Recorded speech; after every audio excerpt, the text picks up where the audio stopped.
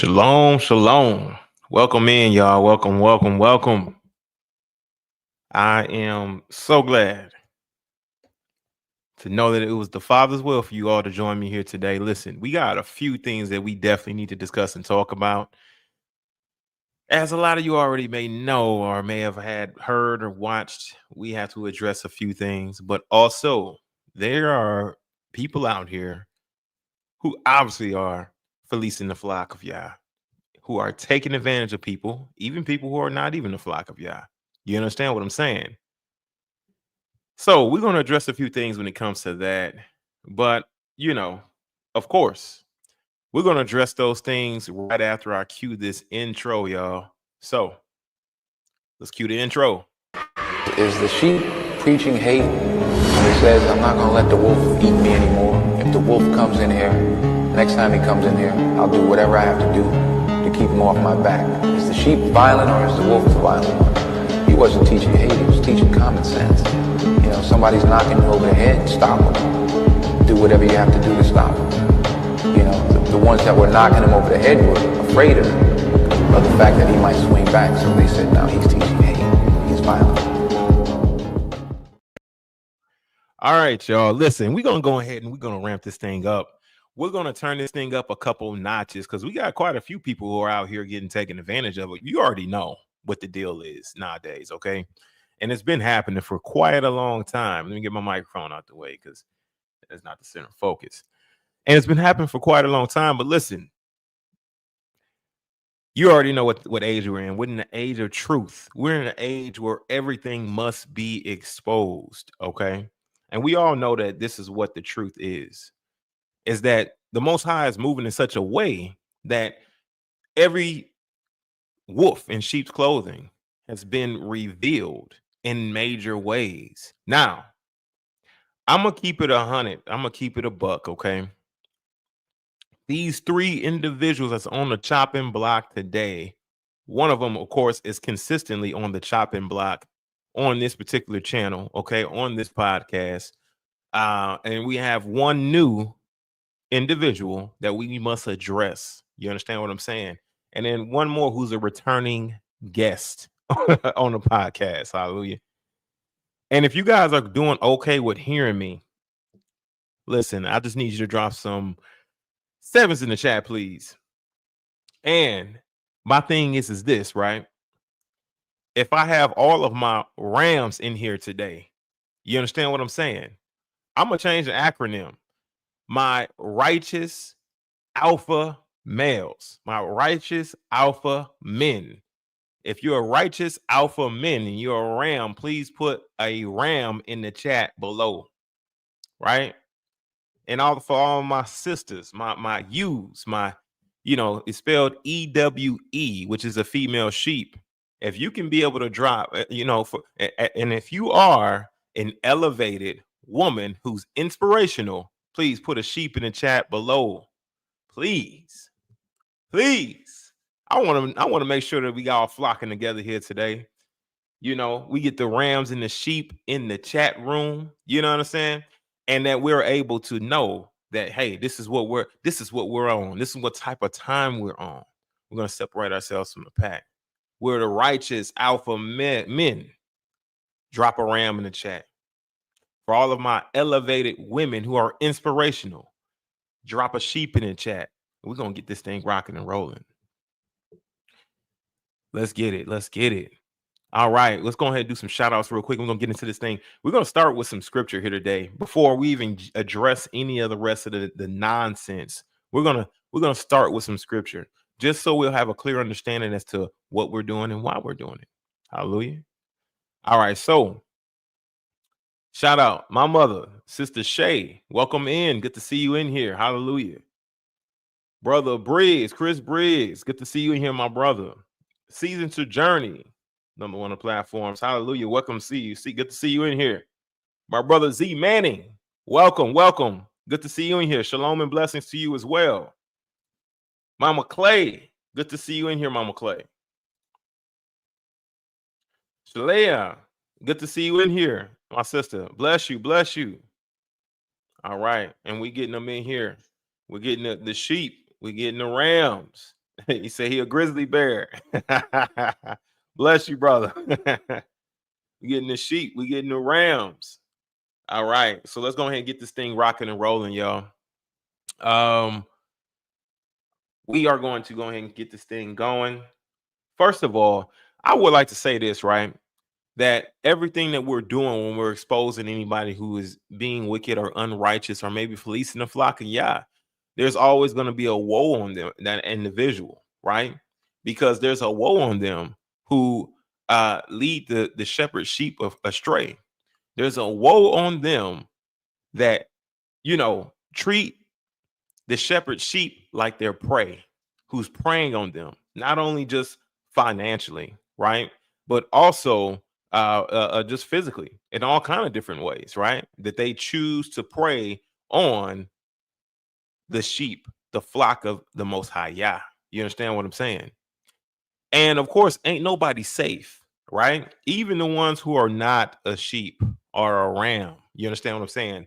A righteous alpha man or a elevated woman who inspires.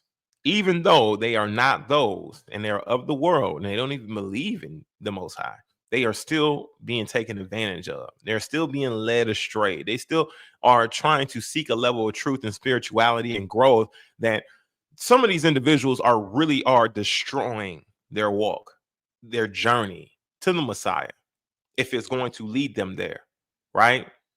Completely destroying that journey. So we got to address some of those things here today as well. Welcome. Shout out to a new member, brother. Amen. Welcome aboard, my brother. Welcome aboard the War Sheep Warrior platform. Hallelujah. Welcome aboard.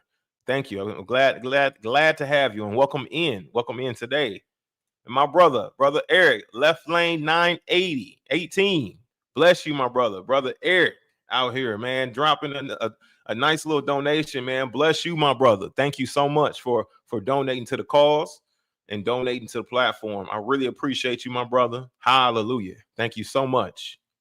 Anybody else that I missed before we get started here? All right. You know what? I really love my family here. You know what I mean? You guys are great. As we know, once you guys get in here, man, we all make the show. You guys make the show. You guys contribute your energy, your comments, the way that you come forth, the way you start bringing that truth. You know what I mean? That way I can be able to display it here on a War Sheep podcast is absolutely is gold. Because a lot of what your voice is, and a lot of times when you guys join me at the end of the show and you give your opinion, it's so powerful because your voice is a powerful thing. It will shake and move mountains. You understand what I'm saying? So continue to make your comments, and if you're not comfortable with speaking publicly, and ain't nobody forcing you to do anything, but continue to make your comments, continue to interact and engage. Give us your thoughts and your opinions. You understand what I'm saying? Not only that, don't forget to like, you know what I'm saying? Don't forget to subscribe, and don't forget to share this video, y'all. Share this video with somebody who may benefit from, okay? Today we have it set up a bit different. We are actually just members, or just subscribers are going to be commenting today. If you're not subscribed yet, you must subscribe, and in 2 hours you can be able to make a comment if you wish to comment or give your opinion. This only because I want us to stay focused on the topics at hand. Now, we have a few topics that I have to move through, and I don't have time for distractions. I don't have time for anybody who may have an opposing position to speak on it. We just got to move through these topics, especially somebody who's not a supporter of the podcast and who's not subscribed. Okay, so if you do subscribe, you can make a comment after 2 hours. Or you can just join me live. If I'm going to be bringing you guys on live after the show, you can join me live and vocalize what you disagree with. Not a problem. I'll prefer you do it live than to do it in my chat room. Okay, because I don't want any strife or contention down in there. All right. So don't forget to like, subscribe, and share. Hallelujah. Bless y'all. Let's go ahead and get into this thing. I know I just drew that out a bit. Let's get into this thing, y'all. All right, what we got? We're going to boom. All right, so I want to go over Matthew 18:6, right? But whosoever shall offend one of these little ones which believe in me, it were better for him to that a millstone were hanged about his neck, and that he were drowned in the depth of the sea. So these individuals who are bringing the offense, right, who are doing things to offend even one of his little ones, you know what I mean? It's not just speaking about a child. It's speaking about somebody who's not even seasoned in the faith yet. You understand what I'm saying? That's what it's speaking about. It's speaking about individuals who ain't even seasoned in the faith, who's just getting to know Yah, who's just getting to know Yahshua or Jesus, the Messiah, whatever name you may keep, Yahshua, Yahushai, these are the ones, those are his little ones as well as the children on down, right? So It's better for a millstone to be tamed about his neck than for him to offend one of the little ones, and for him to hang that millstone around his neck and to be drowned right into the depths of the sea. It's better for him to have to go out like that than to actually have to face the consequences coming from the Most High. Yeah, you understand what I'm saying? This is how serious this thing is, and this is the reason why, I like to approach it in the way that I do. That's why I'm so open to correction. If I'm doing something wrong, or if I'm saying something that may be incorrect, right, that I can be able to correct it. That way I do not bring an offense to those little ones, though I do not lead anyone astray. And I think it's very important, once we are doing iron sharpening iron, right, that you stay neutral in everything that you do. You understand what I'm saying? Because you don't mean you got everything right. Some things you may be leading and it might be wrong. It might be 100% wrong. You might be way off, or you might be just misunderstood, or you might have misspoke. So you got to keep in very open mind and hear people out when they try to say something. That's why, the one guy, Dove, who came on here and had a few issues with the colorism, you know what I mean? And he vocalized his opinion. Some people were really, like, why is he listening to him? Well, I'm listening to him because I want to hear him out. You understand what I'm saying? I want to hear what he has to say. I want to hear if I can be convinced about his position that he's coming from.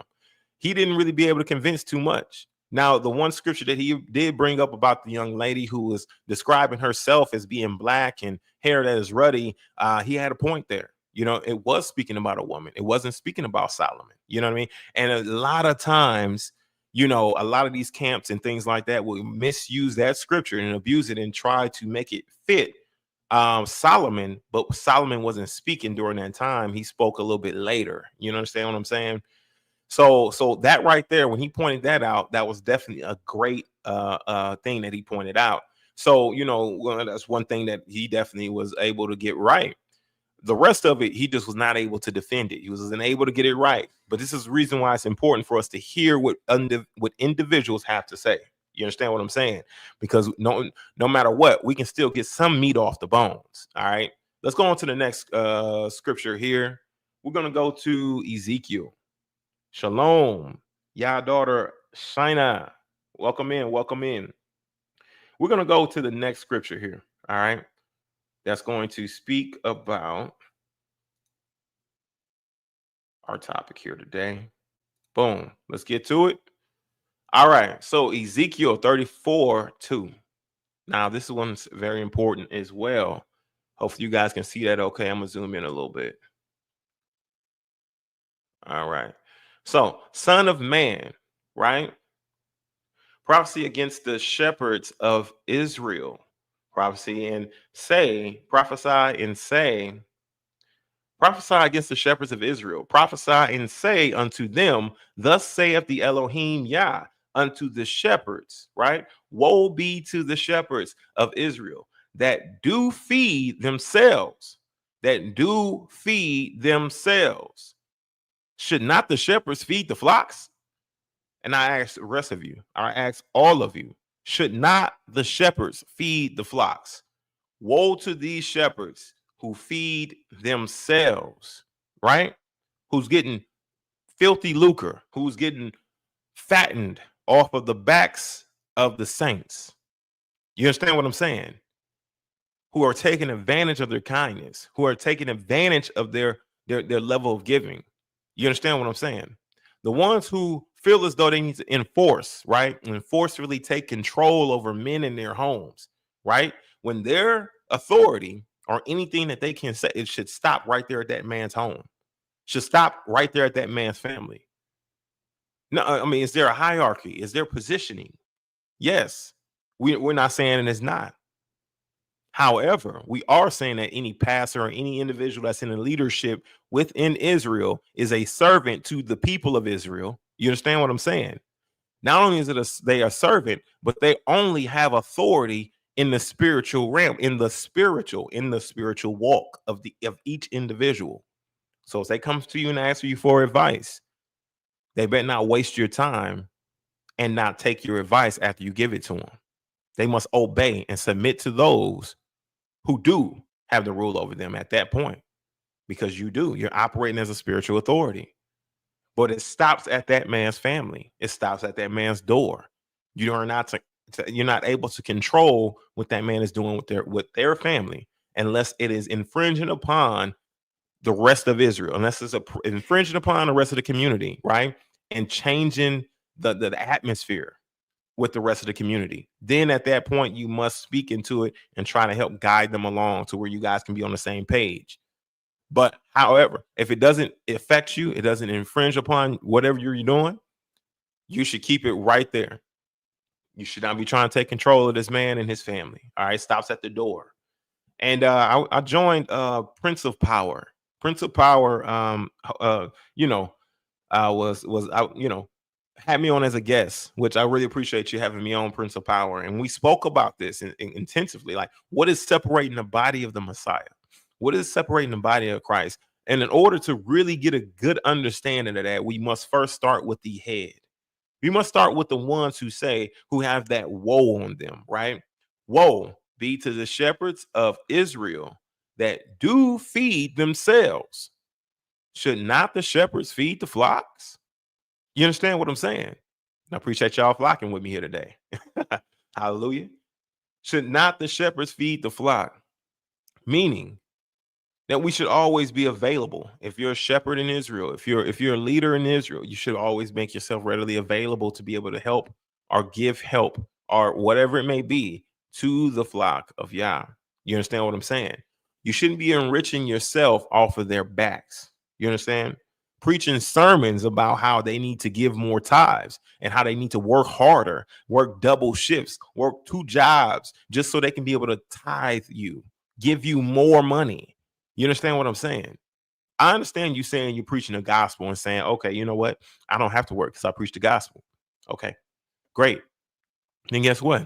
You're looking to get whatever Yah is going to provide to you. Whatever the Most High will provide to you, that's what you will receive.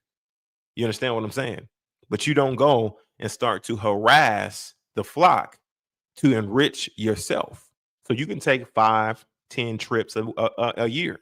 You understand what I'm saying? So you can be able to buy multi-million-dollar mansions. So you can be able to do what?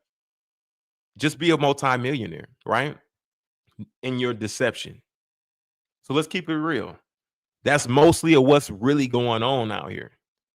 Is a lot of these guys who call or refer to themselves as being shepherds are being deceptive in nature, right?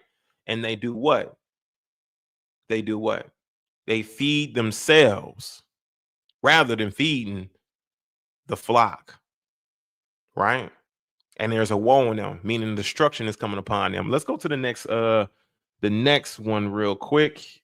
We're going to go to the next verse. And we're going to move on to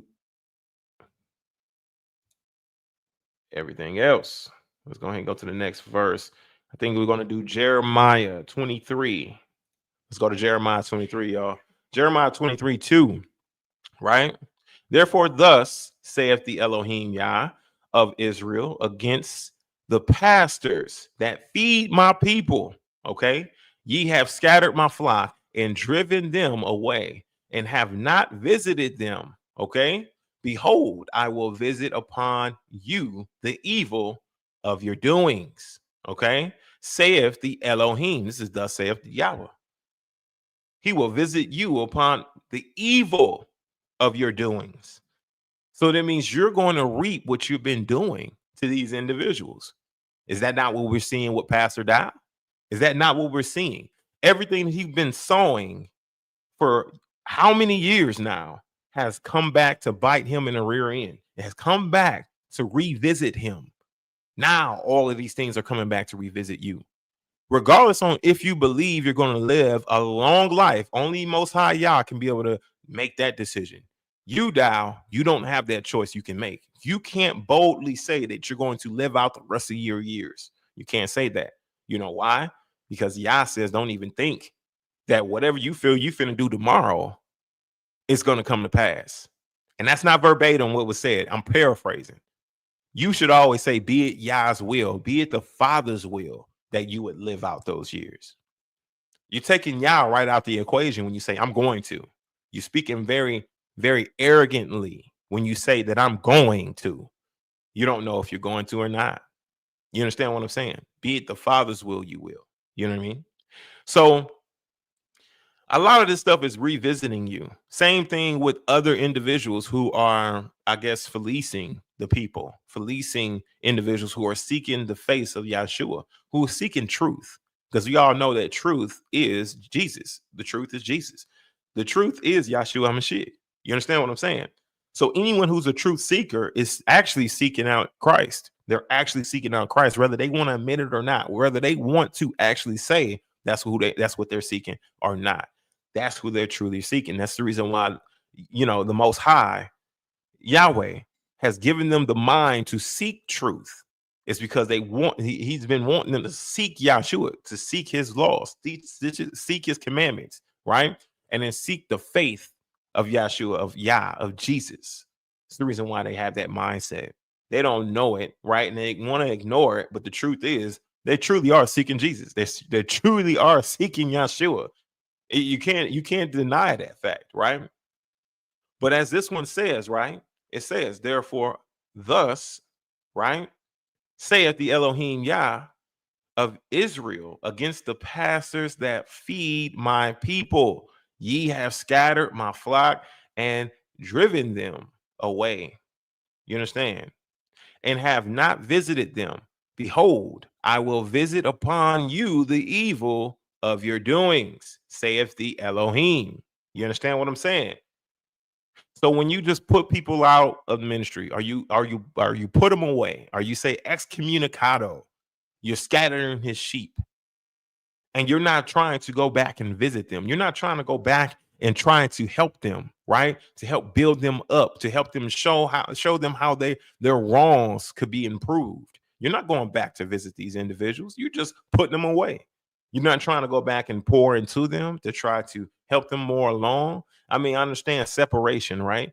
But separation with a plan, with a goal. You'll still be held fully accountable. All you pastors who are making those decisions. Gino Jennings, you understand? Gino Jennings, Pastor Dowell, you know what I mean? A lot more who are making decisions like this, right? Without going back and trying to check on the individual to try to help them along in their spiritual walk and spiritual journey. You're still going to be held fully accountable for these things. And the same evil that you put out will be visited upon you. The Most High Yah will visit that upon you as well. So you're going to endure that too. You understand? But we got a few people we're going to address here. I'm going to start with a guy named Ivy. What's his name? Ivy. What's this guy's name? Ivy. Got his name already. Hillard. Sorry, my bad. Ivy Hillard. We're going to start with a guy named Ivy Hillard. Okay, y'all. And Ivy Hillard is a guy who's a pastor, or he's a bishop. He's a bishop, Bishop Ivy Hillard, who's here in Houston, Texas. I didn't know nothing about this guy until somebody mentioned him in the comments, and I went to go do some research, do some digging on this guy. And apparently, he's a guy, and coming from some individuals who went to the church as well, who is another one who is fleecing the flock of the Yah, who's fleecing the saints, right? Who's fleecing the people, the congregation, flying in and choppering in helicopters, right? Helicoptering in on services. You understand what I'm saying? Flying private jets. You understand what I'm saying? $15 million home, $15 million compound, our home that's being owned. We're going to get into exactly what this thing looks like, okay? And we're going to listen to in just a little bit. We're going to touch on this a bit, and we're going to move on to the next topic. But I want to show you guys, right, what these individuals are doing. When I'm reading these scriptures in the beginning and how they are fleecing the flock of Yah, right, and how they're feeding themselves and not the flock. This is how they're doing it. I want to show you this guy's compound right now. It's on Zillow. Now, he's since dropped this price down, y'all. Listen, it was around 15 million. This thing's at around 11 million now. You understand what I'm saying? Look at this thing. Look at this thing, y'all. This is all built for one man. One man, okay, and his family, and his whole family. Look at this. It has at least 1, 2, 3, 4, 5, I believe 6 homes on this thing. Okay, individual homes. You understand? And I'm talking like actual $300,000 homes, $500,000 homes. Has at least 6 of them, right? And then they have the big house right there. The big house is the one that Ivy dwells in. That's the big house. Okay, the big house is his house. The smaller homes are the homes for his children, right? And we're gonna get into that. That's the homes for his children. Look at this. Look how ridiculously large this thing is. And for what exactly? And for what? To accomplish what? Now, this home right here is in the name of the actual ministry. It's not in his name personally, which you guys need to take a play out that book and start putting your properties and things like that in the name of either your business or your trust. You understand? But this property is in the name of the ministry. You understand what I'm saying? Bless you, Pastor Rufus. Welcome in. Honorable Pastor Rufus is in the house, y'all. Show him some love, y'all. Hallelujah. All right. Wow is right, Brother Briggs. Brother Briggs, wow is right. This is a what? How 30,000 square foot mansion compound. Look at this thing. Why would a pastor need this much space? You understand what I'm saying? Why would he need any of this? You understand what I'm saying? Look at this thing. This right here is supposedly supposed to be his what is it called? Pool house or something like that. What? Guest house.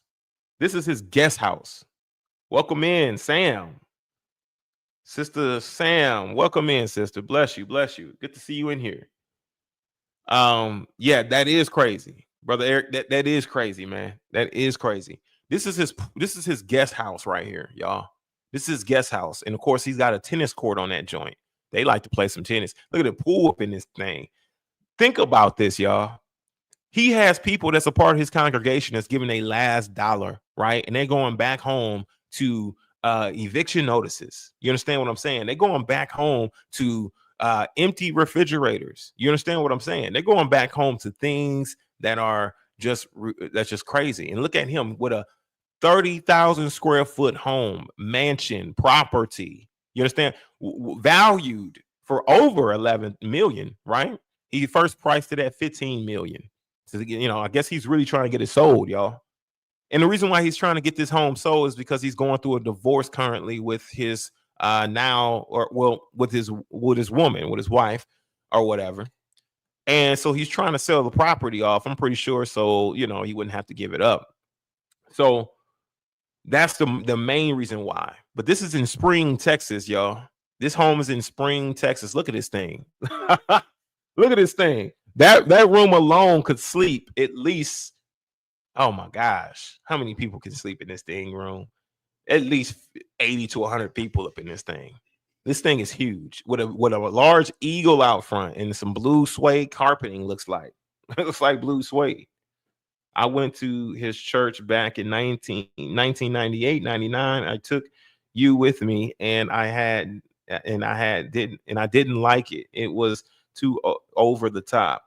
Yeah, that's one of the things that they're saying is that, these people are preaching a gospel that, of course, is prosperity, right? But it's so over the top. It's so elaborate. It's so extravagant that, people are really being sucked into this thing, and they're sucked into a dream, right? That if they tithe, then the riches will be added onto them as well.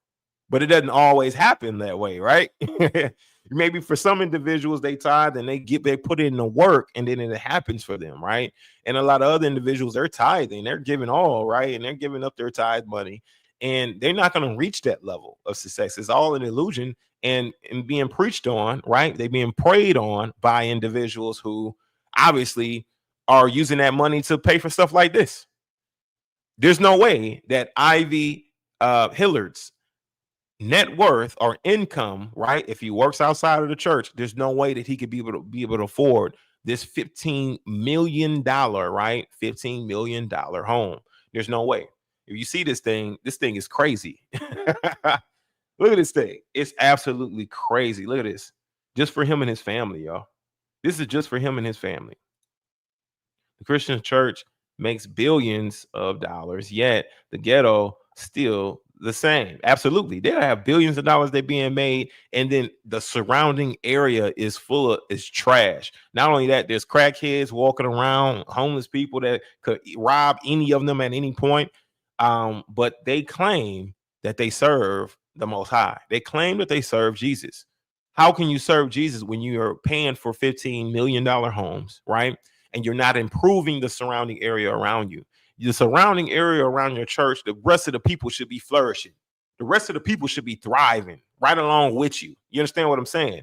For the simple fact that you're doing so much for the kingdom, right? For the kingdom of Yah. Look how many souls you could draw into the Most High's bosom. If you just step outside your doors and then start to do for the surrounding areas rather than feeding yourself, as we already read over in Ezekiel. There's a woe on you as a pastor when you're feeding yourself and not feeding the flock of Yah. You understand what I'm saying? You don't know who he's truly calling. You don't know who he's truly wanting to come to the knowledge of the truth. Only thing you know is that you're making money. You're making so much coin off of the name of Jesus and prosperity that you can afford things like this while other people suffer. You understand what I'm saying? And then you can't save and help them all, but you can do the best you can to improve your surrounding areas, to improve the quality of life within the congregation. The one who's paying your bills, the one who is doing what they're doing for you, give back to them individuals, right? And being able to help them out. You can't do that, but you can afford stuff like this. This kitchen is immaculate. You understand what I'm saying? Why would a pastor need all of this, right? You understand what I'm saying? Spring about 15 away from me. Yep, Spring's about 15 minutes away. That's not too far. That's not too far. This reminds me of the pastor at Elevation. Listen, that's who we're talking about. I believe that's never mind. Elevation Church. His house is humongous as well. Yeah, no, that's not who we're talking about. We're talking about, of course, Ivy Hillard is who we're talking about. That looks like a mall, not a home. You feel me? It's oh my goodness. I'm trying to tell you. I didn't like the fact that I had to park my Corolla in the back where all of the other average vehicles. I also had to send you where the children were in another building that was not cool. Okay, so they want all the nice vehicles up front, and then the Corollas and the average vehicles, they want them in the back. That's crazy. They don't even want to see you. You poor, they don't want to see you. You understand what I'm saying? If you middle class, if you're not a high roller, they ain't even trying to see you. You understand? And you go park in the back. Prosperity doctrine. Listen, if you want to sell your soul out, and like he said, prosperity doctrine. If you want to prosperity doctrine it and sell your soul, you understand what I'm saying? You can do so. You can do so. You know what I mean? But just know that Yah's going to judge that. Hustling harder than Nino Brown. That's right. Got way more. Surely not all things common. Absolutely not. Shalom, Pastor Rufus. Hallelujah. That's sad. But they want your money, though. Absolutely, they want your money. Listen, you better give it, or else they tell you going to hell. You understand what I'm saying? Now, I do want to move on to this. This guy's kind of I just want to review some of the information he's given. All right. So you're taking a look at this house, man. It's crazy big, immaculate. 6 homes on this joint. Oh my goodness. He's selling it for $11 million. Going through the divorce with his wife currently. And I'm going to bring this guy up because he's speaking about this situation a little bit more in depth as far as what's going on between him and his wife. And, from what I'm gathering, right, his wife and himself, right, Ivy Hillard, they are separating just based on like whatever marital issues they're going through. Now, his wife is letting people know that Ivy Hillard is misappropriating the funds within the church. paying for things like, you know, that large ass house that I just showed you, you know, like this, the home for 15 million. She's saying that he's misappropriating the funds, and she's saying that she of course she's the operations, right? She's chief of operations over there, so she would know what's going on with the day-to-day finances just based on working hand in hand with the chief of finance, right? Whoever's the chief of finance, the chief of operations has to be sure that things are going smoothly. They have to know that the operations are good. They have to also help with the books, you know, because the CEO can't necessarily do that all the time. You understand what I'm saying? So she's saying that he's misappropriating the funds and using a lot of those church money to pay for the lifestyle and the living, which you can't, you know, disagree with that. He has a worldwide reach. You understand what I'm saying? I've never even really heard of this dude until lately. You understand what I mean? But he has a worldwide reach, right? And we all know who's trying to gain that worldwide reach. We all know who's trying to gain that worldwide reach. People sending individuals on missionary trips, all of that. We know who's trying to go and establish his ministry worldwide. Dowell. Dowell. Dowell. Dowell. And let me tell you this much, right? If he's successful in this worldwide reach, what makes you think that he's not going to come out like this? What makes you think that he's not going to take the route of choppering in on service or flying private jets? I mean, what makes you think that he won't take those things, right? He's already taken vacations 5 times a year. What makes you think it's not in his heart to say, you know what? I want a private jet. You know what? I got to get to places sooner. And let me get to Nigeria. Let me get to these places. If he's establishing a ministry in those individual spots, Philippines, things like that, right? Canada. You understand what I'm saying? I wouldn't put it past him 100% that he would go through those lengths to be able to fly private, to be able to do all these things that these individuals, these mega churches are doing. You understand what I'm saying? I can see the writing on the walls already. I can see it. Yeah, that's a fire sale. Yeah, it was up to 15 million. He's trying to sell this thing off because he's going through this divorce with his wife, right? So he's trying to get this thing sold off. And I believe that this property is worth way more than 11 million. I believe this thing is like at least a $20 million compound. I think this thing is more than 20 million, honestly, because you got 6 different homes on this thing that are full homes, right? That are at least $300,000 a piece. You understand what I'm saying? And then this house by itself, this large home by itself, that thing is at least 3 million, at least 3 to 6 million, 10 million by itself. You understand what I'm saying? This thing is huge. Okay. It's 15 bedrooms, 36 bathrooms, 30,000 square foot home. 30,000. Let's get to this video, y'all. I'm just going to touch on this joint a little bit real quick. Hey, and just so you know, right, that this individual, okay, let's go ahead and share it. This individual that's going to be speaking right now, I want you guys to know that, you know, he's kind of, yeah, but just ignore the way. Let's just get the information from it, because I thought it was pretty valuable information. But either way, let's just say that he's kind of soft. All right, let's go ahead and play this thing. I want you guys to hear what this guy has to say in regards to the situation with his wife currently. Okay, let's check this out. I'm gonna get back to this. A lot of these faith teachers and their wives are in competition with each other. The wives are having BBLs, tummy tucks, butt lifts, and all kinds of things to keep up and to keep their husbands. And so they're doing a lot of stuff to keep the man. The faith women, the faith teachers, the faith women. And they are in straight competition with one another. And somebody said, what, Terrence, I don't know what church was in Orlando. Oh, you're talking about Zachary Tim's church. Yeah, it was in Orlando, Florida. Okay. And that might have been why Ivy was so upset. But she claims that she got hit on the head getting out of the shower. But she also made a couple of videos talking about she was not on any medications and she was anxiety free. And it was a real kind of Coptic kind of message. It was really weird. She made this video of her being wheeled out of the hospital, you know, because faith people make things just totally over dramatic. It's just a lot of times that stuff is just so over dramatic. I'm just saying. So she did, that was the deal that she did.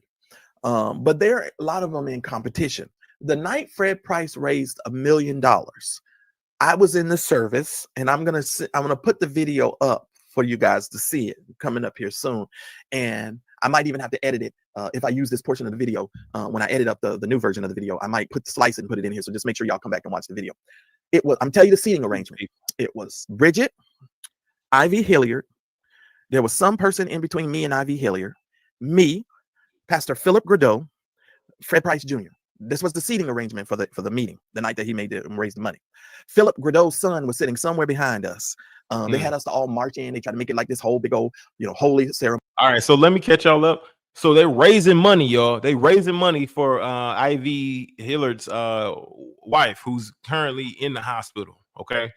And so he's speaking about this night, right? And he's showing you guys images of the night they were out there to raise this money. All right. Now he must be a bishop as well, supposedly in this particular church.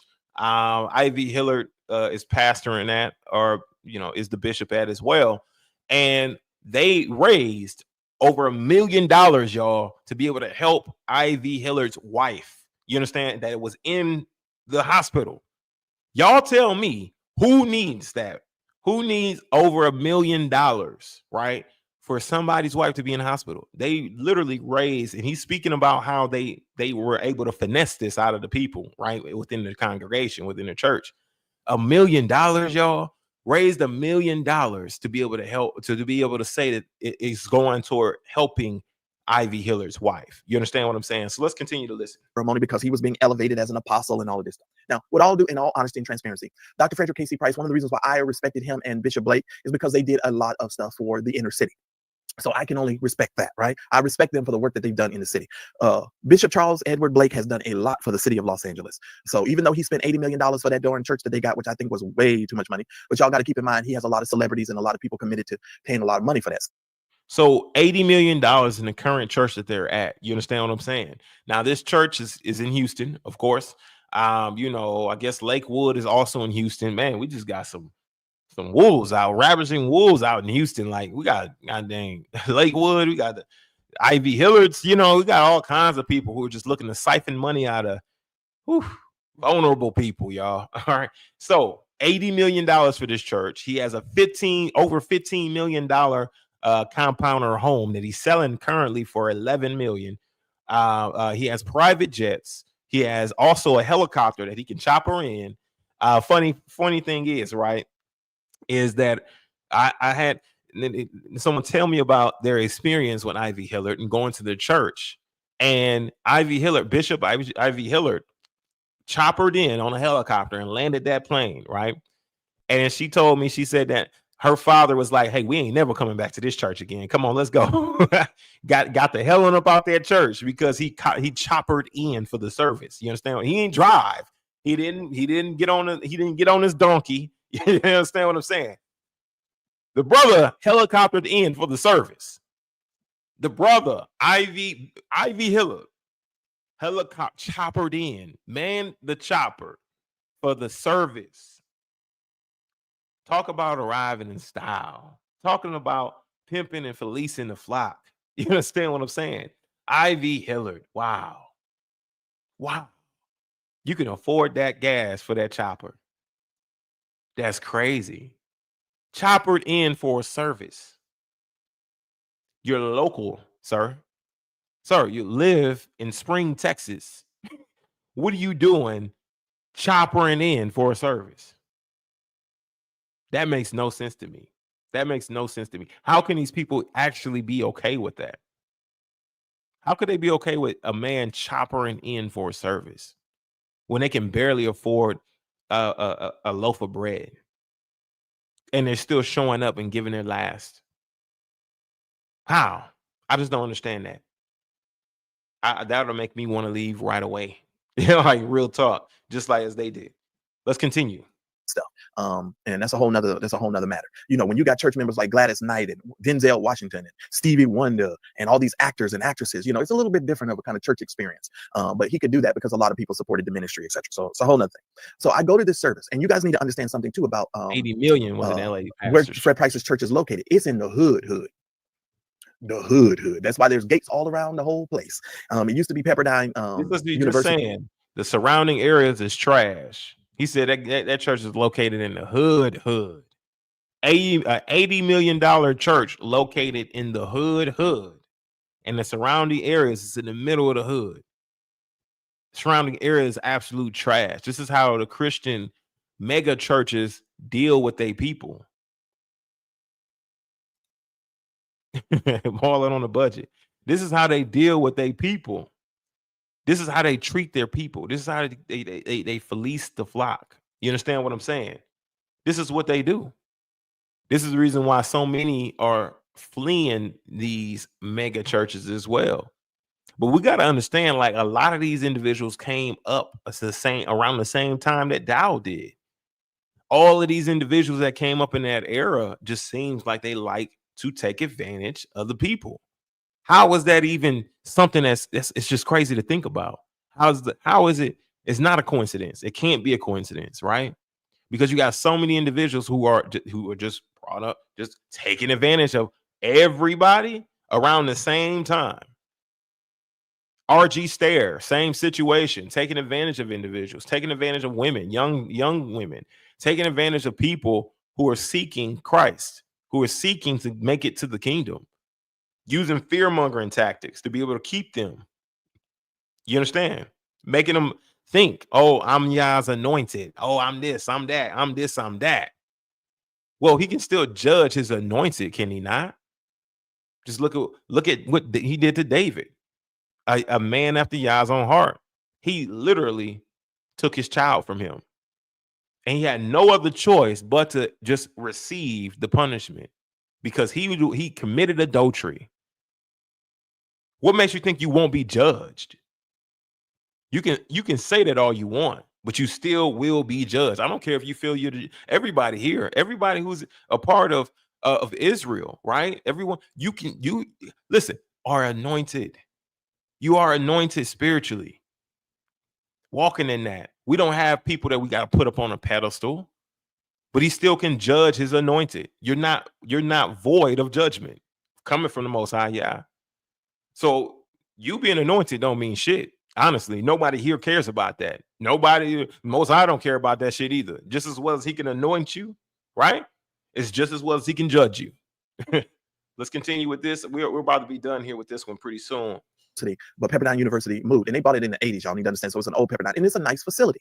I've heard all kind of rumors as why Bridget and Ivy Hilliard is flipping out. I hear people talking about they running out of money. It could be a money issue, and if that is the case, then shame on them. Because Ivy Hilliard used to charge preachers and pastors $500 for a syllabus so he could teach you how to put your ministry on television and radio. He was the guy that a lot of people started going to. Now, before him, it was Dr. Price. Dr. Price taught preachers how to copyright all of their intellectual property and how they could get money from the books and the tapes and the things that they sold in their churches. And Dr. Price, he helped a lot of them do that. And so when Ivy Hilliard and them hooked up with Dr. Price, they took the stuff that they learned from Dr. Price, and then they just took it and went on to that whole nother level because a lot of people had not heard that stuff because Ivy Hilliard and those folks were not word of faith.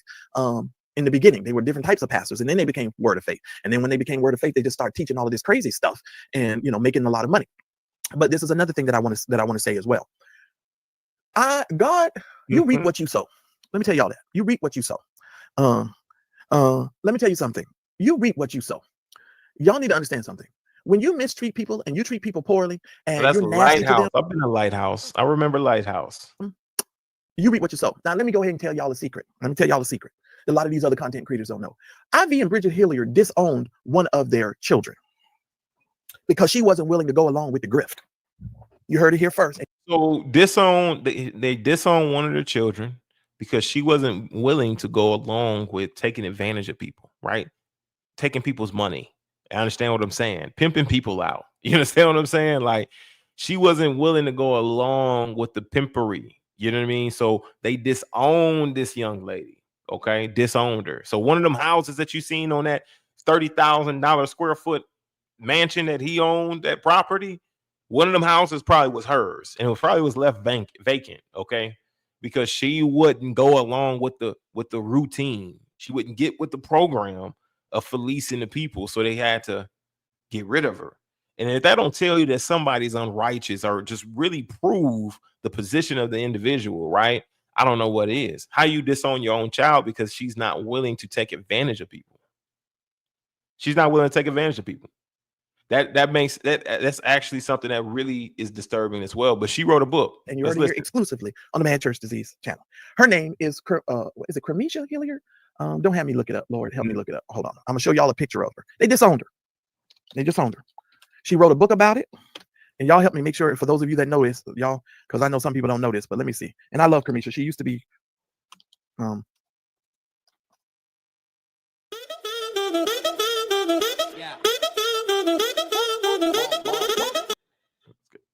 Cremisha Hillard, which is interesting. Very interesting. Okay, yeah. Let me show y'all this. And some of y'all might want to pick up this book. Y'all might want to get this book. Yeah, well. All right. Let me show y'all Cremisha. This is Bridget and Ivy Hilliard's daughter, Cremisha Hilliard Evans. She's married. Okay. And this is her in the corner. Not these. I don't know who this is her. She done changed her hair, and I wasn't familiar with this look. She used to be my Facebook friend. I don't know if she's still my Facebook friend, but they disowned her because she would not go along with the grift.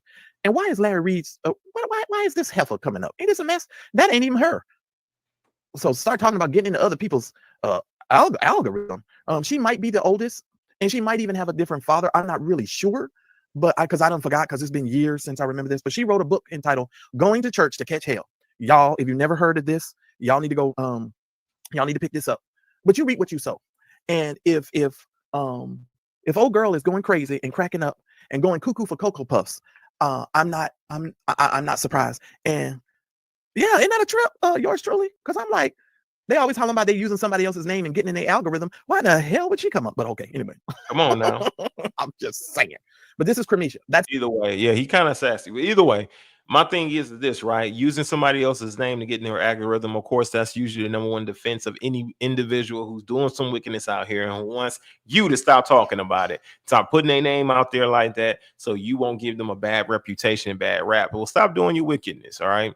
Or repent for what you're doing and turn away from it. It's that simple, all right? Because nobody give a damn about that, right? Nobody cares about how you feel about that. You know, using your name or saying your name to say, look, you need to repent is something that obviously we must do. It must happen. You understand? I'm gonna show you guys a picture of Ivy Hillard. For some of you guys who don't know who this man is, just like myself, I don't really know this guy. Like I didn't hear too much about him until he was mentioned in the comments section. And then I went to go do my own homework and research. But this is the Hillards, right? Of course, going through this current divorce right now, the divorce was initiated by Ivy himself. Ivy initiated the divorce, and they're currently in litigations at this moment. You guys keep them in prayer, honestly. You know what I mean? Even though that he might be wicked as hell, she might be wicked as hell. They're both wicked. Either way, whatever the feud is, listen, let the Most High judge. You understand what I'm saying? Whether it be a judgment prayer that Yahweh brings swift judgment, or that they would be able to work this thing out on Yah's terms. You understand what I'm saying? On the Most High's terms. However, they have been taking advantage of these individual people who have been supporting them in their vision. This is globally. So we got to understand what the severity of the problem here. You understand what I'm saying? This is globally. This thing goes globally, right? It's one thing to be straightforward with your intentions. You understand what I'm saying? There's a whole separate thing to be deceptive in it, right? There's a whole separate thing to be deceptive in it and make it seem like that you're doing something for the saints, right? You're doing something for your sheep, and you're not misappropriating the funds, but truly you are. Behind closed doors, you are. Now you're operating as an agent of Satan, right? A wolf in sheep's clothing, because you're not being honest about what you're doing. You're not being honest and forthcoming. You know, people don't know what they're getting when they show up to your doors. Not only that, you're fear mongering them. You're putting fear in their heart. You're making them feel as though they're going to go to hell if they don't tithe to your church. $1 million you raised because your wife fell ill, right? Because she, you know, for whatever reason she fell ill for. You raise $1 million. You fleece these people out of $1 million. You understand what I'm saying? Well, that total to $1 million. That's crazy.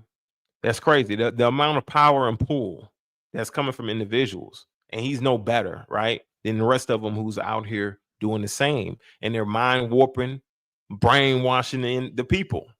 It's just that simple. You understand what I'm saying? So that's one person definitely keep an eye out for, right? You got to keep your ear out for it, an eye out for. We know the rest of these bigger ones, the TD Snakes and the Joel Osteens, but this guy honestly has been flying under the radar as well. Just like a Billy Carson. You understand what I'm saying? Somebody who's completely reprobate. You know what I mean? He don't have not an ounce of spirituality. You know what I mean? Like flying under the radar for years, making it fattening the calf based on just prosperity gospel and preaching, right? And Yah will continue to pass his judgment. He will be judging these two. He still will be judging. He will be judging them too. Hopefully they will repent and turn away from it, right? Hallelujah. We're going to move on to the next thing. Bless you, brother Timbo Slice. Welcome in, brother Timothy. Good to see you in here, my brother. Hallelujah. Billy the Fraud Carson, that's right. We're going to be talking about him in a minute here too. We're going to be getting on him too. All right, so my second topic here for today, man. Let's go ahead and get to the second topic. We are the individual we all know, the infamous man without repentance, the most arrogant man that you'd meet, is going to be the second topic here for today, for the simple fact that nobody gives a damn about you, Dowell. Honestly, tell you the truth. Nobody cares about your name. You understand what I'm saying? You have to understand completely and totally what the truth really is. Nobody really cares about that, right? But if you're doing wickedness and you're left unrepented, then that's something that we should definitely address. You understand what I'm saying? So stop trying to act like that you have some sort of form of clout that people can use. Honestly, doing videos about you, people who are don't even know who you are, right? How are they going to find any interest in that? It's only the people who really know you, who really know who you are, that will be interested in hearing something about you. You understand what I'm saying? So growing an audience based on speaking about you all the time, honestly, is something that is going to just really be counterproductive in the long run. That's not a long-term thing. But if you're doing unrighteousness and you're doing wickedness as a so-called pastor, that's what people care about. That's what people care about. People care about you doing wickedness as somebody who's supposed to be a shepherd, right? Who's supposed to be feeding the sheep, right? You say you're a true Jeremiah 3:15. Well, why are you feeding yourself and not feeding the flock? You understand what I'm saying? And feeding the flock don't just equate the word. You understand what I'm saying? It equates in all. It's all encumbersome. You understand what I'm saying? So we're going to move on to this next topic. We're going to go ahead and what we're going to do is we're going to start by addressing a few things first. Okay. Because once we get into this video that he actually made and dropped today, I want it to be completely laid out before we even get into it. I want to be able to take some of the things he may have said in this video and already have it exposed. So that way, once we get into this thing, I'm going to offer up my commentary on what my position is here. Because obviously he's talking about my podcast in this video. And I'm going to address that, you know, after I go ahead and provide some good proof and evidence. We're going to get into it and we're going to be able to hear how much full of shit he truly is. Now, let's get to him. All right. We're going to go ahead and let me share my screen. My first video I'm going to be pulling up is going to be, man, listen, I got some things that's going on. Let's go ahead. Let's go to this one. Let's go to this one first, y'all. We got a video that comes from Fates and Gates. You understand what I'm saying? Fates and Gates. I thought he did a good job with, you know, bringing this information out. So we're going to start with this video here. And the number one reason why I chose this one is because you know, some of the rhetoric that he said in his video that he currently dropped. You understand what I'm saying? I want to definitely address this because the way that he behaves, Dowell, the way that he behaves as though he has done no wrong. He behaves as though that he has not done anything to anyone to cause this to come upon himself, when it's complete opposite. Sir, you've been for years coming after all kinds of different people with all of this aggressive and agitating energy. You've been doing this for years. Now when it's flipped on you, right? And the rabbit has the gun. It's no fun for you. It's no fun for you. Now all of a sudden, now you're just this saint. You're just sanctified pastor who preaches the truth, who has all these men of honor around them, who don't do any wrong to anybody, who does not trespass against another man. I'll tell you this right now, that you're so full of shit. You're so full of shit that you can't even tell. You haven't shit in weeks. I'm sure it's been months. You're so full of shit that whenever you speak, the cows go home and they moo.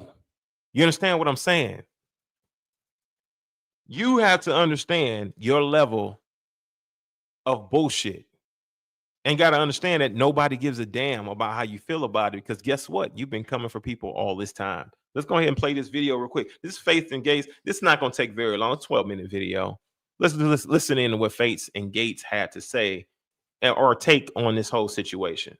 Let's get it with Gino Jennings.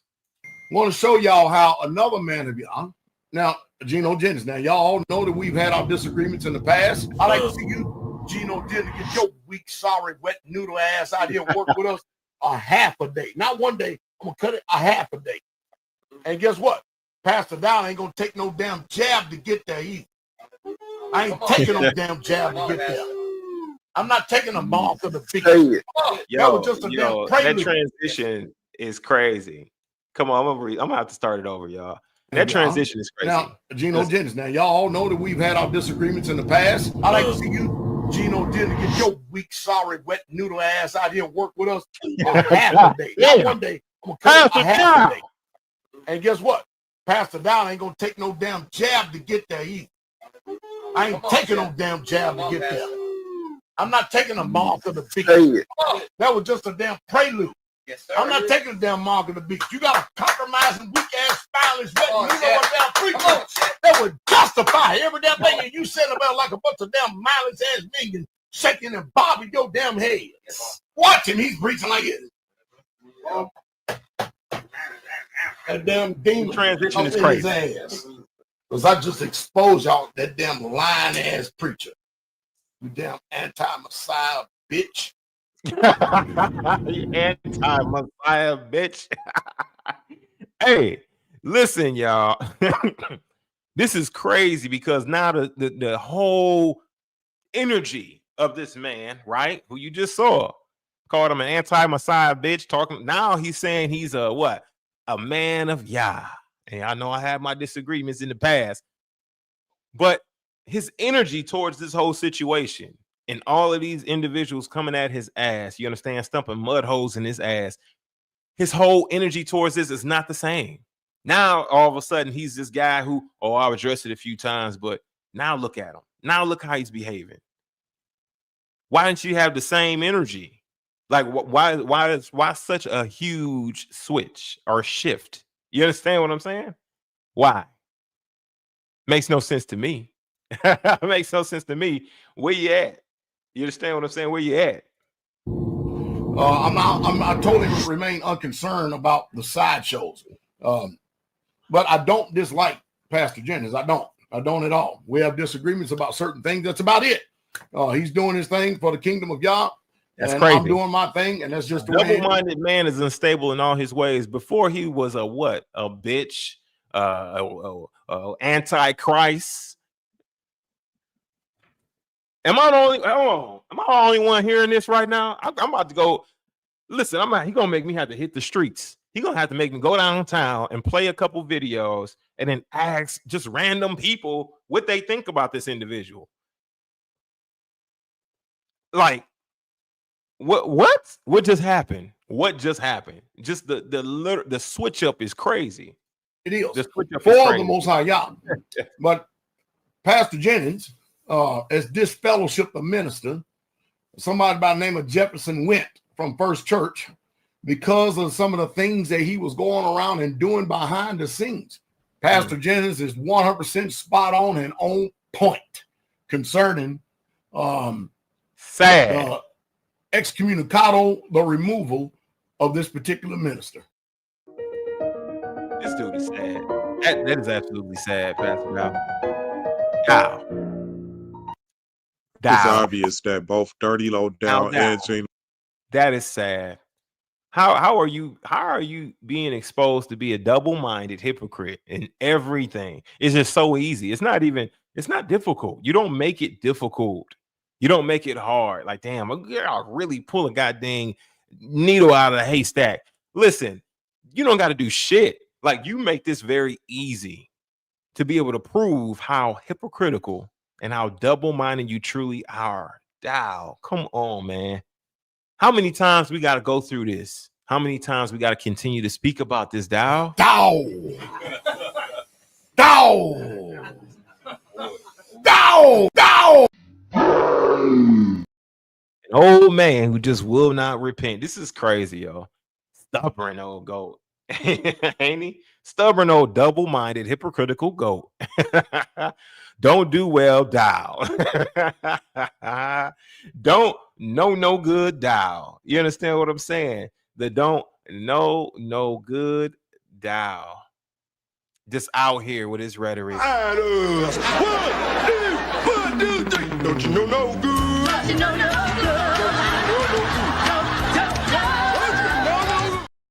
Come on now. Don't you know no good, Dow? Don't you know when you're double-minded? Don't you know when you're unstable in all your ways now? Don't you know why people are saying, why aren't you paying attention? And why aren't none of your cronies sending you the reasons why? Why haven't your cronies sent you the laundry list that Brother Nick posted on his own channel of the sins that you're being accused of and have been convicted of, honestly, been proven that you've done these things? Why aren't you addressing any of those things? Let's continue. Jennings are running a cult. It's just that right now, Dirty Low Dow is in danger of losing its following altogether. Okay, many people have been leaving Straightway. Right. People are tired of the witchcraft. His adultery this year has been exposed. He lost Pastor Rufus, who was very pivotal to his organization because Pastor Rufus was his hype man. And Pastor Rufus has a gift of gab. Okay, but now that gift of gab is being used against Dirty Low Dow, and he doesn't like it because he's in trouble. He's in a lot of trouble. Most importantly, he's in trouble with God, the Most High, because you reap what you sow. Okay, you've been trying to run around, beat around the bush, and you got all these men and women under manipulation. So the way I see it, when you hear him ranting last year about how foul Gino Jennings is, well, now he looks like a hypocrite, this Dirty Low Dow, because he once called Gino Jennings weak and compromised for accepting the 2020 game-ending shot. Okay, and he also called him an anti-Messiah, B-I-T-C-H.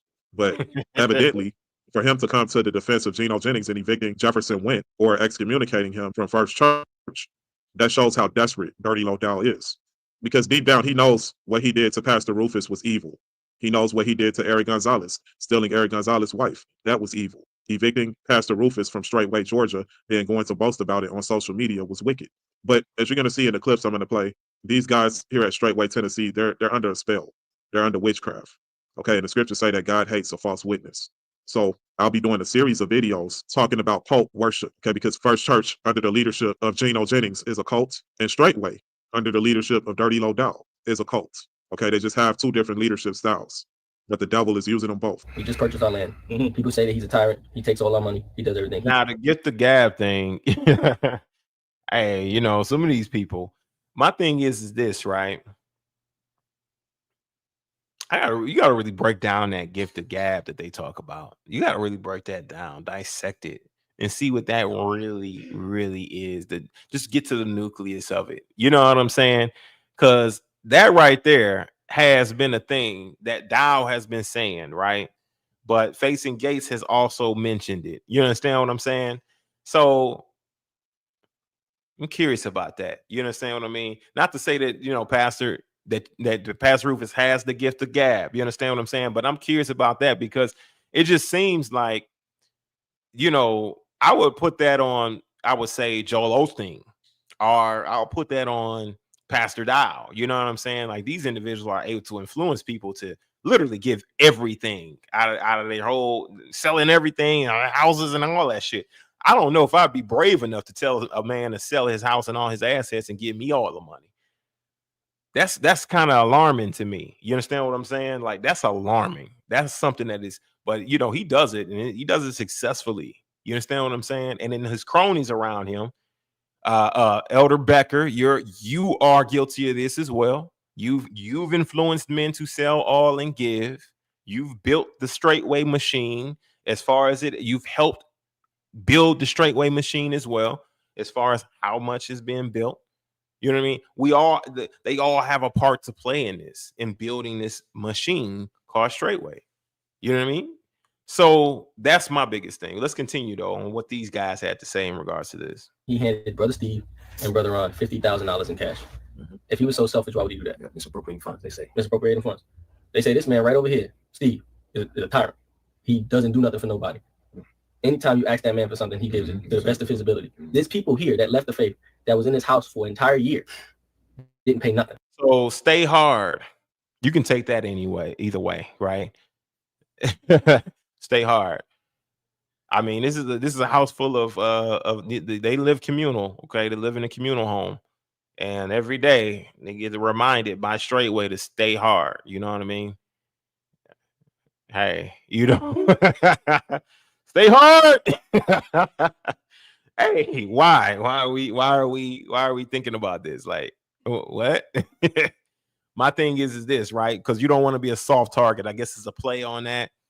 But this is kind of gay, if you ask me. This shit's kind of gay, honestly. Stay hard thing. We should not be like putting that up on the wall and promoting each other, all this men to stay hard and all that shit. I mean, listen, even talking about it, it's like kind of weird. You can take that either way. Like, if anybody who don't know or understand soft targets, they'll come and read "Stay Hard." Okay, they'll come and read "Stay Hard," and they'll be like, "Man, what the hell are they talking about? That shit seems kind of gay." Anybody who don't know what the hell going on, right? So either way, do a video with "Stay Hard" in the back. Either way, all right. I think y'all know where I'm going with that. Let's continue. But they say that he's a tyrant. There's people here that barely gave a damn dime. Come on now, man. Period. Come on, man. Period. But they say he's a tyrant. But they got everything he asked them for. They asked him for it. He gave them. And I watched them. Bless you, man. He's a tyrant. Now, this guy right here does not know all the financials of Straightway. He doesn't know the arrangement that was made between the guy to his right and Dirty Low Dowell. You can even see the guy to his right. There's some things that he knows, just looking at the countenance of his face. There's some things that he knows about Dirty Low Dowell and their arrangement that this guy to his left does not know. Okay. Obviously, Dowell needs someone to run the communities. So in order for him to keep his eyes in all the land of Straightway, okay, I believe they have community. Don't they all look alike? They all look alike, yo. All of these guys look alike. They look similar to each other. It's so crazy how everybody within Straightway is starting to look just alike. And then, you know what they would say? They would say that's because we're all on one accord. That's because we all, beating on the same drum. This is what they'll say. You understand what I'm saying? There's no individuality in that ministry. There's no individuality for people to be able to elevate to the next level. Because in order to move whatever you need to move to the next level, you need individuals who are creative, who are out of the box thinkers. All of these individuals here in Straightway, all of these men that you see right now, they all are in the box. You understand what I'm saying? Thinkers, meaning they're going to do whatever they're told to do. They are a bunch of gumpies. They're a bunch of... What's your sole purpose in this army? To do whatever you tell me, drill sergeant. God damn it, Gump! You're a goddamn genius. That's the most outstanding answer I've ever heard. You must have a goddamn IQ of 160. And that's the praise that they get. They get the praise of being gumpies, of doing whatever you tell me to do, drill sergeant.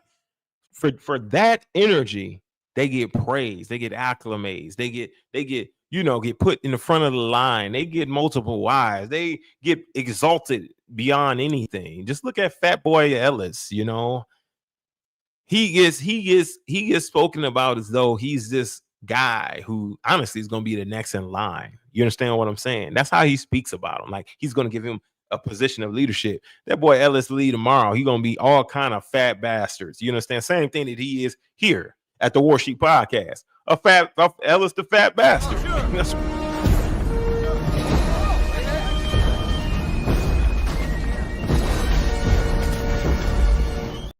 He's just Ellis the fat bastard, y'all. And that's what he'll be if he ever left Straightway. If he left today. You understand what I'm saying? That's how double-minded and unstable he truly is. He'll flip a switch in a heartbeat. And Ellis wouldn't even have to come out and say a word. He wouldn't even came out and speak against Straightway. And Dowell would get on camera and call him all kind of fat bees and all kind of fat bitch and fat bastard and you fat ass and you couldn't stand it with your fat ass, could you? He'll come out and just start talking mad trash. If he would have had left, if he leaves Straightway tomorrow. Come on now, let's keep it a buck. Come on, let's keep it a buck. They all look the same. They all are. In 8 different states. He has to play these games and let these guys hold down some money here and there so that they can feel comfortable with him. But more importantly, vice versa. Okay, because in reality, Dirty Low Down has had people leave the community, and it can become a burden for him if he was to inherit a huge debt. And now the land becomes a burden to him because he has no one to run the communities. And unlike Gino Jennings, I don't believe it's possible for Dirty Low Down to run all of these communities if he's not paying someone something. Okay, because it will cost him even more money to do it without them. Okay, hallelujah. Definitely will pray for my sister Lala and the baby. Hopefully all is well with them. I'll ask my mother to reach out and see if they're doing okay. Hallelujah. Thank you for the update. She had the baby, or it'd be good to know more. Hopefully everything is well. But definitely we all need to be praying for Sister Lala and the baby. Hallelujah. Hallelujah. No interruption. It's all good. I appreciate you letting us know that we may need to, send up more petitions for the baby and Sister Lala. Bless you. You see what I'm saying? Even Pastor Rufus, when he was in Straightway, Georgia, okay, he was afforded many luxuries. Okay. This is Facing Gates' a video that he did on this particular situation, Brother Nathaniel. He made money. Dirty Low Down, that's why Dirty Low Down was so upset with Pastor Rufus, because he was fleecing the flock as well. Okay, now, according to him, he's no longer doing that. All right, but this is just to give you an idea. When you get this big, you have to pay someone something. Okay, and of course, Dirty Low Down is going to be following up with this man to his right, the dark guy here with the glasses, to make sure that he's doing what he wants him to do with the money, because he's not just giving him that for nothing. I mean, this guy may have some power on the land when Dirty Low Down is not there, but he's talking about, the bottom line, he's talking about him giving him $50,000, but no one's talking about the adultery that Dirty Low Down is currently living in.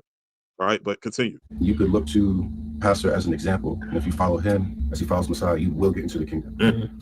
And just to see everything that's going on, him to be able to stand strong, you can tell he has a firm foundation. He will not be shaken. Come on. And so I'm able to look to that strength and strengthen myself, because I know that, like you said, Brother Eric, as long as we follow Pastor, we're going to make it to the kingdom. These men wholeheartedly believe that so long as they follow Dirty Low Down, they're going to make it into the kingdom of God.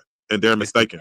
Dirty Low Down is going to lead them to the eternal. This is dangerous for all these men to believe that Dowell is going to get them into the kingdom. And the way that they're going to make it to the kingdom is that they're going to continue to follow Dowell.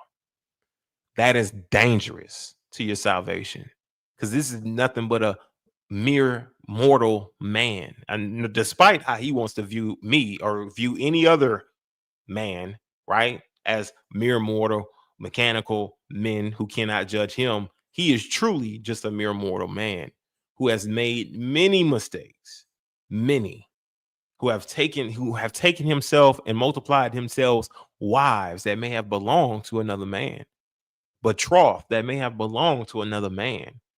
So you mean supporting that and his unwillingness to rectify it? You understand what I'm saying? Who has committed presumptuous sins against the Most High Yah, and that's who's truly judging this thing and cutting that very soul off from amongst the people. You understand what I'm saying? In more than just one way. This is what you are putting your faith in. This is what you're putting your faith in. It's sad. It's dangerous. Come on now. That's a bucket with holes in it. You put your faith in Jesus, the Messiah, and Jesus, Yahshua Mashiach. Hallelujah. That's where you put your faith in. The Holy Spirit that guides you and leads you, if you have him. Let's continue. Eternal lake of fire. All right, this man is living in adultery. They're not calling them out on it. Okay, they're not revolting against this dictatorship. Instead, they're giving their agreement. Okay, over money. And these guys are not even disclosing how much they're getting paid. Okay, it's one thing if Dirty Low Dowell was giving them each $3,000 per month, at least. Okay, then I would say, well, at least they are showing up to their employer. You can't control how much your employer pays you. But they're talking about how Dirty Low Dowell gave this one man $50,000, and that somehow vindicates him. That justifies him and all the other wickedness that he does. No, how much does Dirty Low Dowell pay you? Okay. Now I'm going to go back and review this video because these brothers had a lot of things to say. All right. But either way it goes, from a spiritual standpoint, they're misled. Okay. And that's all that matters, really. Okay. Now, if they were employed for Dirty Low Dowell and they were living off the land, or even if they were living on the land, that does not give him the right to dictate what doctrine you accept. Okay. We all have to serve our Creator, the Most High, Jesus Christ. Okay, so you don't have to attend his church and soak in all his false doctrine. But see, that's not what they're telling you. Okay, they're just telling you, so long as you follow this false prophet, this serial adulterer, okay, this heretic, this liar, this wicked, evil dictator, Dirty Low Dowell, they're telling you, so long as you follow him, you'll get into the kingdom of God. But they're not telling them that strings are attached. Okay, the doctrine that he teaches is attached to the land. So he'll just pay one guy $50,000. And that's if this guy, even if he gave him the money, I mean, Dirty Low Dowell has security on the land. Okay, that guy can't just walk off the land with $50,000. Trust me, he's taking measures to make sure that he can't do that. Okay, so there are strings attached, and they're not telling the entire story because most of these guys here, well, really all of them don't know the entire story. Okay, Dowell is only going to give that guy who is like a supervisor over a zone. He's only going to give him so much information. All right, just like he only gave Rufus so much information, but Rufus was in charge of more people, and he was like Dowell's second in command to a degree. All right, but anyway, I'm going to go back and review more tapes because I got a lot more information to release. We're going to go back and look at some old tapes of Dirty Low Dowell and see where this problem was rooted. Okay, and his character, the way that he was conveying himself, even before he met Nelly, who is Eric Gonzalez's ex-wife. Okay, for those of you who are new to this story, Dirty Low Dowell finessed a man's wife, a man who was interested in the land. He was interested in guns, buying guns and making the offering with bullets and all types of earthly things that drew him and his family in. But then Dowell ended up finessing his wife, finessing his children, marrying his daughter to a man that he did not permit to marry his daughter. He never even met the man before Dowell had already married her off. Okay, so I'm going to be getting into this because here on this channel, I also report on false prophets. Okay, I release the latest news to the best of my ability. Okay, and I do reactions to the videos of false prophets, rightly dividing the word of truth. All right, because I understand that most people are misled and not everyone adopts the same mode of teaching. Okay, so I try to bring it to you from different viewpoints, different perspectives. All right, but anyway, let me know your thoughts in the comments. I got more comments soon, and enjoy the rest of your day. Yeah. So so it makes the allegations look true. Sit down with these men. I believe they're I don't know where they're at. Shit, I forgot. But yeah, I mean, did they really need to or have to come out and speak like this? Yeah, you just know even more. You're able to peek and see into Straightway Truth Ministries more at this point. You can see more into them now, right? You can see more of the mindset of these men that's in Straightway. You understand what I'm saying? As to why they would preach and teach certain things, and these individuals will latch onto it like it's the next best thing since sliced bread. And even though it may be false doctrine that Dowell is preaching and teaching on, they still will run with it because they believe that Dowell is going to lead them to the kingdom. You understand what I'm saying? Their faith is in Dowell. Their faith is not in Yahshua or Jesus or the Holy Spirit that guides them. Their faith is in Dowell. You can hear it based on what their rhetoric is, that as long as we follow Dowell and we're going to make it to the kingdom. That's what they say. But allow them to be able to go and suffer through a lot of injustice, right? They're not going to be saying the same shit. They're going to come out and going to repent for the bullshit that they said in this video. And then guess who's going to play this back? Dowell and the rest of his cronies going to pray it back, saying, look what he said about me then. Why? What changed now? He just said if he continues to follow me, then he going to make it to the kingdom. You understand what I'm saying? you never know what Yah's going to truly do in your life. You understand what I'm saying? So you can never come out and just speak in absolutes. You can never come out and put all your faith into a man. You're going to always lose. You understand what I'm saying? I got one more we got to go. We got to hit before we actually hit this video for the day. Got one more we got to hit. Excuse me, y'all. All right. So I got one more we got to hit before we hit this video for the day. And honestly, it gets worse because every single time he dropped, like, listen, it's been silent, right? It's been silent for the past few days, okay? Always since last Sabbath, right? Where he did the sermon, okay? He came back from his 5th vacation and didn't drop a video till today. That's like how many days now? What the fuck? 3 days, about 3 days, you know, of silence, of him not saying a damn word. You understand what I mean? And then he comes and drops this, the truth, right? All because he was sent a video by Fat Boy Ellis. You understand what I'm saying? Fat bastard Ellis, the fat bastard. And I'm pretty sure that he sent him the live stream that Pastor Rufus and I did, where we just about broke an 8-hour mark. Hallelujah. Shout out Pastor Rufus, man. Appreciate your labor of love there. And if you want any of the footage or video from that live stream, just let me know. Be more than happy to get that clip and get it over to you. If you want the whole live stream, let me know, and you can repost it on your own platform as well. I'm totally fine with that. So I'm totally fine if you've contributed to the live stream. Do not mind you using the footage where you spoke. Don't mind any of that stuff. Using the clip, any of that. You understand? Just do your thing. But I'm pretty sure he watched a few clips based on that, or he watched the actual stream itself, and that's what got his ass, ramped up and butthurt about not speaking up. Okay, this is what got him encouraged, right, to be able to bring out his side of what he believes the truth is. Okay, you already know where I'm going. Fair use. This is Big Screen B, y'all. I want to play this joint right here, right now, just to remind Dowell of the truth, of what the truth truly is. You understand what I'm saying? I'm behind, y'all. I'm way behind. Too much man worship. Way too much man worship. Crazy, but I used to see it that way. Yeah, it is crazy. And that's one thing that we gotta break the habit of. Hallelujah. We gotta break that habit. You know what I mean? But yes.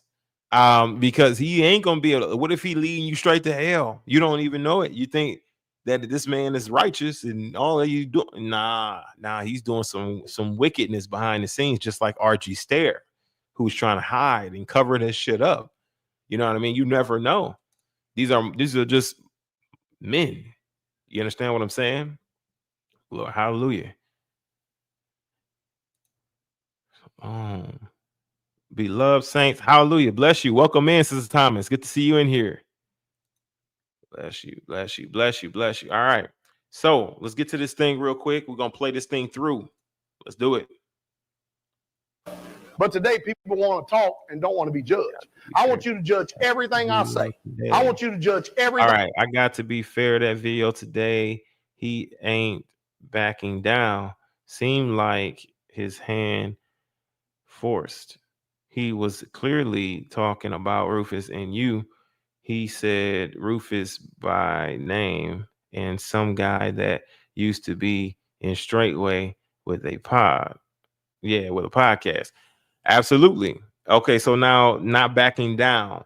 Honestly, gotta be fair, that video today, he ain't backing down. Yeah, not backing down is something that is not the problem. I don't think backing down is the problem. I think not proving the position that he's holding, right? Not proving the position or addressing the issues. That's the main problem. He ain't been backing down.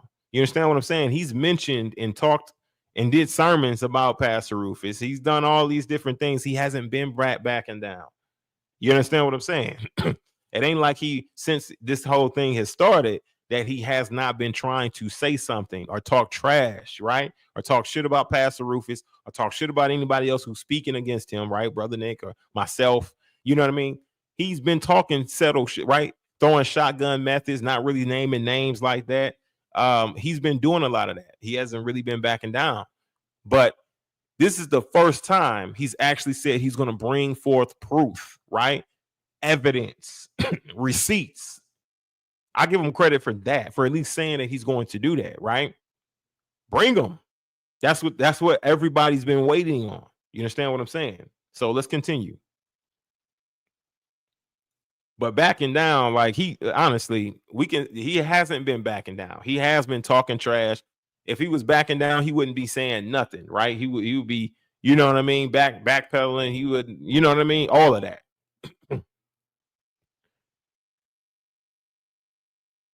Yeah, he is reprobate. He's not willing to repent.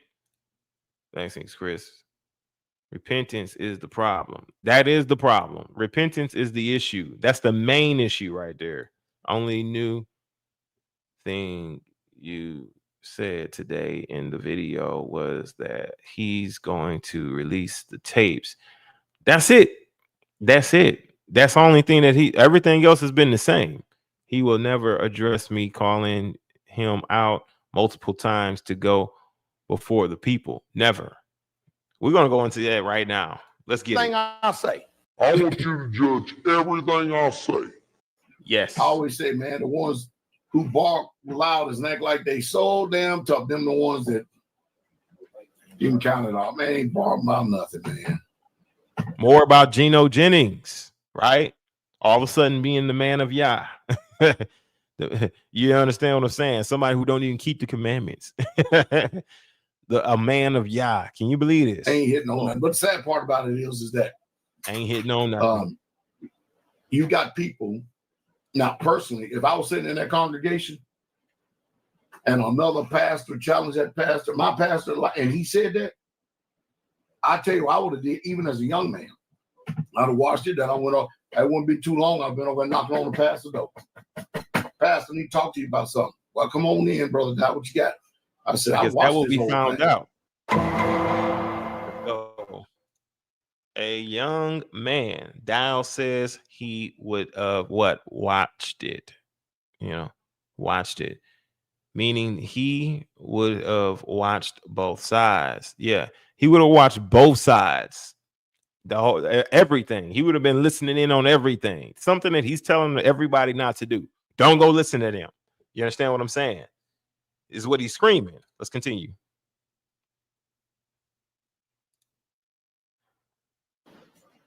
You said this. You said you'll challenge anyone. Yeah. You'll debate anyone on this subject. That's what you said. And this man has been calling you out, and you're glad to debate these people, but you don't never say nothing to him. What's going on?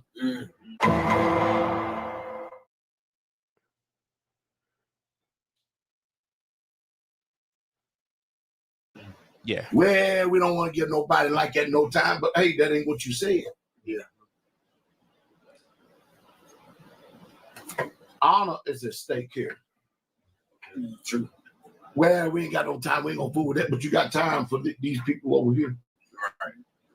I like to hear both sides myself. Well, you know, brother,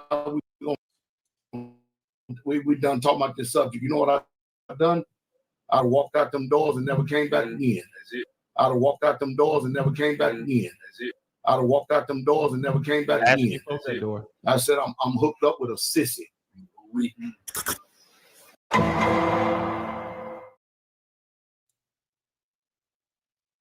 Hooked up with a sissy. He said he would have closed the door, never came back again. He was hooked up with a sissy. Come on. Can he be a shepherd? I'd have left up out of there. I would have. Yes, sir. I would have left. A few moments later.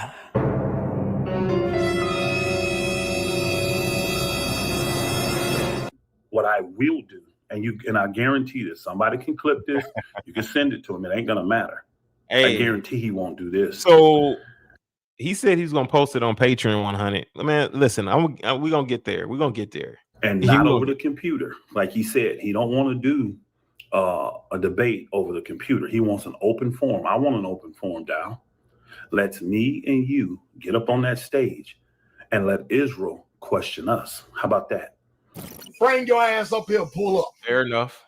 Let's see how bold your black ass is. Bring your ass up here and pull up. But you say you want to do it in an open forum. I'll pay for it. Doesn't matter. Let's do an open forum. Me and you on stage, and the saints can ask us any questions they want. You can even have that clown Michael Israel be a moderator. Thinking of bullshit. You can. I don't even care, because all I want is you and me in the same room together. That's it. So the people can see the true power, anointing of Yah. Since you are the anointed man of Yah, since you have all the power of Yah, since you got the 30-year track history of being anointed by Yah. Huh? Oil? Who said something about oil? What you cooking?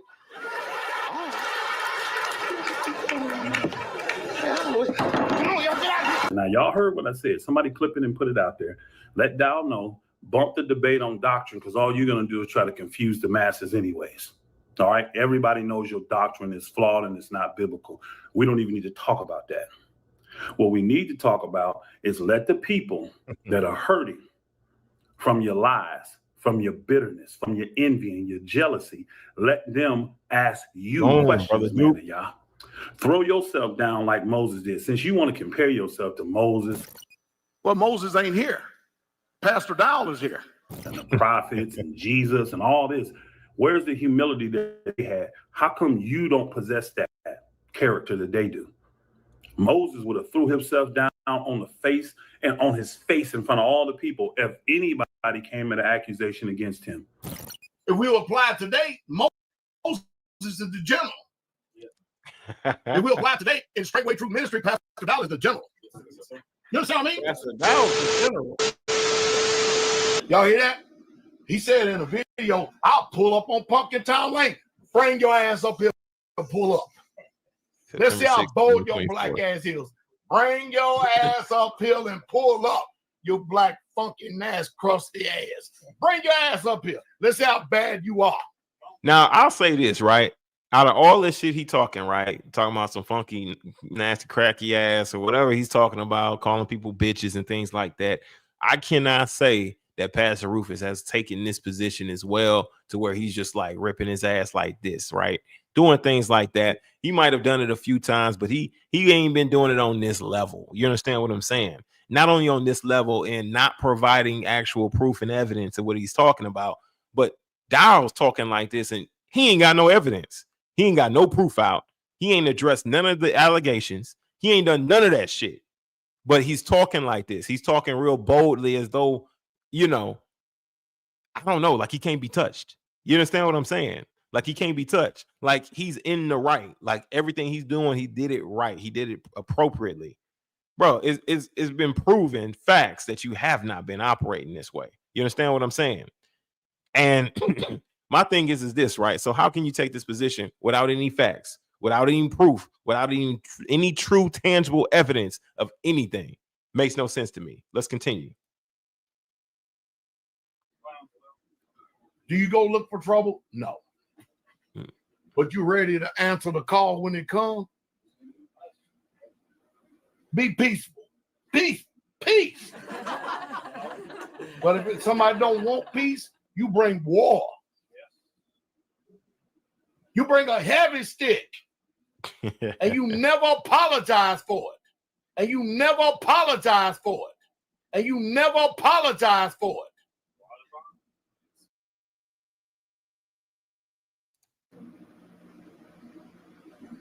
So it's clear. Y'all hear all the shit he be talking. He been talking a lot of damn shit. Let's see if you got the damn hair on your balls to bring it to pass. Let's me and you get up on that stage and let Israel question us. How about that? You said this. You said you'll challenge anyone. You'll debate anyone on this subject. That's what you said. And this man has been calling you out, and you're glad to debate these people, but you don't ever say nothing to him. What's going on? Because right now, we don't draw more than a damn line. You can't run and hide from this. It's different now, Brother Z, man. Now is he a man, even though he don't keep a Sunday. Even though he keeps a Sunday, he's a man of Yah. That's what it is now. Gino, he's a man of Yah now. Man of Yah. Shaking my head. Absolutely. Fellowship. He said he's telling you way back when. Don't fellowship with any of these commandment breaking, wicked deceivers and bewitchers of the truth. Simple. I gotta get that clip. Now all of a sudden, he's a man of Yah if he breaking the commandments and keeping Sunday and all this other shit. Now he's a man of Yah. See how double-minded individuals are, unstable in all their ways. That is extremely double-minded. You understand what I'm saying? Let's continue. We almost done with this one. Your ass either gonna answer the call or you're a punk ass like your sorry ass mom and daddy. Let's me and you get up on that stage and let Israel question us. How about that? Shall we begin? How about that? Let's me and you get up on that stage.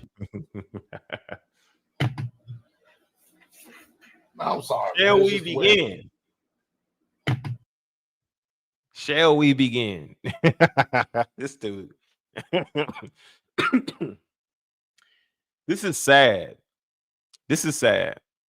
I think that the biggest part about all of this is that he doesn't see it. Or he does see it and he chooses to ignore it completely, right? And believing that he wants to stay in the right. I'm sorry, man. It's just the way I am. It's just the way it is, bro. I'm sorry, man. It's just the way I am. It's just the way it is, bro. He apologizes for it. I ain't, man.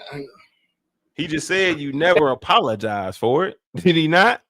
You bring war and you don't apologize for it. This dude.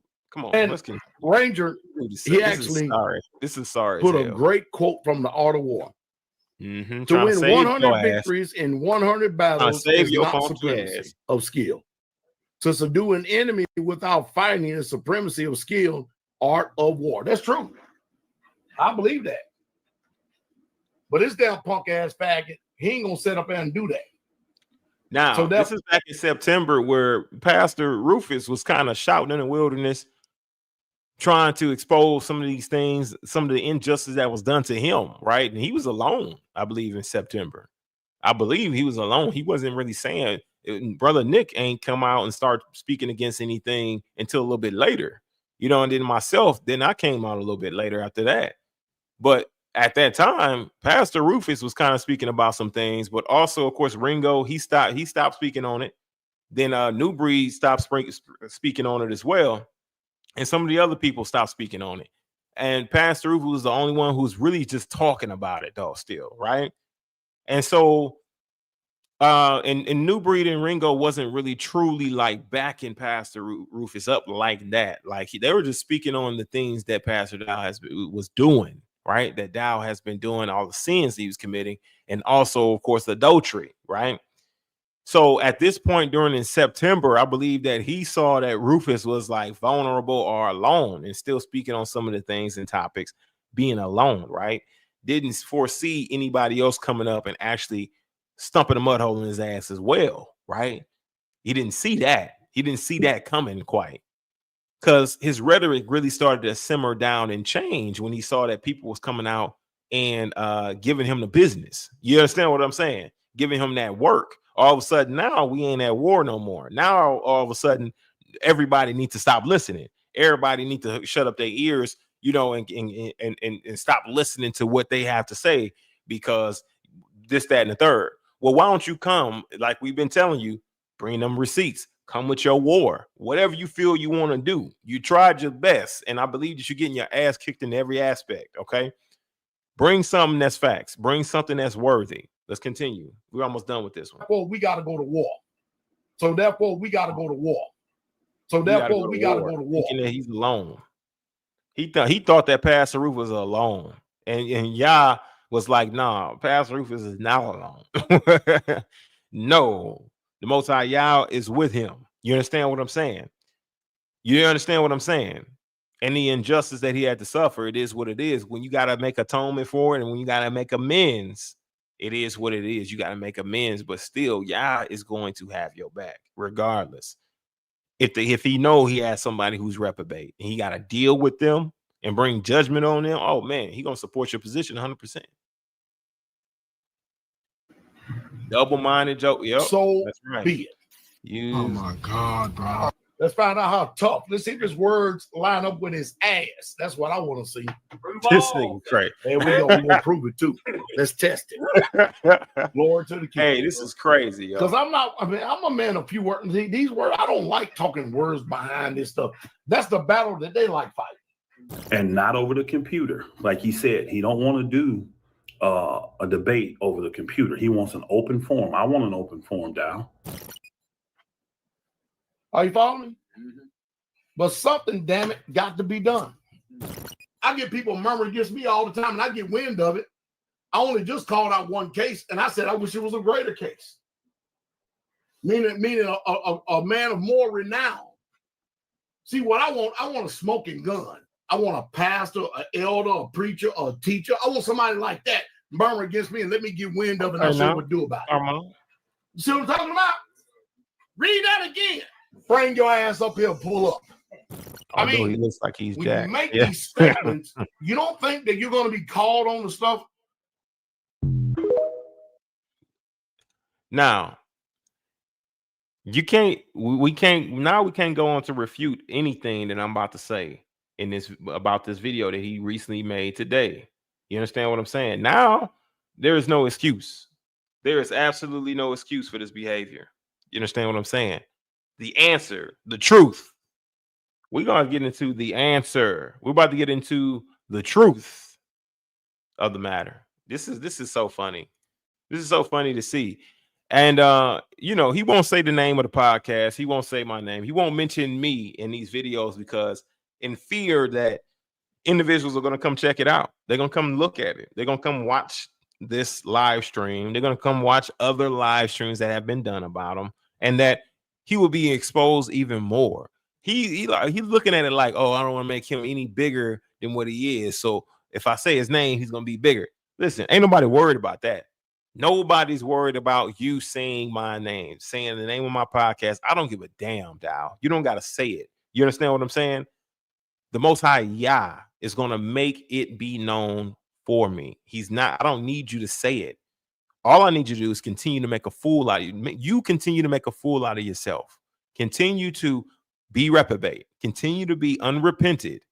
And I'm going to continue to come for you. It is what it is. I'm continue to drag you through the filth. You understand what I'm saying? You don't gotta say anything. You understand?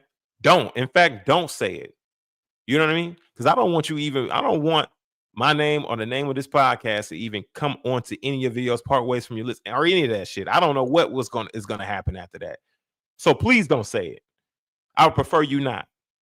But I would also prefer you to actually listen to what the problems truly are. I would prefer you to also take in consideration that maybe you got some repenting to do. Maybe you got to fix some of these things, not only with the Most High, but with the brothers who you've already brought offense to. You understand what I'm saying? And the saints that you're misusing. Consider that. How about that? Saying my name is not important, but you getting it right, getting your heart right, making it right with the brothers who you taking advantage of. That's what's important, Dowell. See, now, when you think on a mindset of all of this is about money and it's all carnal with you, right? You would think about it on a mindset of, oh, if I say this guy's name, then it'll make him bigger than what he is. And he's trying to build up his podcast and all this other than this, that, and the third. Dowell, listen, matter of fact, let me, my thing is this, right? And this is what got me where I am right now. It's talking about your funky ass, Dowell. This is what got me here. I'm gonna show you this right now because you know what? You got a misunderstanding as to what this podcast is about, what War Shoe's all about. You got a real misconception of that. So I really want to get this thing very clear. So we're gonna address this here in a minute. I'm just trying to make points very clear so you can have a clear understanding as to what's going on here. You understand? I'm sharing this right now. This is my channel. I got the most popular videos. First one is 15K views. Okay. This is about a woman who talked about the Cheesecake Factory. This is about Passport Bros. This 11K views, 7,000 views on what? Candace Owens destroys Rabbi Smollett. When I did this videos, people in the comments like, hey, keep speaking that truth, brother. And I got the most response out of something that came natural to me. You understand what I'm saying? Addressing this rabbi and all his foolishness, it came natural. And not only that, people were like, man, keep speaking that truth. You understand what I'm saying? That's 7,000 views on this video. You know what I mean? Like, it hit 7,000 views within a few weeks. You understand what I'm saying? So you got to understand, Dowell, your name is not that big. Your name is not that much. Like my videos probably hit, the most I've gotten out of doing the video about you is 3K views. You're not that important. Rabbi Smollett, I got 7,000 views, right? And it's been steadily increasing, right? 7.7K views on this video in like a few weeks. In a few weeks. This thing has been steadily increasing little by little though, right? Same 4.4K views. These ain't no video up here, right? In my most popular videos, ain't none of them up here about you. None of them. Not any of them. You understand what I'm saying? But if I can come for this rabbi who I have no personal experience with, then surely, and this is what the Holy Spirit came at me with, well, you can't even talk about Straightway. How you going to talk about the synagogue of Satan and Rabbi Smollett, and you can't even come into your own backyard and be bold enough to speak out against wickedness and unrighteousness there? So let's keep that very straight. Let's keep it very clear. The reason why you're getting your ass ran through the filth right now is because you are doing wickedness and unrighteousness, just as this rabbi supporting a mass genocide of people, right? A mass genocide of people, and he got his ass toe up by Candace Owens in this debate. So if I can speak about this, then I can speak about your funky ass and what you're doing to fleece the flock, to take advantage of the people. I can definitely speak about that. You understand what I'm saying? You don't come until later. And it comes to my testimony before I even get to any other video that's about you.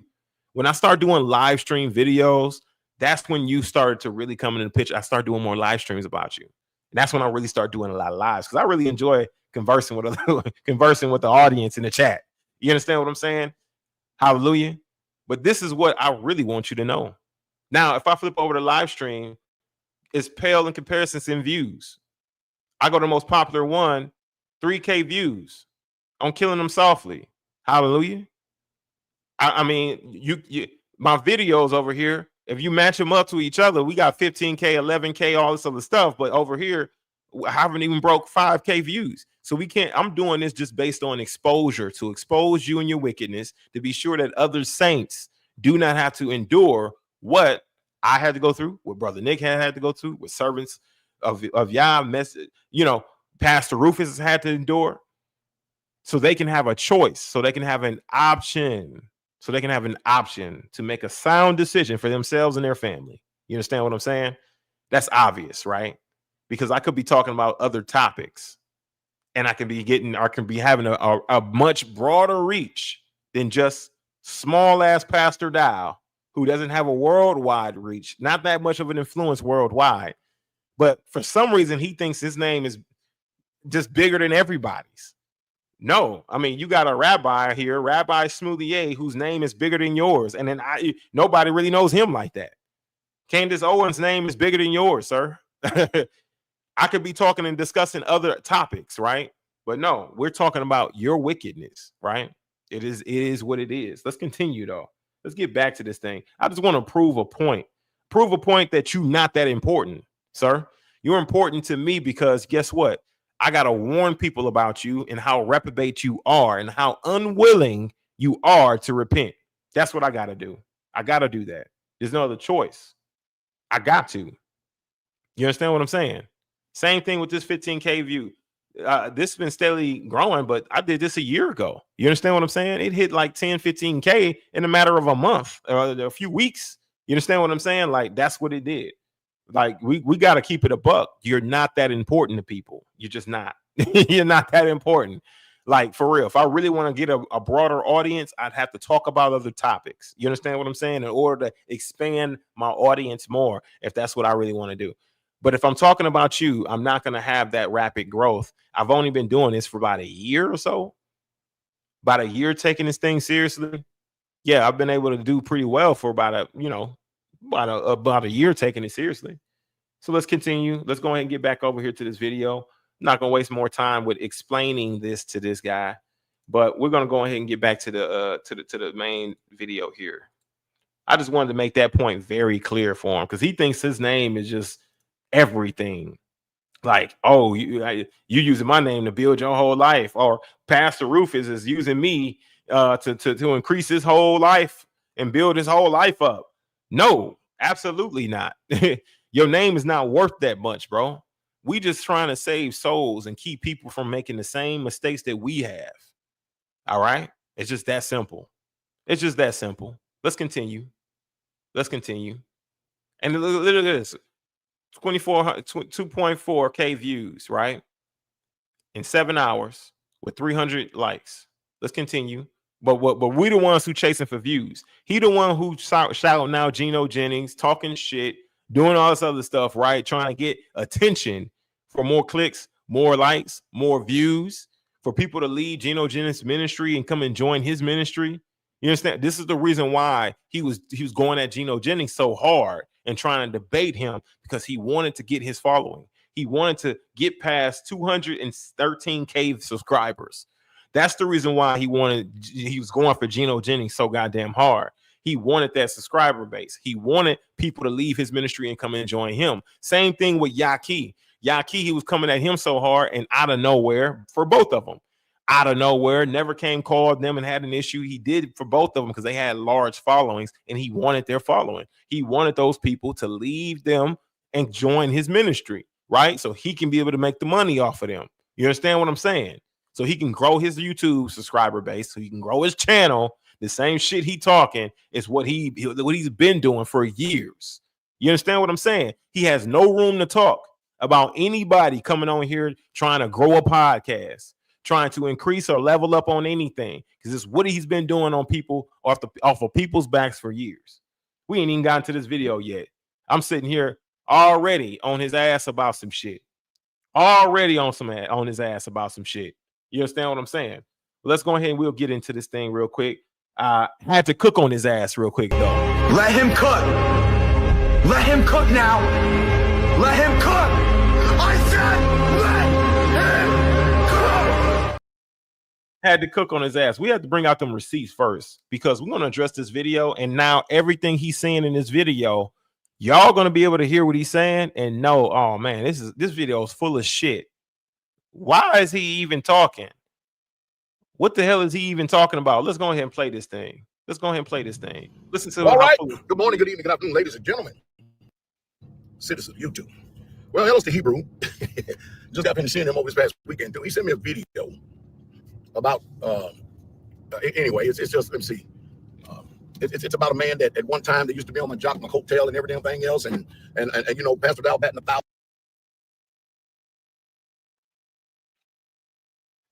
And you can't tell me nothing about Pastor Dowell and all this old other stuff. It went from that to now, even now, I still am living rent-free in his mind, and I'm still a great source of his life because he cannot do anything without me. He couldn't do anything without me when he was in the ministry, couldn't do it. Now he can't do anything without me that he's out of the ministry. Listen to this shit. And so, do y'all remember how that Straightway, Georgia, it seems like that they were always with Rufus when they only heard one side of the story? Well, if you go back into the videos, the archives, you'll see that these people, I invited them all up. Take a look at Taylor's site, and you can start immediately with your business, from forming the LLC.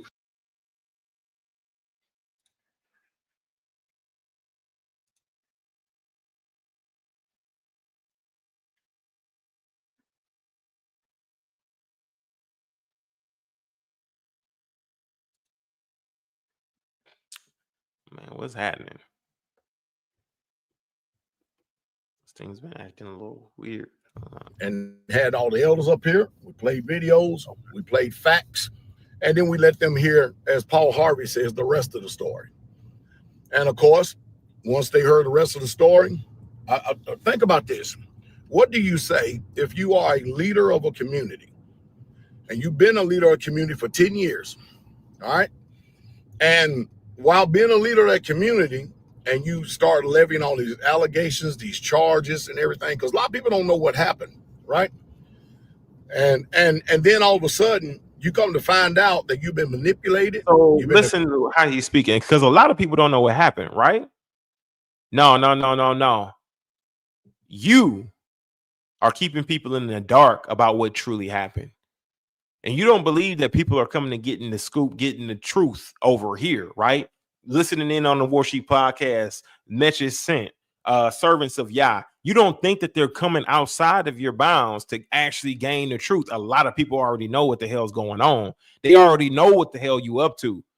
They a lot of them don't, hoping it's not true, right? And they just turning away from it. Some of them are upset about this shit and leaving your ministry for it, right? They're getting the truth, Dowell. But the problem is that you've been unwilling to address the truth this whole time. That's the issue. That's the problem. But now you want to, in your video here that you're making, you want to say a lot of us don't know the truth, right? That is manipulation at its finest, sir. You try and manipulate them and believe, okay, yeah, I don't really know the truth. Listen, you haven't told anything that was true, right? And okay, let's just continue to hear what he's saying. Let's continue to hear what he's saying, because I don't want to address something that is about to come up here real quick. Let's continue. Eviscerated, you've been coerced, all of this. That's the reason why that once Straightway, Georgia came up here themselves and heard, that's the reason why 0 people followed him. Now, what did you do? You brought all the Straightway, Georgia up there, right? And Pastor Rufus said, I will come there and host this meeting, the same meeting that you did host, but you left him out of it. So how is that justice? How is that right for you to leave the key component, the main person you're speaking about, out of the whole equation, not able to vocalize or address their concerns and their side of the story, right along with whatever proof and evidence that you may present? They don't even do that in the world. This wicked ass governmental system don't even do shit like that. You understand what I'm saying? If you have somebody who's accusing you of something, you're allowed to face your accuser. And it's just that simple. Let's continue. Think about that for a minute. 0. And then watch this. As soon as they gave their testimony, it was immediately discredited by Rufus. They're lies. All lies, all lies. So let me see. He's the only one that is allegedly so-called telling the truth concerning anything. The only one. That's what he wants you to believe. Mm-hmm. And then when somebody does testify, when they do testify, and it's not in his favor, and he gets exposed, it's all lies, all lies, all lies. Well, Ellis Hebrew sent me a video this morning, and he's at it again. He's at it again. He sent them in a live stream. Let's go. And this time he's called out Elder Becker. And I'm going to tell Elder Becker, you need to get out here. You need to get out here, and because this man said that if he hear from the saints on the community, then he's going to stop his videos. And let me tell y'all something. First of all, number one, I don't give a damn if he don't stop or not, but then he's not a man of honor. What is Elder Becker going to get out here and say? That he never came to Pastor Rufus and asked him to help them out? To help them out, and that sisters and daughters of Zion were hurting? What are they going to actually say? What is he going to actually say that he didn't already say at this meeting, right? Because he never spoke against it. He never supported your position. You understand what I'm saying? What is he going to say? I'm very interested to hear what Elder Becker is going to say about this. Let's go. He's not a man of his word. He's not a man of character and integrity. What he's doing, he's putting a smoke screen up to y'all. Now that thing is no longer running his way, the way that he wants it to run. And, now that he's no longer in Straightway. So now he's out there pulling a sloppy love fest on everybody. So-called forgiving and loving, and you my brother now, you my all this and all that. But y'all got to remember, Ethiopian can't change his color, just like a leopard cannot change his spots.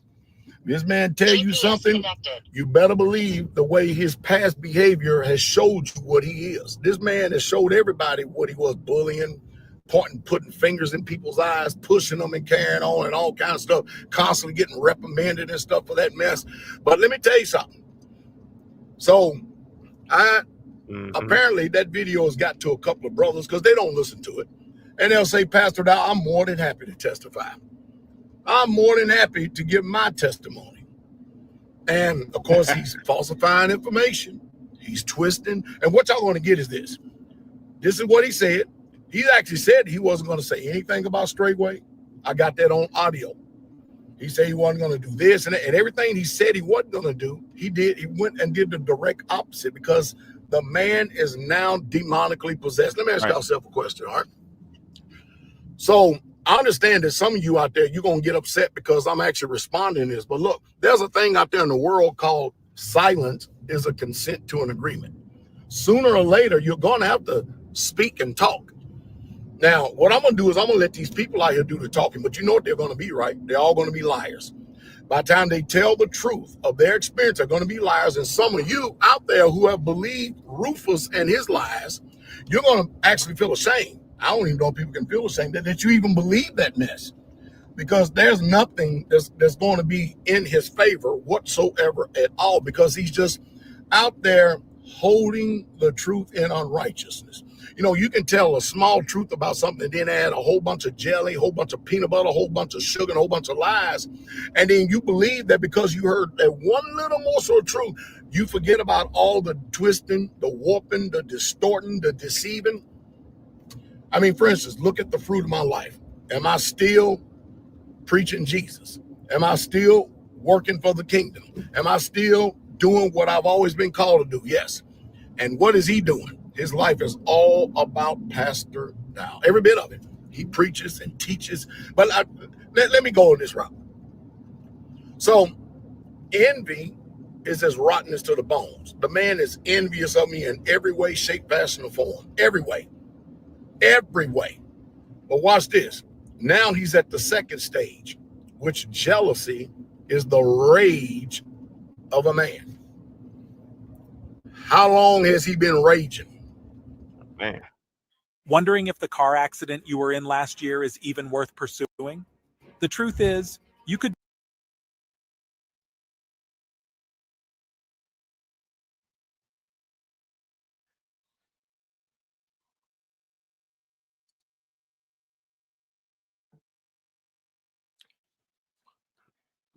So, I mean, if Dowell wanted Becker off the land, then I would think that he would be trying to force him to do a podcast out the do a video, you know, and if he don't do this video, he gonna give him hell, right? I just don't trust a lot of this video talk that he's got, because these people got a bias, you understand, to impress Dowell. So that bias is something else. I'm gonna need to have video proof and evidence. I'm talking written, fucking verbal. I need all of that. You understand what I'm saying? I need every bit and stitch of evidence you can bring out in order for me to actually believe your position. And it's plus you're a supporter of Dowell. You understand what I'm saying? Like with you having an unbiased position. That's where I'm at. I gotta know for sure. And you know that the Most High Yah is going to judge you based on what you're lying about. So you know, you should be fearing Yah more than you fear Woodrow. You understand what I'm saying? Let's continue. Seriously though. Podcast seeking and searching for anybody that will open up a doorway to let him talk. I told you he had the gift of gab. He can talk all day long, but he can't run that fat off his ass. I'm telling you, he can run. He cannot run that fat off his ass. And if you notice, he's got wider and wider too. Now he's got to a point when he's walking, he's leaning over like this. But anyway, you watch and see when these people start testifying and telling you the truth, you people out there. And this is not for him. This is not for him. This is for the people who is telling the truth. To see, because some of you out there are guilty. Some of you have told him and you have spoken to him about stuff, and he has taken your words and twisted them and distorted them. By the time all these people begin to talk and make their videos, y'all do know out there what everybody's going to be, right? They're all going to be lies. That's what everybody is. They're all going to be lies. You know, on my Patreon video, I've seen some things go where he's talking about release the tapes. There ain't no tapes. It's all audio digitally recorded. But one thing I am going to do is on my Patreon 100, I'm going to actually release a couple of these on my Patreon 100 meetings that will say so that y'all can hear this. I don't understand why somebody. So on this Patreon 100, you got to understand these are some of the super fans of Dowell. These are the super fans. You understand? These are the super supporters. These are the ones who are greatly deceived, who's going to have that bias. And guess what? And the individuals who want to hear those audio tapes, not only do we want to hear them, but we got to pay $100 to hear them, right? He making money now. So you get 5 people to come do it. That's $500 he just made just to get 5 people over to his Patreon to pay for those audio recordings. Now, once we get over there and pay for the audio recordings, guess what? We can't even use them on the platform publicly. We can't use them on YouTube to bring it to the masses, to the individuals who don't want to pay $100. We can't bring the truth to you. We can't bring the truth to those recordings to you because guess what? It's Patreon. It's a private platform. He's going to flag that shit, right? And he's going to have that. You have to remove the whole video down. So we can't share that private video that's on Patreon that people pay for $100 to see and come bring it to the masses to show you guys the truth. This is how manipulative, how evil, how deceptive this guy is. This is how evil, manipulative, and deceptive he truly is. He's just trying to make $1. You understand what I'm saying? You got your super fans, your super stands of Dowell, who's going to listen to these audio tapes. You're going to tell them what they need to think before you even play it. You're going to tell them exactly what they need to think and believe because they already mind warped, brainwashed based on what you tell them anyway. So you're going to tell them exactly what they need to believe and think and feel, all of the emotions. You hit all the trigger points. That's what you're going to do. You're going to hit all the trigger points first. Then you're going to play the recording for them. So they're going to go into it with a biased opinion. They're going to go into it with a biased understanding and perspective. Then you may even twist and warp a couple of scriptures, just as you already did, just to support your position. So if they even think that they want to think on their own and outside the box, you want to back it with a few twisted scriptures to be sure that you keep them nice and confined. That's exactly what the hell your MO and your playbook is. Not only do you get to make a little dollar, couple dollars here and there, now I'm gonna get to make, but also you're convincing the ones who are most loyal to you, right? And then the ones who are spending $1 on your Patreon, they're gonna want to bump it up to 100 for this month so they can be able to hear the goddamn recording. Like nobody's like naive. No one's dumb enough to believe that you're genuinely wanting to bring us the truth so we can stop running your ass through the filth. That's what you say you want to do, right? You understand what I'm saying? Come on now. Come on now. Is that what we're saying? But my thing is this, right? Not backing down on all this video and all this shit. I ain't giving you credit for a goddamn thing unless you bring everything out to the open for everybody to see. All the saints, for all the people to see. Everybody needs to see exactly what you're talking about. My thing is transcribe it. I don't know what exactly you can do to get this thing to where you can play it, maybe change the voice on it. I don't know. You understand what I'm saying? I'd have to do more research on that. But my thing is that that's the whole play. That's the whole play. You're running a play here. You're making more money off the saints so they can be able to get down to the nucleus of the truth as to why they got so many disparaging videos out here about you, Dowell. Why are they coming at your ass so hard? You understand what I'm saying? Why are they picking you apart so bad? And then this is not helping your position because guess what? You won't give them the truth unless they pay for it. How dirty, how low down and shisty is that? You're a shyster. You're a swindler. You understand what I'm saying? Of course, that is a play. That's why I can't give them any credit for this. That's why I can't give them credit. It is what you're running a play to make some money, yo. You trying to boost your income. Same shit. Listen, bro. Like I said, 5 people pay $100 to see your shit. You can make $500 right there. You understand what I'm saying? 10 people. You feel me? $1,000. How much money can you make to be able to try to provide your side or your perspective of truth, right? So we all got to pay $100 in order to get your side, your perspective of the truth. Damn, Pastor Rufus is putting it out there for free. You understand what I'm saying? No more secrets. He put it out there for free. This does not help you gain ground, Dowell, to make people or force people to pay $100 for the truth. I don't even care enough. I'll take what Pastor Rufus is saying based on what he's saying, and I won't give a damn about what you got to say. And I'll save me $100 because I already know you full of shit.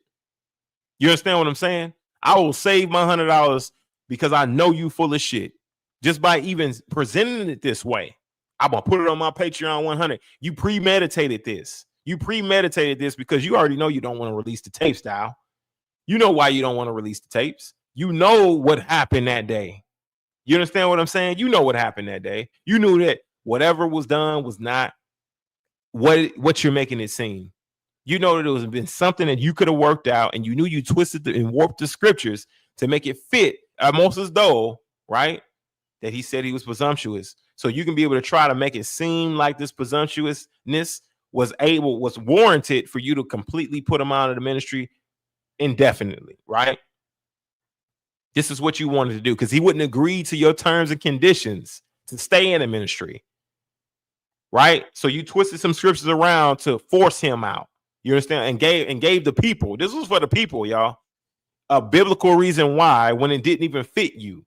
You didn't even have a biblical reason why you did what you did. You just created it. You had no reason to do it. You just created a reason to. You understand what I'm saying? Your pride. That was the reason. That was the reason why you did what you did. Because he hurt your pride, right? And when he went forth to rebuke you, to get you to realize the level of pride and arrogance you're truly operating in, what'd you do?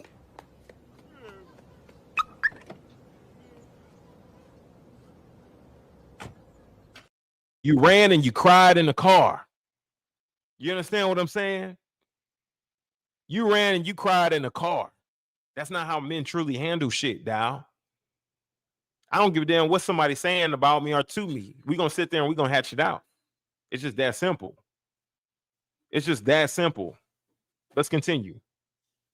He wants tapes released that implicates him. It doesn't make any sense. It's an embarrassment to him. You can hear how he's butthurt. You can hear how he's bitter, so-called repentant, and everything else. And you'll hear the true integrity and character of the elders in this. And it's something. And so what I'm frustrated with is the people out there where I got a man who attacked me maliciously behind the scenes, disparaged my character, called me out of my name, all before we had this meeting. So he attacked me. So he said all before they had the meeting, he was being called out his name, called disparaging comments. He was talked about like a dog. We got to understand what the perspective is and what's true, because this right here, right? This right here, you know what?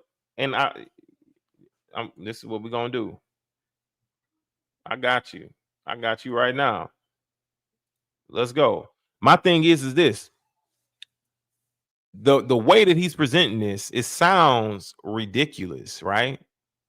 There we go. I got you right there. Hallelujah. Click the link. Let's join this conversation. Hallelujah.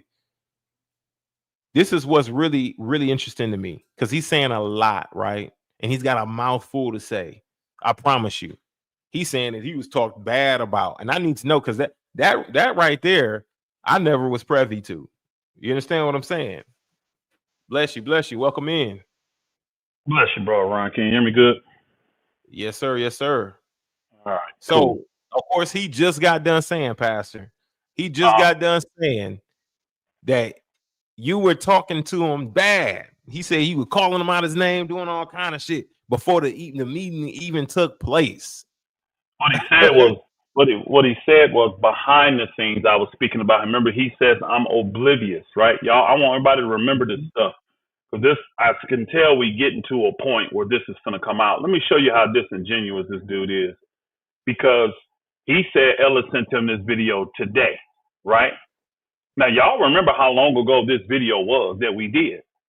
Did not Dowell come out the next day while he was on vacation and do a video talking about revealing secrets and tale-bearing? Because he was afraid of what happened in that day. Y'all, look, I ain't done no video since the one me and you did. The last one me and you did, Brother Ryan. I ain't done a video since then. So look at the disingenuousness. He's making it like Ellis sent it to him today. We know for a fact he watched it the day it happened, because the next day on vacation, he did the video that was talking about, well, the people gonna go out here and tell, man, because remember in the video, because of the false testimonies of false dreams and all that stuff of Corey and all those people out there in Kansas City or Missouri. I said, cool. We at that point. Remember, and I think it was part of Corey's vision, a dream. I don't know if they vision, dream, whatever, y'all. Y'all know exactly what these people, these witches doing. But one of them said that, no, it was Corey. Said, remember, he saw me and he was walking up to me in this vision, and I said, no more secrets. Remember he said that? And I kept saying that during the podcast. So then Dowell comes out the next day and does a video talking about talebearers. Why would he do that if he didn't hear the video that we made the night before? Now, I'm sure he didn't watch the whole 7 hours and something, but he watched enough of it to do a video about it, to try to infiltrate people's minds, to get them to think a different way. Like, when this truth comes out, you need to look at him in a negative light because he's telling people secrets. Now, what he didn't do is listen to the whole thing, where I already had showed you what the scripture said in Sirach, the first chapter, verses 29 and 30. It's the Most High going to do this because you're a hypocrite and you don't guard the things that you say. So he's the one that's going to reveal your secrets and show your fall in front of the whole entire congregation. Why is he going to do that? He said, because your heart is full of deceit. Now, he's sitting here right now, what you just talked about, Brother Ryan, talking about how I was talking about him behind the scenes, that he's oblivious, right? He don't know nothing about it. When you're oblivious, that means you have no clue, right? Y'all have heard him say many, many times, this man just started attacking me. I don't know nothing about what was going on. Watch what happens when Dowell does what he does. And I told y'all, I'm just waiting on certain things to take place, because what he does is he gives me permission to release other information, is what he does. So I'm telling y'all right now, and y'all can clip it and get it to him. Watch what, because I've been transparent the whole time. Watch what happens when he does it. And then I put out the information showing witnesses, true witnesses, not no me just saying, true witnesses saying that Dowell came to them well before the meeting in Wisconsin. Because remember, this is what he's claiming, right?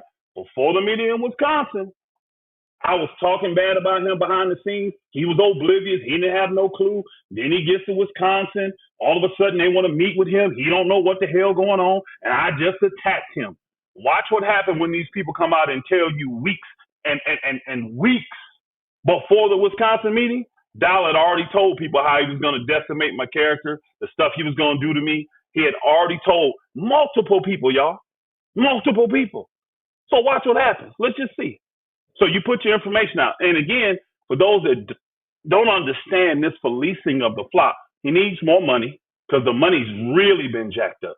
That community is hurting bad financially. I already know. I've been telling y'all this for months, but I know it's hurting real bad, because I can tell by the moves that he's doing. I can tell by your speech gives you away, sir. Like the book says, your speech gives you away. So I know he's hurting. So here's another move to make a little bit more money. How? To get these people that are on his Patreon to bunk up for a month and pay the $100 just so they can hear. Now he's saying, now check this out. This man has called me names. He's called my parents, my dead parents' names. He's been on drunk talking crazy about me. If Dowell had some information about me that y'all thought was damning, y'all don't think he'd already put that out? Wouldn't he have already put that information out? He's claiming to the people that's listening to this YouTube video that, why does this man want this damning information out there? No, it's not damning, because people will be able to look past it and understand the spirit of it. Dowell's actually already got this information. He's tried to give this information to certain folks and think that it was going to sway their minds, and it didn't. All it did was make them turn on Dowell. So I'm telling y'all, everything that the man does is done in deceit, y'all. His heart, the book is clear. For those that forgot, please go read Sirach chapter 1, verse 29 and 30. This is the stage where we're at today. This is where we are today. This is what's going down now. Watch how all these plots and plans that he has, watch how they all backfire on him. Warmanati, you got no reason to be concerned for me. Oh, he's claiming this and this. You got no reason to be concerned for me, bro. None. None. Because here's the thing. If I ever did anything to anyone, if I ever did a sin, if I ever mistreated a person, if I've ever mishandled an individual, guess what I've done? Went and apologized, went and repented. I don't run from my sin. I don't run from my shortcomings. I don't run from my faults. See, I'm man enough to admit it, though, because I want to get it right. I ain't going to just stay in my sin and keep trying to pile up lies on lies on lies that I can't even remember. He's believing that he can speak a certain thing and just get people to believe it. But he doesn't understand what's happening is people is actually going behind him and they're looking at actual facts and they're listening to people that are witnesses. See, that's his problem. He don't understand that there are a ton of witnesses out there already speaking against him. He don't understand that. So these people, when they hear, they're like, why would he? What is wrong with him? Does he not know? Does he not remember? This is why people know that there's something chemically going on. You can see, like Dale was saying, the back of his hair is full and it's all black. But the top of his head is thin with disease. And it's clear there's something physical and spiritual going on with this dude. I almost called him brother, this dude. But at the end of the day, let Dowell release whatever let him do it the way he wants to do it, y'all, because I promise you, it's going to backfire on him. It's going to backfire. People are still going to flee this sinking ship. People are still going to vote with their feet on the side of righteousness. Y'all want to know why I haven't done a video? 2 reasons. Number 1, the Most High ain't told me to do a video. Number 2, I've been super busy. Moving takes a lot of time. Taking care of the saints, traveling across the country to deal with saints and their issues takes a lot of time. Well, put that out there. Let us see what you're doing. Don't worry about what I'm doing. Let you keep telling the people I'm gaining weight when all the people are saying, man, you look thinner. Man, he already hunching over. See the curses and the spells this dude try to speak. But here's the thing, y'all. You know why it don't bother me at all? Because what I have seen through this whole entire process, every single thing that Dowell has tried to speak over me has happened or is in the process of happening to him. So I actually invited, when he says retarded, or not, I don't want to use that word because I don't want to get striked on YouTube. When he says ridiculous things like he said just then, that I'm getting wider and I'm leaning over now. First off, what video have you, it don't matter. Again, I'm trying to tell y'all the stage that we at. I'm trying to keep you abreast. I want him to do whatever it is he has wickedly devised in his heart so that Yah can expose him. See, he took that 7-hour video as me going to be the one coming out saying all his secrets. I'm not even going to have to. He going to reveal them. Watch. He going to end up revealing them. And the people that he think he trusts the most, they going to be the ones revealing because they're eyewitnesses to it. And they love Yah more than they love Dowell. And y'all going to see. What have I been saying the whole entire time? Stay tuned. So you clip this, you did it, and you send this to Dowell. Tell them to respond to see. We tell them, get up in front of the saints. You talking about people want to know the whole truth. They're not getting it from you. They ask me questions on any platform I go on. And again, it's another testimony that I don't duck no smoke. It ain't that I'm trying to get it out there so everybody can hear it, but actually I am. But that ain't the goal. When I do it, I ain't trying to duck no smoke. I'm not ducking smoke from people that had issues with me. I'm not ducking smoke from people that questioning what's going on. I ain't ducking smoke from the people that support me. At the end of the day, you say a lot of irrelevant stuff. Here's something very relevant. Nobody there left with him after they heard the facts. No, they heard you. They heard you. But guess what? Release the audio tapes. I'll say it properly now for you, Dowell, since you like tapes, like it can't be an audio tape, a video tape. It's an audio tape that you have, sir. Release the audio tape. Don't say it ain't no tapes because you've been sending them to all kind of people trying to swear their minds. And guess what? All you've done is reveal your wickedness. They're starting to see who you are. So keep sending tapes out. But guess what? Put it on Patreon 100. And watch how after that tape go on Patreon 100, watch how many people come off of that Patreon 100, y'all. Watch. So let's just sit back and none of y'all waste your, and now if you won't, spend it. No problem. Go spend it. But watch how many people come off his Patreon 100 when they hear, and I don't even care if he doctors it, y'all. He, again, it's so damning for him. He can't doctor it.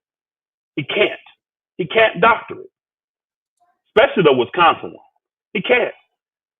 He can't. Him and Daniel Muir got caught in so many lies by the leaders, by the elders there, and he know it. He know Mitchell ain't on his side. He know Elder Brent definitely wasn't on his side, and he know Becker ain't on his side. He ain't happy with Becker. Dowell ain't been talking to Becker for years, y'all. Guess what? I'll tell you, I'll give you a little tidbit for those just in case put it on there. That comes up in the video. I mean, in the audio tape in Wisconsin. So just in case you do pay your money to go listen to it, if you don't hear nothing in there about how I brought up publicly in that meeting, I know for a fact you don't even communicate to Becker. What you do is Becker sends you a text message, right? For something needed on the community. You don't even respond. What you do is you'll send at the time either Brent, at the time either JC, or at the time either Brother Scott. He would make them respond to Elder Becker. And that's been going on for years. So you're not going to trot Becker up here and make him try to give some false testimony that he's in support of you. You ain't going to trot Deacon Bell up here to have him give some kind of false testimony about you. Why these leaders ain't speaking up for you? You got all these people that don't live on the land that you can influence. Why is Elder Becker not speaking up for you? Why is Deacon Bell not speaking up for you, Dow? They've lived with you for over 20 years. And again, let them two get up and testify. I will stop doing videos. That I will keep my word. What did he say? I got evidence that he said he wasn't going to do no videos. Liar. I guarantee he'll clip that and all you'll hear is the part that said, I won't do a video at all. I won't say a word and I'll leave on my own. He'll clip that part, but he won't play the first part of it. It had conditions, y'all, for me not to do videos. Guess what the condition? I'll tell y'all, guess what the condition was? The condition was get all the leaders here. Because that's what we're supposed to do. I told them this is the biggest thing that's ever going to happen in Straightway. Get all the leaders here. And if you can get all these leaders here and they hear both sides of this situation and all the leaders agree that I'm the wicked one, I won't do a video. I'll leave on my own. I did say that. Did we get all the leaders, y'all? Hell no. We didn't have not one meeting. We only had one meeting. That's another thing a lot of y'all don't know. That meeting in Wisconsin was a meeting that Elder Mitchell and Elder Brent called. And they added Elder Becker. And they added me. And I added Pastor Muir. And of course, Dowell. That was a private meeting, right? All the leaders went in that meeting. Corey went in that. Kabir went in that. Guess what? The meeting that we had at Straightway, the one meeting that we had at Straightway, that was a week after that. All the leaders wasn't there. Kabir wasn't in that meeting. Elder Donnie wasn't in that meeting. None of the deacons or none of the teachers. Nobody was in that meeting. Dowell added. I'm going to say I don't want to call these people. I'm gonna just keep it a buck. Dowell added wicked men like Robert Mathis and Miguel from Kansas City to support them. Why? Because they're under these other two wicked pastors. Elder Donnie lived down the street. Deacon Bell is on the land there. Teacher Shane is on the land there. Why were they not invited to the meeting? Why not? Why were they not invited to that meeting at Straightway? So all the leaders were not there. All the leaders never had a chance to come together and deliberate this. It was never one time that took place. And again, we only had one meeting, y'all, and that was at Straightway. The one meeting on that Sunday at Straightway, and that's the same meeting. And I'm about to wrap this up. What y'all call it? Y'all call it landing the plane, right? I'm about to land the plane real quick. That one meeting is the one where we met for 4 hours. That's the same meeting that when we got done, Dowell said, I want to hear what everybody has to say. And they went around the room. Every single leader that was in that meeting, every single one of them said, I believe that what Pastor Rufus is saying is sincere, and he means it. And mind you, that's a meeting that I repented in. And I only repented for hurting his feelings. That's it. I repented for hurting his feelings. You know, I made you feel some kind of way. I apologize. So hopefully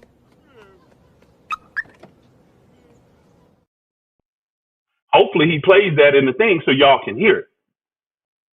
But every single leader, he went around that whole room. Elder Mitchell, Corey, McGill, Brent, Becker, Mathis, and Mir. All of them said what he is saying is sincere and we believe him. Dowell said BS. When it got to Dowell, he pulls out like 10, 15 pages, y'all. This dude had pre-printed out a ton of scriptures, y'all. He pulled them out and said, bull crap. I hope he played that part for y'all. And then he reads all of these scriptures, pretty much talking about a friend betraying all this kind of stuff. And he said, I don't believe nothing because it's still in his heart. And he got up and walked out the meeting. So we all left. We thought the meeting was over.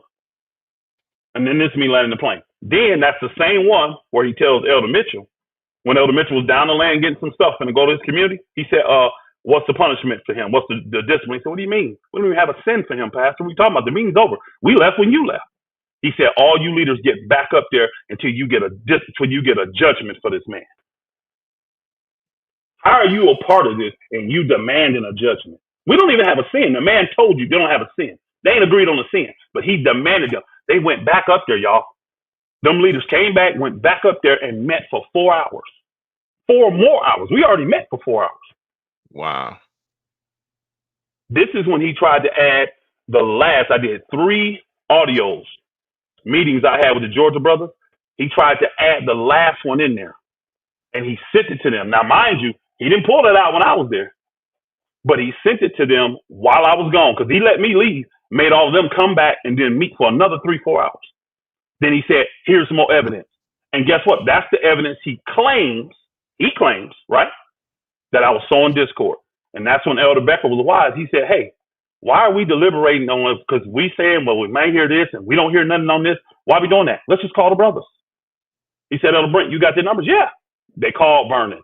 They called Tim. They called the brothers. And guess what the brothers said, y'all? We got that on tape. Y'all go back in my videos and look. Them brothers all testified at that time, no, he is not showing any level of discord. And he ain't even, Vernon actually said he ain't even speaking bad of you. So what happened? Because this is a week before that meeting when the Georgia Saints, quote unquote, testified against me. What happened in a week then? I didn't have no more meetings with the Georgia Saints. I didn't have any, because I was out of town. I didn't have any more meetings with them.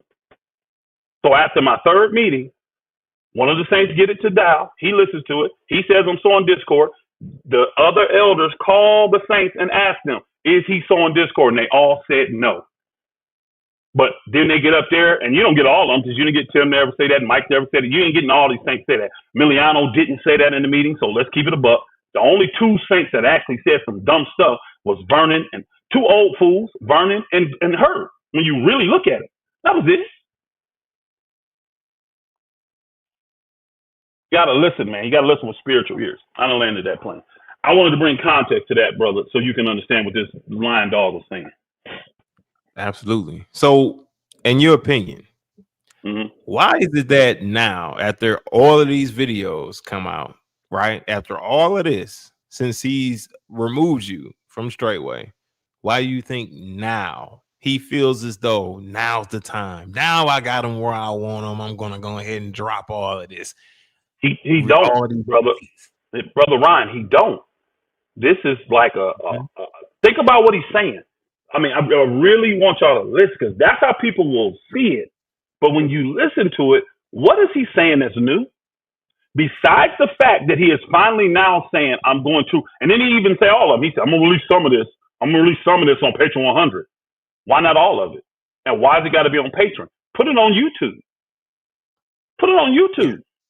He claims it's sensitive information. Why did the Patreon 100s get to do it? Because everybody that's Patreon 100 is not a part of the faith. You have some people that are just saying to you, they ain't no part of your ministry. See, he knows you get to listen to that. You get to see who the Patreon 100s are. What he's trying to do is sustain them. And I'm telling you, it's going to backfire. He ain't said nothing that he hasn't already said.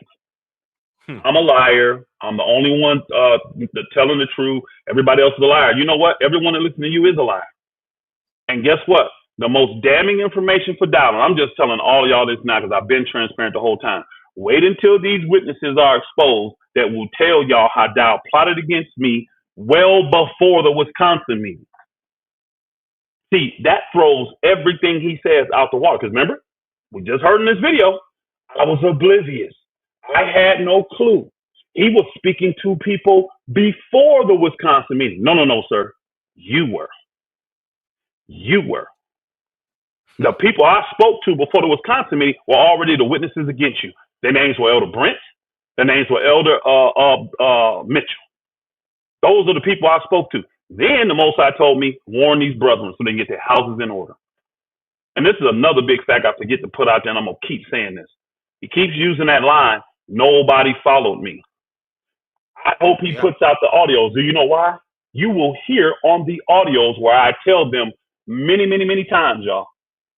Once we get to this point, you can't come to me. I told all those brothers that. They never had an option to follow me, y'all. So how you going to follow something or follow me when you didn't? Now, what he won't tell you is this. We had, 4 or 5 brothers live on the land, right? 5 or 6 brothers live on the land. And he claiming none of them followed me. What about all the brothers that lived around the land? What did they do?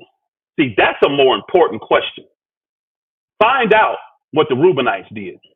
Find out what Brother Patrick did. Find out all these brothers that lived outside of the land. Find out what Brother Kenneth did. Bashan.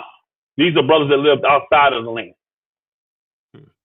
Show me which one of those brothers are still there in Straightway, Georgia. I already know. You got one, Brother Tafari. He's the only brother that lived off the land that's still there fellowshipping. That's it. So all the rest of them left. They done left. They left the ministry. They've been gone from the ministry, y'all. They got their own little, what we've been doing, small sanctuary. They got their own little small fellowships. And I've been in contact with all them brothers. Do you know? I've been in contact with all of them. They went to the meeting. They were there. They came back calling me, man, this is some BS. You know why? Because they were there in the community. They knew Vernon was lying. See, they were there. They were doing the work and stuff. They hearing this stuff and they like, what? What is he talking about? Raymond noodles? Pastor eating steak every day? What is he talking? And again, think about the stuff that they're accusing me of, y'all. They're accusing me of eating better than the saints.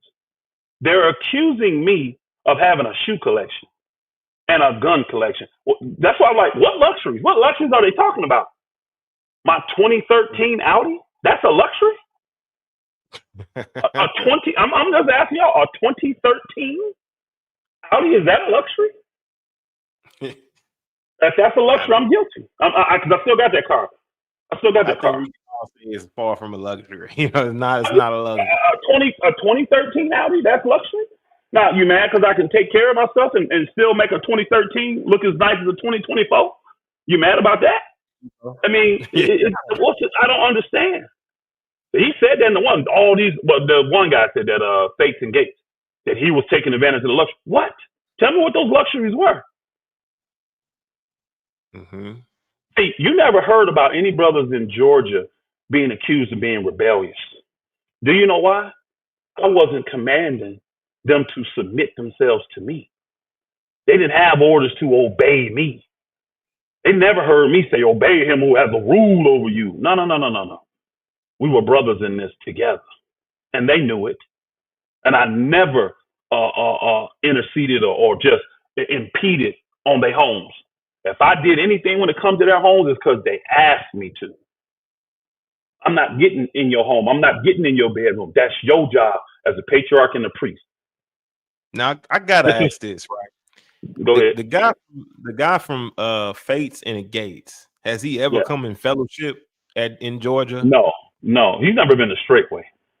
That's why I said no, never. And that's why I said he's a guy. First off, he's against polygyny, so you know where his angle is coming from. Secondly, I actually like his videos. What I wish he would do is a little more research, because all he has to do is reach out and he can get an understanding. Like he's on there talking on that last video. Oh, he gave this man 50 grand like his pay. No, if you go watch the actual video, it's $50,000 given to buy building material. And guess what? They end up getting more than 50. Because y'all may remember this. All the saints put in money, and we end up giving them like over $100,000 for building material when they got their land. Dowell started by giving them the 50, and again, that's a man showboating. I mean, if you're gonna do your alms, do that in secret. He did that on a Sabbath service in front of everybody. You see what I'm saying?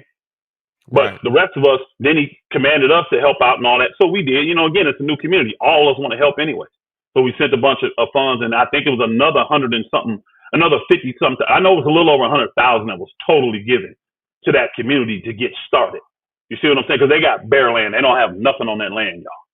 So they need to get septics and all that kind of stuff. You know what I mean? So it's going to cost, believe you me, y'all, that $100,000 is gone. You could set up the base part of the land and build a building, and I promise you, you done spent that $100,000. You got to put in septics and sewers and all this kind. I mean, plumbing lines and all. When you got to do a field line, all this stuff you got to do, clear trees, move this. It's a lot. It's a lot when you have to build. Again, I know it because the lot we got was empty. It didn't have nothing on it. So I understand. But again, I want Dowell to do this stuff. I do, because I'm telling you, every single thing he has done, it's starting and doing it quickly. Y'all's doing it quickly. So I want him to put it on there. And y'all will hear about it.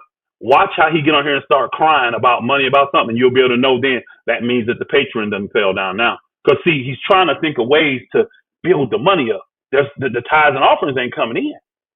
So I got loyal people over there.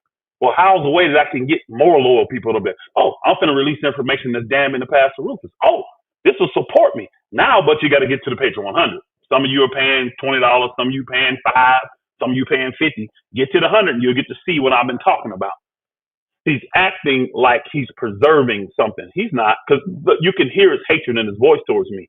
If Dowell had a jaywalking ticket for me, I promise you, he would put that thing out there for everybody to see.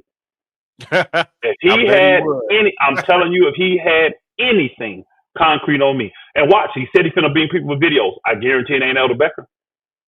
He's gonna get people to testify. Guess what he's gonna do? He's gonna get these bewitched people, like that sister. She's a widow, Malia.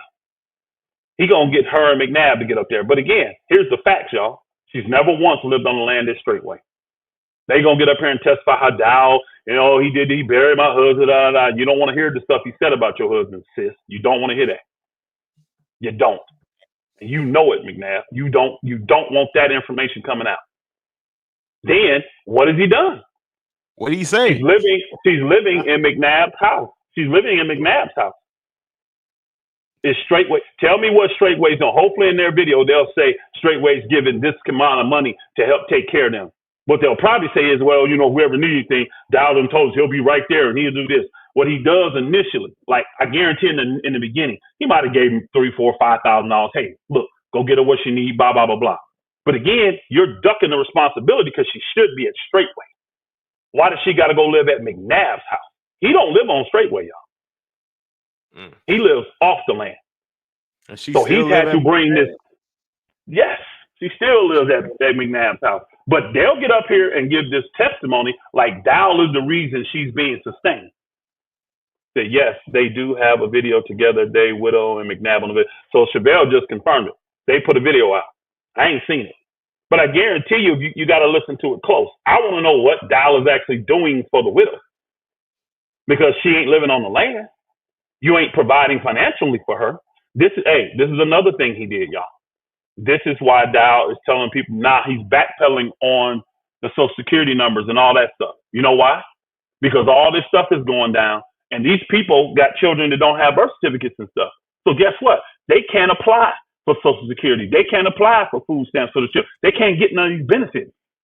So they look to what? The ministry.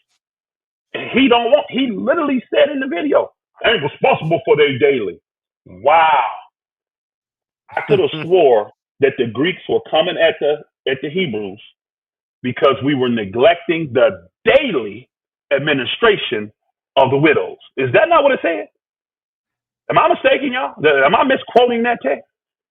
Weren't they mad at us? The heathens mad at the Hebrews because we weren't taking care of the daily administration of the widows and the orphans. He'll probably get Karen up here to make a video. I hope she do. And then all you got to do is ask Karen one question. How much money did you give Dowell? And if you gave this man $150,000, $200,000, how's that him taking care of you? Well, he gave me a place to stay. No, he didn't. Mom Muncie did. Because Dowell ain't paid a dime for that place. Mom Muncie gave that land to the saints for a community. She said, I always envisioned this land being a community for the saints. The saints. She never gave it just to Dowell. She gave it to the saints, and ain't never really been used for the saints. He's mad at Robert because Robert exposed it. I gave this man over $50,000. 4 years, y'all. Do the math. Somebody do the math on 4 years. $50,000. That's 48 months. Now, mind you, I promise you, if we get the receipt, it's going to be money for windows. It's going to be a lot in there that wasn't money. Just he enhanced the property that's in his name. That's all. It wasn't money for Robert. It wasn't. You paid the man nothing for caregiving and taking care of that land for 4 years for you. Nothing. See, this is how his speech is so deceptive. But again, the people close to him know it.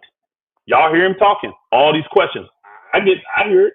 These people are telling me all the time how many questions they constantly bring into Dowell. He's getting fed up with all these questions. So what he wants to do is he thinks if he can throw something out there that's going to make me look bad, now the people will look at me and not him. It ain't going to work, bro. Unfortunately, I'm not the one policing the saints. I ain't got no requirements of the saints. I don't require their fellowship. I don't require their loyalty. I don't require their finances at all. I ain't collecting tithes and offerings, sir. I don't require nothing. Now, is the door open for saints and fellowship? I've made it open to a few people. But I don't have any requirements of the saints. Book say, "Oh no man, nothing but love." That's all I require out of you. Fear Yah and keep the commandments. That's what I would require of a saint. You don't owe me nothing. Nothing. I'd love to hear Dowell say that. He's already telling people now. I got these reports saying I'm lying. Let's prove it then. He's already telling folks that if they're not giving in these assemblies, y'all, tell them they're not gonna be welcome no more. If you ain't starting to give your tithes and offerings, your financial tithes and offerings, you ain't gonna be welcome in these assemblies no more. Well, that goes for everybody. That's crazy. That's the sentiment going around. Okay, get up here and say I'm lying about this so I can just pull these witnesses up here. Because see, what is going to happen now is the Most High Yah. You've had a lot of people running scared behind the scenes. But you can just tell we're in that hour where it's time for them to speak. It just is. It's time for them to tell the truth or shame the devil. You ain't finna be able to just keep your testimony to yourself. Because what Dowell wants people to do, if it ain't coming out, don't believe it. That's the mantra he's going by. If these people ain't coming out, don't believe it. He's a liar. Now let's see how he switches up once these people start coming out. Once they start coming out, telling the truth about everything they know. This man literally plotted against me well before the leadership meeting in Wisconsin, y'all. That was in February 2024. Remember, I called him December 9th of 2023. That was my first reach out to him. And he thanked me for that and went on to dog me after that ever since. And see, when all this start coming out, y'all, what y'all will start doing is you're going to go back and look at some of these patron videos. You're going to go back from October of 2023, November 2023, December, January. You're going to look at those videos and they're going to make a lot more sense to you. You're like, wow, now I see he was talking about Pastor Rufus, but none of it was merited. And that's what the elders were afraid of. They like, hey, how are the leaders going to take this when we go before them and they find out in this meeting that these videos he's doing has been about you? Oh, it's going to be just total chaos in this place. It's going to be total chaos. Shalom. You on mute, brother Ryan. Nope. Can't hear you. Can't hear you. Shalom, we can shalom. hear you now. I can hear the brother. I couldn't hear none of y'all. Mm-hmm. How's it going, Andy? How's it going? Thank you very much. Thank you. You had a question or anything, concerns, comments? No.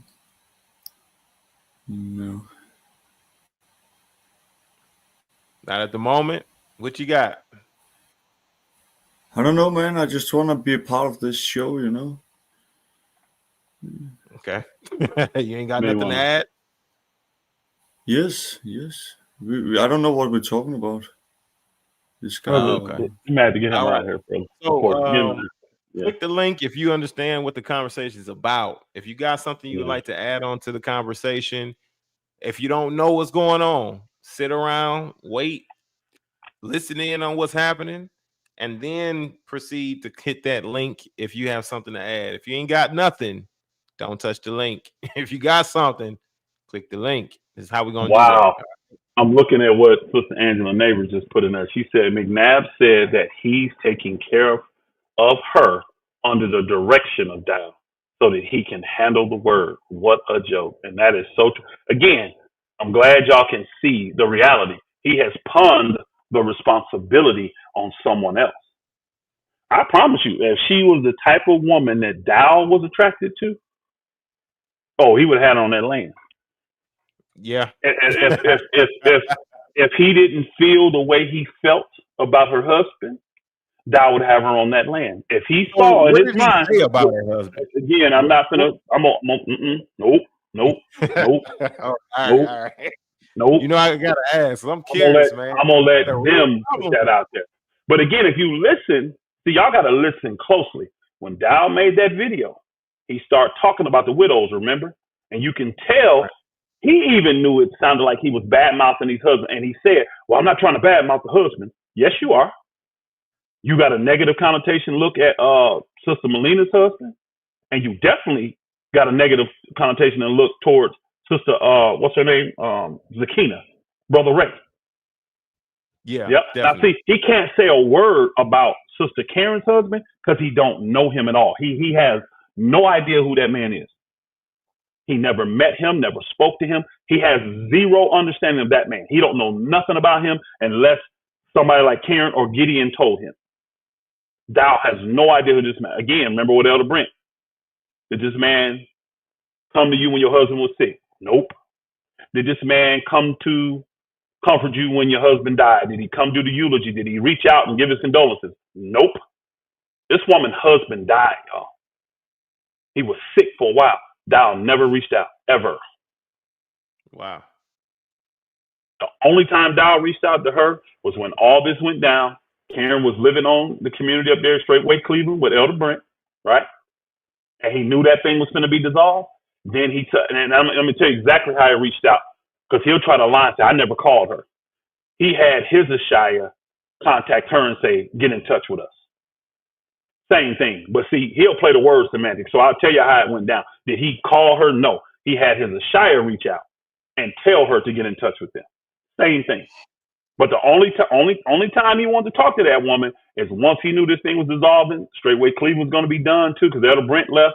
He wanted to make sure he secured that bag. There were all kind of other saints at Straightway Cleveland. He didn't talk to none of them. None of them. That's so bad. The dude is, he's the one to me with the gift of gab. Now, I again, some of y'all may feel like I have the gift of gab. I ain't gonna lie. When I hear gift of gab, first off, I don't think it's a gift to be a gabber. You know, maybe that's just somebody that can talk a long time and talk well, or I don't know what, you know what I mean? I don't look at the gift of gab as being a positive thing. So maybe some of y'all feel that way. It doesn't matter to me, really. I'm with you. I see these slick oil salesmen, these wolves in sheep's clothing, these fork-tongued serpents like Dowell and all these other false preachers and pastors and stuff. I see them as the gift of gab, the bewitchers, the cloak of maliciousness. See, I'd rather use scriptural terms. Yeah, you a bewitcher, Dowell, and you put this cloak. That's this spell. That's this curse that you got over these people. But I haven't felt led to do a video since me and you did that 7-hour video, bro. And I've been super busy. So I really ain't had time. But again, I don't have to have time. I will make time when y'all tell me to.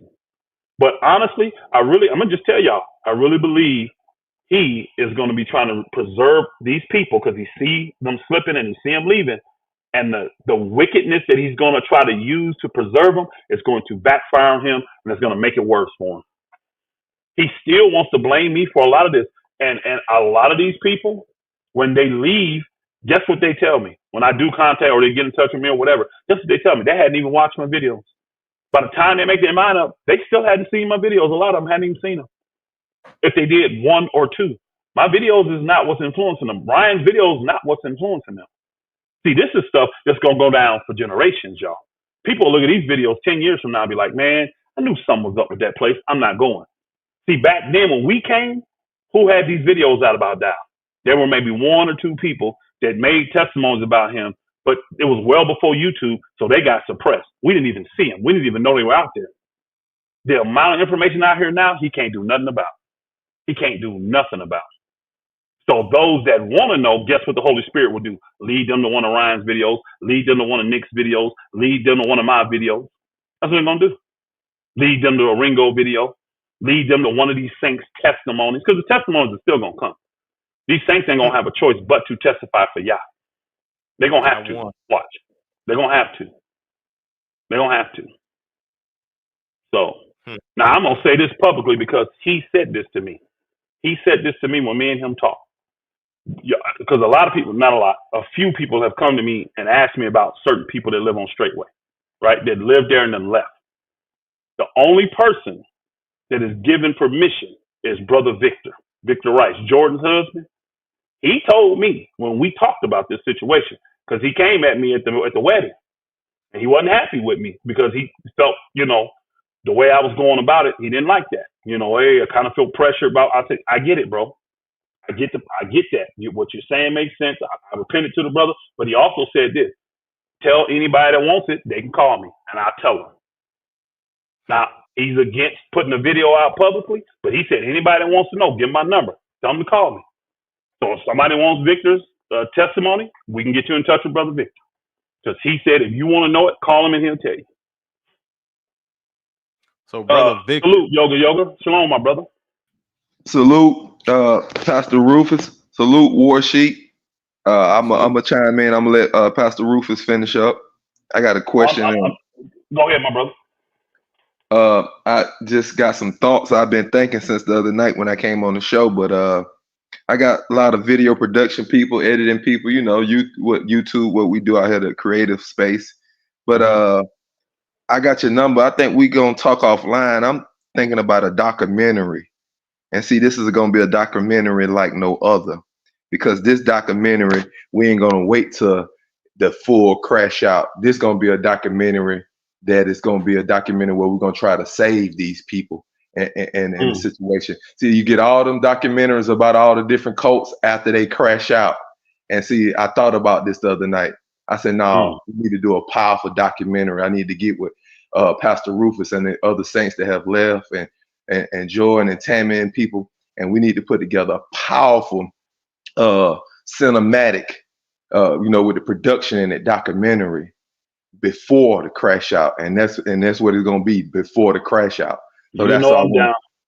Yeah. So see, I'm about action. I'm about action. So let's do a powerful documentary. Sit down with the production team and write this thing up and shoot this thing, and because there's no way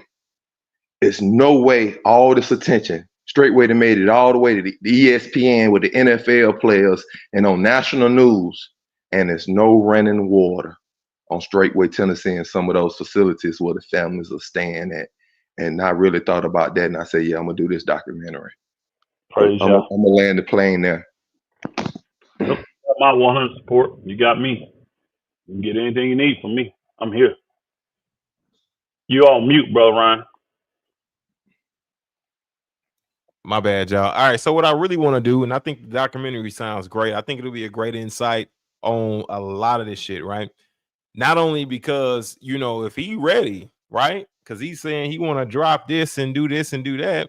I'm gonna play a little bit more of this right here, and we're just gonna address some more of what he's saying, because I think a lot of things he was saying. Not only does Brother Robert, have to have a couple things to be able to rebut here, but also, of course, he was speaking on Elder Brent. in regards to, you know, I guess his level of knowledgeability. I think he was trying to discredit him, right? And how much he would know about the scripture, about the word. This is common with anybody who's trying to hide or trying to get over or something, or trying to manipulate the situation. They tend to want to take a situation and try to make it seem like the other person is like uncredible, right? That's what they do. So it's like he wants to try to find anything about Elder Brent, which, you know, meeting Elder Brent, I've never had a bad experience with Elder Brent. I mean, he's called always character assassination. Character Yeah, assassination. That's a military tactic. Military tactic. Yep. Yeah. That's all it is. characters He always did the same. behind it. He tried to say the same about me. Oh, he can't even preach. He can't hold this. He can't that. All right, brother. I ain't finna be you. Yeah. That's the problem. I ain't following in your footsteps, and that's been an issue for you for the whole time I've been in this ministry. That's been points of emphasis for Dowell. Honestly, when you go back and look, one of his biggest what's the word I want to use? Not complaint, but he was complaining behind the scenes, y'all. But one of his biggest issues with me is that I wasn't him, that I stood as a man on my own. Folk could see me and him and be like, no, they two totally different dudes. You know, they two totally different dudes. I wasn't trying to become no Dowell. I wasn't trying to become no Dowell. Like, yes, sir. Pastor Rufus, based off of what I said the other day on this show, and Warsheet reposted it,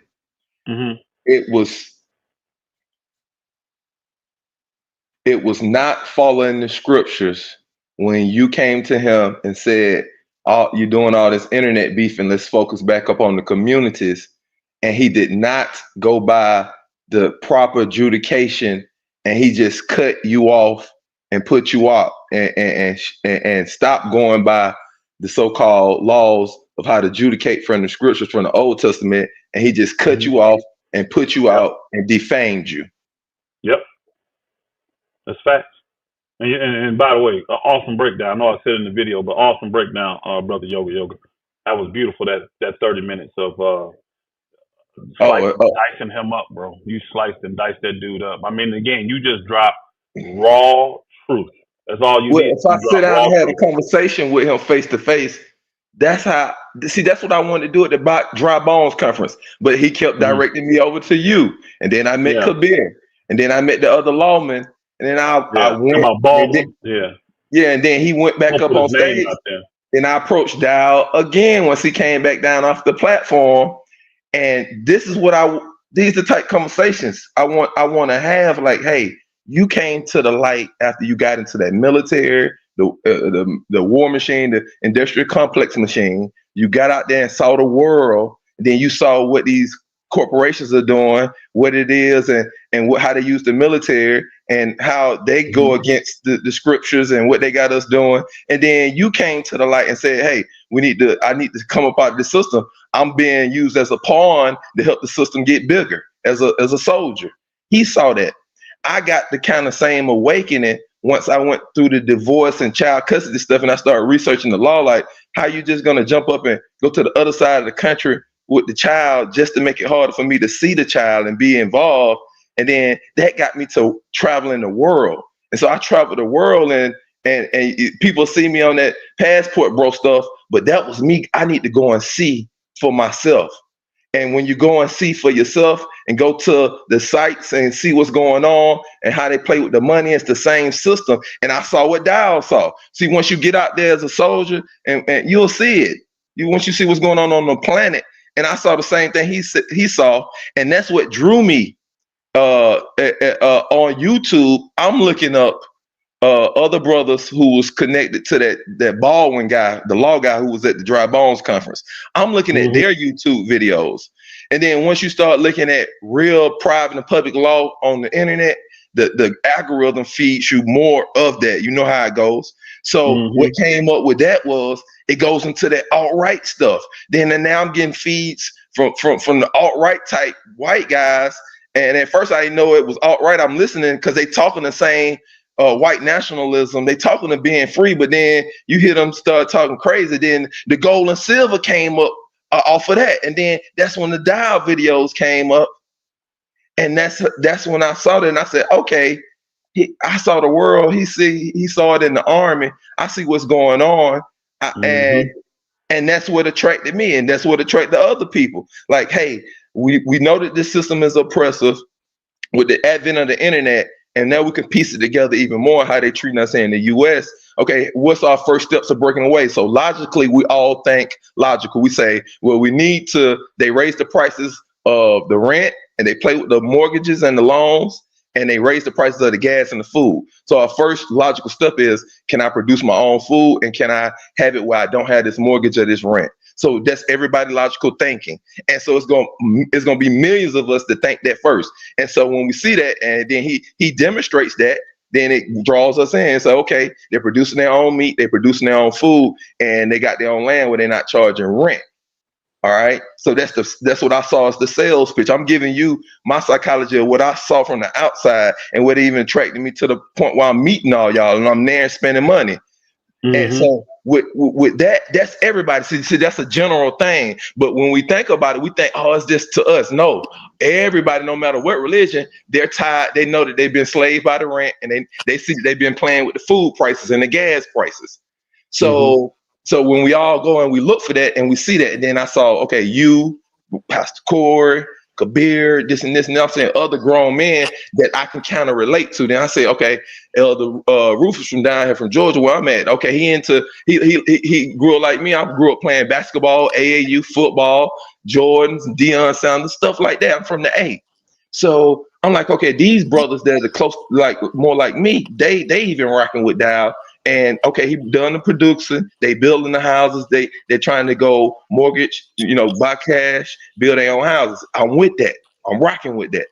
But I did not know the structure of you turning over all your assets, the brothers going back out into the real world working.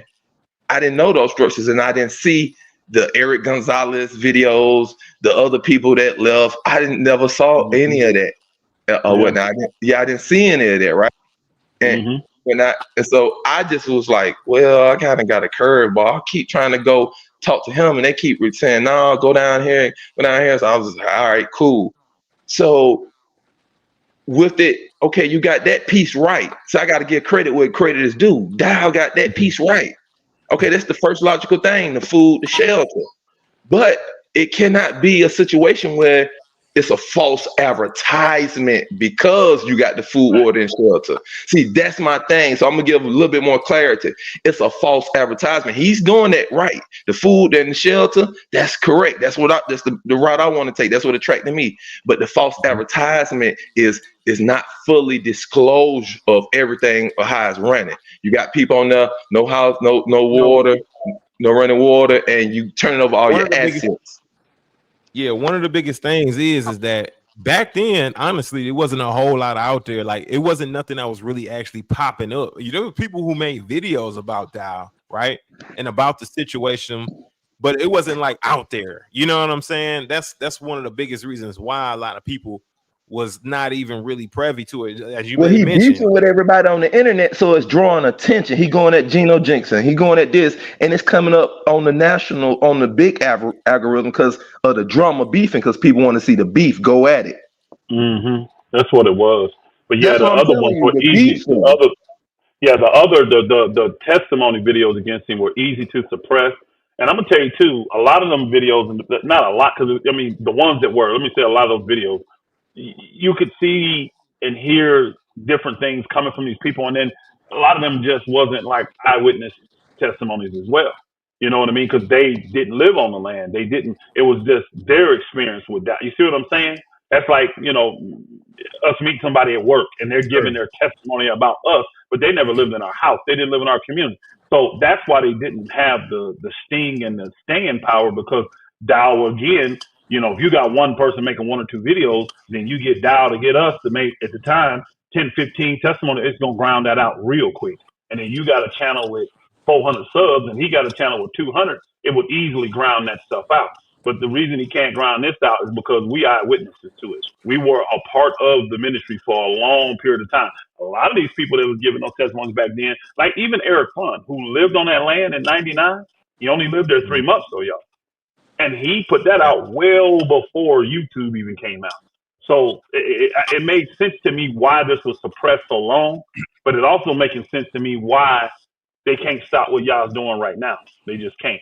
It's this information coming out, and again, it's more coming out. Now, some of y'all saw I had Brother Ryan put my email in there. Those of y'all that are interested in getting the testimonies of Brother Victor, shout out to Brother Victor and Brother Nate, because Brother Nate he used to live there too, y'all. Brother Nate just texted me and said he has no problem people calling him. Now, what y'all want to do first, if I get y'all these brothers' numbers, text them first. Don't just call, because you know how calls is today, these random calls and all that. Text these brothers first, tell them who you are, and tell them why, and then give them time to respond. These brothers have families, they have children, they have lives. So don't get all pissed off if you text this brother and he may not return your text in 24 hours. People have lives, okay? But these brothers have both said they're willing.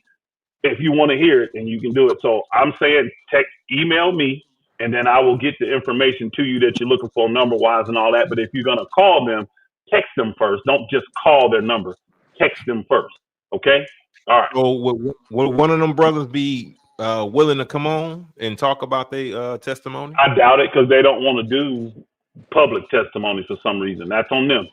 But what they saying they will do is anybody that call them, they'll tell it to them. Any saint that wants to know can call and they'll give it to them. So that's what they're willing to do. That's what they're willing to do. Definitely. But these are two men that actually lived on the community. Victor been around, I know, since 2012. Matter of fact, when we had the first community up in Lookout Mountain, before we moved on the land, Brother Victor and Brother Ruben and all them used to come over there. I got pictures still of that when they would come over to Georgia and fellowship with us all the time. So Victor been around a long time. He's been around double-digit years. You understand what I'm saying? He's been around 12, 13, 14 years in the ministry. So, and y'all all know Jordan's story because Dowell put that out there, but you also know that's Victor's wife. Yeah, that's Victor's wife. So, but if you want that, just hit my email up. Hallelujah. Hit the email. I'm definitely gonna want to contact them for sure. Brother Dan, how's it going, Brother Dan? I know it took a minute to get you in here. Shalom, shalom. Can you hear me? Shalom. Yes, sir. We can hear you. Where you from? Shalom. And what you got for us? Bless you. Thank you for bringing me on Worship and Pastor Rufus. It's a pleasure my brother. Speak to you. Yes, sir. I'm out here in Massachusetts. I've been here for quite some time. I've visited one of the ministries around here from Straightway. I think it was a homestead ministry a while back. I haven't gone back since because, I saw some red flags at the time. And seeing everything that's going on now, it was just a confirmation, and I'm not here to lambast anybody or say anything bad about anybody. I'm just here to ask a question regarding the whole thing that you're going through, Pastor Rufus. I've tried my best to give Pastor Dowell the benefit of the doubt, right? Mm-hmm. I think he deserved it after he's been in, doing what he's done for so long. I've done everything I possibly can scripturally, as far as researching, praying, and finding out, I guess, who's right, who's wrong in this. I can't find anything to justify what he's done to you whatsoever. And I've kind of come to the conclusion to this question is, well, let's say for some reason up until this point, I can't find what's the error here. Let's say Pastor Dowell is right. What is the justification of the judgment that they put on you when they put you on out of the ministry? I believe it was to stay with Pastor Muir, right? How does that correlate with the scriptural judgment of the presumptuous man? I don't see the correlation of the judgment. It's no correlation, my brother. And again, that just happened to be even more levels of wickedness. You know what I mean? And again, this was a proposed judgment for me. You know what I'm saying? This was a proposed judgment. It never got to me because we never got to that point. Because for one, there was supposed to be a meeting that Friday, which is the next day, to determine what my sin was. They never even agreed. All those, even with those wicked leaders there, they never even agreed to a sin for me. They never agreed on a sin. So, of course, if you can't get a sin, how can you levy a judgment? You see what I'm saying? So it was wicked. And it was a lot more I don't know, brother. Did you get over to my page in my community and actually see the poll I put up with all the so-called 11 judgments? Did you see all of them? Yeah, I saw everything, every single video. I've watched all of them, yours and his side as well. So I'm thoroughly, because I personally see both of you, Pastor Dowell and myself, as, I guess, my pastors, because I don't necessarily have a physical ministry, but I've been following you both for so long that I just need to hear both sides of the matter, right? Yeah. There's only transparency coming from you. So this is the reason why I'm kind of getting to the point where I gotta ask, like, what is this? Why are you going through this? What's going on? Because I'm not getting answers out of Straightway. Like, you can call Elder Becker all you want, you're not gonna get nothing. It's just I don't know why, like, this wall of there's a lot of fear. There's a lot of fear going on because of the level of control that Dow has over Straightway. See, like, to me, I kind of understand. Now, listen to me, y'all. I don't want people to get mad when I say this. I'm not justifying what Elder Becker and Deacon Bell are doing. I'm not. Okay? Stand, be a man, walk in faith. I understand. I have sympathy towards them because, again, you got over 20 years invested in Straightway. And you're seeing, if you come against Dow, he's going to figure out a way to get you off that land, just like he did with Brother Rich. See, Dow can't keep his mouth closed. He literally told Saints that he was going to get guys like when he don't want you around, he purposely does things to make you leave. He does purposely. He does the things that he knows is going to provoke you spiritually in a negative way to get you to leave. So then he can say, well, hey, you decided to go. But did you really? No. He literally forced you. Same thing they did with DeJerry. Nick, same thing. Just people forget. Nick said, I want to leave the community. Why? It was the oppression that was going on. So that's their tactics that they use. And I know that's military stuff, but they get you to get to a point where you leave. Where Dow made this mistake was, that didn't happen with me. I never said that. And see, he tried to spin it that way too. He tried to tell people, oh, he left on his own. People literally called me and said, no, you left. I'm like, really? Why would I do that? Tell me why I would leave. Tell me why. No. And that's what really screwed it up, is because he put me out. Then he got on here because he was so butthurt, bragging about it, talking about it, thinking that he was debasing me and embarrassing me and all that kind of stuff. And again, he showed his hand. Then when you look at these judgments, I'm going to get up to this part again. These are so wicked. All 11, well, I'm going to say all 9, because a couple of them, like the move Mama Jaja and the move of Elder Donnie, those are just, whatevers. But everything else on there, all 9 of them other things are wicked. Tell me I can't keep the feast? Who the hell are you? Who the hell are you? Sit down from preaching? That was a big one to me. Sit down from, how you going to tell a man he can't preach? Like, you have that authority. Now again, I don't need to preach nothing for Straightway, but to tell a man he can't preach. And I'm telling you, if I would have even considered this, y'all, because it never got to me, but if I would have ever considered this, they'd have turned me into a modern day slave. And what he would have tried to do was work me so hard that it either killed me or forced me to leave, so they can say, look, it was just basic work. I told y'all he was lazy. You see what I'm saying? It's sad, bro. All of this is a high level of witchcraft. It's envy and it's jealousy. And it's easy to see when folk know what's going on. When see the people that were around, that were really around it, the people that lived it Straightway, the people that lived in Georgia, they see it now. They can clearly see where the jealousy is coming from. They can. Because the one thing Dow was always lacking was the love of the people. He loved you conditionally. What do you mean? Well, if you did what he wanted you to do, you got his love. It appeared to be love. But boy, if you did anything he didn't, oh boy, he would turn on you like the people that he served. Because y'all know there's a certain group of folk out there that run the world, that as long as you're doing what they want you to do, oh, they'll give you the riches of the world. But boy, the day you decide not to do, they will. Y'all see it. Look at, is this not what that dude Cat Williams say? The year of exposure. Did not the world give all these people that's being exposed now? Didn't they give them riches and all this stuff? But now they flipping on them. They're finna get all that riches back. In the end, they're going to defame your character. They're going to lambaste you, and they're going to get back what they gave you. That's just their tactics. That's what they do. And that's who Dowell serves. That's why he quotes them to read their books, 48 Laws of Power, and quote them. Like, he literally tells the people, you're dumb if you own land.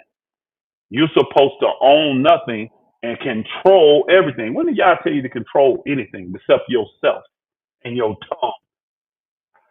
I can't call it. So people have been racking their brains trying to figure out spiritually what's going on. Spiritually, what's going on is you got a man that is exercising power given to him by the people, but it's wicked power, and he is forcing the Most High Yah to judge him. That's exactly what we're seeing, and that's what's going to happen. Hey, shalom, brother Nick. Message sent to you in there. I hope that makes sense to everybody. Thank you, Pastor. Make perfect sense. That's what we're dealing with. And again, some will look from a carnal perspective and say, well, this man is rich and he's this, and he's rich off what though? What has he done to earn this? See, I'm going to keep it a buck, y'all. I actually have more respect for like these Christian pastors and all that. At least Ivy Hilliard and T.D. Jakes and Creflo Dollar, at least they can show you where they have produced something like a book or videos or all this that have made them millions of dollars. At least they can show you something they have done to produce millions of dollars on their own, right? What Dowell can produce? What can Dowell show you that he has done and he has produced? I'm not talking about money coming in for the church. I'm going to use that word, for the church. I'm talking about money he has produced. This is why y'all notice he talked about Gino, and I'm glad you showed that video, Brother Ryan. Y'all see, he got off the Gino Jennings thing real quick, because the first thing Gino Jennings did was go to Houston. He didn't duck no smoke. He went right to Houston where the stuff happened, and it got him. I got the videos to show it. He got him and that Went guy in front of all those saints down there, and they answered the saints' question. Then another thing he said was that Went was stealing money from those saints because they don't get no kind of income from the saints. Every dime that comes in on tithes and offerings pays for the church and all that kind of stuff. He said, if a man don't work, you don't eat. He said, I've been a businessman all my life. He said, the church ain't never paid for none of my houses. They ain't never paid for my cars. They ain't even paid for one of my suits. Man, I know when Dowell heard that, he turned that off real quick. Like, dang. Now, let me ask you this. Do you think that was a shot at Dowell? Do you think he was? No, it was a no, shot? because I'm going to tell you no. You know why? It fit what they were doing, because, again, remember what Went was doing. Went was down there in Texas getting these people to give him money. Remember, Went was the one that went to, they were building the church down there. Remember, they building the church, and he was the project manager. And he went and told the woman that was over the finances that he's supposed to be getting paid $280 a day. When old boy said in 40 some odd years, no one's ever been paid to be a project manager. Ever.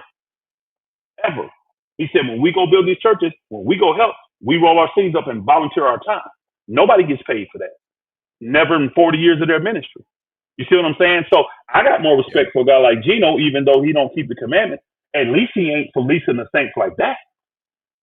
Because he said the only thing that tithes and offerings and all that money that comes in that the people give, only thing that go for the ministers is if they're traveling. Of course, they'll pay their plane ticket, get them some food, get them a room, a rental car if they need that. That's it. But as for pay or any kind of stipend, no. He said it's never been that way. He said every single house, every single car, every single suit, everything I've ever paid for is coming out of money I've generated, because I'm a businessman. If you ain't working, you shouldn't be eating. That's what he said. So when I heard that, I said, oh, I know Dowell ain't going to play this, because he ain't had a job since the mid-90s, y'all. Dowell ain't worked a job since 96, 97. So what can he produce? Now, here's the thing. With me, I can produce the receipts. You know why? Because I worked all the way up until 2018. And then I still produce money. How am I making it now? I've always produced money. Nobody in that community has ever given in a year's time more money than me. I'm talking about the ones that live on that community in Georgia. No one has ever given, no family's ever given more than my family. So again, Dowell can't produce that. I mean, he just, YouTube, come on, y'all. YouTube cool, but he making that kind of money on YouTube? No, he's not making that kind of money where you can afford for $15,000 vacations a year, and the Saints ain't paying for that. Remember, I used to collect the what's the name? We was never giving down. We never gave down $10,000 to go on vacation. It typically was anywhere from $800 to $9,500. That's what it was when we would give it to him. He just add the rest to it. You see what I'm saying? Pastor Rufus, Yes, you yes, sir. excommunicado. You excommunicado now. You excommunicado now. I wish I was, because why is he? Hey, hey, Yoga, was you on here earlier?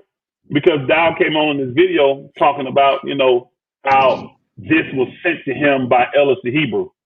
Well, we already know you've seen this video. You know how?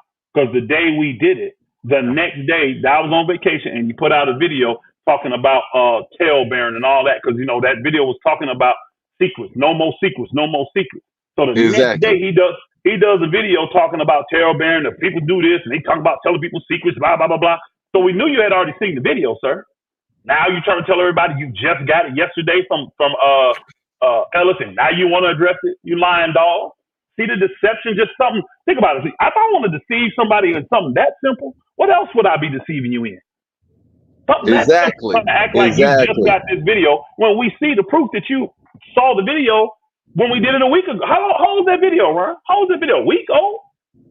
Yeah. I'm just back to the basics. How are you on vacation and his family's at Straightway, Lafayette, Tennessee, making county property without running water today as we speak right now, and it's cold? Yep, I know of at least 4 properties that don't have running water. And then you telling us that they got video monitorings, cameras all around the property, so nobody can just be talking on their cell phone without them seeing somebody on their cell phone. So you got all this monitoring equipment, and you still don't have running water in all of the family houses on the property at Straightway, Tennessee, Lafayette. I'm just going back to that simple question. How can you be on vacation when other people are shitting in buckets? It don't make sense. That's not deliverance. I'm sorry. Oh, believe you me, right, I got more. When he do what he do, I got more to bring out. I'm gonna go ahead and play this some more, and then I just want some rebuttal to whatever he's about to say next, because this whole video was riddled with things that is just honestly laughable. Let's I'm gonna play this a little bit more here.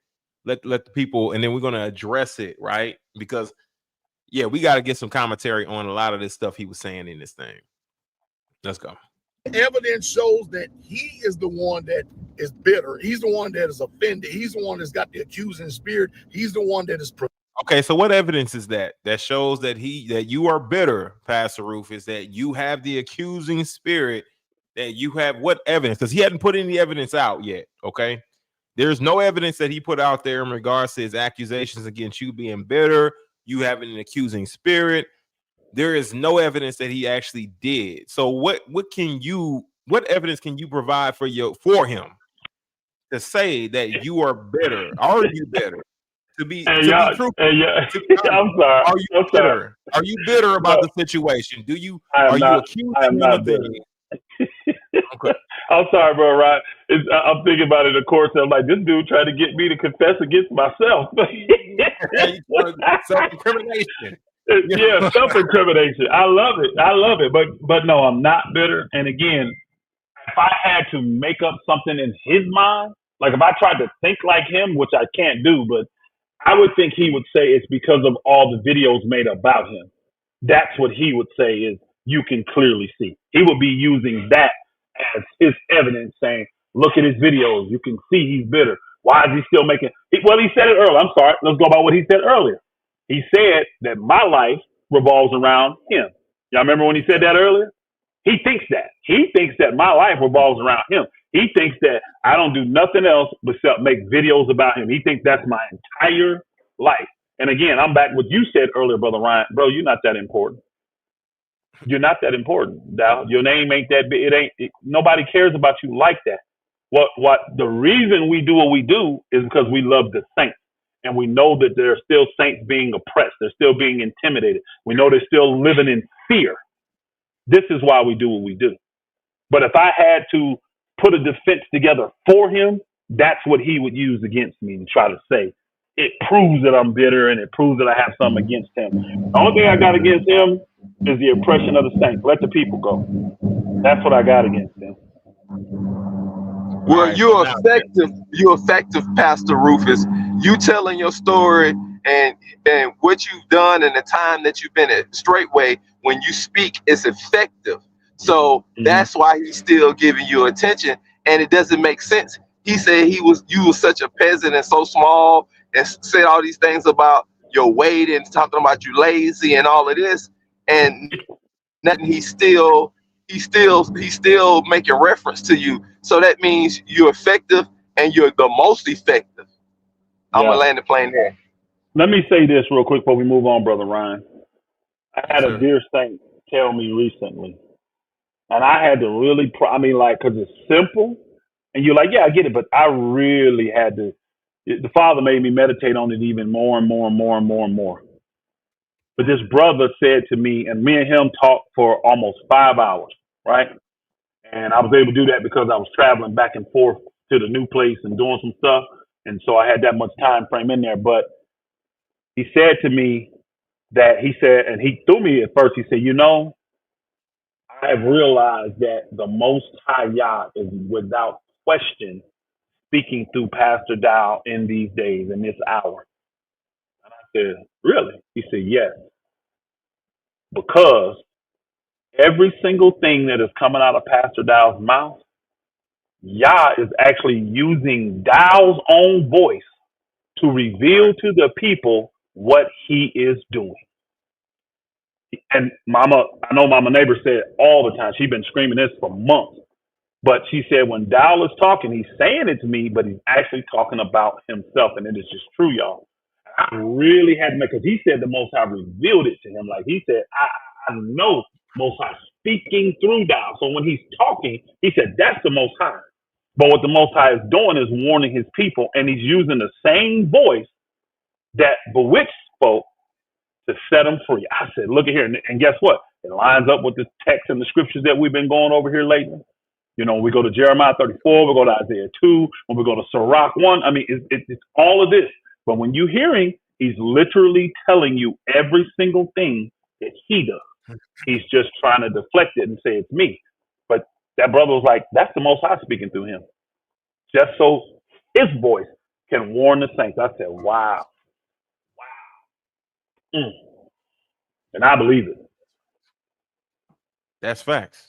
And so, of course, in Jeremiah here, right, when the Most High says that I will visit upon you the evil of your doings, saith the Elohim. Do you obviously, when he's going throughout these years, right, doing what he's been doing to other individuals, we can name them all. It's a whole laundry list, a great list of individuals he's done these things to, the things that he says he's enduring, that he's suffering through right now, right? It's the same thing. Yep. Do you think, based on Jeremiah 23:2, he's visiting, that the Most High Yah is visiting that back? What do you think about that, as far as the evil that he was doing upon others, it coming back and biting him in his rear end now? Yes, I fully believe that. And again, I covered this a few weeks ago on this Jeremiah 23:2. Might have been a month ago and all, but let's get to it. Therefore, thus saith Yahweh Elohim of Israel, against the pastors that feed my people. Well, what are you feeding them though? He said, ye have scattered my flock. I asked myself, am I scattering the flock? See, I know the work I'm doing behind the scenes to keep people together, to keep them in fellowship, to make sure they're following the book and doing the home fellowships, which is what the example of the Acts of the Apostles. That's what they did, and helping them and assisting them and teaching them how to be the priests and the patriarchs of their own homes and keeping them together in fellowship. I know I'm doing that. Then it says what? And driven them away. I ain't drove nobody away, not from Yah. Now people probably can give me credit or try to say that I'm driving away from Straightway, but I ain't driving away from Yah. I'm telling folks, vote on the side of righteousness. Then it says, and having not visited them. Who is Dowell visiting right now? I literally just came off a 8-hour trip. Visiting, matter of fact, y'all, let me tell it to you. Visiting a brother that's still in Straightway. He's still in Straightway. And he's sick. And I went to visit him. And I prayed over him. And I commanded healing over his body. And his family said, Dowell ain't going to come. But we know you will, Pastor Rufus. And guess what? I did. Why would they say that? Why would these people say that? Because what the book say, you will know them by their fruit. The reason they could say that is because not once, not twice, not 3 times, not 4 times, not 5 times, these particular saints have had issues. And guess what I did? Jumped in my vehicle and showed up in their in the state in the community they lived in. They knew it. They had a history. They had real, tangible, spiritual fruit with me. And they said, he's not going to come. But Pastor Rufus will. This brother is still with Straightway. So I'm looking at it. That ain't scattering. That ain't driving away. And I'm going to visit the saints. Believe you me. I'm going to visit them. That behold, I will visit upon you the evil of your doing, saith Yahweh. That's exactly what we're seeing. He's finna show down the evil you doing to the people. We gotta go back to Mother Carol. Y'all remember what the prophecy, what the interpretation was, right? It fits. It fits. It all fits. Absolutely, the scriptures is true. The scriptures is 100% true. 100% true. And this is why I said, I don't have to do nothing. I will sit back and watch him destroy himself. What's that? The self-destruction. Who made that? What's the name? Remember that? Self-destruction. You're headed for self-destruction. That's what he's doing, bro. Old school joint. Yeah. Because he has, I go back to the Sirach one because that's what's familiar in our heads recently. Remember verse 30 said what? Remember Sirach 1, 29 and 30. Remember what 30 said at the end. Because your heart is full, not partial, not halfway, not some. Your heart is full of deceit. Full of it. Dowell's heart is full of deceit. 100% full of deceit. And this is why y'all have to show him fall in front of the entire congregation. And he's going to expose his secrets. Yeah, I hope, I'm telling you, I pray Dowell put them videos. I hope he put them audio tapes out. I've been asking for them for months. Why is he asking for something that's going to incriminate him? It's only incriminating in your eyes. You think they're incriminating me, but you really don't. Because if you did, you'd have been put them out. You would have ended this a long time ago and put those people been begging you for them. Why you putting them out? Think about that though, y'all. They've been begging them. The saints have been begging them for these tapes forever. Remember at one point, ain't no tapes, ain't no tapes, ain't no tapes. Now he's trying to, guess why he's switching up, y'all? Because people don't confront him about it. Pastor, you said it wasn't no tapes. Well, they audio, they're not no tapes, they're not videos, they audio. He never said video. He said release the tape. They audio tapes. Release them. You knew what I was talking about. You knew exactly what I was talking about. Now all of a sudden you want to put them out, but look how you put them out. And he said, listen to his words, y'all. Some. I'm going to put some of these on page 100. See how quick he put that in there? So the people that support you financially, they're the only ones that deserve to see this manipulated truth you're trying to put out. Right. It's not going to work, y'all. Watch. It's going to backfire. And more people. Watch. I guarantee you when he do it, if he put it on there, watch how many, it's going to go up so people can see it. And then watch how quickly it drops. Watch how quickly, he'll get it for 1 month. Watch how quickly those people drop when they see it and hear it like, whoa. Because again, he's so, again, I'm telling you, he's already sent these tapes out to different people, thinking that it would sway their minds. And guess what? It made them go worse against Dowell. It made them see, man, this book is talking about me too. He out here talking crazy about me. Man, this dude is sad, man. This dude is pathetic. Absolutely pathetic. Yeah, I got a beloved elder telling me, I bet those tapes been edited. It don't matter. I'm going to tell you right now, even if he edits those tapes, watch how the Most High expose him, y'all. Watch. Because again, if you have the Holy Spirit, One thing that's going to happen, no matter if you like the person, hate the person, dislike them, when a person speaks true, you may be like, man, bump him, man, he's talking lies. But guess what's going to happen when you get home? And you think about going to the Most High. You'll be like, you need to go back and look at that. You need to look at that. That was you. I didn't tell you that. You see what I'm saying? Y'all know how the Holy Spirit deals with us. We can be 100 on somebody's side until the Holy Spirit get to us. So right. I don't care if he edits. I don't care. Again, any Pastor Corey could attest to that. Pastor Corey could definitely testify to that. The Holy Spirit get to your ass. Any wicked, deceitful device he tries, it's going to backfire. Mama Neighbor's been saying it. This man is talking about himself. That blessed, beloved brother, he literally told me, I know y'all speaking through that man. But he's doing it to warn us. Everything that man's saying is about him. Y'all telling us who he is through his own mouth. I said, whoa. Facts. This is what the interpretation said for those that don't know that came from Mother Carol. It was a tongue's interpretation. It said, I will separate. I will separate you. My power will be made known. It is time. Number 5 said, I am tired of your wickedness. Now, who's y'all talking to? Then he says, I'm weary of you, Israel. It is time. And he is separating. And his power will be made known. And I know he's tired of this wickedness. One of the brothers texted me, he said, that last video down there sound like Stockholm Syndrome. It's so sad.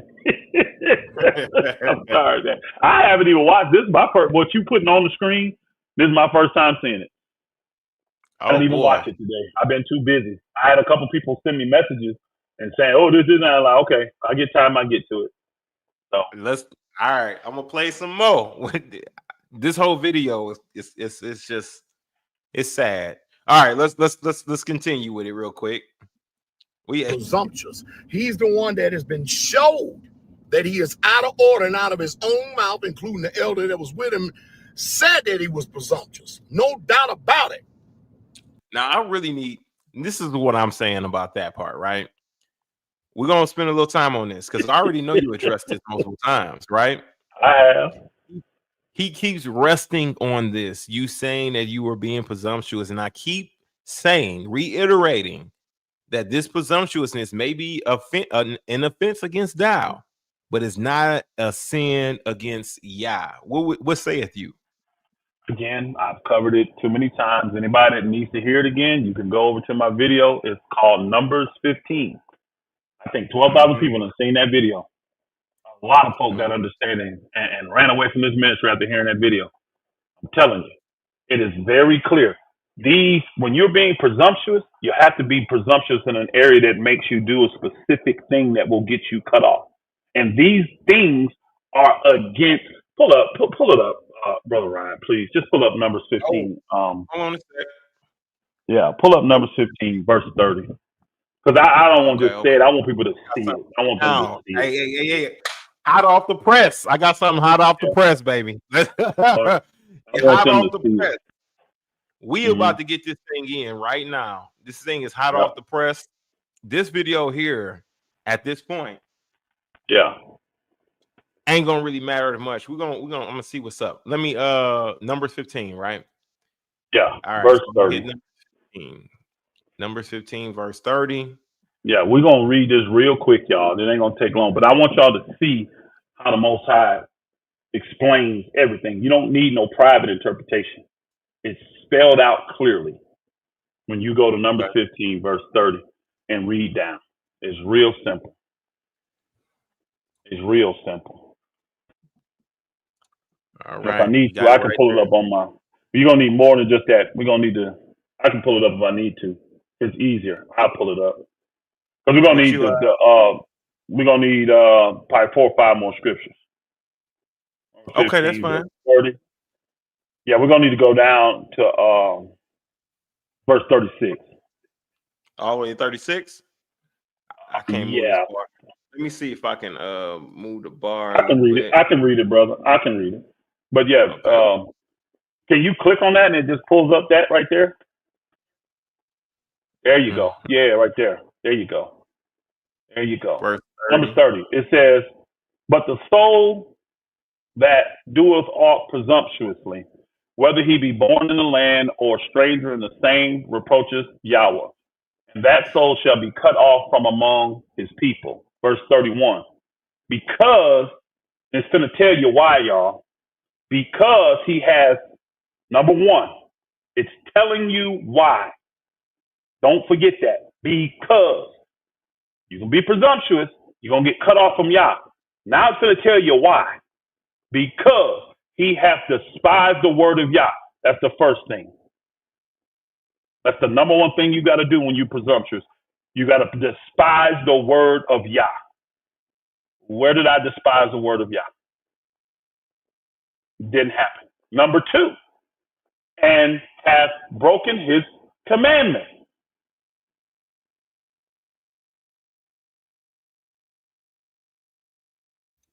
That soul, what commandment did I break? I apologize. What commandment did I break? That soul shall be utterly cut off. His iniquity shall be upon him. Now, let's go to which one I wanted to see here. Oh, and I think that's enough. Go to 32 and read down. Y'all see. It says, and while the children of Israel were in the wilderness, they found a man that gathered sticks upon the Sabbath day. Do we all not know that's against the law? Is that not someone despising the word of Yah and breaking the commandments? And they that found him, verse 33, gathering sticks, brought him unto Moses and Aaron and unto all the congregation. Okay, even if you thought I despised the word of Yah and I broke the commandment, why would you not? But Moses and Aaron were the only leaders at the time. Why would you not bring me before Yah? Bring me before the leaders and all the congregation. That's what they did.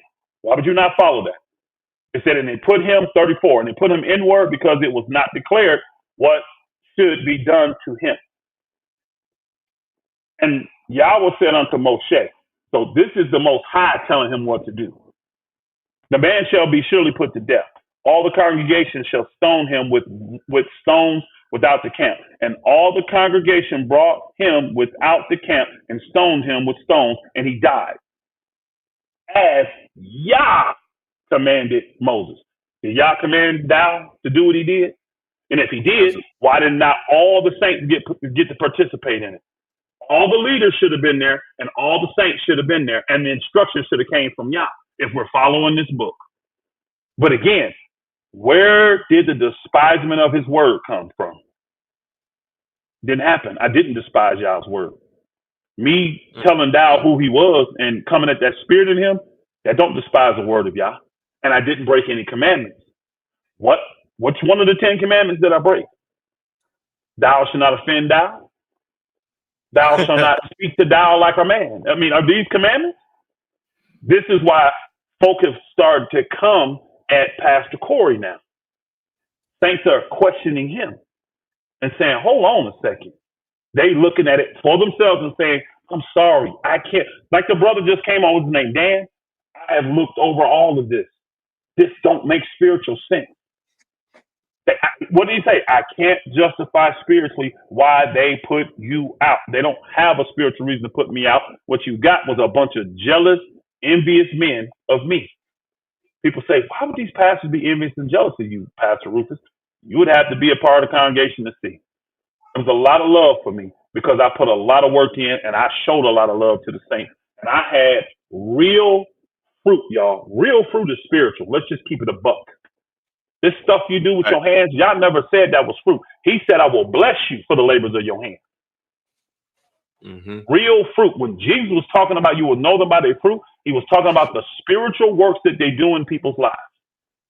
And I kept laughing because I said, the people are going to judge eventually. They're going to really see who's had spiritual fruit in their life. And that's what's coming out now. These people are starting to see, wow, I thought this man loved me. He never loved me. Because the day I stopped giving the offering, now I'm a vagabond. Now I'm this. Now I'm lower than low. Yep. Oh, this is the video of they don't look happy. Yes, yes, sir. They just dropped this 2 hours ago. I hope this makes sense to everybody about that part, because you asked that, and again, I didn't do anything spiritually to be put out at all. And this is why the judgment of Yah has to come, because you keep lying on Yah, telling me that you following Yah when you're pulling out text from the Dead Sea Scrolls and you pulling stuff from anywhere you can to try to justify what you did. And this is what makes those other pastors wicked, because they did this too. They bewitched the people with their words, and they lied, and they know they lied. Goddamn lie. All right, so listen, you gonna watch this one? We gonna have to listen. We got to react to this one. All right, this one right here. Let's do it. I'm very curious. All right, let's get it. All right, bless y'all. Shalom, shalom. Brother McNabb, got Sister Malia here with me, and as you can see, the title of this video is regarding the daily ministration of the widows. Pastor Dowell has been accused of abusing and neglecting the widows. That's just not the truth. We wanted to come on and give a testimony, and I wanted to allow Sister Malia to give a testimony on what she's experienced as a widow here in the ministry of Straightway Truth. Before I do so, a statement was made that this particular person didn't want to hear any videos from those that are guests. He said he don't want to hear no videos of the guests of Straightway, only from the men that live at the hub. Well, me personally, I consider myself Straightway. I believe that we are the body of Messiah, so I don't disassociate myself from the brothers of the hub. I don't disassociate myself from other communities in Straightway. There's no such thing as Southern Assemblies, Northern Assemblies. No, we are one. So if you're talking about Pastor Dowell, you're talking about Straightway, I take it just as personal because I consider myself to be in the body. If me as the toe, if the hand gets smashed, then I'm going to feel that just as much as the hand would because I am a part of the body. Sister Malia, you heard a small clip of this video of someone saying that your testimony that you wrote under the comments of a Pastor Dowell video was fake. They also said that you're a liar, that you need to stop lying. They said that Pastor Dowell does not take care of you, that Brother McNabb does, which is the truth in a very small portion. What they don't tell you is that, and I said this in a video. Go ahead. Why do we even need to go for? I mean, let's watch it. I want to see it, but I'm like, the man just admitted there. That's true. It's very small. Why is it very small? Because what you're saying, what he's finna tell you, I ain't gonna guide you. I'll let you do it. But it's clear what he's finna do. Because what's the name put it in the chat room already? Sister Neighbors did. That he admitted that he takes care of her, not Dowell, but he does it under Dowell's guidance. So now you just come into a man's home and tell him what to do is what you're doing, essentially. But why is she there? When you have a whole community with 110 acres, why is that responsibility put on? That's not her kinfolk. Now, I would understand if they were related. You know what the book says? If you have family, let the family take care of them so that burden won't be on the church. That's not her family. This dude was a friend to her husband, like a lot of other people were friends to her husband. Why is the financial and the day-to-day responsibility on this young brother and not on Dowell? That's the question you need to be asked. But let's roll. All right. My thing is this, right? Mm-hmm. What's the relationship between the two of them?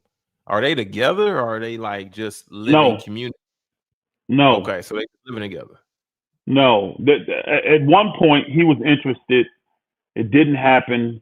She was interested in someone else. That didn't happen. That's the gist of what I know from them. He was interested in her, and I believe she turned him down. And she was interested in someone else, and that individual turned her down. So she's still just a single widow with 3 children living in this man's house. Now, of course, this brother's going to have honor for her because he was friends with her husband. So no real man gonna say, well, since you don't want to be with me now, get out. You ain't gonna do that. You see what I'm saying? Yeah, that would make him look bad. So you don't think that they, No. you don't think he's tapping them cheeks? Nah. Let me just keep it one. You No, don't think I so? don't. I don't. I you know me. I'm not gonna cap. I don't believe that Brother McNabb is that kind of brother. I don't. Now, if he did it, that's on him, between him and Yah. But if you asking me my personal opinion from my experience with that brother, I would say no, that he has not touched that woman. I don't think he has. But I know that situation is jacked because, again, look at their countenance, y'all.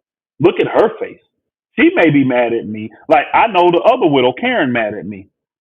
She says she don't like the way I'm portraying her. Tell me where I'm lying, Sister Karen. Portraying? See, I don't have it. Yeah, she don't like she said that she's been portrayed as a cash cow. That's how Dowell used her, though. Because I gave in that last thing he did. I'm just keeping it a buck. I gave in that last video. That's how he used did. No, that's what he did. He used her for her money because the woman was in North Carolina with under Gideon. He didn't get her money. The woman went from North Carolina with Gideon. He didn't get her money. She went to Georgia with me, lived with me for over a month. I didn't get her money. She went from me to Elder Brent, lived there on his community, was a part of that community. He never took her money. Then she moved from there to Georgia East with Brother Robert. He never took her money. So how do you have these 4 brothers that this woman has lived with her children up under your roof, and none of us took her money, but Dowell does? And we know she had at least $200,000. And you heard what Dowell said he's going to do. I'll take some, I'll take it, and I'll give you some back. And I'll spend some on the saints, and I'll take a piece for me. He wasn't lying, y'all. Show me book for that. Somebody scripturally show me book for that. He will lie and say, I was just joking. No, you weren't. That's exactly what you're doing. And that portion you spend on the saint is small. I'm going to tell you how Dowell get down. I'll give you a good scenario. She had 200,000, y'all. Dowell probably gave her 50 grand back. Kept 150. Then what he went and did is probably spent 10 to 20,000 on different communities. Like he'll go buy you a lawnmower or tractor or something. He'll do some stuff like that, right? But then the rest, he's spending away on him and the stuff that he wants, flat out. So out of $150,000, he got over 100,000 of it, guaranteed. Now, I would like to hear, maybe he took 100 and gave her 100. I would like to know. Put that up. I bet they won't put that out there. But this brother just already told you I told the truth when he said he is taking care of her daily. Why is it his responsibility is what I'm saying. Why? I'm sorry, you got Pastor. That Straightway. Why? You know what? For him to be taking care of her, man, she's got to be pulling. Listen. He clapping them cheeks. Come on now. No, I'm just playing. But either way. Hey, Nazareth Savage. I'm glad you put that in there because I actually said they were friends. I said that. They were friends. I said that already. And that's why I said I know this man's heart will go out to her because who's going to do that to his friend? You're going to want to take care of it. That's why you're not put. But again, y'all missing the point. Why is the responsibility on him? When you got this ministry and they got all this land, all these houses, all this space, why does he have to do it? Why? That's all I'm asking. Why? That's it. And with Karen, who's taking care of her day to day? She's living in a community over there. Y'all saw Robert left Georgia East. She's over there all by herself. There's no other saints over there. It's just her and her 3 children. How is that taking care of the widows? When the bills of I bet the bills are even in that woman's name. I'm telling you how this dude get down. I would not be surprised that we can pull up and find that the bills over there in well, I ain't gonna say the name of where that is at, but over there, I'm gonna call it county. Where's she at in what they call Georgia East?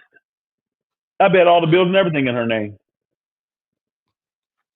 So she just now he would say he's taking care of her because he gave her a place to stay. No, you didn't. My Muncie gave that to be a community for the saints. Where's her protection? She's a woman with 3 small children. They like all under 10. And she just living on land by herself. Yeah. You know, they're not fellowshipping with my Muncie. Yeah, what's the name already exposed that about Mom Muncie that did not expect saying it. He didn't. Hey, Nazareth, I'm gonna keep it a buck, bro. I was around for that. He didn't just take that. He was told to do that. Now again, I'm trying to keep it. I'm not degrading McNabb. That's what I think almost any of us brothers would have done if one of our close friends died. We would feel a responsibility to take care of her. He felt it to the point where he even wanted to cover her, but she didn't want that. She didn't want that. Right. She wanted somebody else. You got a But point. that person didn't want her. No one's answering my question. You keep putting that stuff in there about that. Answer my question though. Why is that responsibility on him? He has a wife and children. Why is that responsibility on him? Let's hit the rest. Maybe they're saying Dowell sending them a stipend every month to help take care of these things. Because I know she got money coming in from the Social Security. Okay. But let's hit the rest. Maybe they tell us something we don't know. Previously, that the devil sprinkles a little bit of truth in the midst of a bunch of lies, hoping the real. He said the devil sprinkles a little bit of truth in the midst of a bunch of lies. Well, let's see what lies I told them. Let's see if they're going to expose me for some lies I told. Let's see. Buffering. Come on now, y'all. Go. There's a little bit of truth in the midst of a bunch of lies, hoping to reel you in with all the rest of the lies. Now, this person said that Brother McNabb is taking care of you. What he didn't say is that I'm taking care of Sister Malia and the children under the direction and the guidance of Pastor Charles Dowell. Malia, I'll let you give your testimony of what you've experienced since you've been a widow here in the ministry. Yes, sir. So when I left the comment under Pastor's video, it was just something I was led to do. The commandment says, "Thou shalt not bear false witness," and that is something I'm going to follow. I was led to make the comment, not under any duress, not under any direction. I was personally just led to make the comment because it is the truth. I'm not going to go out of my way to paint a picture that is just simply not true. And the truth is, the pastor does take care of us. Brother McNabb does take care of us. Straightway as a whole does take care of us because we are, like you said, one body. My experience as a widow in Israel has been pleasant, and I obviously the circumstances are not pleasant of what happened, but it's been a pleasant one. There's really not much to say other than I have never had to worry about anything. There's always been food. There's always been lodging. Our needs are taken care of. They're met. And I know not just by Brother McNabb himself, but by Pastor Dowell and by the ministry. And I would also just like to say that taking care of something or someone is not just monetarily. Pastor treats me as his daughter. He's rebuked me. I know he loves me because of that. He's, had to give certain direction. And to me, that is seeing to it that the widow and the fatherless is taken care of. It's not just in monetary terms. Sister Malia, do you ever feel afflicted in any way? What about the children? Definitely not. Have any of your needs ever not been met since you've been a widow? No, we are not neglected at all. That's why it just really doesn't make sense to those accusations, because can you stop it for a minute? Not one time. Yep. When did I ever say that this woman was neglected, and when did I ever say that? The abuse comes from taking their money. When I say he abuses these widows, the abuse came when he took Karen's money. The abuse comes with how he treats Sister Zakina. Put her up here. Put Sister Zakina up here, and let's hear her testimony of how it's been with her being a widow since her husband Ray died. And she's the one that goes the Straightway every day and works. Let's see Sister Zakina's testimony. Let's see if she got the same testimony. Because Dowell told you in the video himself, I have two. So what he'll probably do is try to get them to come up, and then he's going to try to get Karen. But again, they're making my point. They're giving him credit for shit he ain't doing. He ain't doing it. But again, in their mind, this is why I call it a false testimony. She's taking it like I'm calling her a liar. That's how she's taking it. The testimony is a lie for the simple fact he ain't doing what is the responsibility of him as the leader of the ministry, as the leader of the assembly. He's put the burden on that young brother is what he's done. Now, some will say, you know what? I don't see anything wrong with that. You know, he's the closest thing to her kin, so he should take that on so the ministry don't have to. Why? When he got a wife and child already and the ministry got plenty. They could do that for. So you give the guidance. What is that guidance? What is that instruction? What is that? Tell us what that is. Again, everybody's like, not everybody, but they're missing the point. And they're adding, because I never said that these people are being neglected. The abuse comes when you steal and take their money and do nothing for them. You sticking her in the house and saying, figure it out, that's not doing anything for her. You putting this sister we see in front of us, Malia, over here with McNabb and letting him take care of it, that ain't no responsibility for you. It's not. Maybe some of y'all say, Pastor, you missing it on this one, and I see it differently. Maybe y'all will. But I don't see a man taking the responsibility of taking care of these women. Now, what he will say is, well, we buried him, and we this, and we did that, and but you do that for all the saints that die. And don't make me speak about what you said the day you was going to bury the brother. Don't make me put that out there. You can't keep your mouth shut. You constantly have to talk crap and shit about everybody. The stuff, guess what? The stuff he said about these two, it'll come out. Watch. I'm not saying I know that. What I'm saying is, Dowell has a very bad habit, y'all, of speaking negative about people to other people. So this is why when you hear him say slanderous and all that kind of stuff, again, and this is what Dowell expects, y'all. When he says something to you private, he thinks that you should never speak that to anybody else. That if he says it to you, like he's an attorney or something, like we got attorney-client privilege or something. So what happens is he says these things, but then he'll come out publicly and start saying something different. And your spirit gets challenged because you kind of like, man, hold on. You said this, this, and this. Why is it that you're saying this now? You know? But he's challenging you like, no, me and you said that privately, so you don't come out and expose me for saying what I said.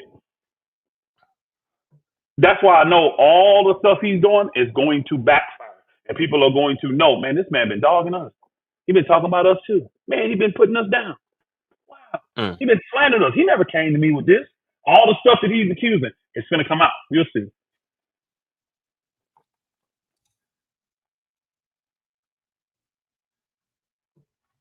Yeah. Vehicle, McNabb gave me nice offering. He's a y'all. And McNabb's a solid brother. He just deceived right now because he's a Dowell. He definitely down with Dowell. But Most he ain't singing behind the curtain. But Z Manning, you notice I'm not saying nothing against this man's character at all. I ain't said nothing negative about McNabb. I believe McNabb to be a solid young brother. I do. He's just sincerely deceived, and he don't want to see the truth when it comes to Dowell. He doesn't. So he believes every single thing Dowell's putting in his ear. He does. It'll come out. Watch. It's gonna come out though. It'll come out. Watch. Yeah, that's Brother Derek's widow. Yep. Absolutely. All right, I'm gonna continue playing this this joint. See what else they got. Neglected or abused in any way. I could never think of one. Now this man also made a statement that Pastor has the audacity to come before Israel and tell us that it's not his duty to take care of the widows in the daily ministration. And I actually agree with that 100%, because this person also referenced. What was that? I just said, wow. He said he agrees with that. He said he agrees with it. He did. Because Pastor said in the video, it is not my responsibility to take care of the daily administrations of these widows. And he says, I don't know what he's going to say after, but he just said he agrees with it. I just said, wow. Wow. That's crazy that he agrees with that. But go ahead. Let's go. Mm-hmm.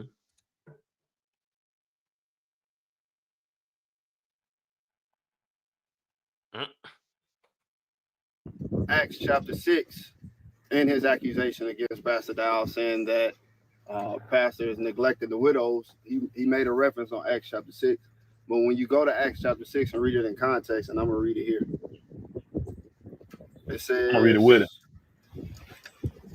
In those days, when the number of the disciples was multiplied, there arose murmuring of the Grecians against the Hebrews, because their widows were neglected in the daily ministration. It's funny when you go look up that word ministration, it actually says under the direction or giving orders under the direction of others. So in other words, these people were given instructions and orders from someone else above them. And we're going to see that actual application right here as we continue to read. Verse 2 says, then the 12, so the 12 disciples, the leaders at that time, called the multitude of disciples unto them and said, it is not reason that we should leave the word of Yah and serve tables. Wherefore, look you out among you 7 men of honest report, full of the Holy Spirit, wisdom, who we may appoint over this business. So in other words, the 12 disciples said that it ain't good for us to stop doing the work that we're doing in word and in prayer. We're going to need to appoint other people under us to look over the widows, to make sure that the widows are not being neglected in the daily administration. And that's exactly what happened. And I agree with that. Pastor Dowell shouldn't have to. See, that's the thing about it. You people expect more of Pastor Dowell than you're capable of producing yourself. You want Pastor Dowell to be at every place at every time, taking care of Melissa, right taking care of Sister Karen. Reiteration, the constant rebutting, saying everything that this man says out of his own mouth shows you the level of brainwashing. You know, when you're constantly regurgitating what somebody else is saying, rather than looking to what the word tells you, then you know for sure you're being brainwashed, you're being manipulated, and you're completely under that strong delusion. Because anybody in their right mind would question things, right? They would question if it should be properly in order, right? Now, my thing is this, right? Regardless on if this brother is a solid brother who's Yah-fearing, if he's Yah-fearing, then he will recognize the wickedness within Dowell, and he will question him about the wickedness that's being brought up. If he truly fears Yah, you understand what I'm saying? If he's more of a type of brother who wants, like, I guess, accolades or praise from another man, then he's going to fly under the radar. He's going to go with the flow of things. That's what he's going to do, because he's looking to appease another man. You understand what I'm saying? Or even if another man wants to give him, a good rapport. If he gets a good rapport, then what? But if he's a true Yah-fearing man, then there would be a sort of wedge or a separation there, because it's like, hey, what's going on with this? It's too much questioning coming from a Yah-fearing man. Too much questioning. Hey, they saying that you committed adultery with this. You know what I'm saying? Hey, they saying this and that and third. What's going on with this, and this? And any man like Dowell would separate himself from you because you're asking too many questions that he has to answer to. Come on. He ain't no Yah-fearing man, but he is a man who wants to be honorable amongst men. You understand what I'm saying? But fearing Yah, I'm going to have to draw back from that, because if you feared Yah, you would ask the tough questions. Let me say this, brother Ryan. I get what you. I'm with you on that too. I agree with that part. Now, I'm gonna throw McNabb a bone, because I think he did a good job of explaining what Acts chapter 6 is saying. Right? I understand from his mindset exactly what he feels like he's doing. And he feels like he fits the criteria of one of these men that should be able to handle this. That's fine, right? Let's go with that. I'm with you, McNabb, on this, okay? We're in 100% agreement. So who's the man that's been assigned over Sister Zakina? Who's the man that's been assigned over Sister Karen? Because she's in a whole nother state, 5-6 hours away, just her and her 3 children. Who is those, the men that actually talking about? Who is over her affairs? Who's taking care of that? Who's taking care of that? And who's taking care of Zakina? What brother is taking care of Zakina?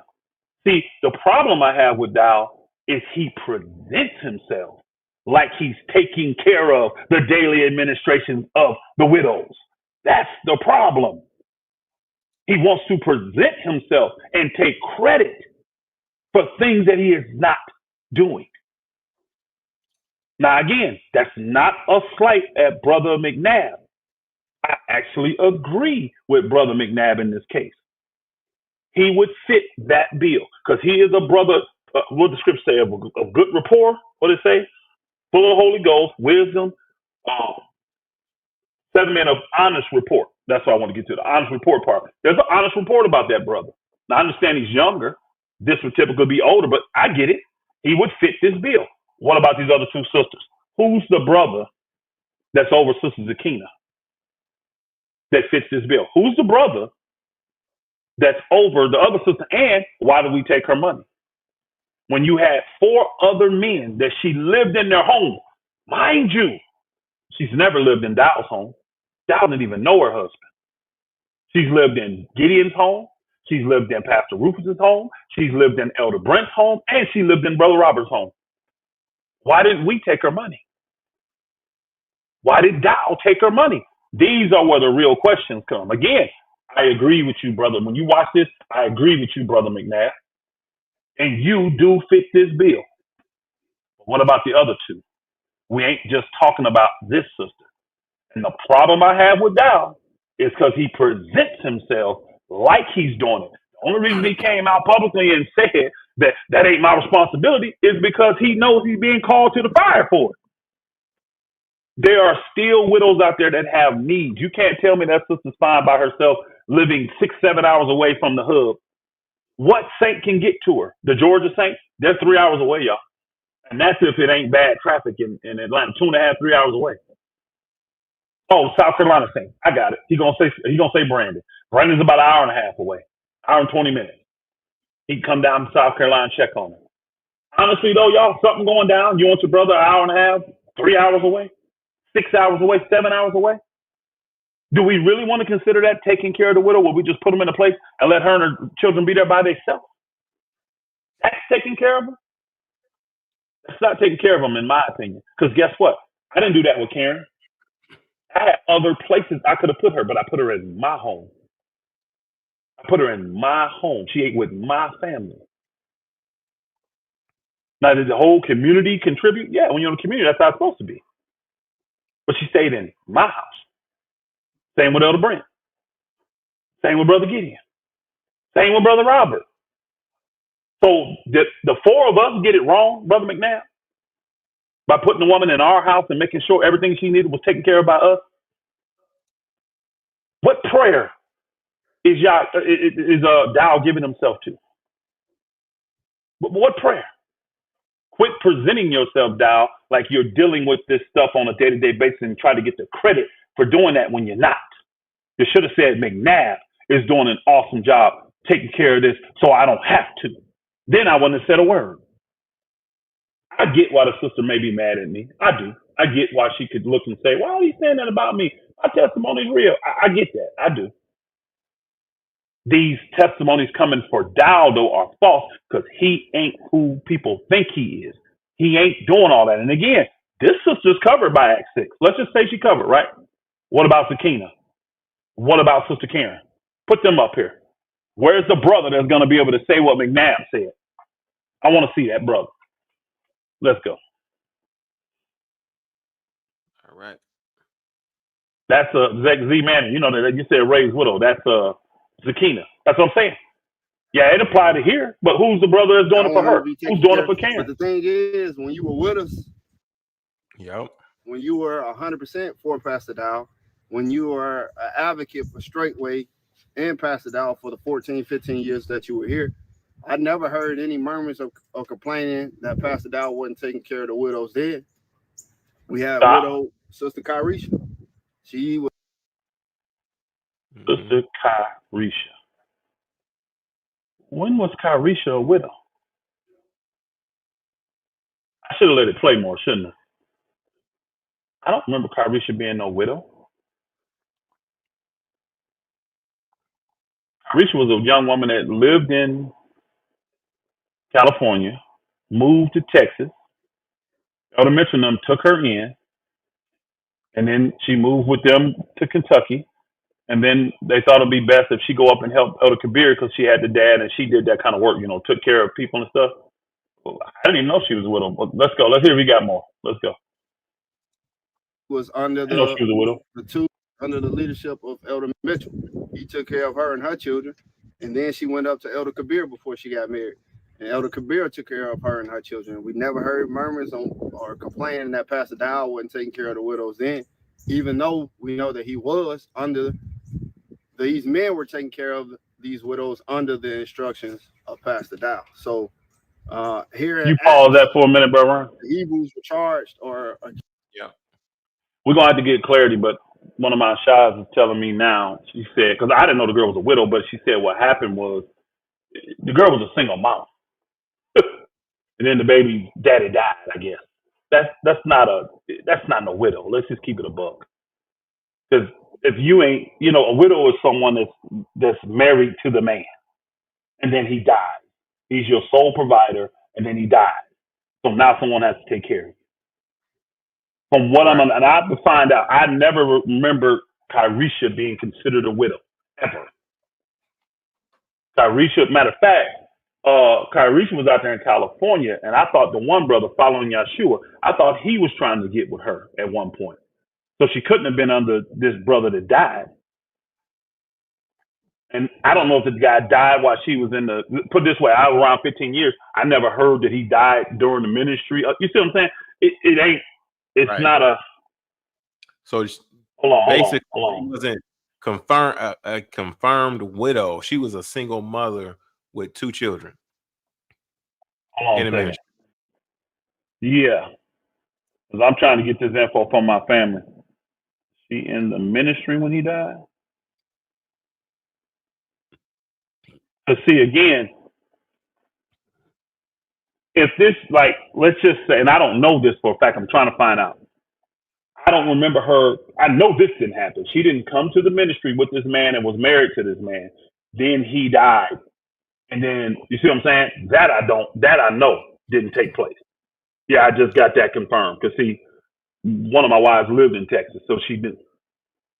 She said, I asked her, was she in the ministry when he died? She said, no. So this is a scenario where this woman was a widow before even coming to the ministry, apparently. But again, is she a widow? Was this man her husband or was he just a baby daddy? There's a difference, y'all. I'm sorry. There is a difference. Here's the thing. I'll give you a good example.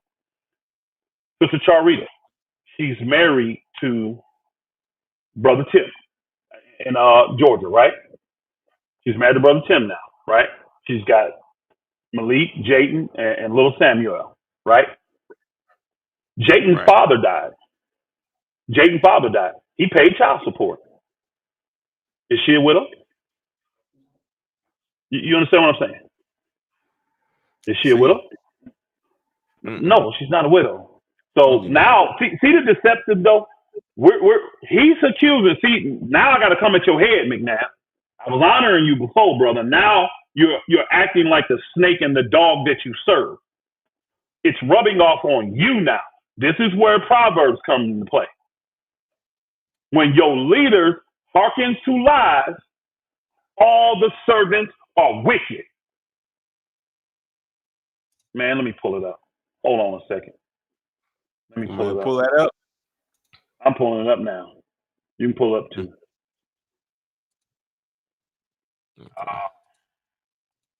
What's that chapter verse? 12.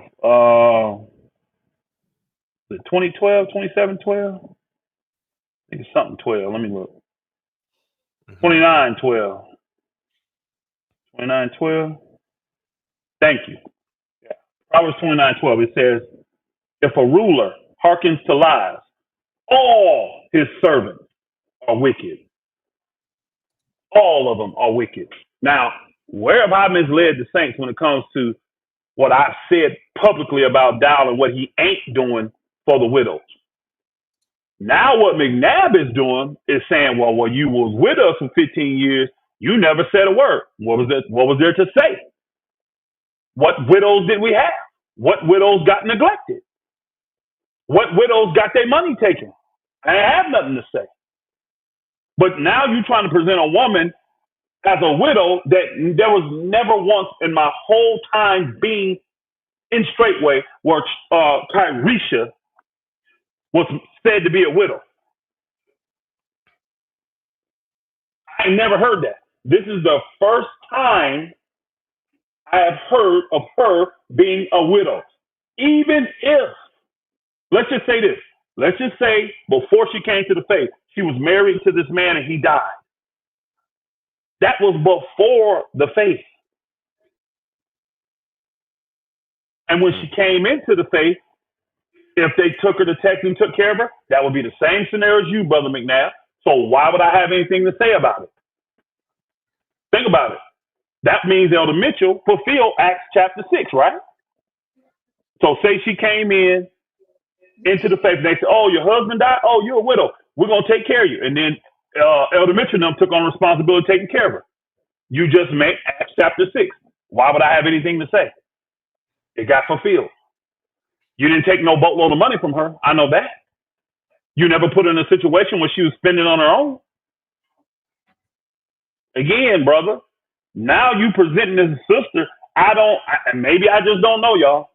I could have missed this thing the 15 years here. I don't remember one time, what's her name? Tyresha being presented to us as a widow. She might have been. Never was presented to me that way. So what would I have to talk about? But you putting it out there like this has happened and I didn't say a word about it. See, that's where the deception comes in at. Mm-hmm. He's saying all this time, now you only complaining. Now I'm complaining. I'm putting it out there because it's just facts. You know what, So McNabb? Here's an easy thing, McNabb. You can cut this and get it to him. Bring up Sister Zakina. Bring up Sister Zakina. And bring the brother that's assigned to her to take care of her daily administration, her daily needs, her daily instruction. Where's that brother? Since you Because are Brother in a Ray girl's was life. Yeah. Now, we didn't leave Melina. We didn't leave her living where she could have stayed in that house where they was at, right? She got her own money coming, all that. Why did she not stay? Why did she have to go and live with McNabb? And if she needed to do that, how about why is not Zakina living with someone? Why is she still living on her own? Why is Karen living on her own? Is the ministry providing these places for these women? And even if they were, where's the men to protect them? Where's the men to guide them and guide the children? Where they at? Where they at? Are they providing for themselves? I'm going to tell you right now, what Dowell will say, how he's providing for these women, is he will say he gave Karen a place to stay by putting her up in Straightway, Georgia. But I guarantee she paying everything. Then what he would say about Zakina, because remember he said it publicly how she works for them. Now what I heard, and I don't know this to be 100, so this ain't, I don't know. I heard she makes like $250 a week. That's $1,000 a month, y'all. Now if she makes more, put it out there. If she makes more, put it out there. But I know she shows up very early in the morning. And I know she leaves later in the evening, afternoon, after dinner. So let's just say 6 to 5. For $250 a week. And she's a chef. He would call that providing for her. I would call that less than minimum wage for a licensed chef. Everybody knows the Gino, they call her chef because she's a licensed chef. You don't pay a chef less than minimum wage. Oh, I took her out of the world. She ain't have to work out there for those people no more. $1,000. That's a lot of money. Da, da, da, da. Y'all already know. Let's just do it like this. You paying her $1,000 a month. Let's just say you giving her $1,500 a month. I know you ain't giving her $2,000. Let's just round it up to 15, y'all, right? Let's just say he's giving her $1,500 a month to come there every day and work on that land. If she need one car repair, where that money going? She got enough? Maybe they'll show me receipts that the brothers are fixing her car for. Because guess what? You didn't provide the car for her. You didn't give her, when she needed a car, y'all didn't give her a car. We gave her a car. Elder Brent gave her a car. I was just keeping a buck now. Since y'all want to start putting this shit out there now, let's do it. Let's do it. Let's do it. You didn't even give her a car. Elder Brent did. Now, if you're making $1,500 a month and you got a major repair on your vehicle, how you gonna take care of that? Shoot, you probably can't even afford tires. Think about it. Can you pay $500, $600, $700 for tires? On $1,500 a month, you got rent, you got food, you got transportation back and forth every day to Straightway. You got your own bills. If you got a place, you got rent and utility bills, right? May just be water and gas, something like that. I mean, water and light. How do you afford it? You got receipts showing you took care of all of their needs when it came to that kind of stuff? Put Zakina up here and let her testify. Put Karen up here. Because I want to see the men, like McNabb brought up Act 6, right? Show me the men that have been assigned that are of an honest report, full of the Holy Spirit, that are taking care of these women so Dowell don't have to. I want to see who they are. Oh, I love Sister Kyrie. She's a sweet sister. She is. She is. I just don't know the background. I didn't know that sister. Now, again, I'm around since 2011, so 15 years. I didn't know that sister was a widow. I didn't know she was. I'm hearing she was married and her husband died, but this is before coming to the faith. Okay, now, Z Manning saying that Dowell said he gives her $500 a week. $500 a week is what Dowell said in the video. Ray never spoke on it. I fixed Ray. She donated it to the hub. One of the bros gave her a Cadillac. Elder Brent did. That came from Elder Brent.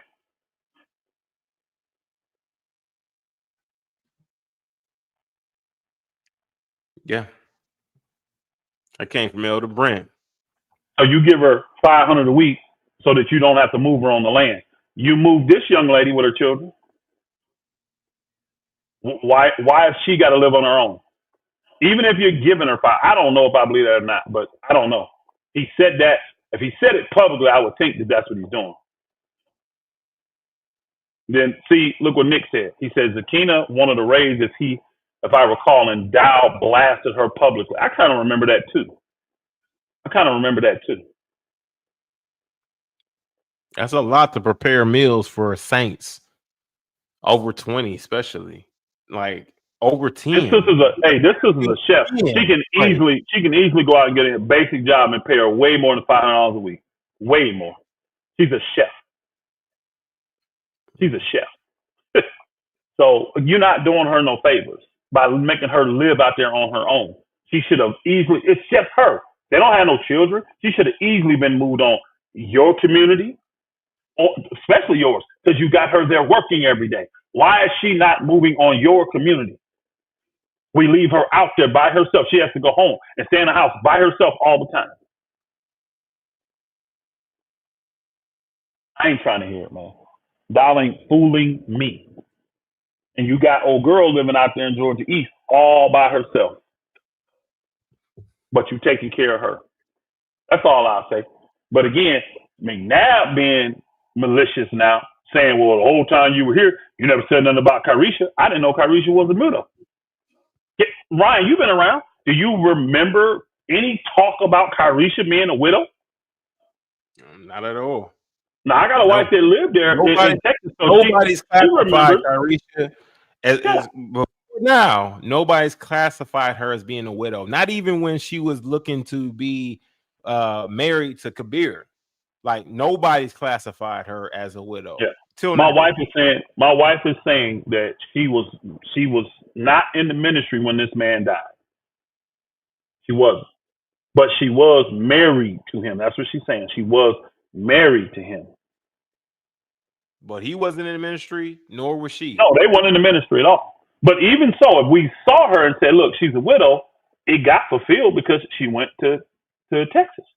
And Elder Mitchell took her in. Yeah. But again, Dowell ain't never put nothing out there about I'm taking care of the widows with her. He never once had a conversation with me about Carisha being a widow. So I didn't even know. Now that's something. I didn't know the girl was a widow. Maybe I did at one point way back when she came and I forgot, but I don't remember her being a widow. She was not spoken about as widows. There's definitely been women as widows in the ministry. She was not one spoken as such. She never claimed to be a widow back in 2018. I spoke to her directly and she told me her story. So wow. She never claimed to be a widow. Okay, now my wife is saying, hold on, my wife is saying that she spoke about it. I guess she appeared on Sister to Sister one time, and she spoke about that then, and Dowell talked about it as well. Again, I just don't remember it. I don't remember her being in the category. I guess she's saying that. Well, that would make, if you're married to someone and that person dies while you're married to them, you're automatically a widow. But again, in or out of faith, you are. But again, it fits. Why would I speak about that if she's taken care of? If she was taken from California as a widow, moved to Texas with Elder Mitchell and they took care of her, why would I have anything to say about that? She's taken care of. Her daily administration is being handled. I have nothing to say. She's not being left out in California to fend on her own. You see what I'm saying? So what's the talk about? You're presenting it like I'm being malicious now, like I'm not being consistent. This is where the wickedness comes in. Rewind that a little bit and let us hear that part clearly, if you don't mind. When he said, hey, you just go back a little bit. Okay. Let's hear it. So here in Acts, the Hebrews were charged or accused of not taking care of the widows. What did the 12 disciples do? They went out and they appointed 7 men of honest report to look over the widows. And we see the same thing mentioned in 1 Timothy. 1 Timothy chapter 5. You can read from verse 1 all the way to verse 16, and it's talking about dealings with the widow. I'm going to just read a couple of verses. Verse 3 says, honor the widows that are widows indeed, meaning that these are widows that have nobody to take care of them. We do have widows indeed. Sister Sakina, her husband passed away. She had nobody. She didn't have a brother. Hold on, wait. So did I rewind it back far enough? Or did I not go back far enough?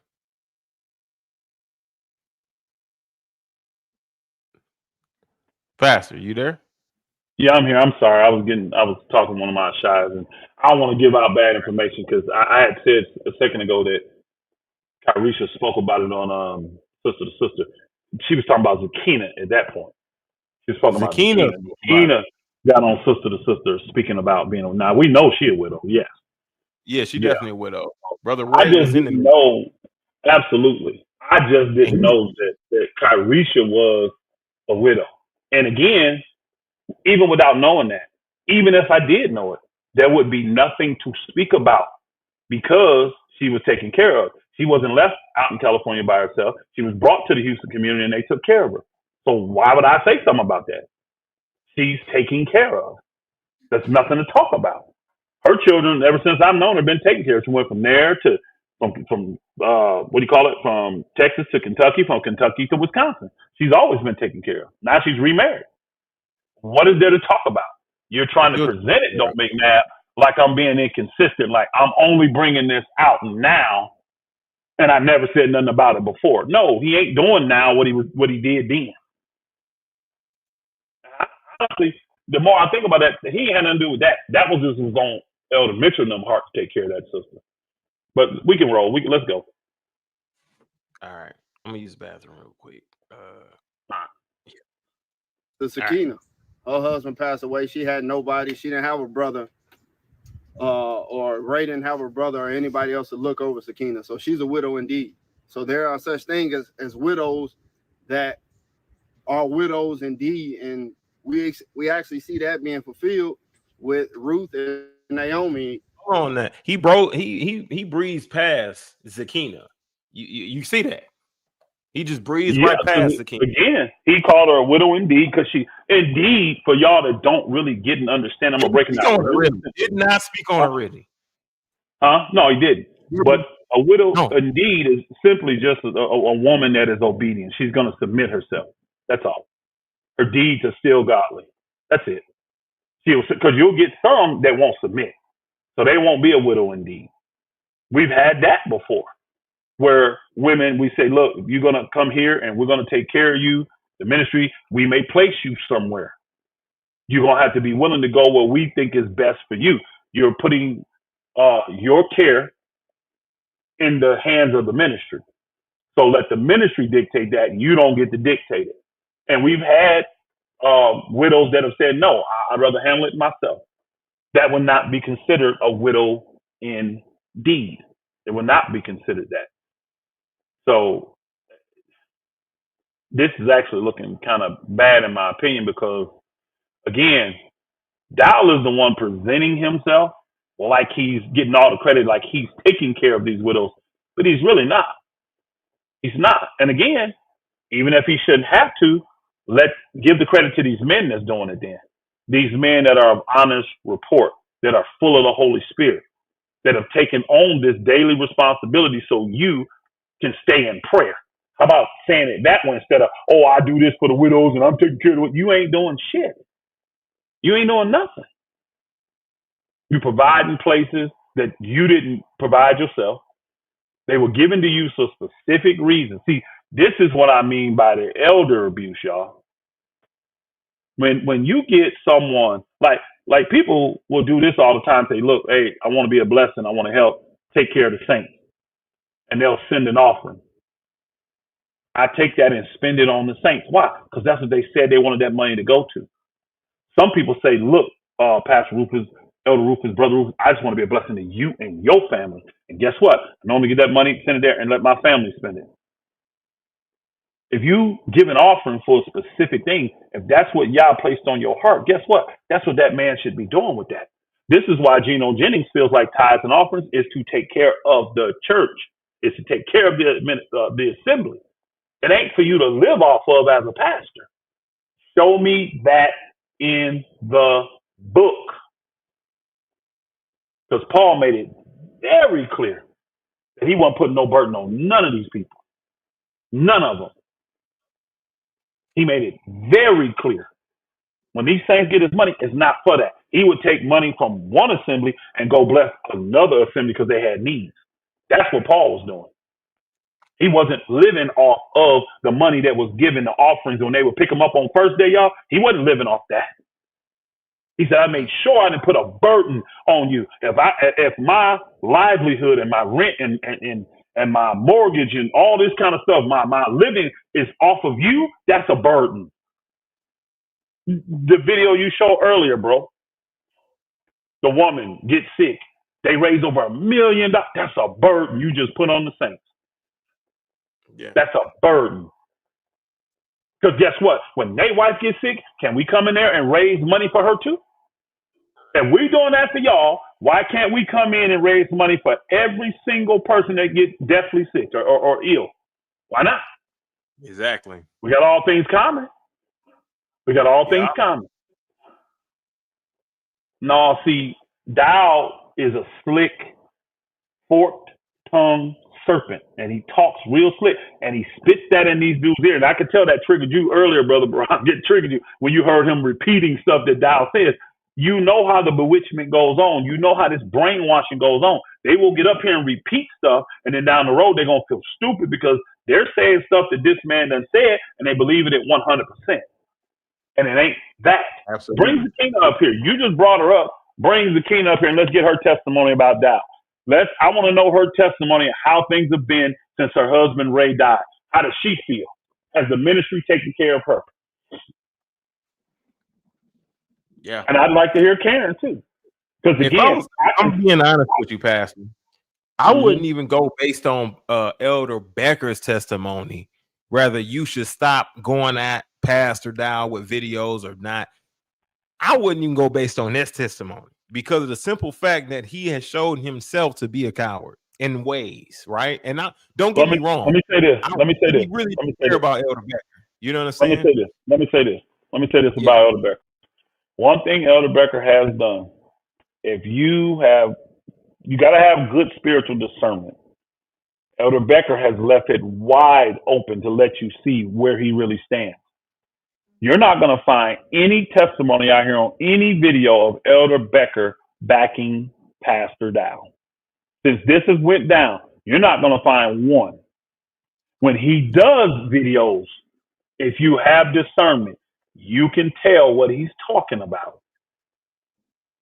He's addressing an issue that's in Israel, or he's addressing a spirit. But again, where is that being generated from? Again, show me the video. I'm still waiting, y'all. Somebody show me a video where Elder Becker has actually came out in support.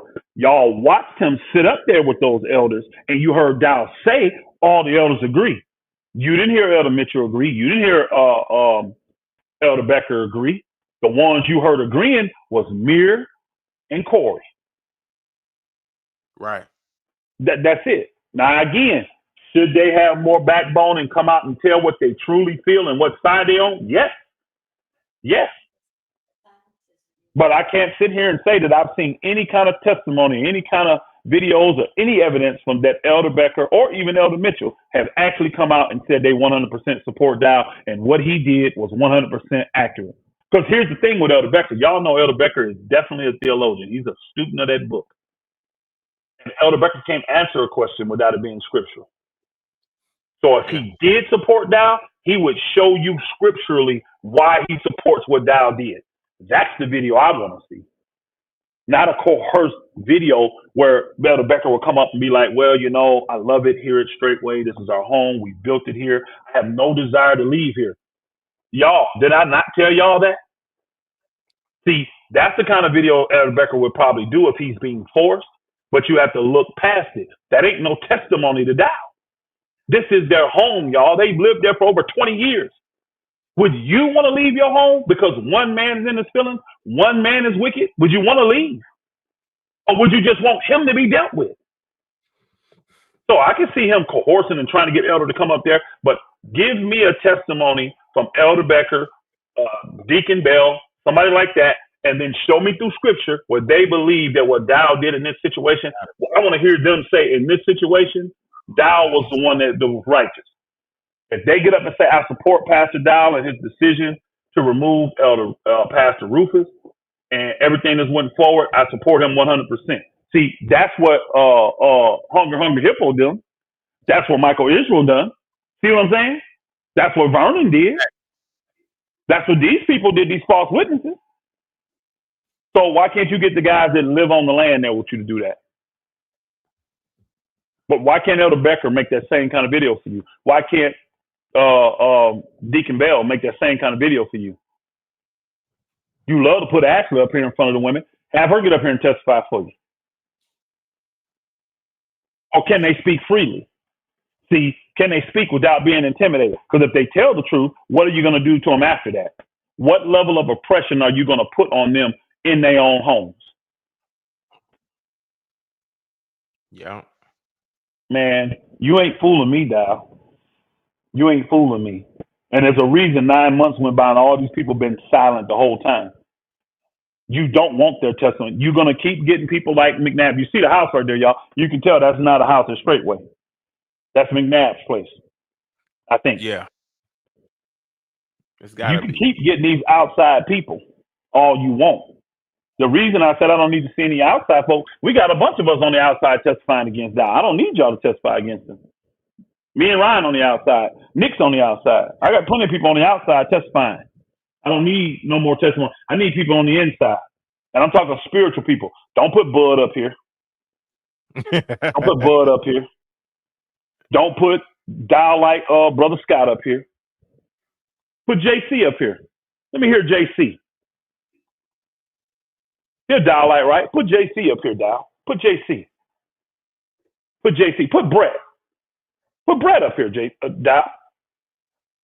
Put Elder Becker. Put Deacon Bell. Put them up here. Yeah. Why are these people not being brought to the forefront? Think about this, y'all. And I call these people names because I know y'all know all of those people. Those are people y'all know. Why is it that Bud is the only one from Straightway that is giving a testimony for this man?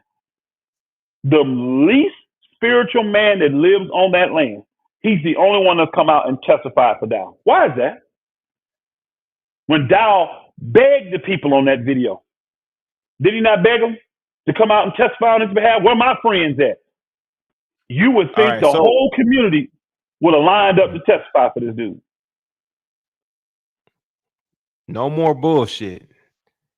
Bud, Scott, JC, Israel, and Ariel just made a video. It's gonna be good. Share the videos. It's gonna be good. No more bullshit. Share the video, please. Share a link. Now the one I really wanted to see was JC, because I know Bud and Scott. How can we find that? But I want to see it. I want to hear what JC got to say, because I know Bud and Scott are dialects. I know they are. And Israel, of course. I mean, Israel and Ariel. I ain't too concerned about what they're gonna say. He said it's on Pastor Dowell's channel. Let's play it and let's see what JC says. I'll be very interested to see what he says. All right, I'm gonna leave this one up for now. I'm gonna go to Pastor Dowell's channel. Listen, I'll still Now we cooking. Now we cooking. Because see, another reason I want people to put stuff out there so I can call them out publicly for stuff I know they know. This was what I've been waiting on. Glory to the King. See, once they get up there and open their mouths, now you can be called to the fire. Now you can be called out. All right. Lions Den, they just came on. I didn't even realize they was on. All right. Ain't nobody worried about them. Okay, so it's the Kitty Den. The Kitty Den came on. Yeah, again. Hey, maybe he gonna force everybody to testify. I want to see what you notice he ain't got Deacon Bell yet. He ain't got the leaders. Where the leaders at? But that's fine. Let's do it. I want to hear what they say. I really do. Silence is acquiescence under the law. Silence is acquiescence. So silence is saying a hell of a lot.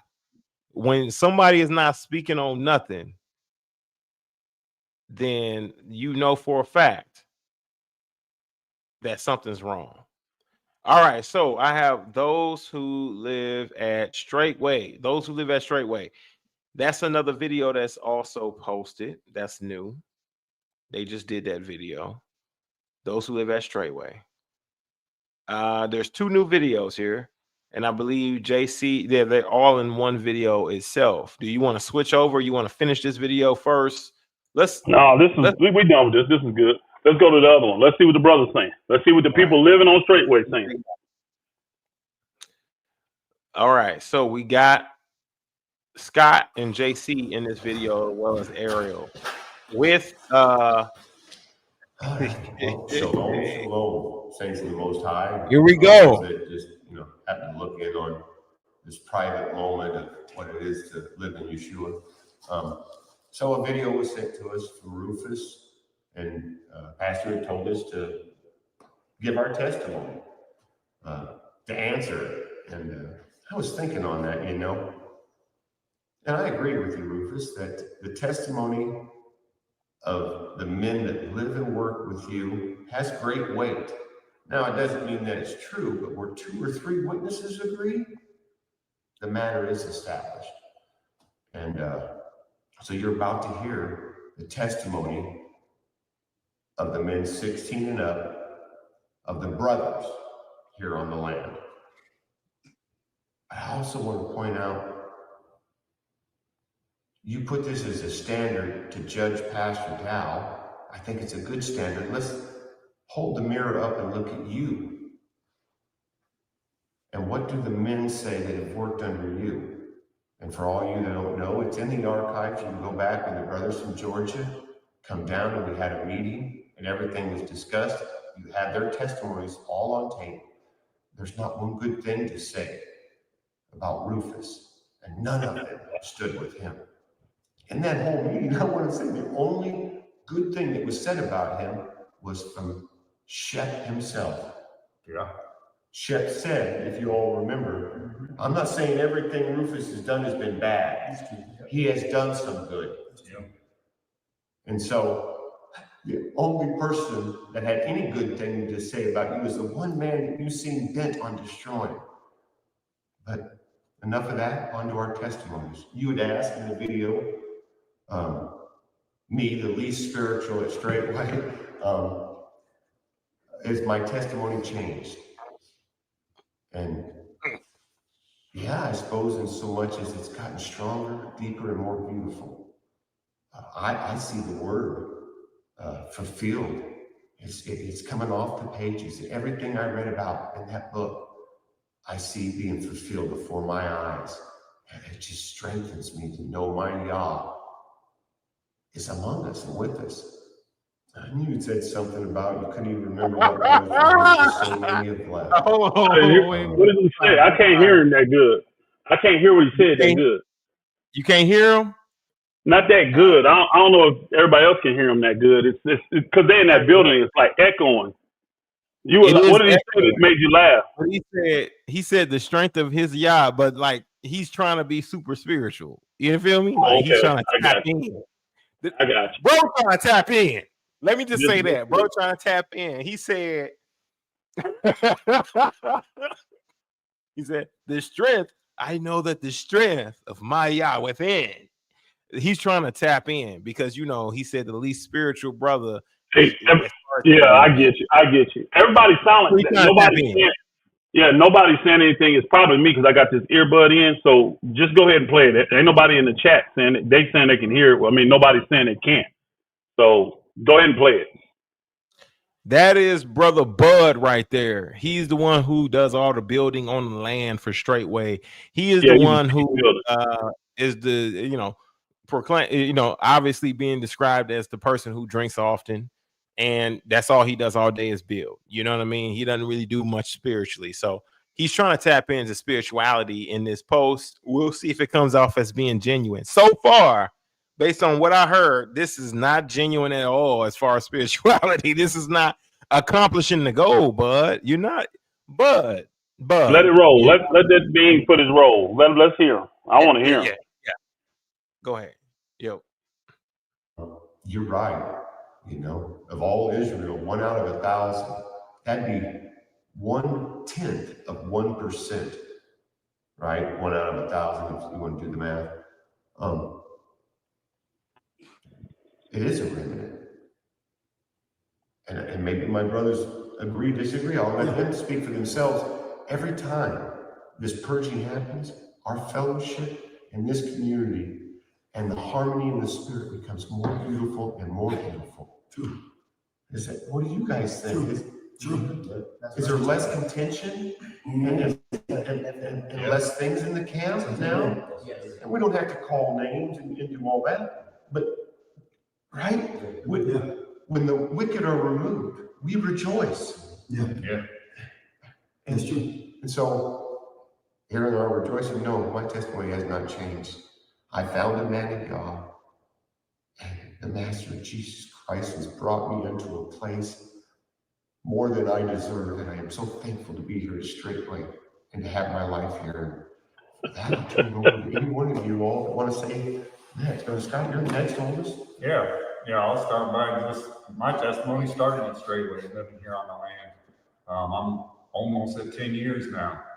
And like I was telling brothers this morning, we've spent good 8 of those years building things for the saints. It's been nothing but a joy the entire time. I started off building the playground for the children. And the one that was at my side doing that was Pastor Dowell. And we built a deck for the saints off the dining hall. We were working on an extension on the dining hall.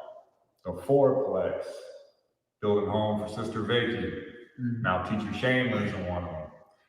Deacon Bell, I think when you arrived, you were helping frame up Deacon Bell's house. Yes, sir. And we had the new chicken coop, a new goat pen. We had the storage buildings. And then we had the big one, the new tabernacle. And building the new tabernacle. And all these many years, not only on this land, but at other communities, we've been building for the saints. And most of them have been blessed that live on this land, according to labors led by Pastor and most of the brothers you see sitting here, been working, doing this for the saints. And now after those 8 years that I've experienced, these last couple of years, I've finally had a chance to be able to do something for Pastor. And that's build him this house right here and be a part of being able to give back and bless him for all his labors, his 30 years he's put in for the saints and building on other communities. And now we finally have a chance to give back to him. Yeah. So you want to see how we feel about Pastor Dowell? Just look around. Yeah. This is how we feel about it. You all have been here and have helped out and have given your monetary to help bless the man of God. We thank you. Because we're here, boots on the ground every day, giving everything we have, serving Jesus to bless the man of God he's given us in front of us. So that's my starting off testimony with everything. I'll turn it to JC next. No, I totally agree. I mean, when you look at everything, a laborer is worthy of his hire. And the man of God has been laboring in the vineyard, so he's receiving. The honor that you receive isn't dictated by what that old man testimony is about himself. It's about other men's just praising him. So everybody else, people may be envious, like he spoke about in the video earlier, which now turns to jealousy, the rage of a man. So people look at this reward that he's receiving in this life, and they try to judge what he's receiving off of Israel, but we're dictating what we give him and what he receives because of the love that we have for him. If you love a little, you're going to receive a little. Now, one of the big things that I want to testify about being here, living here, because it's the best life I've ever experienced. I never want to go anywhere else. If I ever get put out, I'm outside that gate crying and repenting, begging to be back with my girls because I love my family. I'll be about to cry right now just thinking about y'all. But when it comes down to, I want to testify that don't get talked about enough for sure is we know all that he's poured into his labors, what he does spiritually, but I think one big, huge key part about him is his selflessness. When you look at the message he just talked about this Shabbat, talking about Jethro, going among Jethro, teaching Moses to, hey, let some of this burden be off of you. A lot of people actually try to speak this to Shep Shane about, he didn't physically show you how to do that. He wasn't there to show you. No, guess what? He's not omnipresent. He's not always, Shep did not physically teach me how to lay block. Shep did not physically come to me and spend personal time casting the devil out of me. But guess what? This is what the Messiah talks about when he says, even greater work shall be done. When you are a man that is leading over the people, he talked about the testimony of his wife being about to die.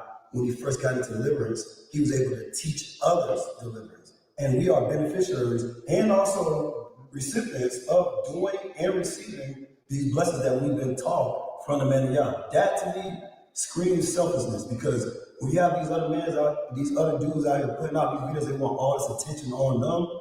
Shep never has lived this life like that. Every single step of his life, he's always trying to teach, always trying to point someone else. So now he's at the point which represents a good leader to where the people, us here, need him less. So if you're assuming that we have grievances because we have less intimate time with him, because he did say that in Shabbat sermon. Two, that is the goal that we always want him to be. When we first came in, he was boots on the ground everywhere. Now you have the testimony of him getting it poured back. Not He said, I bet his house got plumbing. I bet his house got plumbing. I'm trying to, because it's such an echo. I'm trying to read, and it's going so fast. I'm having a hard time reading it fast enough. But I thought I heard him say something about, he was trying to talk about his selflessness, but it was saying selfishness, but it was saying selflessness. So And what he's saying is he admitted that Dowell didn't teach him a lot of stuff, but it came to him. I heard him say that, though. He didn't teach me how to lay block. He didn't teach me this, but because of what he's done, it allowed him to do that. And if I'm hearing him right, he's testifying about, like, I heard him say something about if he ever got put outside the gate, that he want to be back with his brethren, right? He wouldn't want that. He wouldn't want to be put outside the gate. He said he loves it that straightway. Yeah, but he said he would want to be. If we look in hindsight, right, and if I'm looking into what he's saying, he's not saying much. He's saying enough to where he can be able to be sure he can stay in the position that he's in, because you know shit could happen. If you say something wrong, then you know your ass is on the chopping block. Now he's saying enough where his asses won't be on the chopping block, but he's let me say this enough. Let me say this. So far, now besides Bud repeating what Dowell was saying and saying that you know that the only thing positive said about me in that meeting was said by Dowell. Everybody know that's Dowell's speech, and that's a lie. Because other brothers have said, Miliano didn't say nothing negative. Even Caleb said some good stuff about me. So again, Tim, I remember what he said, and they don't want to put that on there. But I don't actually. Here's the thing, y'all. I don't disagree that these brothers that you're looking at here love each other and love living with each other. I don't. See, if you notice, I never actually attacked the saints of Straightway. I know people's experience when they experience the saints is a loving. Let's go back to remember when Georgia did their video when they came and stayed at Straightway a week and worked for Dowell, and everybody gave their little testimonies of all that, and then even Alabama did one. Remember? I didn't refute none of what those people were saying. Their experiences there at Straightway with those people that live there, that's going to be great. But the problem I have with these people is they want to give all this credit to Dowell and ignore the evil that he's doing. They want to give him the credit. For, like, I thought I listened to him real close. He talked about if I get put outside the gate, I'll be begging to get back in here to be with my brother. Right? I believe these 5 brothers love each other, love working together, love that. I believe they get along great. I do. But the problem I have is, and I don't have a problem with them acknowledging Dowell in areas that he should be acknowledged in. The problem I have is when you give him credit for things that he hasn't done, and when you ignore the evil that he does.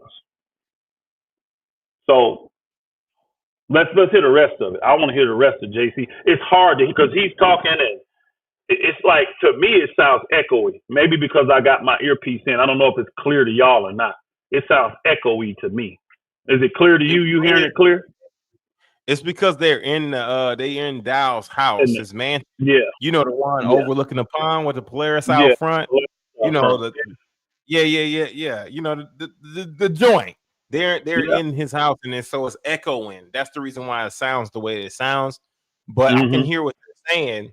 All right, cool. As long as y'all can hear it, I'm good. As long as y'all can hear it, I'm good. So, chat, y'all let me know, man. Let me know if this sounds just fine or if it sounds echoey. Say, drop a ram if you're a man, you know, a righteous alpha man. Drop that ram in the chat, or drop a sheep in the chat if you're the elevated woman who's inspirational. Let us know if it's good, if you guys can hear it okay. I see what no more BS said. He said, Dowell said y'all gonna call it testimony lies. I'm not saying any of these brothers are lying.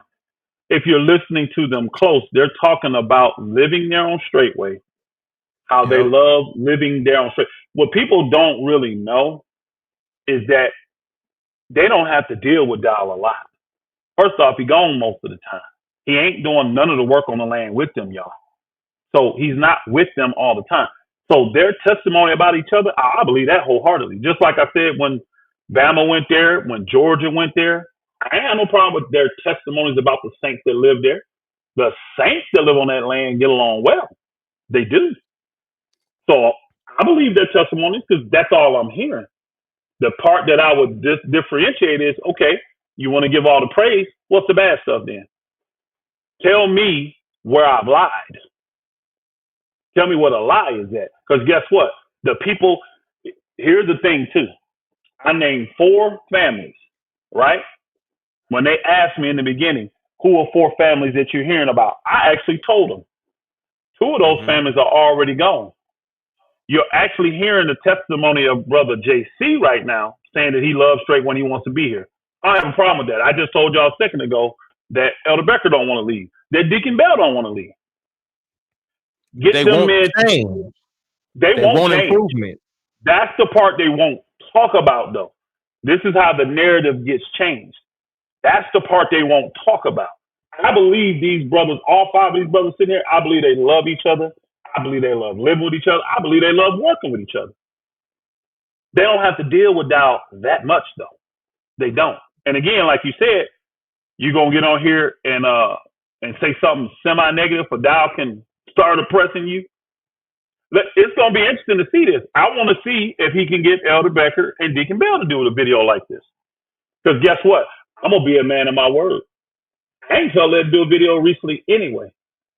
So if they can get all up here and all the Straightway get up here now, they get all these men come up here and all these men testify that they love being there and die. This is what I want to hear.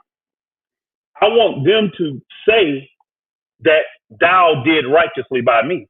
You're not hearing none of that. They're just testifying to their love for their brethren there. And I don't have any issue with that at all. I believe that's true. I do.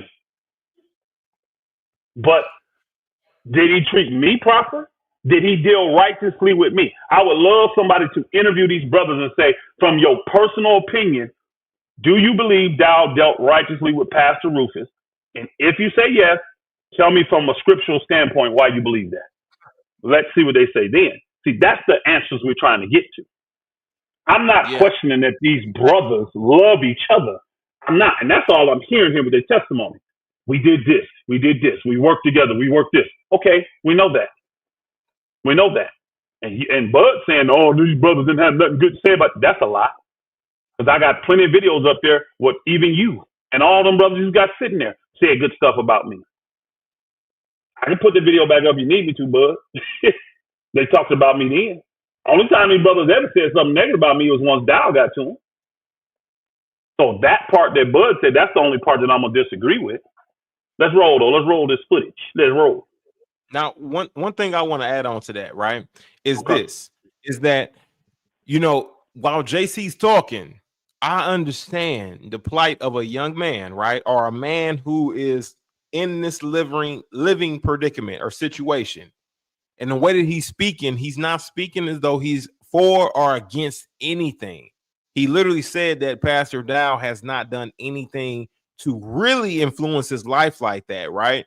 But however, he's saying that he can't be omnipresent. Now, that ain't saying nothing. You understand what I'm saying? What I'm getting from that message is Dowell has not really poured into this man, and he's given him an excuse of omnipresence because of the simple fact he's on camera. He's been requested to speak on this topic and matter by Bud, by Scott, by Dowell. Now he's living on the land. He has to speak. He has no other choice but to say something. And if he don't say something that will appease to these individuals, then they have the rule over his life to be able to disconnect everything, to make him a vagabond, to make him to where he's wondering, is figuring out what he should do next. He's already cut off his natural family. He's already done all kinds of different things that Dowell asked and requested for him to do, demanded for him to do, even though that Dowell won't do it himself. He won't even cut off the natural family. He won't even cut off the natural family of his wives, but he's requesting and demanding that from the people that he is overseeing, he ruling over. You understand what I'm saying? He's demanding that you cut off your family, but he won't even do it for himself. So this is what I'm hearing. Yeah, this is what I'm hearing. I'm hearing the rhetoric. Yeah. Now, no more BS. No more BS said He said, all the brothers love you, Elder Rufus. He said, they told me all the time themselves. He said, especially JC. He was always singing your praise. See, that's how you ask a proper question, though. Before all this went down, tell me what your thoughts about Pastor Rufus, Elder Rufus, Brother Rufus was. See, everybody's been tainted now because you've been listening to Dowell. These brothers can't say, I tainted them. You know why? The only videos they probably seen was the one that Dowell brought them and told them, hey, this man saying this about y'all. You see what I'm saying? They ain't watching our videos. So that they tainted, they're not tainted by me or you, Ryan, or Nick or anybody like that. They tainted by what Dowell putting before them. Ask any man in this ministry before all this went down, what was your testimony about Pastor Rufus? And then why did it change? Because that's the questions that should be asked. That's how you can get to the brass task and see what's really going on in a man's heart. You know what? Those questions should be asked before not only yourself, but Pastor Dowell. Dowell should be present. You should be present, and they all should be present to be able to give that testimony. You know, Dowell is not coming before these people. He is not coming before these people. Because you're telling the truth. People don't understand. JC has always called me dad from day one. He's always called me dad. His inspiration to go do electrical. He called me for that. Yeah. I was dad to him. I've always been dad. Always. Him and his wife. I've always been a dad to him. Even when I was just brother and he was living down in Florida at 20 years old going to school. Because he was the one that called me and said, man, in school, I don't know what to do, blah, blah, blah. I'm like, brother, you got to have something you're interested in. I love electrical. I said, hey, and my statement to him was what? Somebody got to replace Elder Becker one day. Look where he at now. Done replaced Elder Becker. So he got the good counsel. He's all same with Brett when he was down there in Florida. All these dudes, Scott, Bud, all these people had good testimonies about me until this happened. Until. Even all the brothers in Georgia had great testimonies about me until this happened. If not, where the videos at? Where the videos at? Where the videos at? Again, I don't refute, so far, we're only 9 minutes in, I don't refute nothing that these, besides what Bud lied in the beginning on, I don't refute nothing that these brothers have said, because again, all they're doing is testifying to how much they love being there at Straightway and living there. I don't have no problem with that. They get to work free. They ain't the ones that's being oppressed. See, you didn't hear me say Ariel was oppressed. You didn't hear me even say Bud was oppressed. You didn't hear me say Israel was oppressed. You didn't hear me say that. You didn't hear me say Scott felt oppressed. I know Scott's a Dowell. Now, I did say, because one of the information got to me was JC.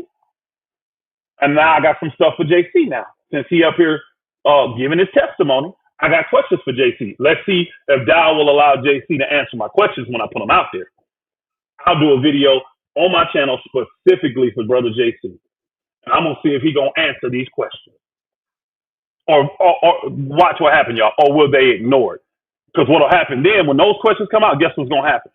Well, you know what? We've already addressed it. He said that everybody here is oppressed. You heard from the brothers. You heard from all the people. It's over with now. Well, good. If it's over, I shouldn't hear nothing from them no more. They shouldn't bring my name up ever again. If he runs these saints out here to testify how great it is, he run the women out there to testify how great. I'm gonna tell you that I can't wait to see him run Elder Becker and Deacon Bell out here. Them the two I really want to see, and their wives. Run the leadership out here. Run the leadership, the ones that get to see behind the curtains. I want to see that. But again, I'll be a man of my word. He gets all of them to get up here, no matter what. If he coerce or whatever, he get them all. I won't make more videos about it. I think the damage is already done for Dowell anyway. I don't think I got to make more videos about it. But you always welcome on a Warsheep podcast. You know, again, no. I don't even, brother. I will keep my word, because at the end of the day, I'm gonna be a man of my word. If these people will do that, because again, another reason so people can get an understanding of what's spiritually going on. These people, I know there's been plenty of people on that land praying to the Most High Yah to judge Straightway, right? I know this. I know that there are people that feel oppressed on that land and want Dowell to be dealt with. I know this. No problem. If they'll get up here and testify, again, you think they're testifying to y'all? Are they testifying to you all that's listening, or are they testifying before Yah? I just want their words before Yah. Dude, I want their words before Yah. And again, you got to listen to these brothers close. All they're talking about mainly is how they love being there. They love being there. They love living here. They love their life. That's all they're saying. I ain't got a problem with that. I agree with that. I have no problem with that. Let's go. All right. I invested into a bag of holes. So I'm actually glad I got with a badge of honor. I'm very thankful to be with my brothers today, who I got, and faithful that is still here enduring. Because it's going to be a place prepared in the wilderness. I don't want to see or hear people want to try to come back to a place that's going to be prepared, because every time the promised land was prepared, we had to do something about it. There was a land flowing with milk and honey, but we had to come over there and build. Now we're building houses, planting vineyard, casting out devils, healing the sick, keeping the statutes, commandments, keeping the Shabbat. And now we got these places already prepared that y'all is going to have us go to in the time you see how bad the places are getting and how the world is getting. This is a place that he is prepared for us. I'm really thankful to already be living this life, rehearsing before the King comes. That's what it's all about. And that's my testimony about being here. I became a better man. I'm a way better husband. I'm a way better brother. And I have a way stronger relationship with the Messiah, which all glory to the King, because all Pastor Dowell is doing is being a willing vessel, and we all beneficiaries off of one man's righteousness. And that's my testimony. I agree wholeheartedly with that testimony. I find that testimony within myself. Yes, I agree. Eric? Bless y'all. So my testimony, I originally came to Straightway at like 2012 during God's. We ended up, my family staying for about like. Now, yo, just background information. This is Ariel. This is the son of Eric Gonzalez. Gonzalez or Martinez? Either way. Gonzalez. This is the son of Eric Gonzalez, y'all. So this is the man, this is the son that passed, that Dowell took from Eric Gonzalez. He took his wife from Eric Gonzalez. This is the son of Nelly. You understand what I'm saying? So the son of Nelly and Eric Gonzalez, Pastor Dowell took him on as a son and sold off his sister to Mitchell, Elder Mitchell. So this is him who's speaking. He has a brother. His brother is not living on is the brother living on the land? No, well? he don't live on the land, but I think he comes to service now. They both had left for a period of time, a few years. All three of the young brothers left. Him, Gabriel, Ariel. That's Ariel there you're seeing. Gabriel is the younger brother. And then Elias, that's Teacher Shane's son, or Teacher Shane's ex-wife's son. They all were, the young brothers on the land at the time. And all of them left together. Mm-hmm. Now, Ariel's moved back on the land. I think he'd been there like a year or so, if I'm mistaken. Okay. Gabriel got married. So he didn't move back on the land, but I think he goes to service. I think he still goes to service, because I know for a while he started coming back for service. Elias has stayed away. He has not come back. He's the one that grew up on the land. Elias has been there, I think, since he was like 3-4 years old. So he grew up in Straightway, but he did not come back. That's and Elias is son? Elias is Teacher Shane used to be married to a woman named Melissa. Okay. That's her son. It wasn't Teacher Shane's natural son, but he raised him, being there and everything. So Elias is her son. But they got there, Alyssa. It was her, Elias. He might have been older. Yeah, he's older than that, because it was Elias, Sky, his younger sister, and then Maisie was his youngest sister. And then she did have one child with Teacher Shane. Her name was Fifi. So she was much younger than the rest of them. But she came with those 3 children. And then he married her with those 3 children. Yeah, and none of them are on the land anymore. Yeah. Mm. Okay. Matter of fact, one of them, the youngest girl is the one, for y'all that have listened to the what do you call that thing? The Sports Illustrated stuff. She's giving her testimony about Straightway in that Sports Illustrated thing. She's that anonymous person that lived on the land. That's who that is. Curious as to why Ariel came back to the land. You think he might have been struggling a little bit in the adulthood of things? I didn't talk to him about that. I know I talked to him a few things, but never about why he came back. I do believe Elder Mitchell talked to him about that, so we'll see. Maybe it'll come out through Elder Mitchell. Because I think Elder Mitchell, again, he's close to the family. He's married his sister. You see what I'm saying? He was close. So they had like conversations before they left, after they left, and then right before he came back. So I think Elder Mitchell's been in contact with him the whole time. So he would probably be a better one to ask about that. Hallelujah. All right. Well, you know, Elder Mitchell, you're gonna have to come out here and you're gonna have to hit the ground running. You're gonna have to get to repenting. You're gonna have to get the, I don't know if he made this separation yet, but my thing is this, right? He got some things to repent for himself. Not only abandoning you, but allowing wickedness to go by without even checking it, without making a decision sooner. You know what I'm saying? I'm glad he making a decision to vote with his feet on the side of righteousness. Mm-hmm. But he got a lot of repenting to do, just like you. It's the same standard, just like all of us. I believe that he should take the same approach that you took, as to where you're fixing the things that the individuals that were saying the truth. You're fixing. He can't do that, brother. He can't do that though. You talking about Dowell, right? No, I'm talking about Mitchell. Oh, okay. Yeah, he can do that. I was gonna say Dowell ain't gonna do that because Dowell would have to admit that he did something wrong, which he ain't gonna do. Yeah, I'm sure whatever happens with Mitchell and whatever comes out whenever, I'm sure he will. I'm sure he'll make things right.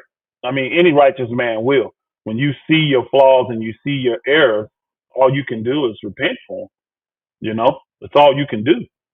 So doesn't mean you don't love Yah anymore. You just thank the Father that he brought you to a higher level of holiness and you got greater understanding and the knowledge of his truth. So thank you, Father, for showing it to me. I don't have to be blind in this area no more. Glory to the King. That's facts. All right, we're going to get back to playing this. Hallelujah. Well, I stayed for about 8 years, and during that 8 years, even though at the time I wasn't living really for Yah, I was kind of just with my mom, I still learned a lot from Pastor and brothers, how to build and basically be a man. And even though at the time I didn't appreciate it, it did impart a lot into me. I realize that now that back then Pastor was very long-suffering because I was very wicked back then. Like I just wanted to live for the flesh. I didn't care really about what anybody else, about Yah, Jesus, the brothers, really like that. But, after I left, I went into the world, got my stripes. And when I was out there, Jesus, he showed me a way, out from all the hell. And that was listening to Pastor again. And listening to Pastor, I was able to hear his words and hear what he was truly trying to say. I was hearing the word when he would speak, and I could understand it. I finally then had my eyes open and my ears open. And after that, I started to fellowship again at Straightway. It was kind of like, to me, like almost like a resort because of how peaceful it was, because being out in the world, just having all that constant like stress and just hell. I couldn't wait to get here every 6th day in Shabbat. And then after Pastor told me, to basically give me an opportunity to come back and serve the saints. And I took the opportunity, and ever since I've been back, I've seen a big growth in myself spiritually. My relationship with Yeshua, like, really skyrocketed. I've learned how to build under Brother Bud, under Brother Scott, under JC. Learn how to hunt even more so. But not under Dowell, who's supposed to be a stepdaddy, or who's supposed to be his dad. Yeah, but they will give credit to Dowell because Dowell didn't teach Bud how to build. He didn't really teach these men how to build because, like, whoever the head builder is, that's the one that's really doing the majority of the teaching. You know what I'm saying? Now, I think Scott and maybe even JC learn how to. No, JC was the one that said Dowell didn't teach him how to do block, right? He just said that Dowell didn't teach him how to do block. But like Dowell might have taught some brothers there how to do block. But honestly, like you had, from my tenure, you had Jamie was the first guy that was the head builder there, right? Then you went to Brother James, the bigger guy that plays the guitar. He was the head builder there. Then when that thing blew up, that's when Bud came in. But before all of that, Elder Becker was the head builder at Straightway.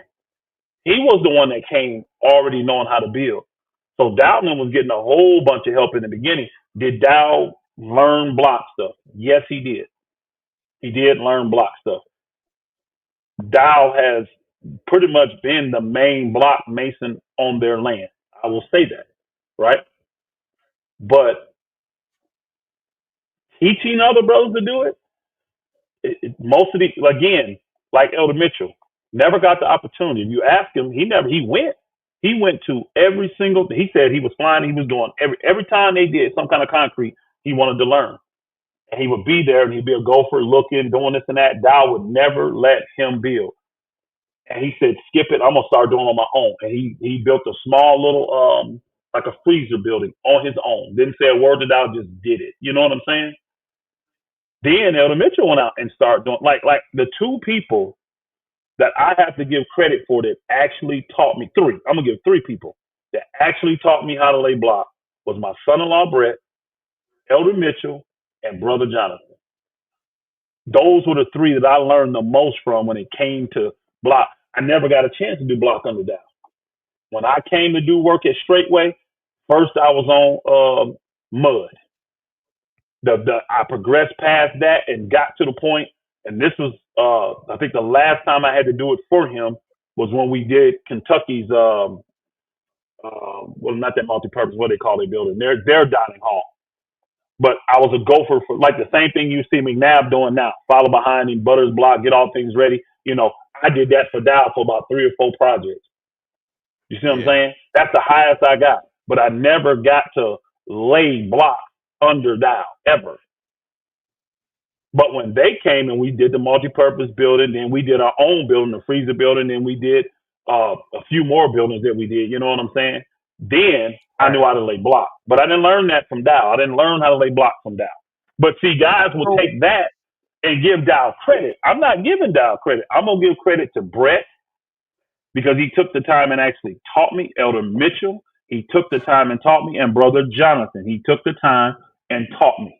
I knew how to lay blocks when I got to Brother Jonathan, but he helped me even more. And that's when we really start putting up block buildings. And that's when Dowell realized, okay, Georgia don't need him. No, now we don't need him because of what we had going on down there. We didn't need Dowell no more. We didn't need them to come for nothing. From what we had between Georgia, Alabama, Elder Brent, you see what I'm saying? What we had between that and all that down there, Georgia East with Robert too, with Brother Robert, we could do it ourselves. We could do it ourselves. We could. He said when the work started, the binoculars couldn't even find the man. Who is you? Who is no bull? Who is no more bullshit? Like that's what I don't know. I don't know. Are you? Hey, I was never around from again. The testimony about Dowell building, I knew this already. The brothers that lived on that land, I tell you who they were. The brothers that told me that was Brother Bell, because he was just brother then. Brother Sammy, Dowell's brother, and Brother Juan. Those were the brothers I was with when I first came. They were the ones that told me Dowell don't do a lot of work on the land. So this is when I first came, and I spent the whole month at Straightway. So everybody else building, and while he just kind of again, Dowell is pretty much the foundation dude. He does the block stuff. I will say that he's there for that. But Dowell will do the custom cabinets. He's learned how to do cabinets. You see what I'm saying? But I don't remember ever doing a job with Dowell where we were framing, doing a roof. The only roof job I remember doing with Dowell was when he came to Georgia and we did that roof over the what's the name. Now, mind you, you see the video.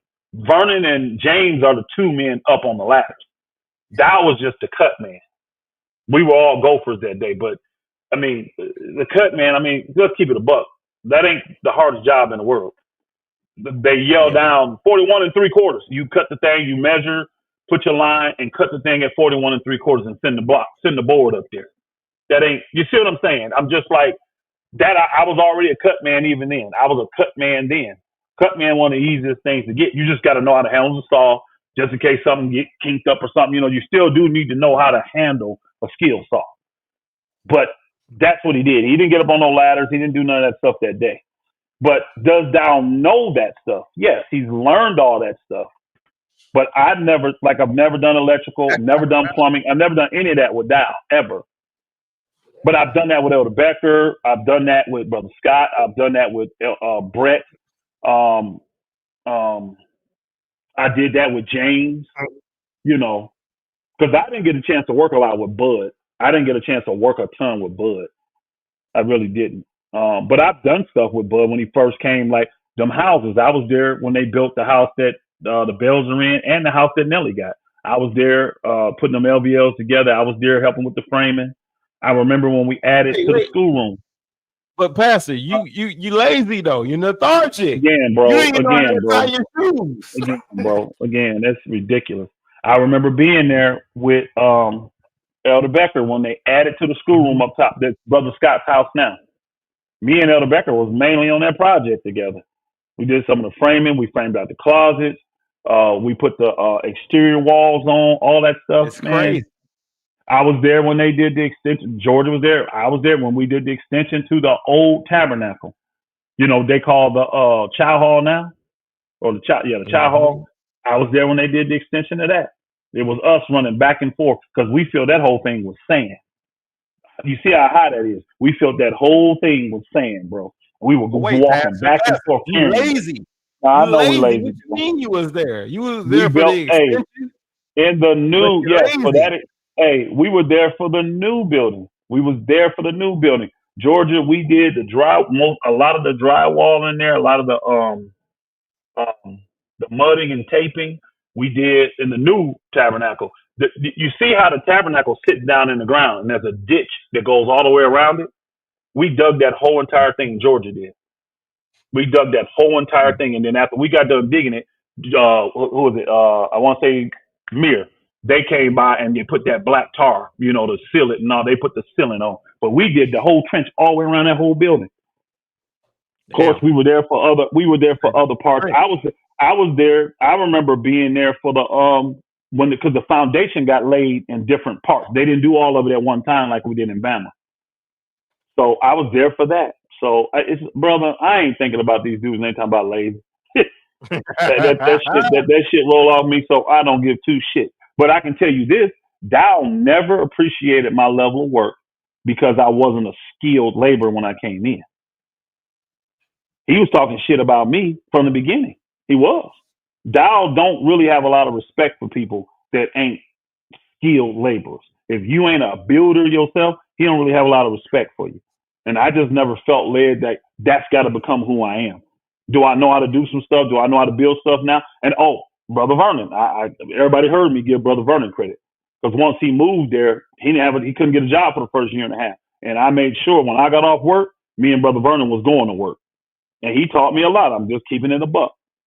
Brother Vernon is the one that really taught me good on how to frame and build furniture and do stuff like that. You know what I mean? We did a lot of that stuff together. So I ain't gonna lie, I learned a lot from Brother Vernon. I did. But I can't say the building skills that I have, the stuff I know how to do, the framing the doors and that kind of stuff. I didn't learn that, but putting up ceiling fans, and I didn't learn that from Dowell. I learned that from Elder Becker, and I learned that from Brother Vernon. I just didn't. Said it never even crossed my mind that Elder Rufus was lazy. Wow. Not with the constant praise he would get amongst the brothers. Listen to what this person's saying, because we don't know who no more BS is.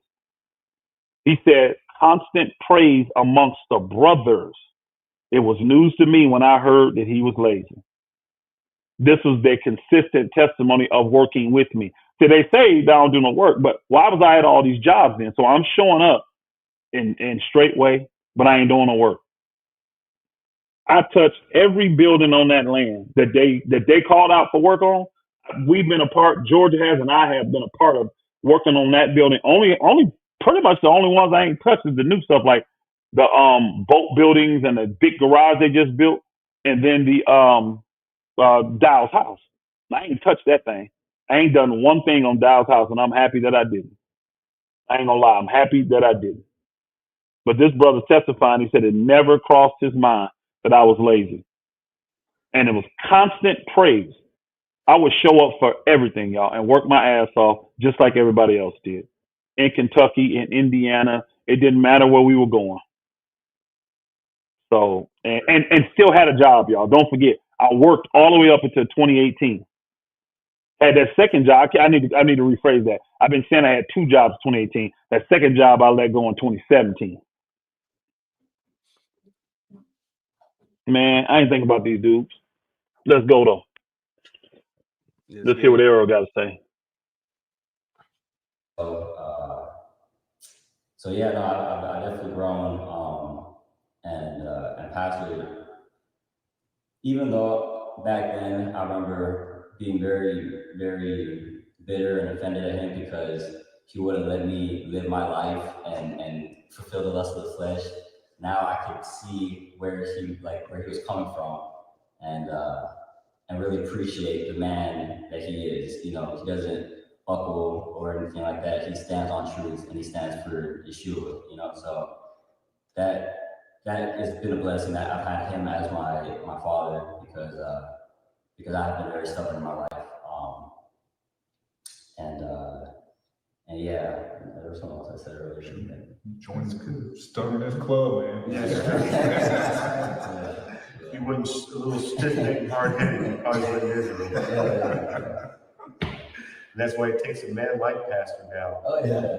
Unmovable. I mean, yeah, he can look at these faces and he's not shaking because they look like adamant stone. He's not wavering in the Messiah. Go ahead, Israel. Well, my name is Brother Israel. I've lived on this land, was born and raised. I'm almost 22 years old. That's right. And I'm gonna be just straight up and honest.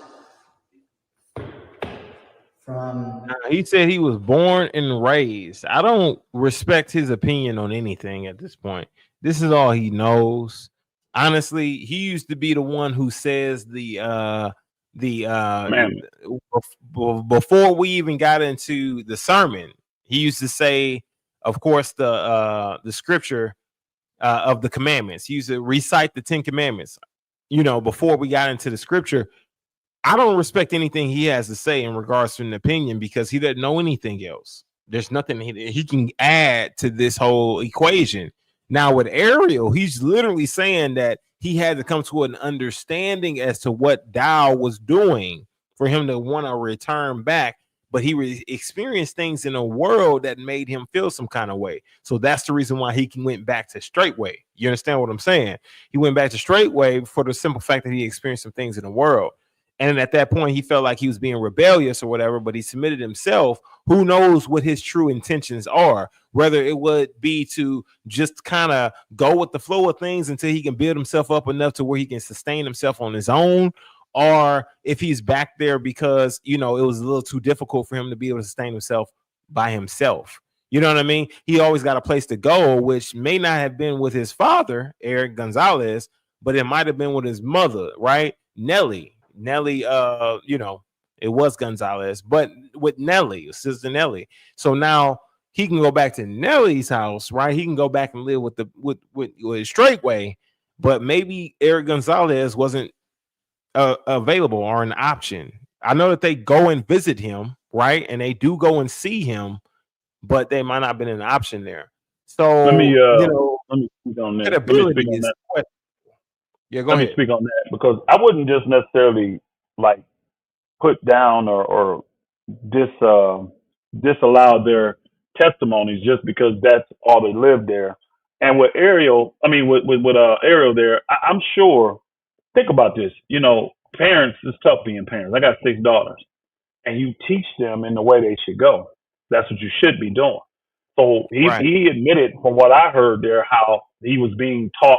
The thing that got me was he said that God wouldn't let him do what he wanted to do. And he wanted to go, you know, whatever, but he wouldn't let him. And that's why he was bitter, he said.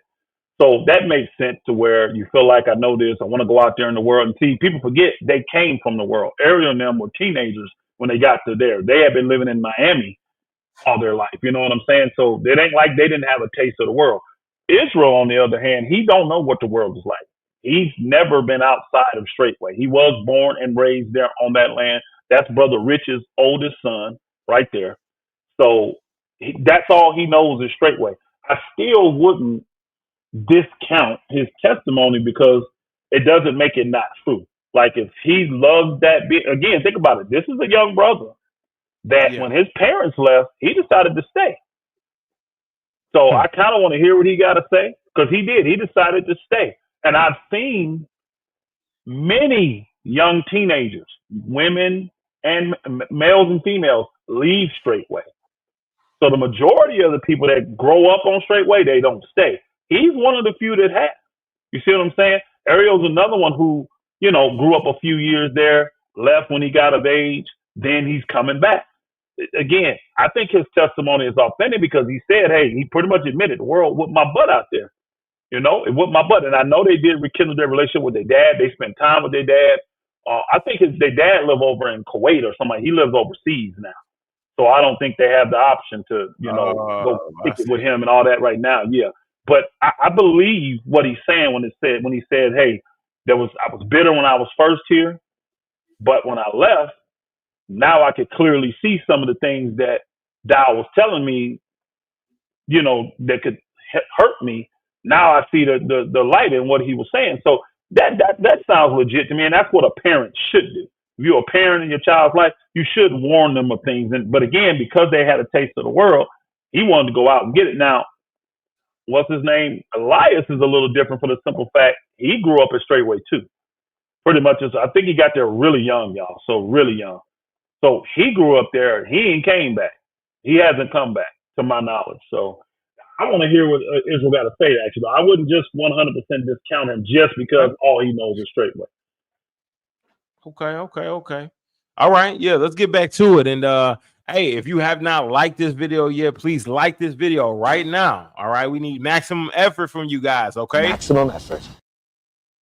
We need maximum effort. Like this video and share it with whoever is maybe a part of Straightway or whoever may be considering or whoever you know that will benefit from this video.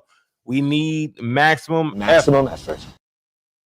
Let's give it maximum effort, y'all. If you haven't liked it yet, like it and share it. Let's continue. When I was born to about 18, I cannot say that I was living up to the standard that I would even set for myself at that age. And looking back on it, the amount of patience, mercy, and grace not only the brothers around here have given unto me during that process to where I'm now, and Pastor Dowell himself has, honestly, I don't have the words to explain my infinite gratitude for that. Like, I don't think I would even give myself that amount of time and patience to let myself grow to where I am now. And I'm not anything great. Number two, I think one of the most valuable experiences of being on this land is that the amount of peace, protection, and blessings that the Most High has expounded upon this land and this community, and even in this ministry, is a massive green flag to what Pastor is doing. You know, if Pastor was everything that I keep seeing y'all say that he is, we would not be experiencing this amount of peace and blessings that we are now. And honestly, I haven't seen any sad faces or any oppression or, as someone said, broken legs or anything like that, heart issues, because, well, we're blessed here, so that's not just gonna happen. And honestly, on the spiritual side, I'd say this: during that time of my development, I've grown spiritually because of Pastor Dowell's teachings. And I don't think, left to my own devices and reading the word, I don't think I would have ever progressed to the point that I have now without the leadership and the wisdom that Pastor has expounded. I'd like to also point out some questions that I've seen, because I have seen a lot of your questions and accusations. Yes, I have gone on vacations. Yes, I have gone on a vacation for a whole month. Yes, I have lots of money. Yes, I have every need that I could ever imagine. And if I had any other need or want, that's in my full control and ability. Hey, stop it. Ability, due to the environment, and I think he said I went on vacation. I went on vacation for a whole month. He said that, right? He said he went on vacation for a whole month. Okay. So y'all can understand the context of this vacation. Y'all know that his mother is Korean, right? So it's a Tomoko. And I do remember the time when Brother Rich took his whole family over there. I do remember that. And again, you know, anybody gonna go that far, you're not staying a week, a couple of days, you see what I'm saying? And they did stay a whole month. She's Japanese, okay. So they did go. I do remember that. That's not like a scheduled, planned vacation. I'm gonna do this. I'll let Rich tell that story, okay? I'll let Rich tell the purposes and why they did what they did. You see what I'm saying? I'll let Rich tell that, because I don't want the perception he's trying to present is like everybody straight would just get to take vacation. That ain't true. And they were going over there to visit her family, but there was some other things going on as well. Let's put it that way. So, but again, even so, they did get to go for a month. I don't know if I mean, again, if you're going to another country, I guess you can call it a vacation. There was things that needed to be done, though. You see what I'm saying?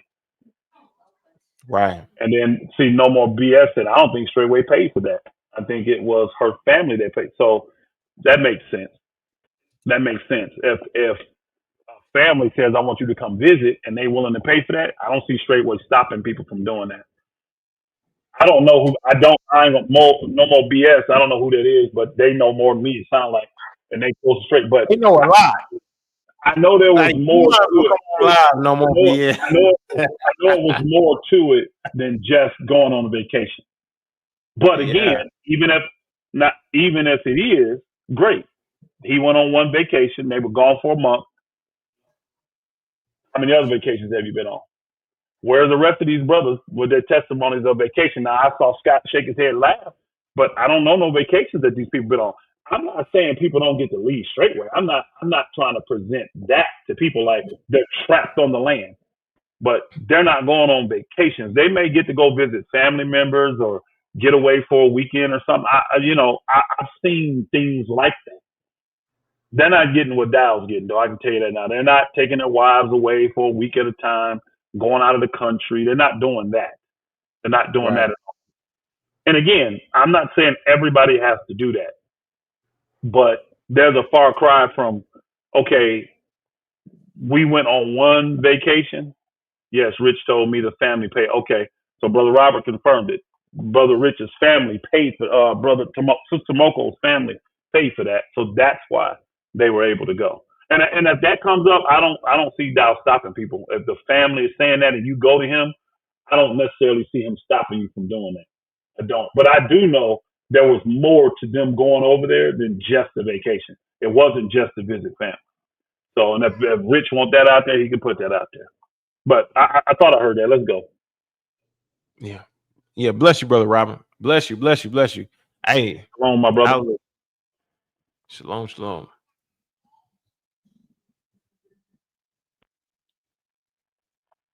And Pastor Dowell's ambitious mentality, I've been able to add unto myself talents that I do not believe many 22-year-olds can say that they have. And for that, I'm thankful and most importantly, I'm thankful to the grace and power and knowledge of Yah to allow me to use my hands to do his work and to serve his people. What else was there? Oh, and lastly, I'd like to say this. You know, in Matthew 25, it speaks about the king on Judgment Day, and he has sheep and he has goats. And he says to the sheep that, welcome to the kingdom, you're allowed. And the sheep, they ask him why. And he tells them that whatsoever you've done to the least of my brethren, you've done unto me. And I get the privilege every single waking moment to do that, every single day, to serve the brethren as I would serve God. And that's what is going to get me favor in the eyes of Messiah. You can't say that about a lot of people. They don't have that opportunity. They might have the opportunity once, maybe in a month or a year to do that. But I have it every single day. And I shake my head because when I'm listening to every individual, none of them are really testifying to Pastor Dowell, the man who's poured into their life and changed their life in ways as to where he sacrificed his time and everything, his being, and counseling them and putting all this. None of them have really said that Pastor Dowell has been there for them 100%, has been present in their life. And that's the reason why I'm like, okay, well, I understand this, but Dowell has not been there to actually, even in Ariel is even not even speaking of Dowell as somebody who is truly a father figure in his life and teaching him right from wrong and really kind of peering into his life and changing his whole understanding of life, right? He just wishes, hopefully, you know, I'm pretty sure that he's not 100% happy to be in the same space with Dowell, but he's okay and content with being with these brothers. Got anything you want to add to that? Pastor? I mean, most of these people that are right here on this screen, they are people that are living without running water in their home too, so they're content. Only one of them that's got running, only one of these brothers that's got running water in their home is Brother JC. He's the only one, right? Because they built that house that the bells are on, so it's a big house and it's got two parts to it. And JC and his wife live on one side and the bells are on the other. That house has running water. The rest of these brothers, they don't have running water where they live at, but they're content. Now, I'm going to say, I thought Errol did a good job of giving Dowell credit for, like, hey, telling me certain things. I went out and experienced it, and I appreciate that because now I can see, because he's matured. He's gotten older. Now I can see, you know, the wisdom in what he was trying to tell me back then. And that's what, now, why is he back? I don't know. Maybe it's because of that. Maybe that humbled him. His experience out there in the world might have humbled him. I actually don't, I'm going to be honest with y'all, and I'm just trying to keep it a buck. I actually don't have an issue with this testimony, y'all. I don't have an issue with the things that they're saying. I believe them. I actually believe these, but like what he just said there, Israel, that he gets the opportunity to serve these saints love serving the saints. They do. Most saints that live on communities, and I'm going to say that in general, not just at Straightway. Most saints that live on communities, they love serving the saints, and they consider it a blessing on a day-to-day basis. So I believe what Israel was just saying there, and that's one of the reasons why he probably decided he wanted to stay. Again, I got no problem with this testimony. This ain't what we looking for, but at the end of the day, I'm not surprised by this. Like, nothing was said in this testimony by these brothers that surprised me. Now, I'm going to wait till the Most High tell me to, but I'm going to have questions for these brothers, and let's see if they address those questions. I know they're not, though, because I know Dowell ain't going to want them to address it. What he going to go with is say, hey, okay, because, again, they're addressing my video now. Let them address another video then. They ain't addressing none of the other stuff, and I can put some pointed questions out there, and let's see. But at the end of the day, I kept telling everybody, it ain't that people at Straightway want to leave Straightway. Most of these people are so vested. Why would you want to leave that? Think about it. If you've been there 8 years, 10 years, 15 years, 20 years, 22 years, like Israel, why would you want to leave? You would just want the stuff to be right. Now, if you know how Straightway runs, these brothers, they just get to work, y'all, and do their thing. They mostly just get to work, and that's it. They love working. Let's keep it a buck. They love working. They get to do their thing, and they just love working. Now, JC, well, those three brothers are married. Now, I forgot Bud is married, JC's married, and Scott's married. The other two brothers are single. But they just get to work and do their thing and serve the thing.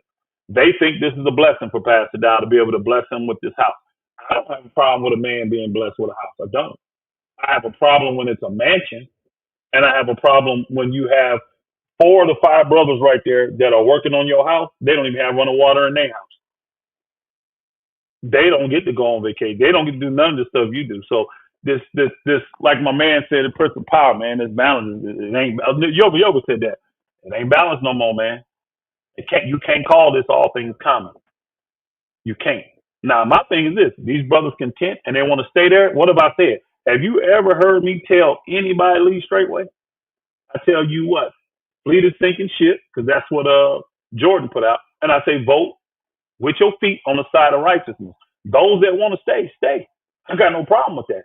I'm actually fighting for y'all to be able to keep your land, because I believe it's your land. I do. It's more y'all's than Dowell's, in my personal opinion.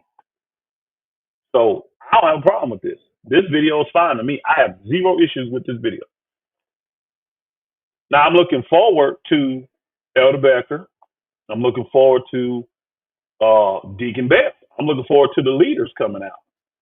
Now, so he says, no bullshit says, right? No more bullshit says. JC said the only reason someone can leave was to visit family. He told me that vacations were frowned upon. He said it with a smile on his face. True story. Gotta love the brother. My thing is this, right? This whole testimony he gave, Brother JC, and you can even see the countenance right now. You see how he kind of just looking down. He also said, he goes on to say, only JC has water. Let me confirm what I said. Yeah, I knew another brother said. I knew those other places where they live, they don't have water, because the 2 younger brothers, they live in Teacher Shane's old trailer that didn't have running water. Brother Scott lives in what used to be the old school building, and I remember doing the work on adding on to that building. Me and Elder Becker's, the other brothers, that don't have running water in it. And then I know where Bud lives. Bud lives in the shop, that big old shop that's there, y'all. He lives in the back of that shop. Of course, there's no water in that shop. You know what I mean? So, yeah. So, you know, I'm sure they all can get the toilets and stuff close. And I mean, I don't know of any showers up there. You know, I don't know of any showers up there, but you know, I'm sure they're going. Well, they were supposed to be on Dowell's house. I remember part of that was supposed to be a shower house for the saints on that house, but we'll see. But yeah, if these brothers content, and I got 0 issues with this testimony of these brothers.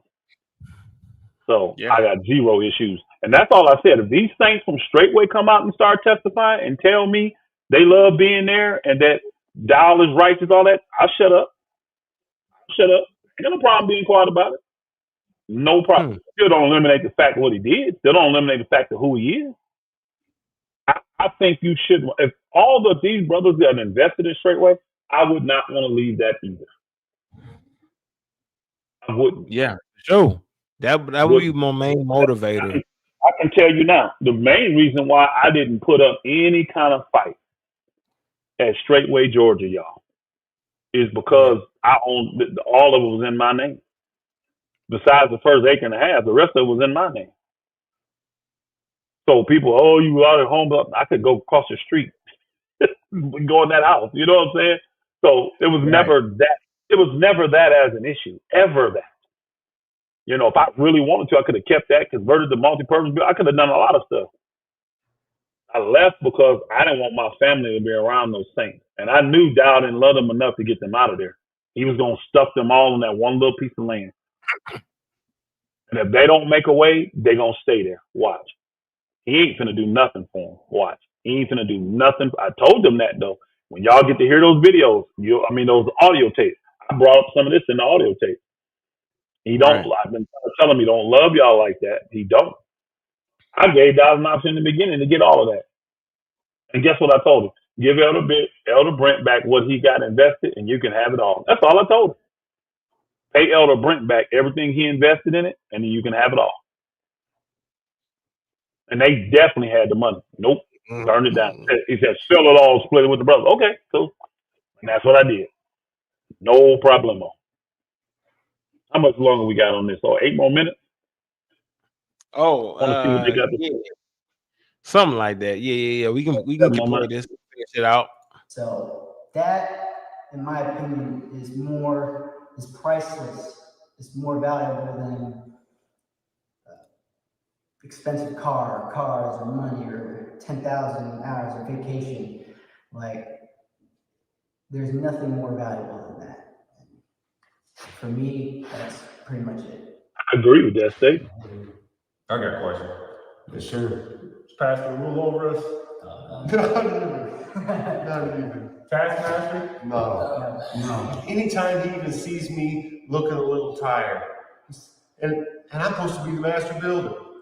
Like, go take a rest, man. Just take a couple days off. Always. I mean, I have to beg him. It's like, no, I'm good. I'm just, a little sore today. No, there's nowhere else in the world can, brother, you just hurt your ankle this week, right? Yeah. He wasn't ill received, and nobody talked about him, where he's at. You know what I mean? Are you all right? Where's all that coming from? Ain't nobody said none of this of the body of Christ. Are you okay? And we care for one another that way with our infirmities. And wouldn't you think we learned that from the example set before us, which is our shepherd? He's very compassionate. Man, I wish some of you could have seen him. I've only seen it one time where I consider what you would say him sitting in Moses' seat doing judgment. And to me, so sitting in Moses' seat doing judgment. That's interesting. Mercy. A mother nurturing a child. I've never seen such tenderness. I was in awe.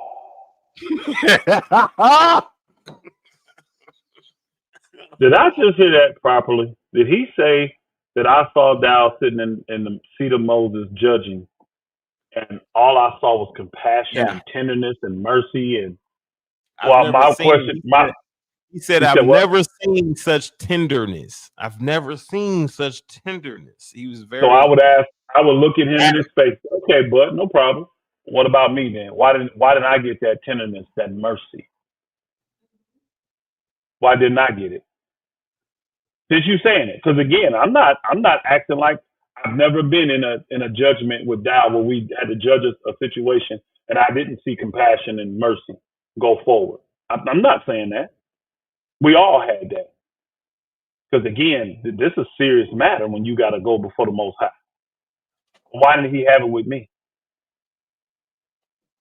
Yeah, that's you know how it is. The Christians, and they use their emotion as their Holy Spirit, the emotion, the goosebumps, and all that kind of stuff, man. But again, I don't have a problem with his statement because that's a true statement. I have seen Dowell be compassionate in judgment. I have seen him be merciful. Wow. I have. But why did he have it with me? Yeah. Again, I don't disagree with the things these brothers are saying, man. Community is a great. I ain't never live another way. It's always going to be community. I'm telling y'all that right now. But I'm not going to ignore the wickedness. That's what these brothers are doing. They don't rule over us. Now, it'll be funny. They say that, right? Then I put out a video releasing the dining hall preachings I got. Then you tell me if you being ruled over or not. See, again, we already know the brainwashing and all that. They can say in front of y'all, man, we ain't being ruled over. And again, on a day-to-day, most of the time, Dowell ain't there, y'all. They're not there. He's not. And these brothers do. I mean, think about it. You've been there all these years. Why would you need to tell a man who's been there 22 years, 8 years, 12 years, 15? Why you got to tell them what to do? If they don't know what to do, that's crazy. So I'm not saying Dowell's coming with a whip and all that kind of stuff, but boy, when he wants something done or you disagree with him, I bet he rule over you then.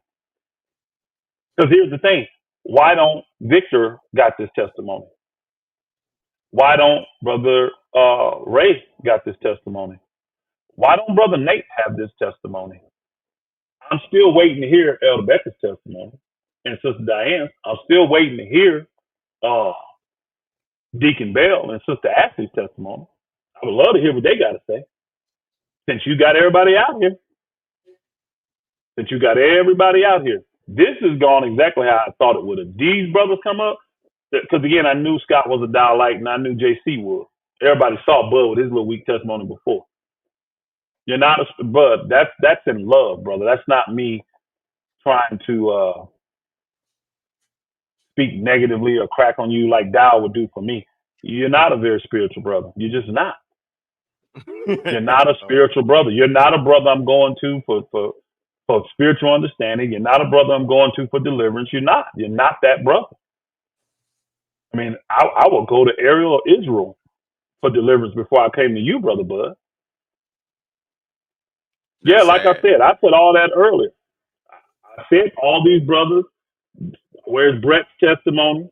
Where is not JC? He's in this one. Where's Elder Becker's testimony? And where is Deacon Beck? Right. You put Ashley out front for everything else. Why she ain't out front for this? She's if we know of two women to ever be Dowellites, would it not be Sister Ashley and Sister Jordan? Can we think of two other sisters that love Pastor Dowell more than them two women? I ain't talking about his wives, y'all. But more than them two women. Name me two other sisters that have spoke so highly about it. Well, we already know how Jordan feels. He the one told y'all to flee that sinking ship. That's not Pastor Rufus. Jordan told y'all that. Facts. What about Ashley? Put Ashley up here. Let's see what she got to say. He ain't gonna do it though. This is what he gonna do. He knew what would come from these guys. These are Dowellites. He knew that. He knew what testimony come from them. This is what he wants y'all to accept though. Accept this is all a straightway. He may stick Sister Barb or what's the other older sister name that's there that Mama Lily or somebody like that up there. I would love to hear Elder Becker, Sister Diane, Sister Lisa. I would love to hear Deacon Bell and Sister Ashley. They're leaders. I would love to hear what they got to say. They're counselors for Israel. Those women, the reason I'm saying they're women, because a lot of women come to them for counsel. That's the only reason I'm calling, I'm not calling out everybody's women. But because they're leaders, their women get used to be for counsel a ton. Y'all know Sister Ashley is used. Y'all know Granny Diane is used. Put them up there. Let's see what they say. He ain't going to do it, though, y'all. Again, I'll say it again, and I'm going to keep saying it so people may chop it on here. I got zero issues with these young brothers. I got zero issues with their testimony about their life at Straightway. Zero. Still don't mean Dowell ain't a tyrant. Because guess what? I bet Vic don't have his testimony. I bet Ray don't have his Brother Victor. Victor. I bet Brother Ray don't have his testimony. I bet Brother Nate don't have his testimony. I bet Brother Rich don't have his testimony. These men left for a reason.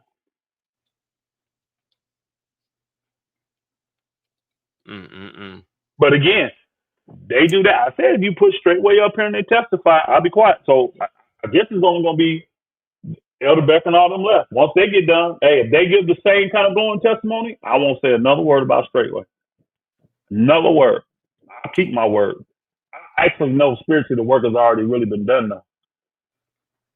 Because the people that's there, that's around them all the time, you can't deny it. You can't deny it. You can't deny it. You got some diehard Dowellites. You see that now. They gonna give him credit for a lot of stuff he ain't even doing, which is fine. Yeah. I'm glad this is out though, because again, another thing I wanted their testimony to be before the Father. That's what I wanted. I wanted it public and to be out there before the Father. And you know what? Yeah. Now I'm thinking about, maybe this is why some of the brothers don't want to give testimony, because they realize, man, you got these diehard Dowellites, all they're going to do is come against it and try to slander me. You want to finish this? What was that? You going to finish this? Yeah. You ready? Let's do it. All right. Yes,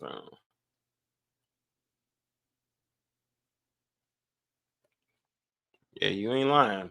Yeah, And come so, on. you say that, as long as you let me work and I said, Jack Daniels, I'm just happy. I'm just happy because the righteous are ruling and I'm under righteous rule. And you're right, I am joyous. This is the greatest life ever.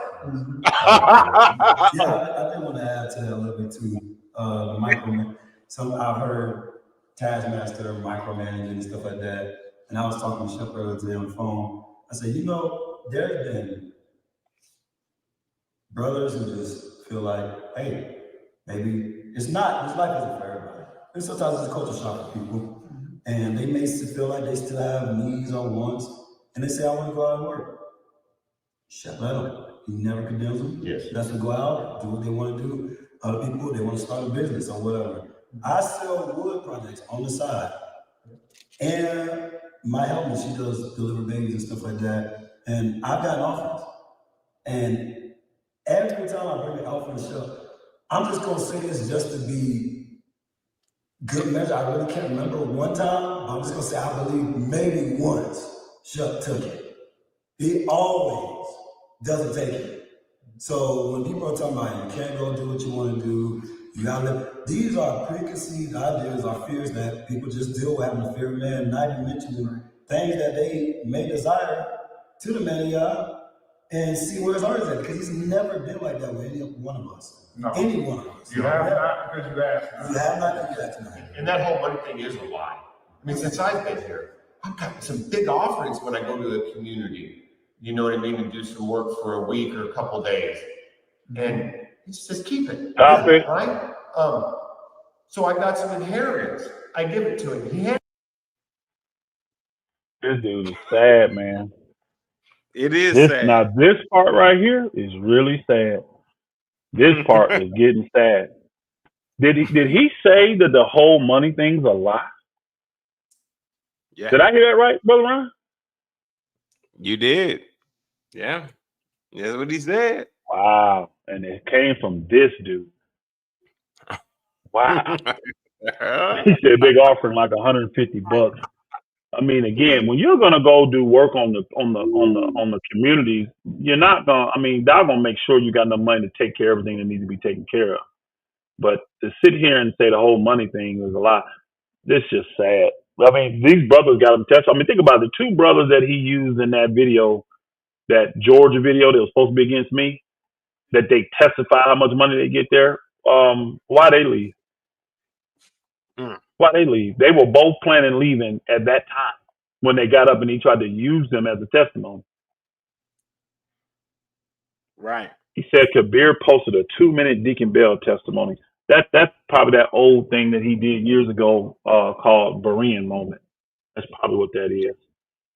Yeah. I want to see It's today old. since this. Yeah, all of us got old testimonies that are good, a straightway. All of us do. So that's sad that he's saying the money thing is a lot. How would you know? How would you know? Man, could you go back just a little? I want to hear that. I want to make sure before I comment on that, because I may have questions for Bud after this. Right back. Let's go back like 10, 15 seconds.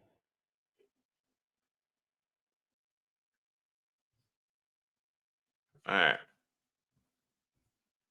One more. That should be good. That's good. Yeah, I think it's right there. Yeah, once you grab one more behind that, and they're good. All right, 10 seconds. Right here. I've got some big offerings when I go to the community. Go back. You go back more. Do some work for a week or a couple. You can go back enough. A little bit more. Never been like that with any one of us. No. Any one of us. You have not because you asked not. You have not because you asked not. And that whole money thing is a lie. I I mean, since I've been here, I've got some big offerings when I go to the community. You know what I mean? And do some work for a week or a couple days. And he says, keep it. Okay, right? stop it. Stop it. So I got. Stop it. Okay, that's why I wanted you to go back, because I wanted to hear it properly. He said that whole money thing is a lie. I have gotten some big offerings when I go do work at the other communities. That's what he said. And that makes sense. We would do that. If you coming and you're going to help us and bless us that way, we're going to try to be a blessing to you and give you an offering. So yes, but that's not coming from doubt. That's coming from the people you're going to serve. You see what I'm saying? Yep. So yes, all the communities do that. All the communities, if he shows up, if Mitchell, Brett, Elder Chris, because he does the big machinery work, all that kind of stuff. Even Elder Brent, when he shows up, he would try to, but he would never take it. Elder Brent would never take it. He won't let nobody give him nothing like that. But yes, communities do. When you get a skilled laborer show up and he's going to help you and bless you and train you, they do try to be a blessing and put some kind of offering in their hand.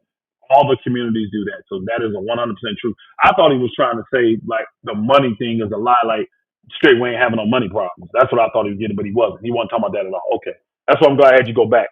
Because I was going to say, boy, he's saying that. I got some real questions for you. But he didn't say that. All right, let's go. We got like 3 minutes, so let's go. Yep. He said big offering, $150. If you're going to other communities and you stand a few days working, they're gonna probably bless you more than that. They will. They're gonna give you $500,000, depending on what you're doing. So he's talking about the other community leaders. So he's saying when I go to the other communities to work, they give me some big blessings. So yeah, if he goes to Indiana and they work him for a week and a half, a week, yeah, they may bless him with a few $1,000s. You know what I'm saying? Yes. So that does he's telling the truth on that. All the community, we all want to be a blessing. You got somebody taking out their time and coming to do some work and to train you and show, man, yeah, we all want to do that. So yes, that's true. Wow. That don't mean that, but when he said that the money thing is a lie, I'm thinking, whoa, I thought you were talking about that. Because I ain't said nothing about that the saints don't bless other saints. I said they got money issues. They got money issues. Straightway got money issues. That's what I said. Prove that to be wrong. Get up here and tell me that everything is running fine and just lie. Because see, what I want you to do is tell that stuff before Yah. I want you to get up here and testify before Yah that everything is good. Everything is flowing the way it should. Y'all getting the same kind of money you were getting before and all that kind of stuff, and nothing's changed. Find that. Get up here and say that. I ain't heard nobody saying that. All right, nobody saying that. Hell no. Hell no. At all. That's an inheritance. I give it to him. He handed it right back. Every time. You know? Every time. I want to give always. Right? Money's not going to buy me happiness. But with that money that he gave back, I remember giving it to some of my brothers and sisters as love offerings for other things. Man, that made me joyous. That was a good day. That was a good day. All made possible because my chef just turned around and handed me the money back. It isn't like that. Now, do I pay my tithe and give offerings? Yes, sir. Yes, sir. I sell some wine at the feast. My wife makes some knitted clothes. I obey the commandments. Okay, right? But he doesn't require any more of me. And it's just a lie. Yeah. I mean, I live here. You gotta stop. That's not true of our shepherd. He's so given, sometimes because I don't manage money well. I'm early on because I was, even less spiritual, hard to believe, true. And I didn't manage my money that he gave me very well. And never did I ever go to his door and ask for more, and he didn't go get it. Mm-hmm. No questions asked. Wow, now, that's a lie right there. Pointed out that I was a piss poor manager of money. Yeah, he lied about that, huh? He lied when he said he never went to that man's door and asked for money and they didn't give it. That's a lie. You are a bold-faced lie, brother. Wow, I can't believe this dude said this before. Hey, we'll see though. You just said that before the Most High. The book talk about why are you lying to the Holy Spirit. See, you can get on this video and try to fool men. You can't fool the Holy Spirit. That's just a flat out lie to say that you went there and every single time you gone and asked, he gives you, man. That is a bold-faced lie. That dude's Listen, lying on that. his whole tone of voice, the way he's speaking, the way he presented himself, all of that shit is a lie. Ain't nothing genuine about the way that he presented himself since he's been talking since the start of this video. It's 20 minutes long, 26 minutes and 15 seconds. Nothing he's been doing has been genuine. Nothing. I know this is not Bud. This is not Bud. He full of shit. He full of shit. I don't understand why the hell Bud up here talking. He should just shut the hell up. Honestly, tell you the truth. Because the simple fact that he's not being himself. He's not being himself. He's putting 20 on 10. And I know this for a fact because I've been around Bud. I spent time around Bud. This is not Bud. This is not him. The description that even Pastor Dowell gives about Bud, this is not Bud. You understand what I'm saying? This ain't I him. get what you're saying. Yeah, he drinks a lot. He likes honey Jack Daniels is his favorite drink, Brother Bud's, but and he do a lot of drinking, but yeah, I'll say this. I'm not gonna sit here and say I believe these brothers. I'm gonna keep it a buck.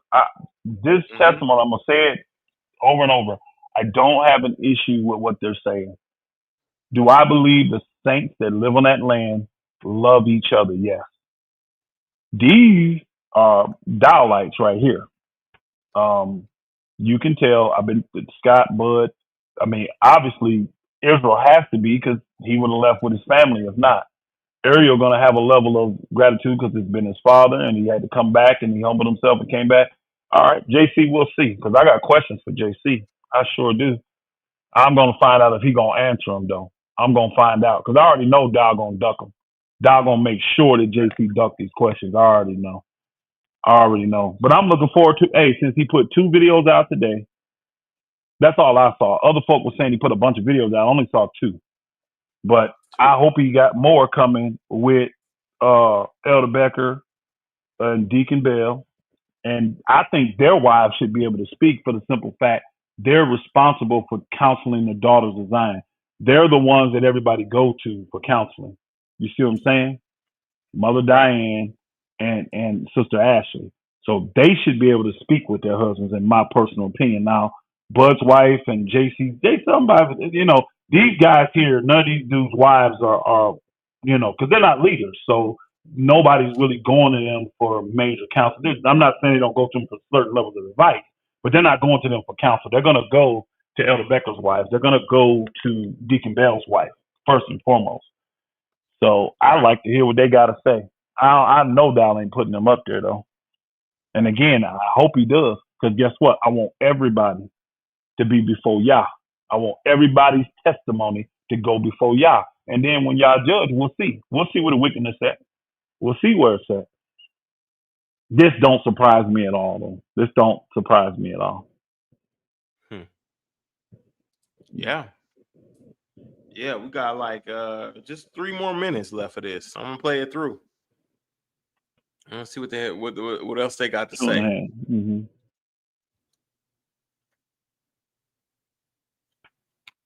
But he did it on the way to hand me the money, okay?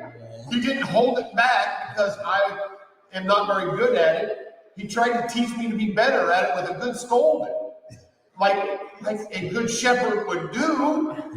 Anyway, hallelujah. I can go on and on how good he is. He is good.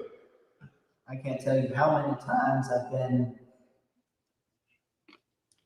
asked Pastor to get things that I personally could not have paid for unless I've saved up and worked for probably over a year, that it was given to me without hesitation or any ill will. So all this stuff about Shet being greedy or being just being an overbearing overlord with money is not true whatsoever at all.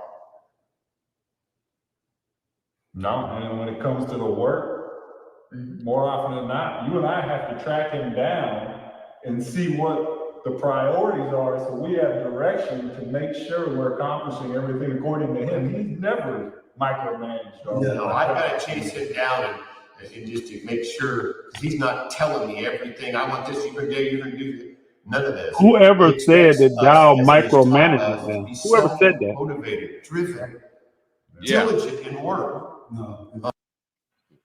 Nobody ever said Dowell. He's not there. We say he ain't there working. How the hell you gonna micromanage somebody when you ain't there?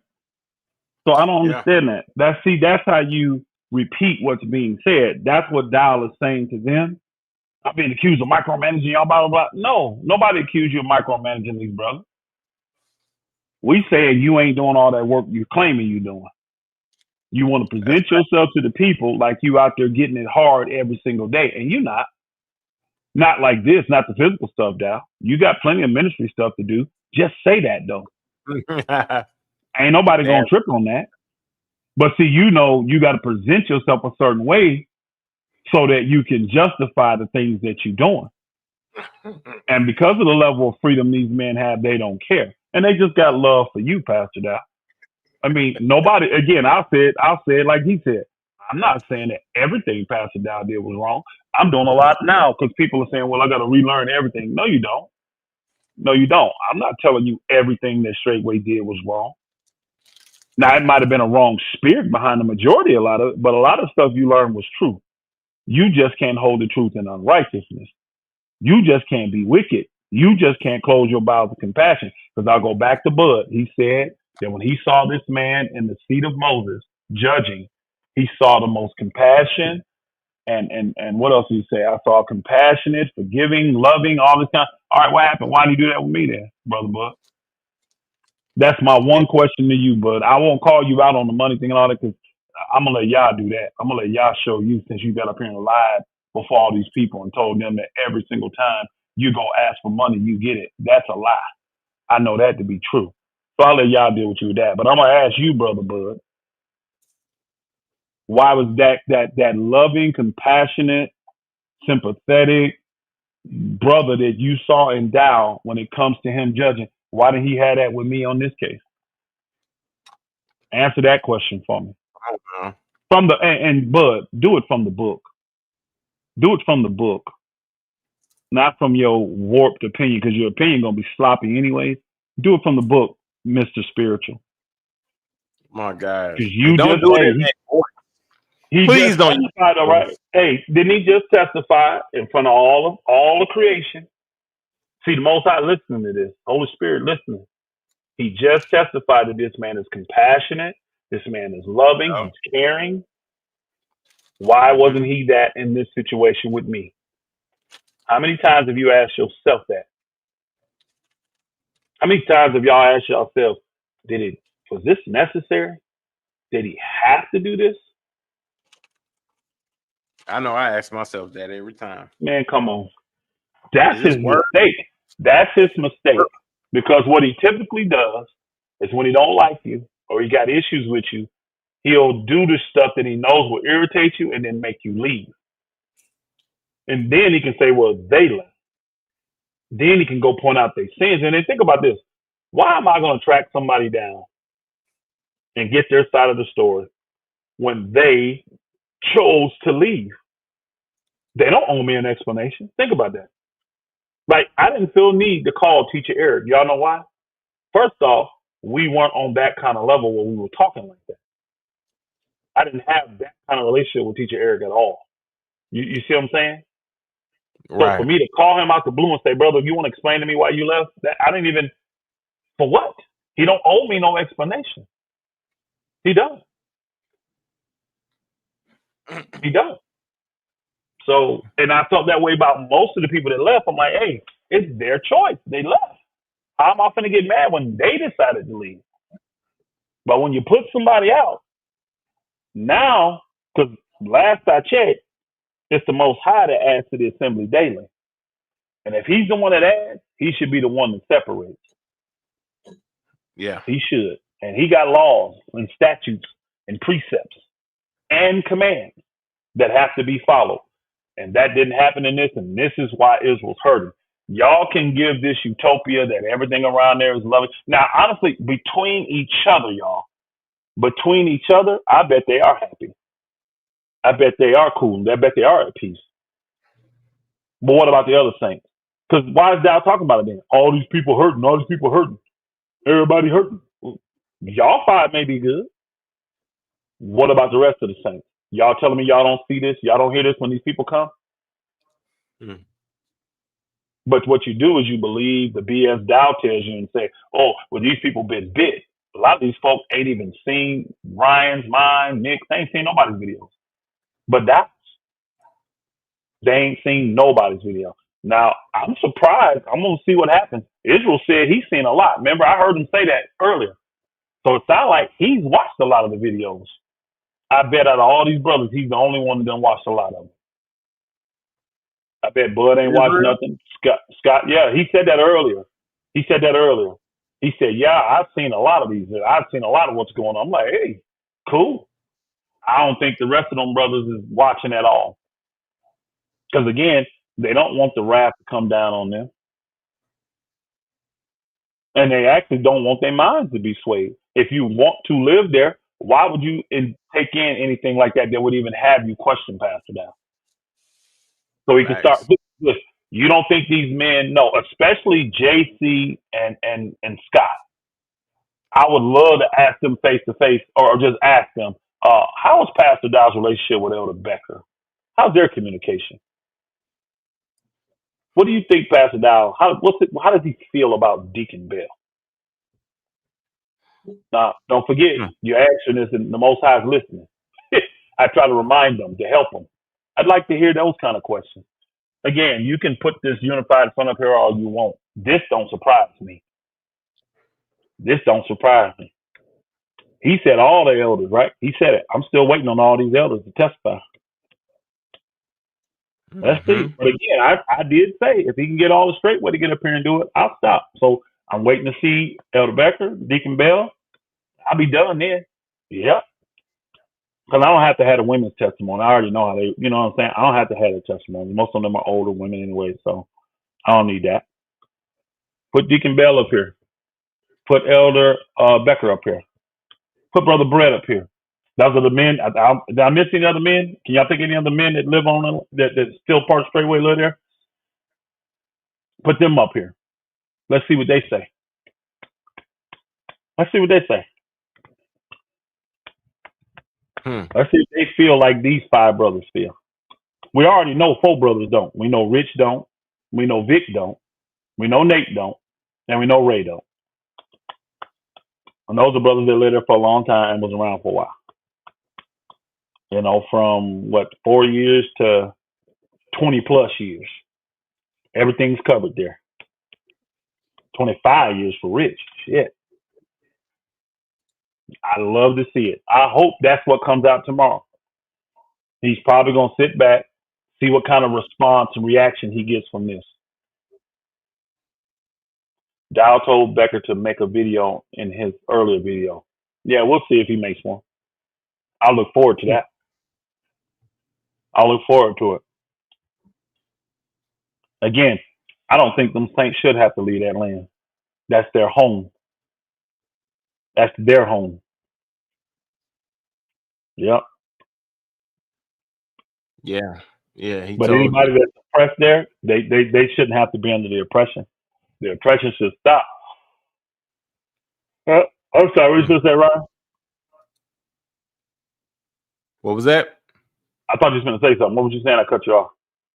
Oh no, he said that Dowell told Becker to make a video in the video he made today.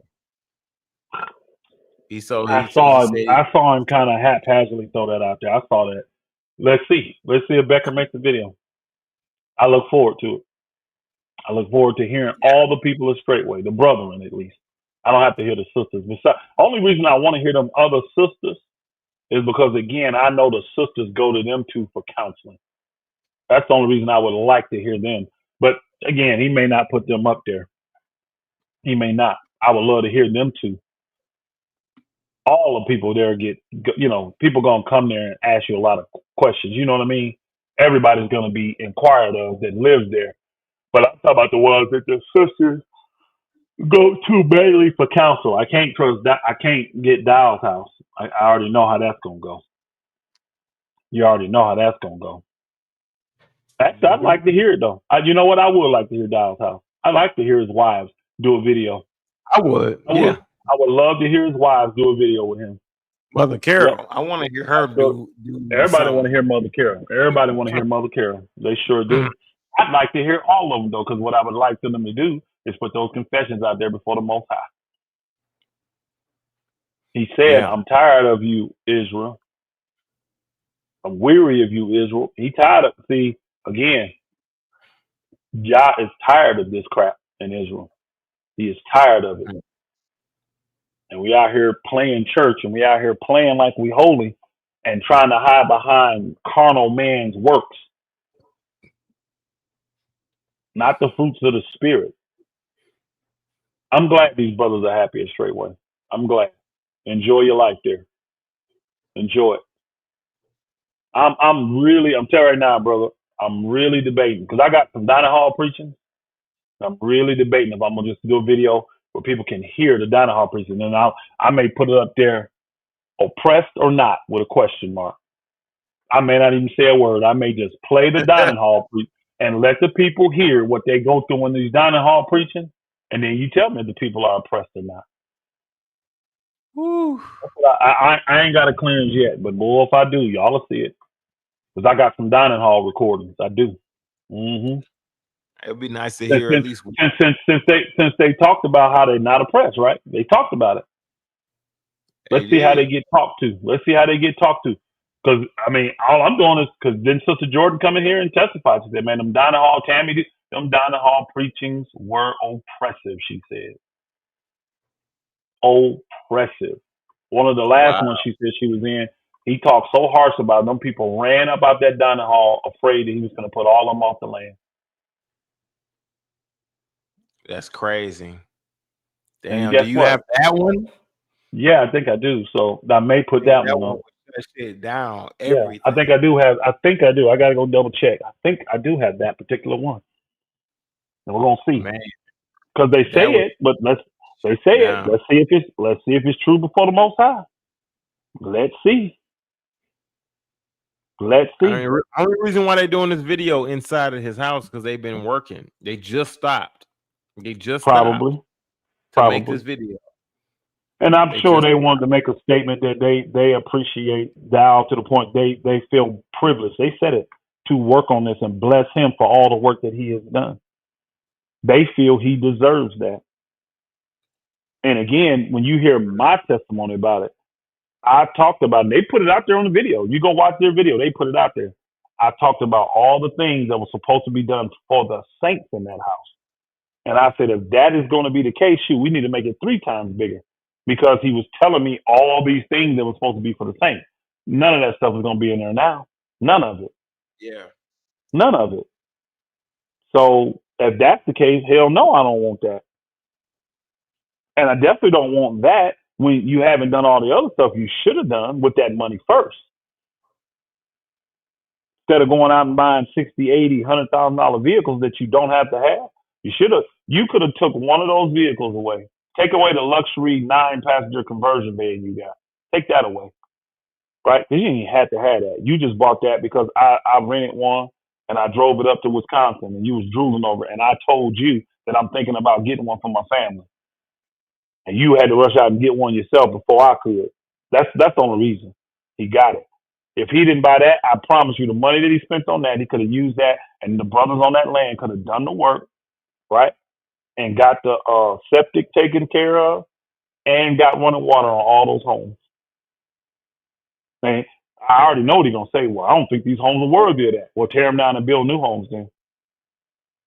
Y'all got block layers there. How long does it take to put a house up? A week? 2 weeks? Think about it. How long does it take the block up? You ain't finna build them.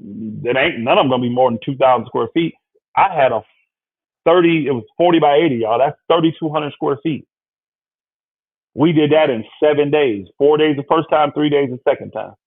We broke it up in 2, but we literally got the work done in 7 days. So say y'all got a smaller crew, but they're more skilled because everybody knows what they're doing. You should be able to get that done in 2 weeks. And I'm stretching it, but 2 weeks you should be able to get that done. So how many houses could you have built? It's been well over a year, 2 years. You've been building this house 3. So imagine instead of putting that, you'd have went that route first.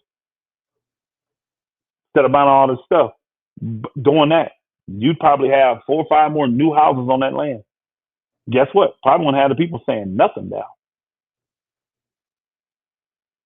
Probably wouldn't. But because they're content, we're going to see. We're going to see.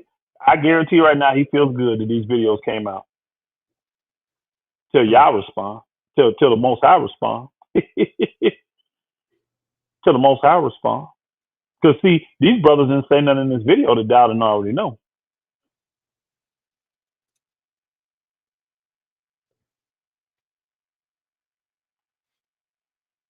I just think the houses should fit the amount of people. You know what I'm saying? Because I can't say that a leader should. I'm looking at what No More BS. He said that the leader should lead by example and stay in a house no bigger than the lowest person on the land. And I don't agree with that, just because the lowest person on the land may only have 2 people in his family. You know what I'm saying? And you're a leader and you got 6, 7 people in your family. You need more space than they do. I don't like the fact that, like, you looking at a man right there, Brother Scott, his family just as big as Dowell's. And he living in something that's maybe 1,300 square feet, y'all, maybe. I want to say 1,250. He got 1 less person than Dowell does. Now, he gets Dowell old house. When Dowell and them move, they're going to remodel that old house Dowell in and put him in there. That's what they said. But if that house ain't big enough for Dowell's family, why would it be big enough for Scott? Think about it. If that house he's in right now is not big enough for Dowell's family, why would it be big enough for Scott?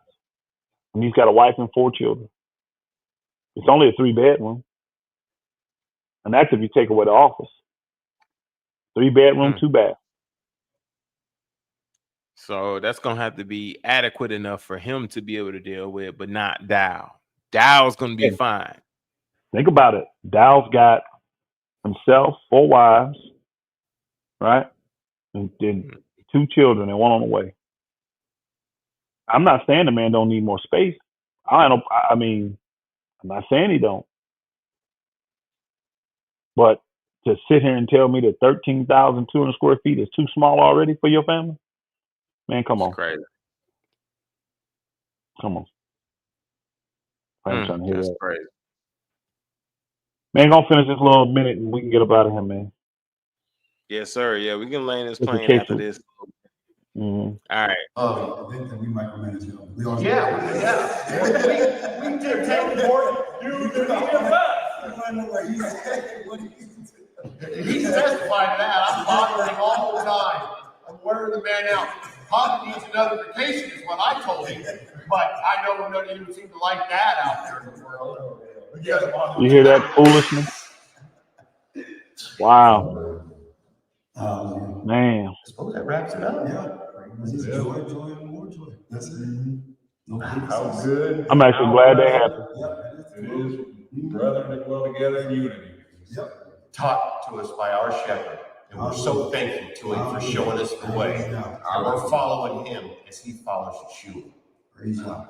Or we get a chance. That's funny. Hey, All right praise now. God.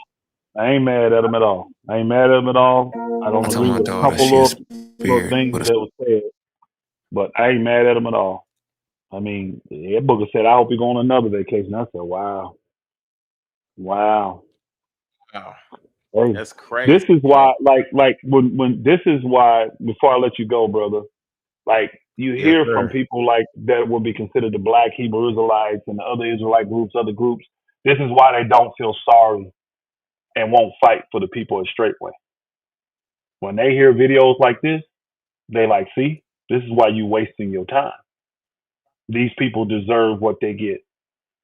When they see videos like this and they hear this type of rhetoric about Dowell, this is why the compassion don't come from the Hebrew roots and you know the Torah keepers and the Black Hebrew Israelites. These folk feel like everybody that's a Straightway deserves what they get. Because they say if you're too lazy to do your due diligence and really read that book and understand what that book is saying and don't understand that getting in one of these communities is extremely detrimental for you unless you're the leader. You see what I'm saying? He said that these people say all the time, they just deserve what they get. So, and I'm not saying I agree with that 100%, y'all, because I know some of the people have been fooled. Some of the people have been lied to and tricked, and they haven't been adequately compensated when it's time for them to leave. They haven't been shown any compassion and love. Because I would say you've seen so much compassion, brother Bud. Where was his compassion with Victor? Where was his compassion with Ray? That man literally let Ray leave that land, knowing that man moved over here from Sweden with his wife and 4 little children, with no money, no car, no nothing, in a U-Haul truck, bro. Think about that. How many seats a U-Haul got, y'all? Think about that. This man left with his 4 children and a wife in a U-Haul truck, y'all. And he came over here and was told that land was his. He was actually told that the brothers that lived on the land, that their name was already on the deed for that land. That's just a flat out lie. He said the only brothers that's not is you and Brother Victor. That's what he was told. Wow. And he dropped the bag on down when he got here, like 20 large. You think he got that back? He couldn't even get back his $5,000 he had that he gave down for that rifle. He couldn't even get that back. That's crazy. Had to manipulate him on that and say, you got to sign this affidavit saying that I gave you money to move. No, you didn't. How much money you give Nate to move? How much money you give Victor? I heard you gave Rich money. I did hear about that. And brother, wait, that brother right there is a solid brother. Who? Brother Ray. Oh, yeah. All them brothers are solid. All of them are, man. It's just they did not want to live under the oppression no more. Now, what Dowell will do if they ever come out is he'll bash their character. Because, see, when you think about those, besides Nate, none of them other brothers are what you would call a skilled laborer. Think about it. Did they learn stuff while they were Straightway? Absolutely. Absolutely. Dowell never thought highly of Brother Victor. Ever. Mm-hmm. That's crazy. Never thought highly of Brother Rich. I mean, it's just sad, actually. It's just sad.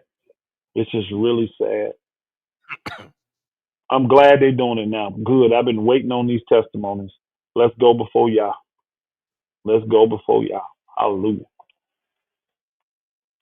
All right. Man, I'm good. Yes, sir.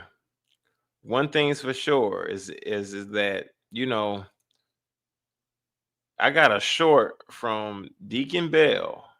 But yeah. This right here, the other one is definitely done. It's through. They did what they did. I got a short from Deacon Bell, and he's doing a testimony about Pastor Dowell. That was the just one recently. on Kabir's channel. It was recent. Yeah. Let's hear it. You sure it's not a whole testimony of Dowell? It could be. I'm not too. He doesn't have a video.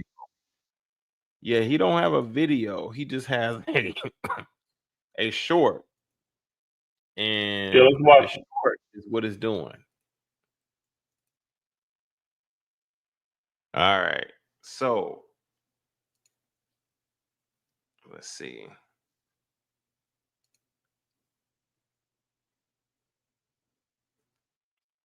Okay. Straightway since 1999. Met Pastor. Shalom, Israel. My name is Deacon Bell. I want to come on and give my testimony.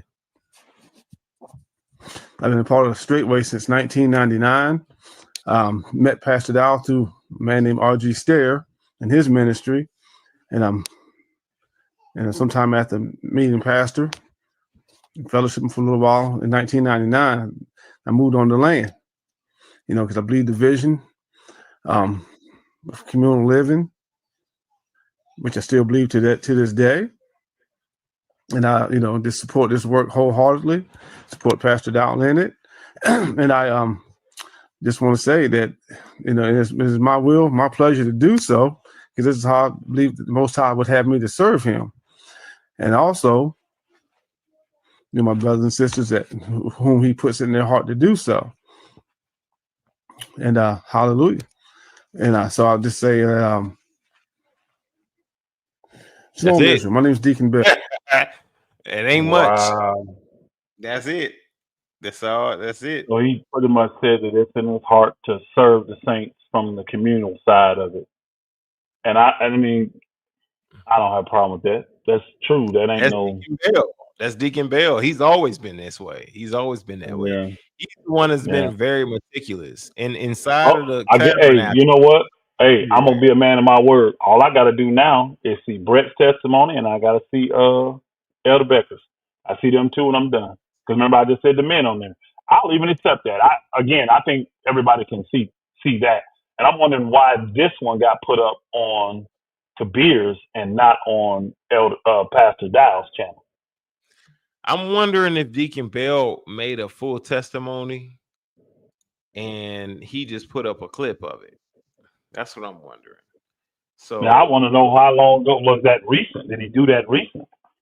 It looked like it, but it ain't that. I thought it was from the what do you call that thing? From the Berean moments that Kabir used to do a few years ago. I thought it might have been a clip from that, but it's not. That's not from the Berean moment. Right. And so it's not. It's a clip of what looks like might be this one. This one's a minute long. I've been part of Straightway since 1999. Met Pastor Dowell through a man named R.G. Stair in his ministry. He seemed like he rushing his testimony. Sometime after meeting Pastor, fellowship for a little while in 1999, I moved on the land. Because I believe the vision of communal living, which I still believe to this day. And I, just support this work wholeheartedly. Support Pastor Dowell in it. And I just want to say that it is my will, my pleasure to do so, because this is how I believe the Most High would have me to serve him. And also, my brothers and sisters that whom he puts in their heart to do so. And hallelujah. And so I'll just say that it's been challenging. I've had much tenure here, and I've been through many trials, tests.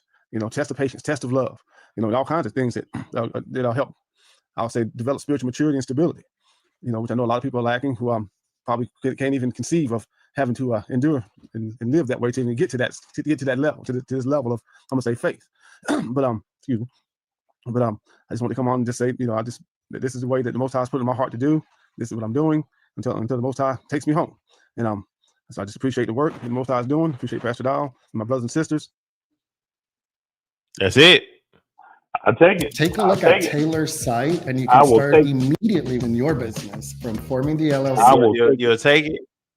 Yeah, I'll take it. Have you looked into the manuscripts? And I will take it. I'm just not convinced. I don't think anybody I understand. He said something. My name is Deacon Bell. Well, I'm not convinced. I'm not gonna lie to you. Said, no, I'm not. I didn't say I was convinced. I said I will take it for the simple fact. Before he said he's been called to the work, and then he said what the work was: communal living. Yeah. He didn't lie. Yeah. He's been called to do it. He says that he supports Pastor Dowell in this, and he gave praise to Pastor Dowell at the end, real quick. I'll take it. I'll take it. I will take it. Okay. I will take it. Yeah. That's the full video. And I just had somebody hit me up. I believe Rustic hit me up on Facebook, sent me that testimony.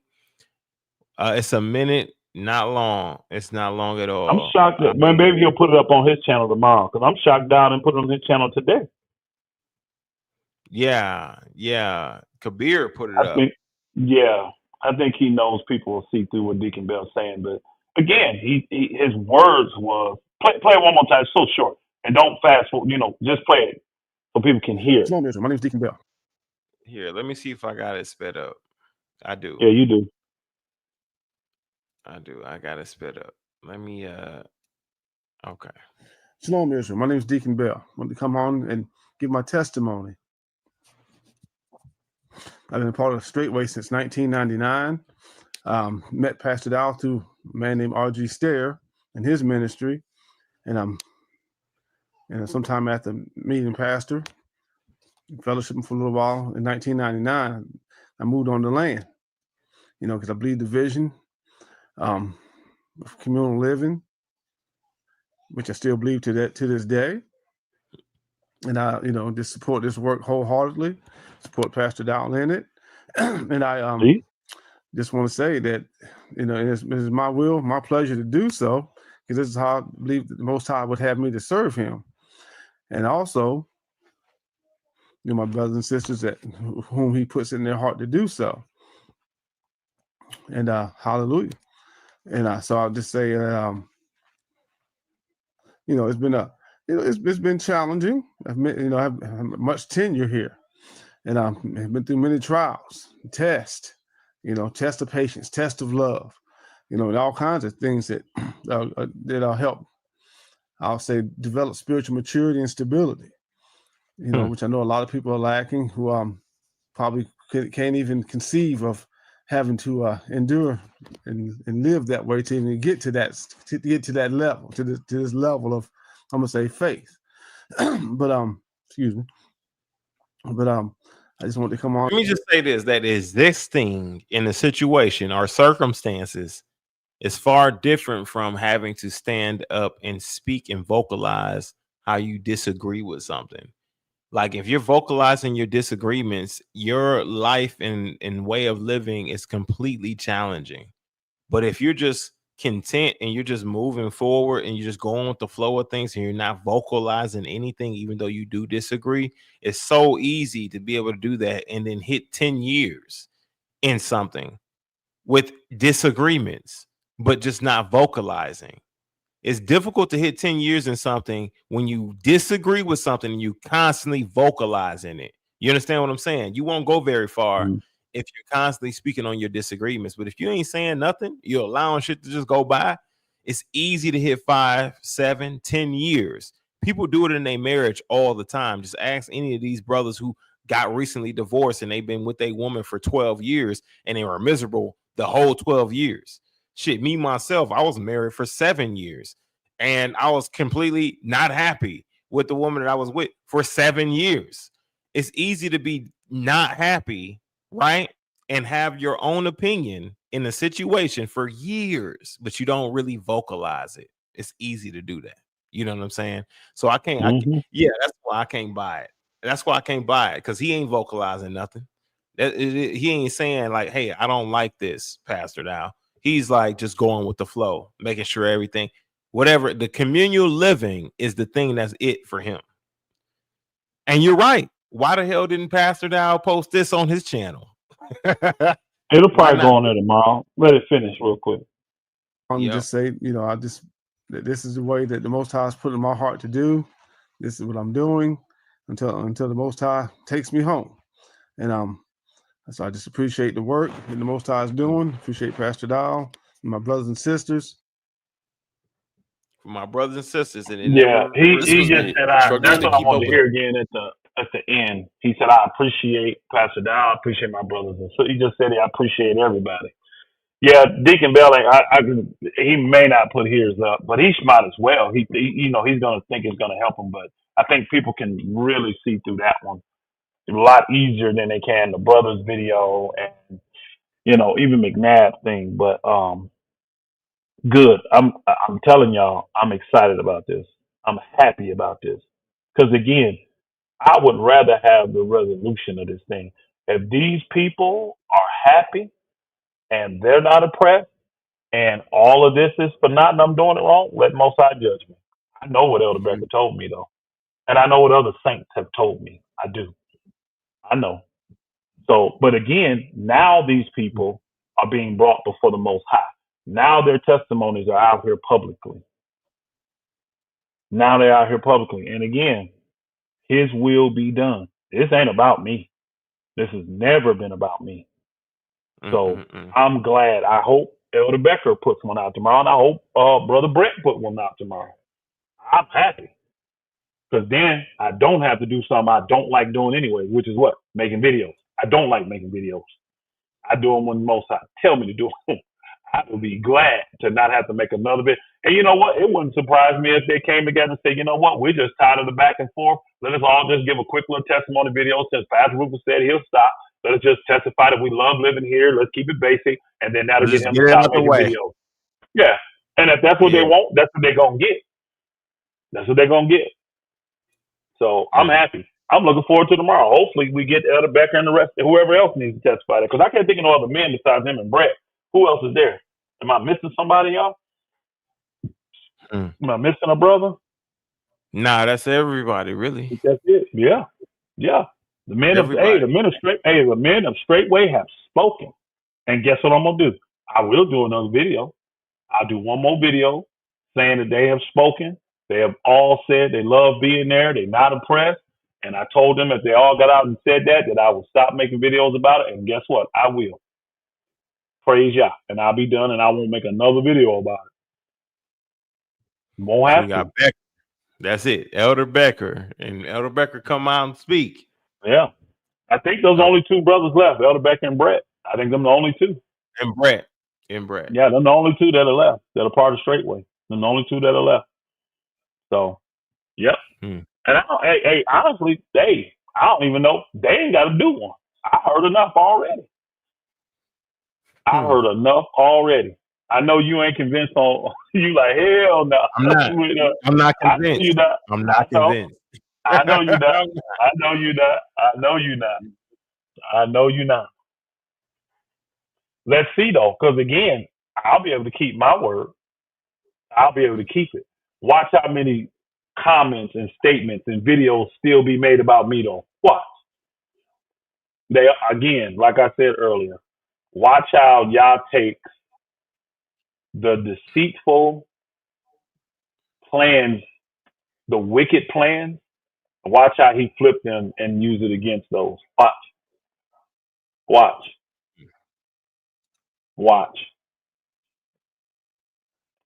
He'll know because he ain't gonna be happy. He's still like, because guess what? It ain't gonna stop what y'all's doing. It ain't gonna stop what y'all's doing. Yeah. Because what a lot of like you know this, Brother Barack, and I know Nick and people like that know it. Elder and them, all them know that. But Robert, most of these people that are leaving y'all, they're not even leaving. They're not even watching our videos. These people have a personal experience with them, and they're seeing it with their own eyes. They are, and they already have this in their heart. So then, after they done made a conscious decision, then they start to do it like that. See, what Dowell wants to see, he been lying. He been saying that with people here oppressed. But well, hold on, bro. The people leaving showed you that they were oppressed. the 4 families in the last year. Remember, Brother Rich was celebrating his year anniversary. Remember, December 14th. I just remember that because it's my daughter's birthday, my oldest daughter. But you have 4 people leave that community within the last year. 4 families. So don't tell me that certain people didn't feel oppressed. And I know there's still more people on that land that feels oppressed, and they see the wickedness and doubt. Just some won't hold them accountable. And again, I have already made peace in my heart, so I'm good. I'm actually happy. I hope they come out and do it, and I don't got to say another word about this. I hope so. Yep, y'all judgment is y'all's judgment. Watch. His judgment is his judgment. And I ain't said nothing that's a lie. Nobody said nothing here that went against what I said. They pushed some false narratives out there that I'm sure they heard from Dow. Stuff I never said. I didn't say Dow micromanages them. I ain't never said that. Right. Yeah. We'll see though. We'll see how it go. I'm happy. Praise Yah. Glory to the King. Good job, Straightway brothers. Good job. They came out. They came on out the woodwork. Good. They came on out the hide. Good. Everybody know they had that leadership meeting. I'm sure this is a devised plan from the leaders, which is fine. I love it. I bet it is too. I love it. I love They it. were silent. They went silent for at least 3 to 4 days. Which is before fine. all of this took place. I'm telling you, I know what the scriptures say. And when your heart is full of deceit, y'all gonna expose your secrets. That's what he gonna do. You're a hypocrite. That don't change any of that, bro. You still a hypocrite. You still have to answer to the Most High Yah for how you treated people all these years and how you treated me. It ain't finna go away. That's what he would love to just, hey, when to shut him down, we prove like what he want to get on here and do. We done proved finally he's a liar. I told y'all. Now y'all get back and repent. It ain't gonna happen. You done destroyed so many of these people's faith, bro, and you done put so much, because that's what he wants to do. He ain't gonna be happy with me not making videos. He want people to come back and bow down to him and, oh, I admit I was wrong. I was sorry, Pastor Dowell. That ain't gonna happen because these people got their own experiences with you, bro. They got their own experiences with you. I didn't influence people to leave. The Most High told these people to leave. This is crazy. This is crazy. This is madness. Because my hey, thing is Tim Swapshire, you saying a lot right there, brother. You see that what he said? What did he these say? testimony videos is perhaps the last time to do the right thing. If they lie, they will sentence themselves.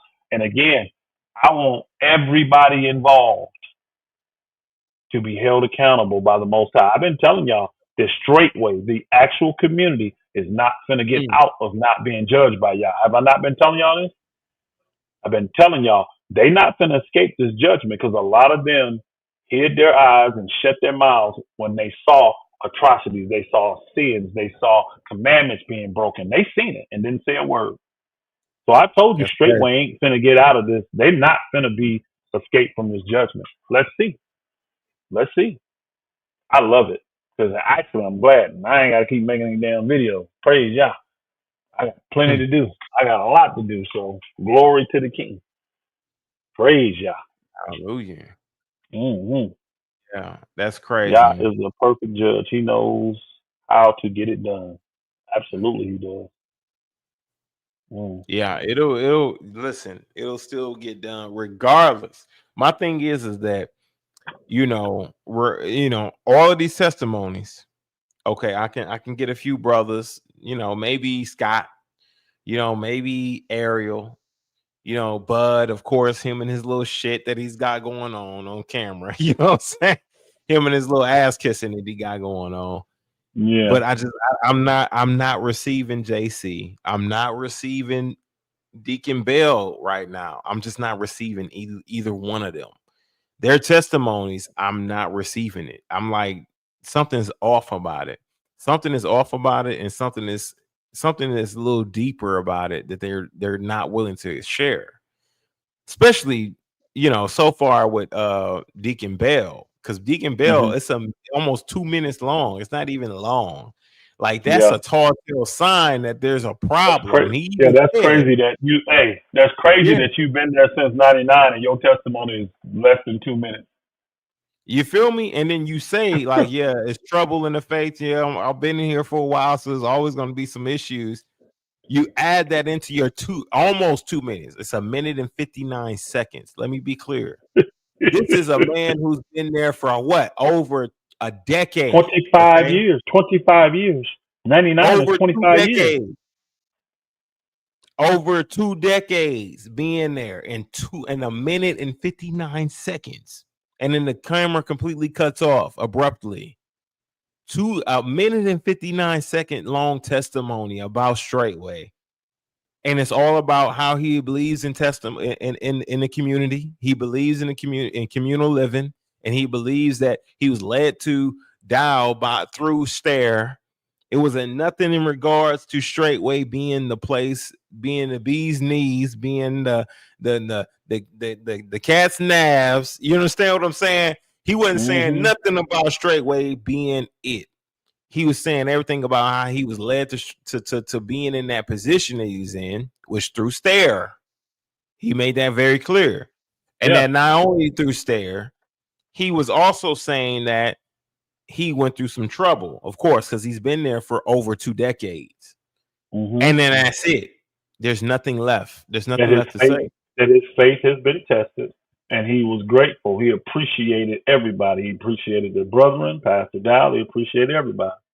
But I heard him say the support for Dowell earlier. Like he said, I know the Most High. This is what I believe he's called me to do. So I support. I think he said something like, I support Pastor. And all right, cool. That's all I needed to hear. That is all I needed to hear. Again, I believe in community living. I do. I'm not saying that's the only way you can get to the kingdom. I'm not saying that if you ain't on community, you ain't going to the kingdom. I'm not saying that. I believe in community living. I do. Just not the way Dowell doing it. Just not the way Straightway's doing it. I don't. Because Deacon Bell got all them boys and he ain't got nothing. He ain't got nothing. Wow. No security, nothing for those boys. But he got to live off the benevolence of Dowell and hope that Dowell does. Like, to me, what can Dowell do? What can he do? Set it up to turn it over to Hezekiah and let him run it when he get old enough and be the same, though. Never turn on nothing and then just wait for Deacon Bell boys to be slaves to Hezekiah. I mean, how do they get an inheritance? They don't. They're not going to get it. So I thank the Father I'm in a position. I ain't even got to serve, but I'm in a position to leave inheritance. I'll tell you that. And I thank the Father for it. Hallelujah. Glory to the King. Man, bro, Ryan, I appreciate you. We did another one. How long has this one been, man? How long we been on? Man, 7 hours we're going hard, and I minutes. still got more to go. I gotta still cover Billy Carson, so I don't be lying to the folks and saying that I'm not gonna touch on Billy Carson.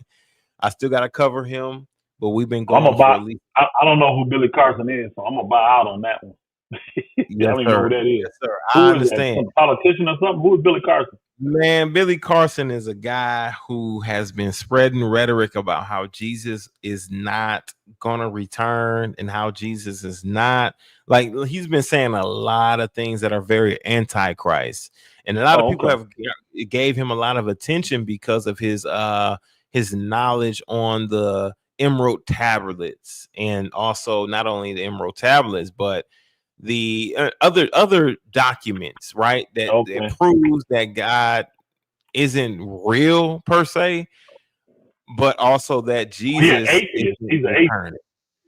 He's an atheist. He's not necessarily he believes in aliens as being the beings that he believes that Jesus was an alien. Okay, you know what I mean? It's great. It's great. All right, hey, I appreciate you though. I'm gonna get out of here, man. Bless you, my brother. Yes, sir. You know, you already know it's total bullshit. But he's been debunked and exposed for the BS that he has been spewing out here about not only Jesus but also Yahweh, the Most High. So Hallelujah. I gotta cover that. I gotta make sure I keep my word on that. Praise y'all. Bless you, my brother. Y'all have a good night. Yes, sir. Bless you, Pastor. I appreciate you joining me for this long. Listen, we No 7 problem. hours. We got a little bit more to go. What we're gonna do is bless you, Pastor Rufus. We dissected that thing. I really hope you guys enjoyed that. You understand what I'm saying? Because we were able to pull up the actual testimonies that were coming out not only recently, right, and dissect them based on them. They just recently been exposed, right? But we're able to offer more clarity to those testimonies. And I really hope that Pastor Dowell understands. Dowell, you need to understand. You got to come with something a little bit more credible. You understand what I'm saying? A lot of these testimonies that you're putting out are just not credible enough. Not for me. They are for Pastor Rufus. It's good enough. All he's looking for is now Elder Becker and Elder Brent to come out. Brother Brent. He might be an elder by now. Either way, he's looking for those two. And once those two come out and speak and testify to you, right? He's willing to step down and stop speaking about Straightway, stop speaking about you, Pastor Dowell. He's willing to step down and stop talking about you. Me personally, I'm still gonna be on your ass regardless, right? It doesn't matter. So what we're gonna do is this, right? we're going to take a quick minute break. Give me 60 seconds, y'all. And we're going to come back, right? I know it's late. And we're going to come back and we're going to touch on this Billy Carson situation. I got to go ahead and serve it up to the people because I promised it here in the description. I want to be sure I keep my word. And what I have next, you guys do not want to miss. I promise you, you don't want to miss this because this is very important, not only based on what Pastor Dowell's doing, but based on what, people are doing out here in the world. You understand? We're going to be going over a lot of different things when it comes to Billy Carson and how he's moving and deceiving individuals that don't even really believe in the Messiah. Right now, we're going to be doing that after this commercial break real quick. We're going to go ahead and take a commercial and we're going to do it. Bless y'all.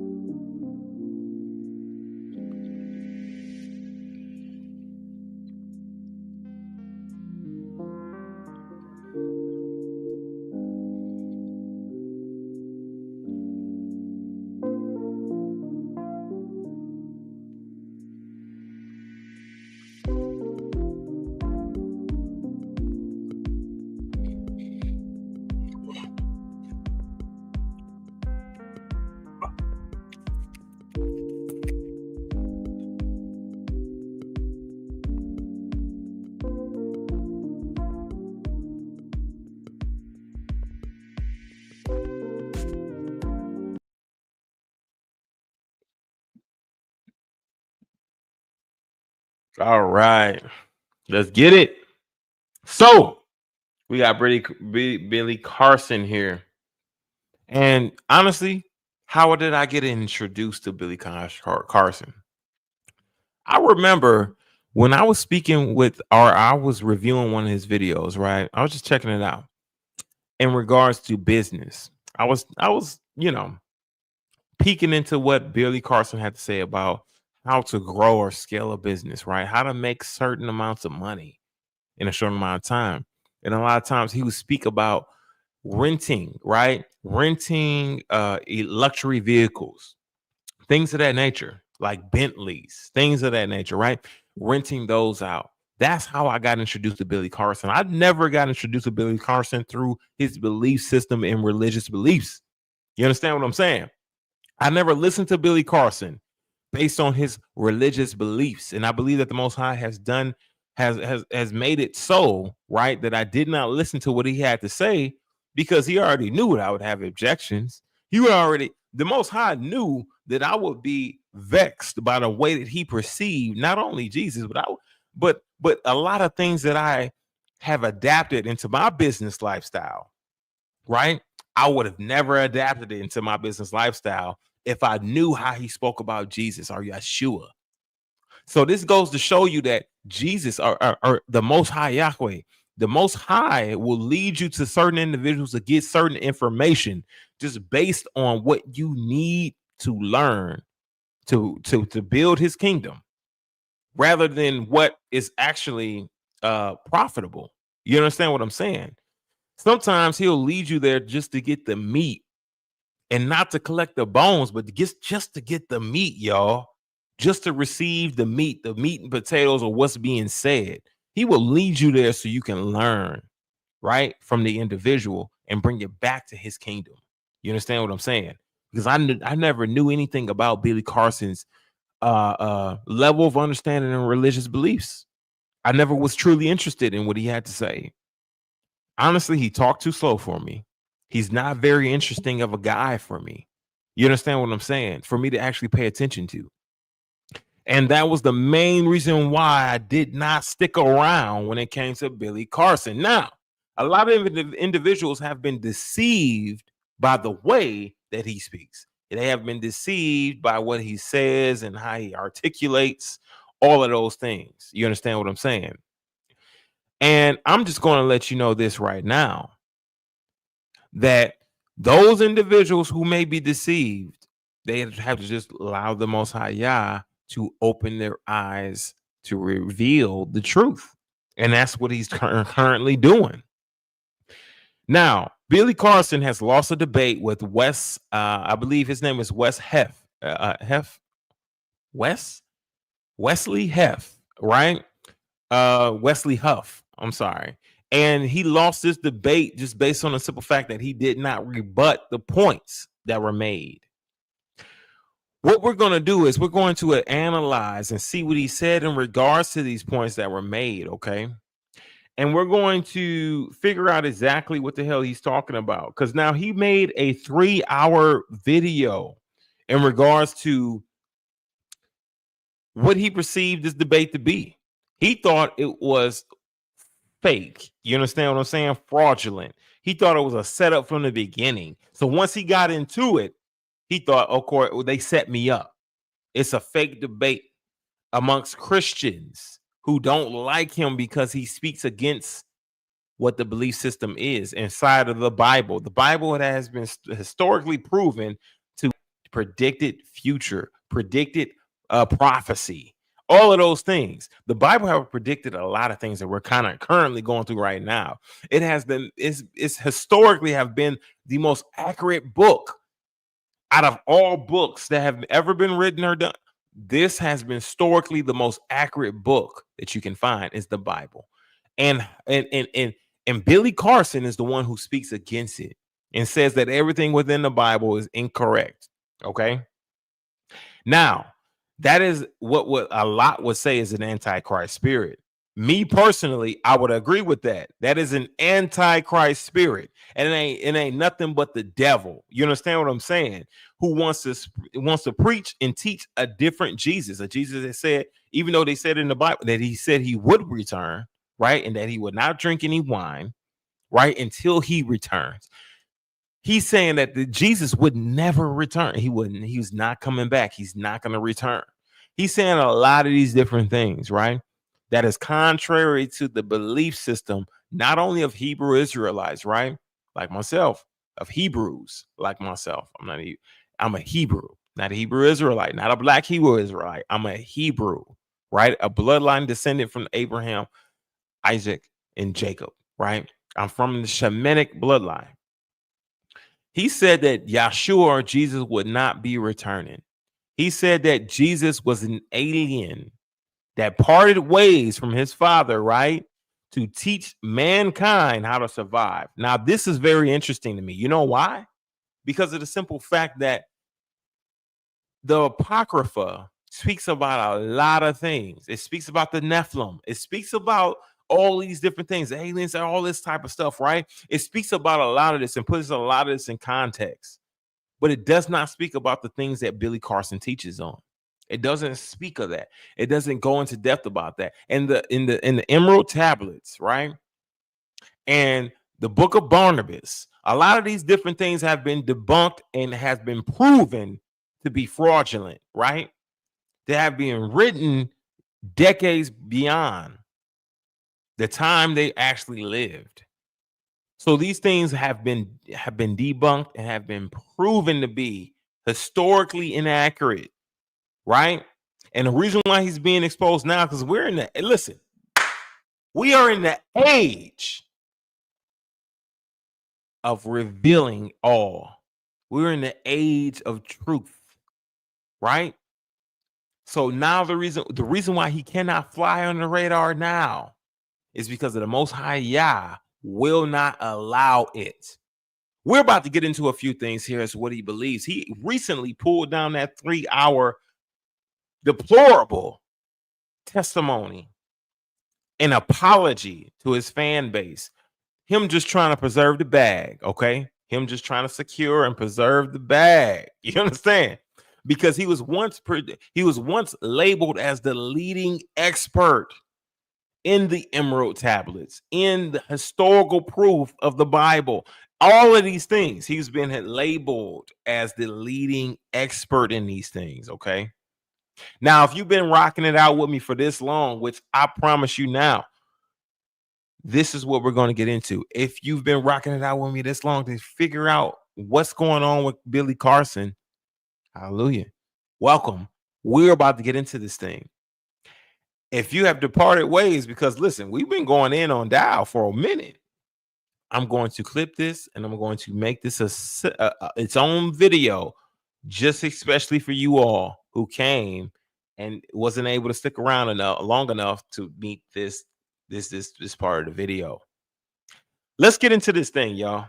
We're going to go ahead and get into this thing and we're going to address this situation. Honestly, tell you the truth, he is leading a lot of individuals astray that don't even believe in Christ because of the simple fact that they've been seeking out.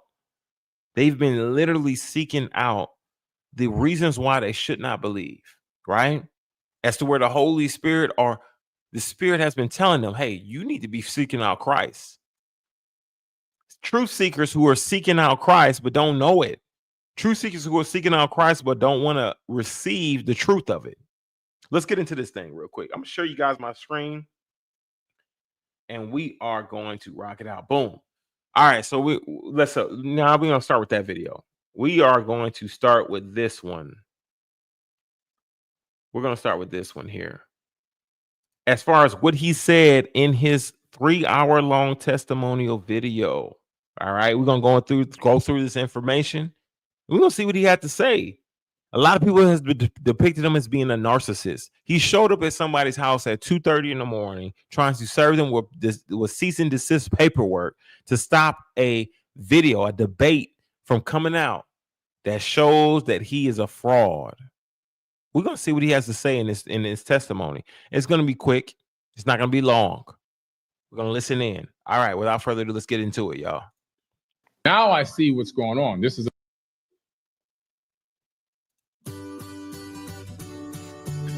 commercial break. After this commercial, let's go. But he made a whole 3-hour video Come on with it. About the debate. You would think like he'd say something like, he was right, you know, that was my fault. I should have did more studying. But watch what this prideful, egotistical individual actually had to say. Now I see what's going on. This is an actual setup, because every time he would come back and start talking dogmatically and talking all this garbage, he would then pick up his cup and do this and give a smirk. So I saw Dan at that moment. He's full of shit. Let's keep it a buck, right? When somebody is trying to influence you in believing something that honestly is not true, they actually give these type of testimonies, right? He said he picked up the mug, he said, and then gave a smirk as though he was doing something malicious when that was absolutely inaccurate. Nobody has time to lie to you, Billy Carson. I'm not lying to you. I ain't got time to lie to you. I'm not lying to you. Nobody has time to lie to you, Billy Carson. Nobody has time to play games. You understand? We here standing on business. I'm just about that action, boss. You ready to go get it. You just like to do it. That's what it is. That's what it is, boss. We just about that action. So when you step to somebody who actually know they shit, you got to understand that you about to get your ass handed to you. And you got to receive it, Billy boy. You got to receive it for what it is. You can't just sit here and act like that, oh, these little nuances of what they were doing, taking a sip and smirking, right, is something that is directly opposing you. Let's continue on with this video, because this is ridiculous what he had to say. The moment I realized, oh, this is a contrived setup video to make me look like I'm some type of dummy and I don't know what I'm talking about. So they can go bragging to all their Christian buddies and friends in their cult and, oh, he didn't know the answer to these 2 questions. Oh. Not really. This is bullcrap. This is, and I said, Mark, this is garbage, man. What you guys, this is a setup. Now, Billy, what you having a hard time understanding is that you had a chance. You had an opportunity to rebut every point. You had an opportunity to say something against it. You had an opportunity to actually give forth an effort to say, no, you're wrong, Wesley Huff. This is the truth. Based on what you believe, honestly, is incorrect because of A, B, C, and D. But guess what you did? You remained to be silent. You didn't say a word. You know why? Because you know that you're full of shit. You know that you're full of shit. You know that you don't know shit about what you talk about. You don't know what shit about what you believe. Everything that you do is bullshit. And I swear, I'm very convinced that you are definitely, you know, one of these who have definitely turned. It's turned into bitch ass niggas. That's the reason why you took this 3-hour-long video down. Because you have turned to a bitch ass nigga. Sitting there crying and complaining about a loss. You took an L. Take your L and bow out respectfully. But no, you sitting here thinking about how you may have lost your credibility. How you may have lost the leading expert in all this new ager crap. You understand what I'm saying? It's where the Bible has explicitly said that there will be what? False teachers amongst us, teaching damnable heresies. And what you are, Billy Carson, you also are somebody who primes and preps every individual to being able to receive the mark of the beast in every way, as well as the son of perdition who is coming on the scene, right? You get them ready to receive the son of perdition. You get them ready and prepped to receive the mark of the beast. This is who you are. You understand?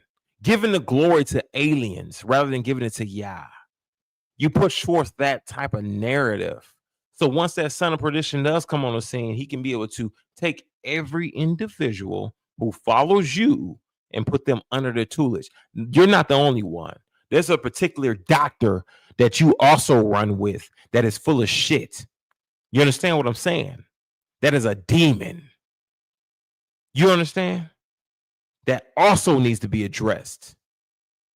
There's a doctor that you run with right? That feels like he's the spirit, he's the epitome of everything spiritual. And he is a wicked deceiver. He is an antichrist as well, just as you are, Billy Carson. And yeah, we coming for you for the simple fact that you have deceived many and you have been wicked beyond all measures. You understand what I'm saying? And I think you better understand what's going on truly. I think you need to recognize. You riches better recognize. All you bitches out here who antichrist better recognize that the War Sheep podcast ain't gonna have any of that. We're gonna come for you 100%. Let's continue with this video.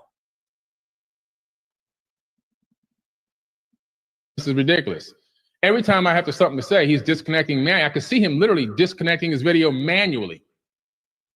And only one time I got to ask a couple of questions. I could see him on his screen on Chat GPT trying to look for the answer real quick. And he gives some roundabout, ridiculous answer when it came to some of the tablets. And I realized then that this was bogus. He sounds like somebody who just lost his Pokemon cards in a duel back in elementary school. That's what he sounds like. It's ridiculous. Let's continue. And unprofessional, and something I would never want to be a part of. Absolute total trash. And I told Mark at that moment, I'm leaving, man. I gotta go. I have an air conditioning guy coming to my house. I have my mother-in-law coming into town, and something happened too. We have 5 AC units, and I don't even know which one of them is acting up. All I know, ladies and gentlemen. So he made an excuse of 5 AC units acting up as a complete excuse. Let's see what this guy has to say about what he just said. Billy Carson is a scam artist. He's a fraud. He's an antichrist. You tell me. No doubt about it. No doubt about it. He even got his wife. He even has his wife thinking the same thing.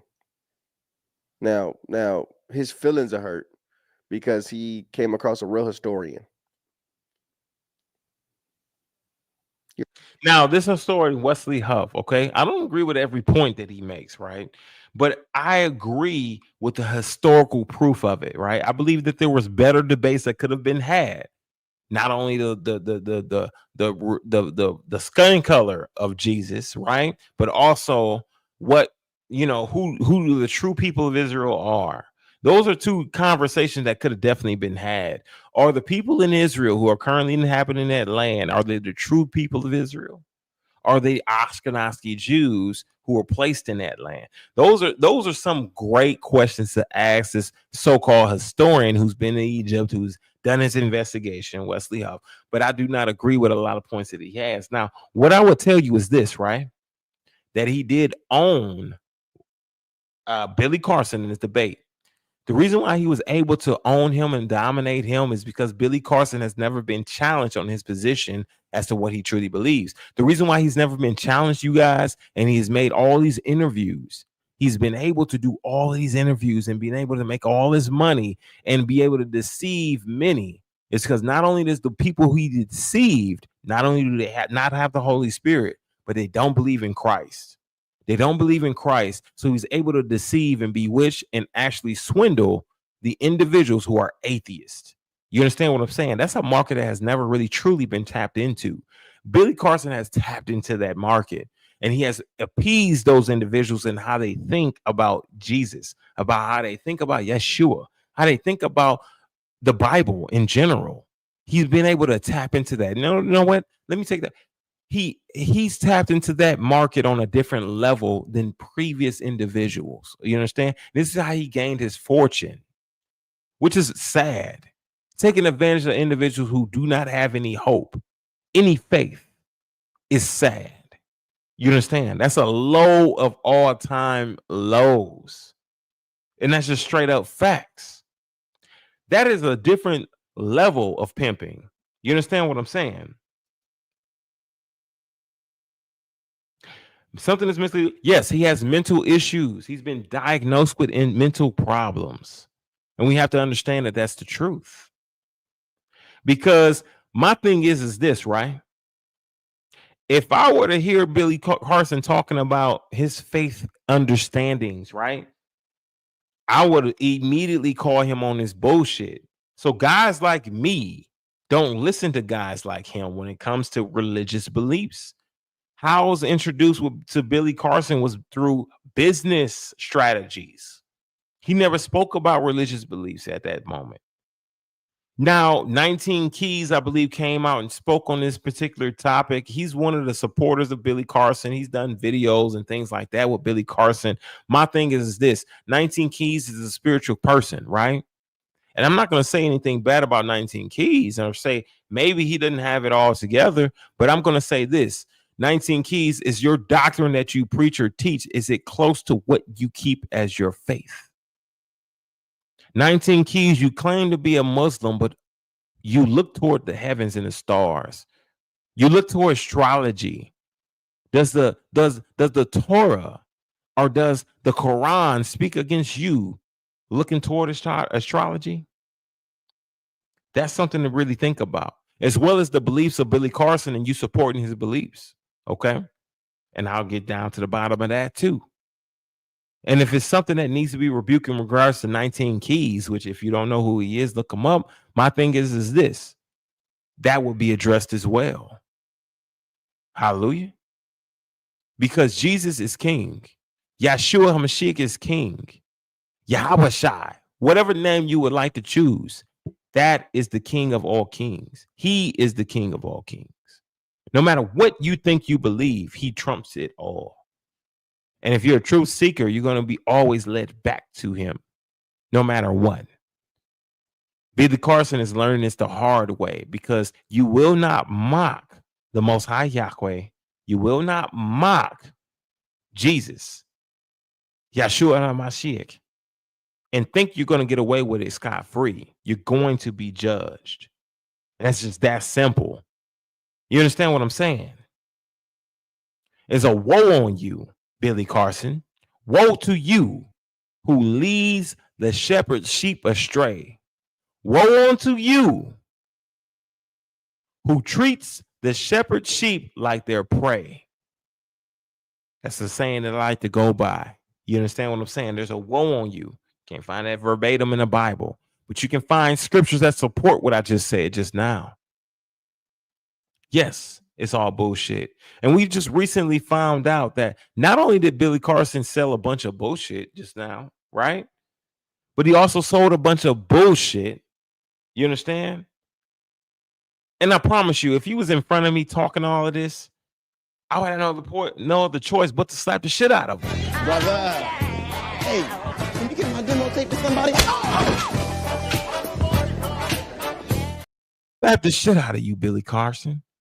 For all of this nonsense you're saying, all of this nonsense you spew, bullshit you're talking. But I like when you talk too much, because it gives you plenty to say, right? This gives me plenty to be able to debunk.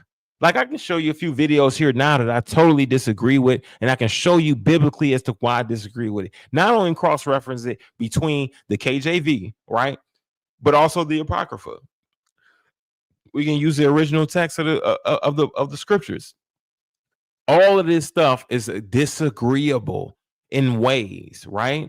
But it's lies sprinkled with a bit of truth. So you believe that it's true, right? Just based on certain things, right? Certain aspects. But truly, the scope of it is complete lies, and it's all bullshit. I don't understand how the world has been deceived by Billy Carson, because all of this shit that he's saying it cannot be historically proven. How did you allow him to take advantage of you? That's what you need to really be thinking about. But I like people who talk. I like people who talk too much. You know why? You seem as if you like to talk. I like to let people talk who like to talk. It makes it easier to find out how full of shit they are. It makes it easy to find out how full of shit they truly are. He talked too much during that debate, in which I covered.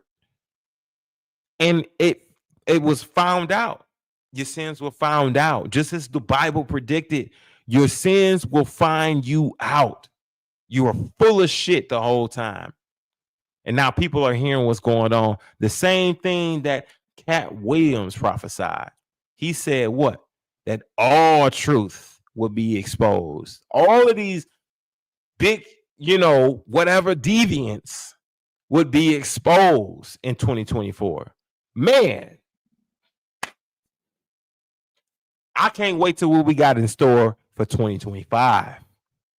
And for all of you who are still with me now, we're about to expose a lot of wickedness in regards to Billy Carson. Who is it? Who is in a monumental piece of shit. And that has been thoroughly exposed. You guys know the story by now. There's been plenty of YouTubers who have spoken about this individual and spoken about this story. You understand what I'm saying? But what we're going to do is we're going to bring a different angle to it as well. Okay. We're going to talk about Billy Carson and his alleged, I guess, conviction. Let's get into that conviction now. All right. We got a guy who actually uncovered his conviction, and he's been convicted of fraud. That's right. He's been exposed for being a fraud. You understand what I'm saying? Under a different name and alias. Let me share you my screen. Here we are. I scared this before. Let's get into this thing right now. All right. We said we're having trouble streaming to Facebook. Whatever. That's fine. Let's keep it going, guys.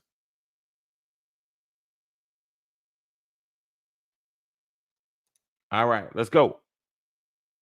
So let's hear what they have to say in regards to his criminal background, his criminal record. Let's go to it. Let's get it. No information means the person accused of a crime is not charged. Let's go to it. Let's get it. Right. Are you ready for retirement? Commercial break, y'all. Our free retirement planner shows you where you stand. Let's go.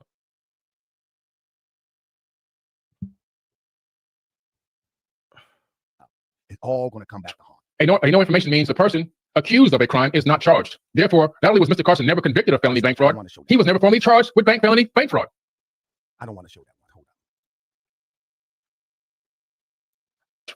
Hold on. No information means the person accused of a crime is not charged. Therefore, not only was Mr. Carson never convicted of felony bank fraud, he was never formally charged with felony bank fraud. Since public records establish these facts, your repeated and conclusory statements strongly suggest that at best, your defamatory attacks are reckless. Listen one more time.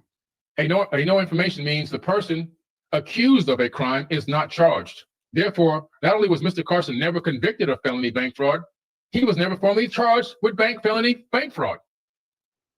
According to this, Mr. Carson. Now, I want you guys to listen to it. He refers to himself in third person.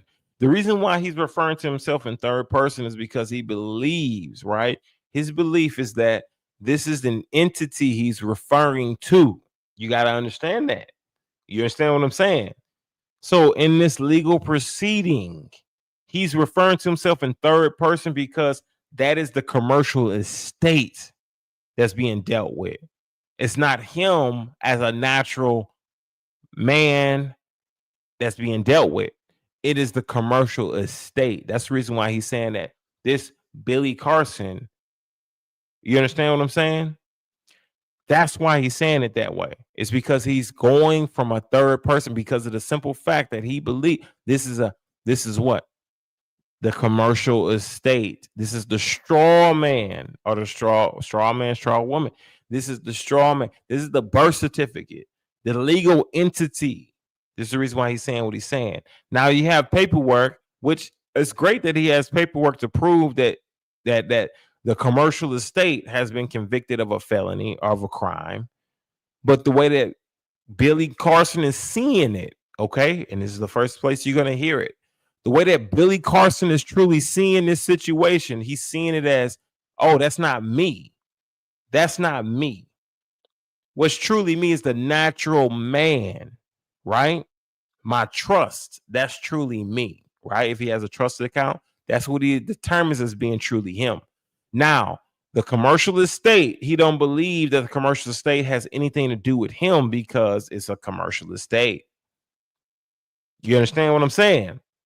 The birth certificate, the social security number, all of those things, he's depicting it as a business entity or corporation outside of a living entity, which he can. Is truth in behind that. So when he pulls up this documentation and proving that this individual has been convicted of a crime in regards to fraud, this is the reason why Billy Carson is saying what he's saying. You understand what I'm saying? That he has not been convicted of a certain crime, right? Because him as a natural man has not been convicted of that crime, but him as commercial estate has. Let's hear what this guy has to say in regards to this paperwork. Now, I'm not saying it's right, because it's not. Because some people take advantage of doing it this way, right? And then they harm other individuals. That right there is a crime, to cause harm, no matter what. You can be a natural person, no matter who you are, whatever. If you even on a reservation and you're an Indian, it doesn't matter.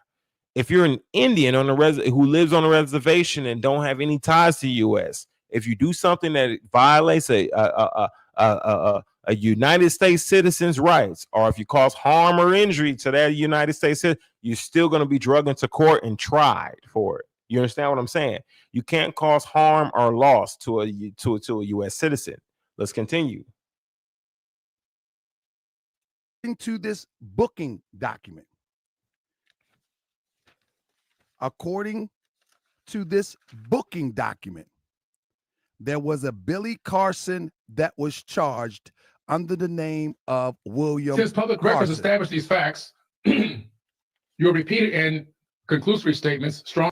Yes, that is the Billy Carson. That is the commercial estate. That is the name that was given to him by birth. That is the name that is owned by the U.S. This guy, he's a Moorish. That's crazy that he's making this point, because his name on here is Moorish World TV.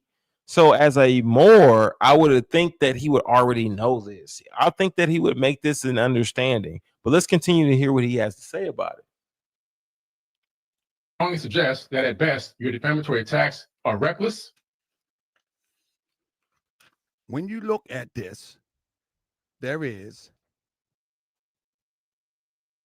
This is the fastest way to create t-shirt designs that sell. When it comes to creating designs for your t-shirt or apparel store, it can be hard. William Tyrone Carson, alias Billy Carson. He said he was never. Let me play it one more time. No information means the person accused of a crime is not charged. Therefore, not only was Mr. Carson never convicted of felony bank fraud, he was never formally charged with felony bank fraud. Since public records establish these facts, your repeated and conclusory statements strongly suggest that at best your defamatory attacks are reckless. Whether he had a plea deal or anything, whether he was found guilty or not, listen to what he just said. No information means the person accused of a crime is not charged. Therefore, not only was Mr. Carson never convicted of felony bank fraud, he was never formally charged with. He said he was never formally charged. Here is the booking report. All right. No, here is the booking report. Okay. I like that. Retro minds. When you say you wasn't formally recharged, that means there is no booking report. If you take a no contest plea, that means you was booked. Retro. Do you understand that? Before we go any further, don't interrupt the show with that type of stuff, Retro. Come on. If you took a plea, that means you were booked. That means you were charged. Isn't that what that means? Or is that just me? No, it doesn't mean the person, the natural person, the natural man or woman was truly charged. It means the commercial estate was charged, meaning they charged his credit card. That's basically what Billy Carson's position is that the commercial estate was charged at. So that commercial estate holds that. Billy Carson does not work 9 to 5. So the benefits and privileges that the government has to offer Billy Carson, he's not looking to receive it. And I'm just telling you this because I'm not defending Billy Carson. He's still full of shit. But I'm telling you this because it's facts. This is what process he's going through. And this is the reason why he refers to this as a third person, Billy Carson. And also, not only is he referring to a third person, but he's also saying that he's never been charged or convicted with anything in a natural. You understand what I'm saying? He didn't say it specifically that way, but that's what he means. Let's continue. While he has his receipts publicly, right? There's a difference between public and private. Let's continue. Is that what that mean, or is it just me? If you took a plea of any kind, that mean you were charged. All right, so I'm not going to stay stuck there. These are the fingerprints of the defendant. They took fingerprints. Go a step further. Go through my handy dandy. They got a case progress report. You all right, Retro? You all right? A case progress report. All right? I got the whole report. I got the whole report. I tell you. All right. Got the whole report. And then, let me show you.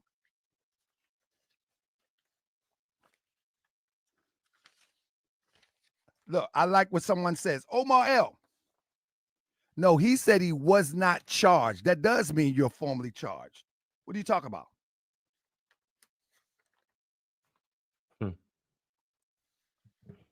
What are you talking about? What are you talking about? Here's the charging documents. All right, Omar L. Oh, Omar L, that's right. You're right. Here's the charging documents. Now, hold up. It was a felony. All right. It was a felony. All right.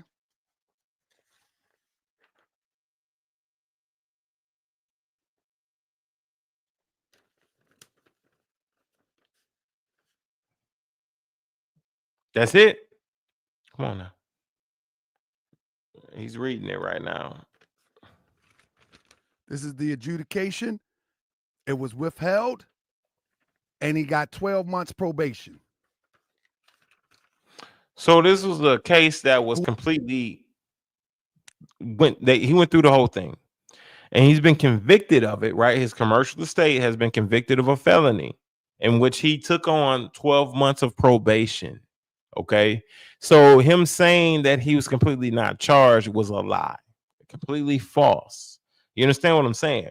That his persons, right, his commercial estate was charged with a felony of fraud, right? So he committed fraud, right? And his commercial estate took that charge.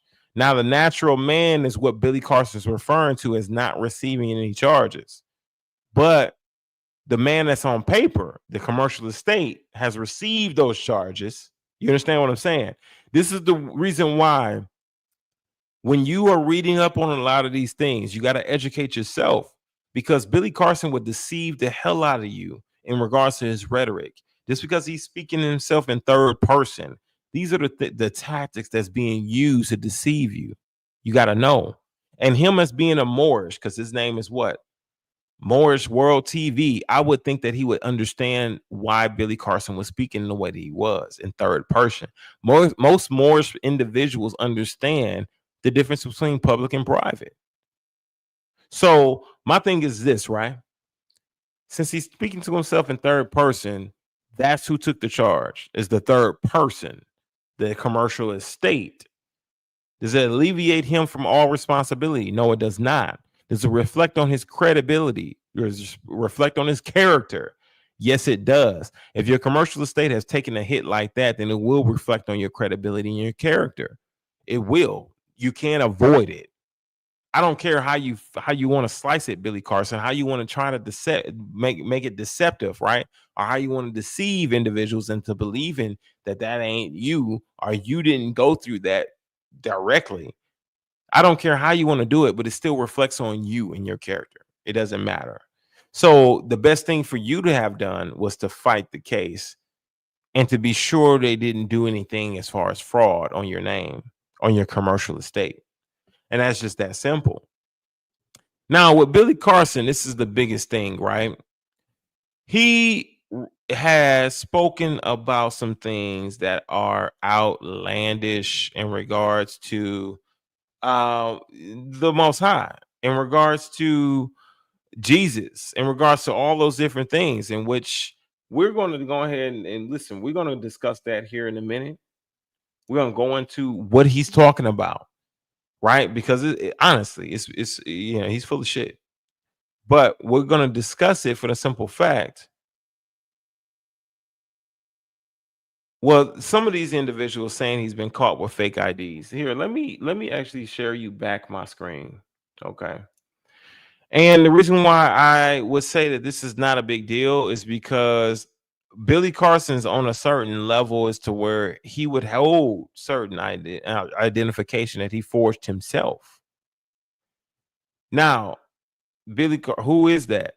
Billy Carson. Okay, let me help you. Hold on a sec. Let me get you a good so you'll understand who Billy Carson truly is and what his belief system is. He did an interview with some of the biggest names, honestly, that you would think of in regards to his belief system. Look, he's on here with a lot of different guys, man. Like he's been running rampant for a while. As you can see, he's been talking about a lot of different things. Now, this one right here, God is a mistranslation. Billy Carson suggests the Bible has hidden secrets and misinformation.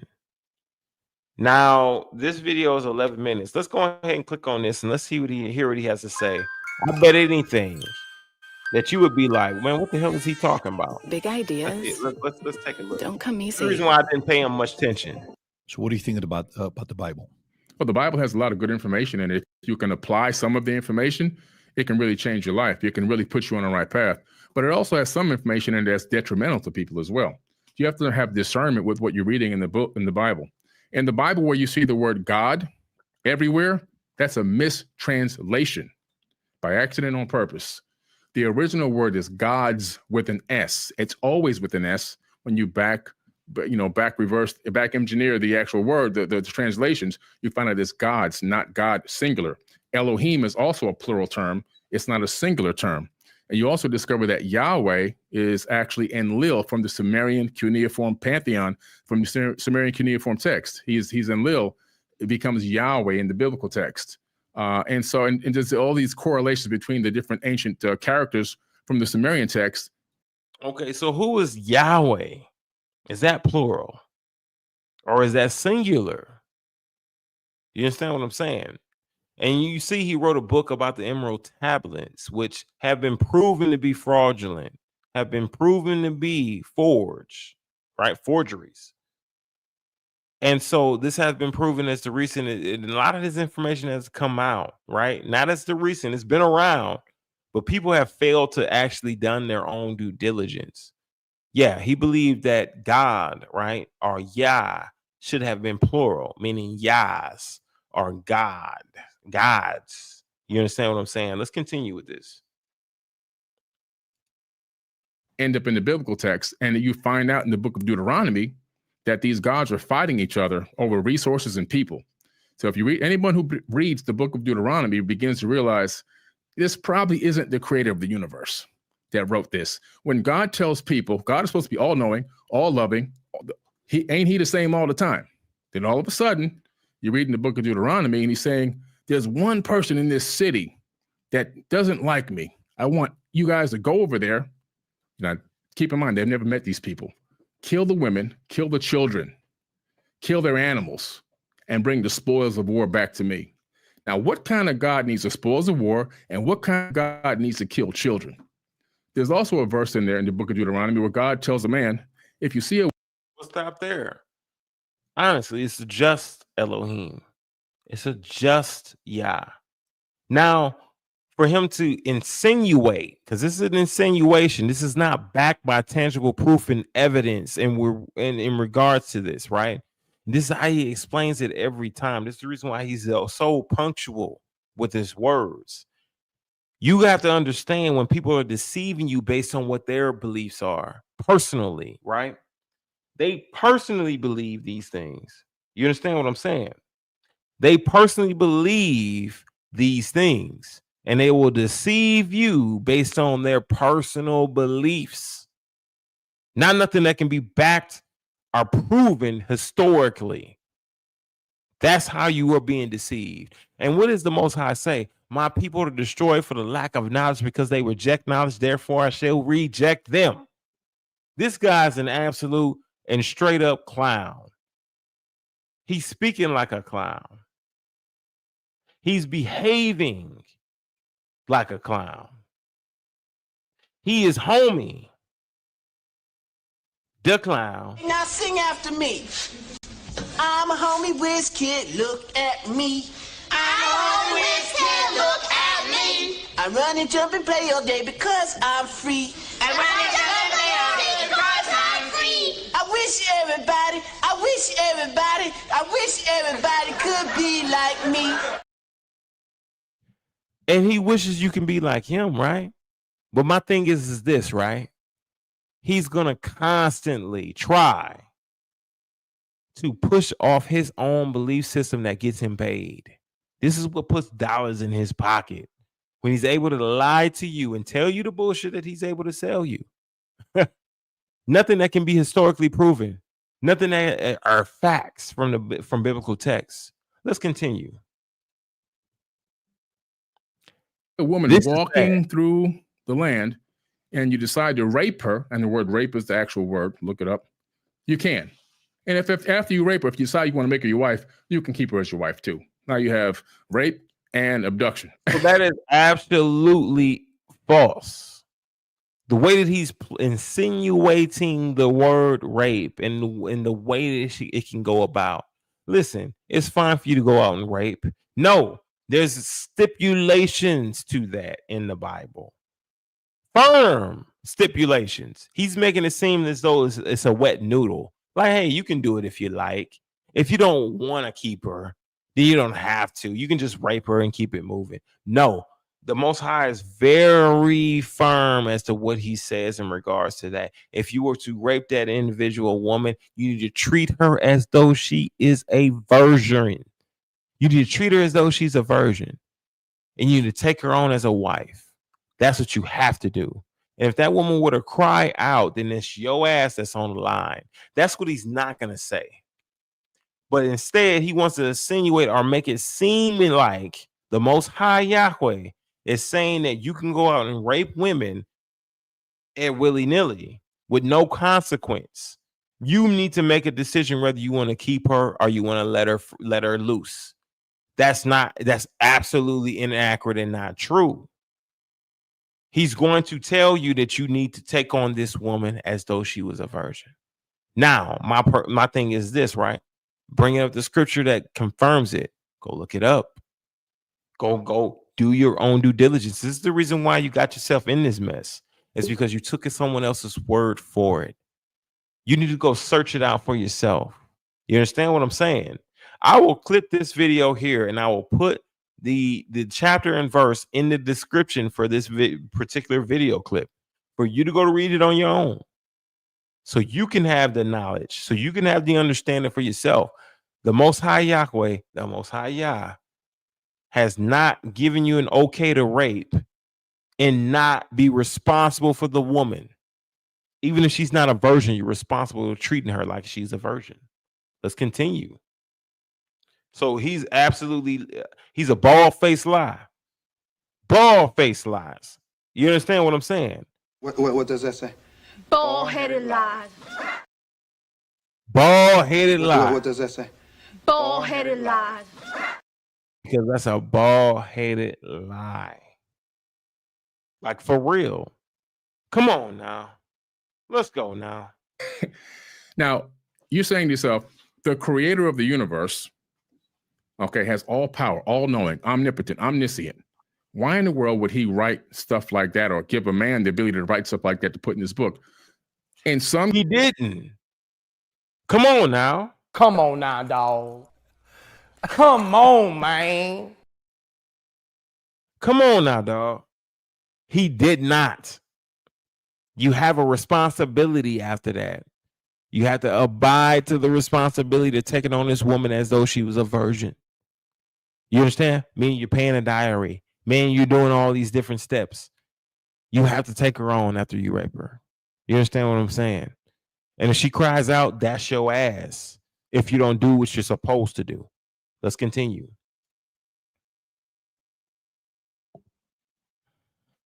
Some cases, it's not talking about the creator of the universe. We have to be able to discern that. We have to be able to have the eye to see that some of this is manipulation for the power of people to put on top of other people. In the New Testament, Jesus says, honor your slave master. Now, why would we want to honor a slave master? As you would honor me, he says. Do you think Jesus? So that's another misunderstanding of the scriptures. Honoring your slave master, meaning someone who you're indebted to. If you borrow something from another brother, right, that is in the faith, that is Israel, and you can't pay him back right away, and you can't pay him back at all, let's say that, but you're indebted to him, right? What does that make you? It says the borrower is servant to the lender, meaning you're a slave to that individual. So until you can be able to, what? Meet the value, you need to serve that individual until the value has been met. It ain't the same slavery that you've seen in during the international slave trade, during the Jim Crow eras. You understand what I'm saying? That was harsh. That was abusive. That was over what they're supposed to have done. That is something they will be judged from the Most High for overdoing what the punishment was. They overdid it.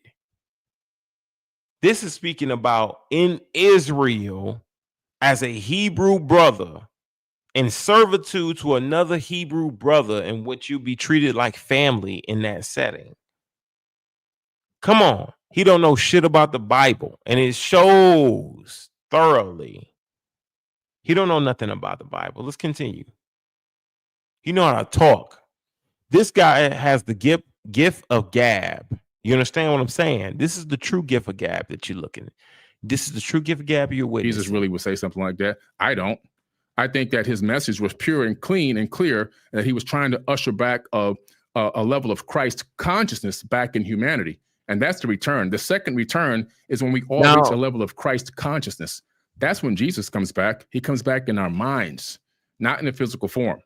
And for people to take his words and screw it around to make it okay for slavery, I think that's a big thing where we see now the injection of human minds, not the creator of the universe. So you have to be discerning with the biblical text. Who is Jesus to you? In your eyes, who is Jesus? His name is Yeshua. Okay. Jesus is first, the J is a recent letter. The J is not that old. So it really was originally Isus. And that name Isus means hail Zeus. Okay. So you're calling on Zeus when you say so Jesus. We got another name translation, Isus. We have Yeshua. We have Yahushai.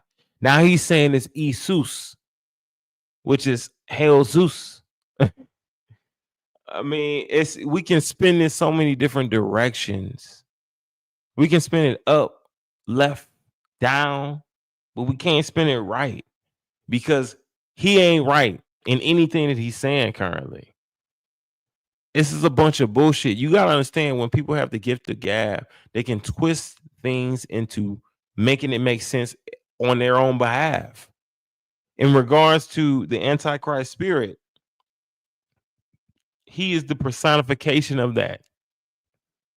He is somebody who gets you prepared for the Antichrist, for the son of perdition, to receive the mark of the beast. He is an agent of Satan that gets you prepared for something like that and say that this is good for the advancement of humankind.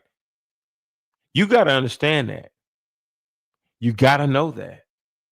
You got to know and trust that this man right here will destroy you when it comes to anything.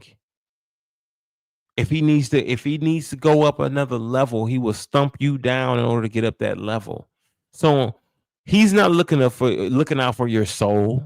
He's not watching for your soul to be sure that you don't fall into the temptations of the devil. He's being sure that he leads you to those temptations. He makes you desensitized to those temptations. And you have to know that.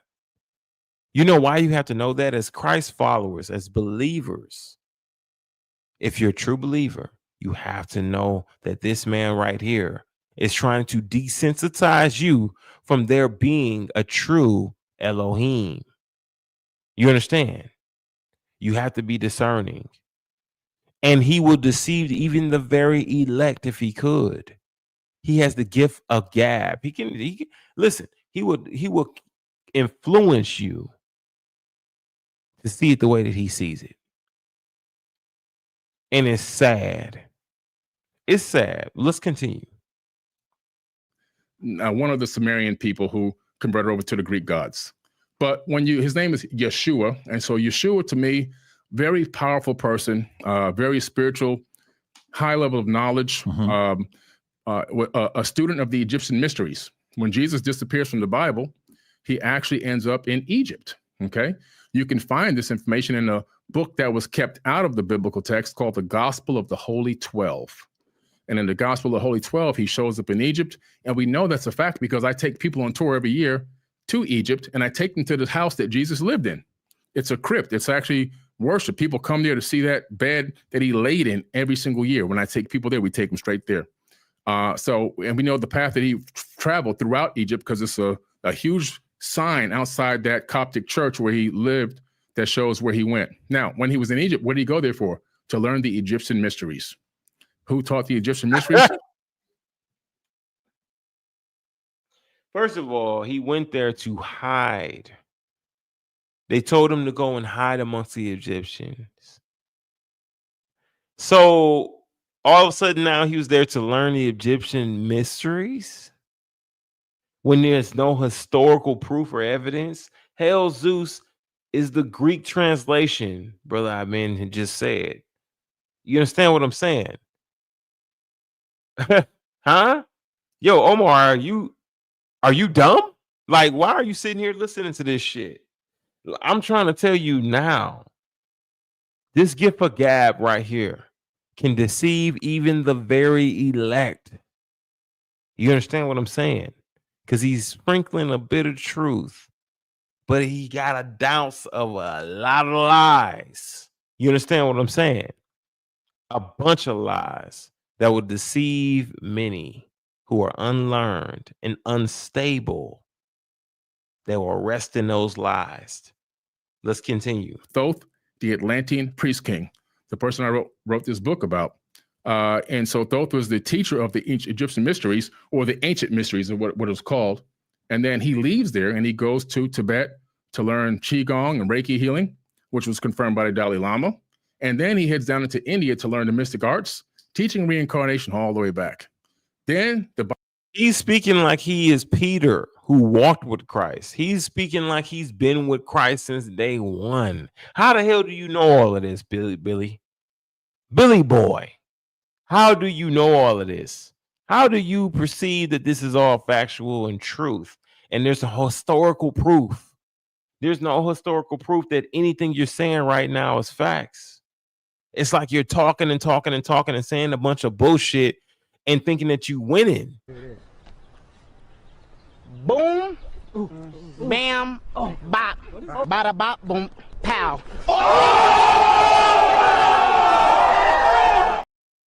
It's bullshit. It's a bunch of bullshit. It makes no sense at all. Really, I would hope that you would just be quiet. Silence. I'm sick of hearing you talk, Billy Carson. Silence. You need to be able to give advice on just business, if you're even good at that. You understand what I'm saying? And that's about it. Other than that, you need to. Silence. This is ridiculous. Let's continue. Bible picks him up at the age of 32. I call my son out of Egypt. He shows up on the back of a donkey, proclaims himself to be the Messiah. So it's a big story. I think that now this is the belief system of what? Of the scribes and Pharisees as well, of not really believing that he's the Messiah. Now, the way that he claims himself to be the Messiah in his pompous, pious, arrogant way, you full of shit, Billy. You don't even have historical proof, no evidence to be able to back or prove anything you believe in. Let's continue. He had a big message. I don't think people were able to grasp it at the time. But his message was that not that he was coming back, but that the Christ would return, the Christ consciousness. Where did you get this info? What book did you read that said this? Because this isn't you didn't come up with this. You read this from somewhere. What did you read that told you this? The Gospel of the Holy 12. The Gospel of the Holy 12. Another apocrypha text that was kept out of the canonized Bible. Got it. And that's what you learned from this. Another text that has been proven to be historically fraudulent. Let's continue. Oh yeah. Okay. So let me ask you. There's a lot of people that smart people, mathematicians, a lot of skeptics that are out there as well. How many people agree with what you have to say? How many people agree with this? Well, I got 8 million people following my accounts across all platforms. I mean, I don't know. So that ain't got nothing to do with nothing. Let's continue. I'm not talking about that part. Of course, when you're talking with this level of firmness, there's a lot of that's why I'm curious. I'm curious to know how you come up with your beliefs. Yeah. But why is it if that's what you believe in, more people don't believe in that? Why do you think such a small sect? When you're born, you're given a name, a race, and a religion, right? And you spend the rest of your life defending a false identity. You don't know who you are. I don't know who I am. You were given your name. I was given my name. Who's Billy Carson? I didn't come up with that name. Somebody gave me that name. And then somebody said, get on your knees and pray before you go to bed. Say the Lord's Prayer before you go to bed. And so I got on my knees and I said the Lord's Prayer, Our Father who art in heaven, hallowed be thy name, thy kingdom come, But then when you trace back. Now he's appealing to your childhood. He's Lord's appealing to what you know. So he can be able to desensitize you to that. That's how you do it. You penetrate somebody's social norms first. You penetrate that. And you let them know how relatable you are to those social norms. And then you introduce your doctrine. You introduce your belief. That's when you interject it once you've penetrated. This is what he's doing. This is the tactics he's using. This is what he's been using for quite some time. Now that shit caught up with him, I bet he's feeling it now. Let's continue. Prayer is that. That's the prayer of Ptah. Who's Ptah? Ea Enki from the Sumerian tablets. He wrote that prayer in ancient cuneiform, which then made it all the way into the Bible. And you think you're praying to God. You're saying the prayer of Ptah. So we've been brainwashed. That's bullshit. Let's continue, though. But that's all bullshit. That's all things that he wants you to believe. Nothing that can be proven, right? That can be backed by historical facts and proven. That has not been fraudulently done. Let's continue because he's a fraud. Let's continue. We've been programmed because for generations, we keep getting handed down this system where we're given this false creation of who we are and we believe it wholeheartedly. We'll fight for it to the absolute death. People will die over those things that were given to them, not that they came up with on their own initially or originally.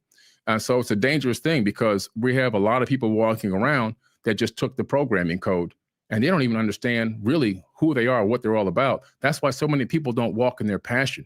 So many people don't even know what their passion is because they've been given and told what their passion is going to be, and they have no clue how to find out who they really truly are or what they would love to be involved in or what their passion truly is. So we have a lot of NPCs walking around, non-players out here just walking around, have no clue, just programs in the matrix. But then you have a few of us that have discovered who we are, that are working on trying to go to inner space instead of outer space, dig deep within ourselves, learn how to walk in our power, find out what our passion is, maximize that, and access that power and spread that power throughout the world. Would you say your parents were Christians? They were quasi-Christians. So they didn't go to church, but my dad would make me do book reports on the Bible from the time I was a little kid. My mother would make me say the prayers, So that in that way, they were Christians. When did you stop? Yes. I stopped probably, I say, maybe around 12 or 13. I realized something was too much. Hey, give a shout out to the War Sheep Podcast. Listen, we 8 hours and 38 minutes in this thing. This is the longest stream officially I appreciate you all 46 of you guys here who are joining me here for the Worship Podcast and rocking it out with me, man. Thank you for the labor of love. You understand what I'm saying? But we are going to rack it out. This is a record for the Worship Podcast itself to be going this long, y'all. So give it up for yourselves. Give it up for everything. We're going to put this work in order to bring out the truth in regards to what's truly going on out here. You understand what I'm saying? Hallelujah. Let's continue with this video. There was too much contradiction in the text, because remember, I'm doing book reports on the biblical text. And when I got to the point where God said, I create the good and I create the evil, do what I say at the Lord. That's in Isaiah. Then I realized something was really off here, because I realized through my studies that God had killed over 3 million people in the Bible, and the Satan didn't kill anybody. Absolutely. The Most High Yah was the only one that had the authority to end life in the scriptures. That should make you understanding how powerless Satan truly is. He can only influence you and try to convince you to do things that is outside of the will of Yah. He didn't have the power to destroy you. You only have the power to destroy yourself. You understand what I'm saying? And he can influence you to destroy self, but he didn't have a power to destroy you. Only Yah has the power to destroy you. You understand what I'm saying? So don't take what he's saying in regards to this, right? You have to understand the context of what the truth is. Yes, that's right. He didn't have enough power to destroy you. He can only influence. So resist the devil and he shall flee. Let's continue. So I said, wait a minute, something's a little off here. He's killing everybody and Satan didn't kill anybody. And so we have to really take a look. Antichrist. This guy's an antichrist automatically. You see how he's trying to paint the picture of Yahweh as to where he's an unjust Yah.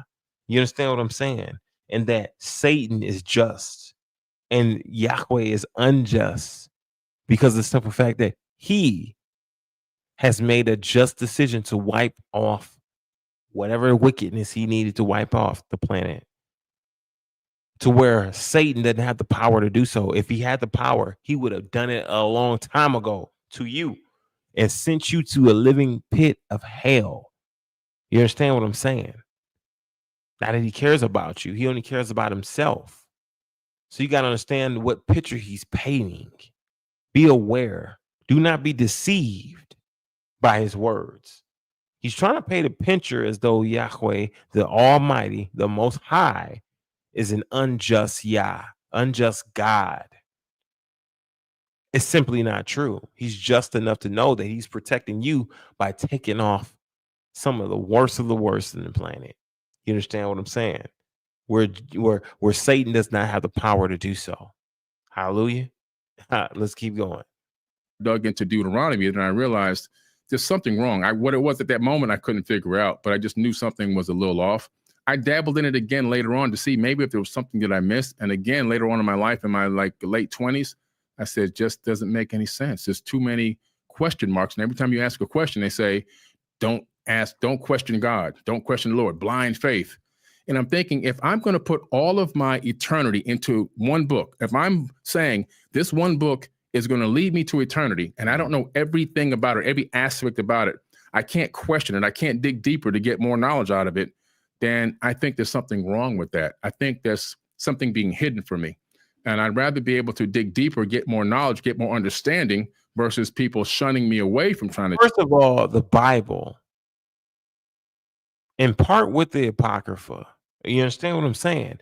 That is enough knowledge that it would take you lifetimes to be able to dissect and understand. I don't care who you are on this planet. I don't care if you're a historian. I don't care if you're a historian in biblical text. I don't care if you can read all languages in regards to Hebrew, Aramaic, and all this other shit. It's going to take you many lifetimes to understand what the biblical texts are truly telling you. And even now, people take it out of context. And even now, people are misled by writings of Paul. Something that simple is misleading people from the Messiah, misleading people from Yah, from the Most High. And you mean to tell me that this individual is saying that you can't siphon enough information out of the Bible without the Apocrypha? Apart from the Apocrypha, the Bible itself is something that would take lifetimes to get a true understanding of in every form. I don't care what pastor is put before you. He doesn't have it all figured out. So for this individual to sit here and say that, oh man, he was bored with the Bible, he was bored with the Apocrypha, he was bored with these books, and saying that I can't get any more information out of this. No, sir, you're not all knowing. You can't decipher every bit of the scriptures. You don't know, really. And it's proven that you don't, based on how you speak. So that right there in itself is false. Completely false. And yeah, we're gonna keep this thing rocking out, because it is what it is. We going hard today. Let's keep going. Hallelujah. Let's go. Dig deeper to get more answers. And I think that's a big problem. And I think the people that are shunning away and stopping you from getting those answers don't have the answers themselves. When you went through this journey that you're going through, are your parents seeing you go through the self-actualization where you're having your own philosophies? Are they watching you, witnessing you going through this? Oh, yeah. So how old were you when they're watching this? I mean, pretty much from 7 all the way up. I mean, they gradually saw me changing. When I was 7 years old, I realized one thing. This is what's changed my whole life. My friends kept going to the ice cream truck. They had money every day, even though we were in the ghetto, poor, broke. We had nothing. We were getting money donated to us from local church and other people in the neighborhood. And we were taking showers outside in the backyard because we didn't have water on. We'd plug the hose into our neighbor's house. And I'm saying, how in the hell can they afford the ice cream truck every single day? So I go outside and I say to myself, there's got to be something I can do. I said, I'm going to go inside and get all my toys. I put all my toys in an old Winn-Dixie milk crate, and I went door to door. I violated my mom's rules about leaving the circumference of the house. Yeah. And I went door to door around the whole block. I squared the block and asked for donations for in exchange for my toys. And so I sold all my toys that day, and I ended up with like $13 and change. And I went to the ice cream truck, and I got my bazooka bubble gum with my comic strip inside of it, and I realized something. I said, wow, I'm going to save myself. There's nobody coming to save me. I am my own savior. And that changed my life forever. And that same.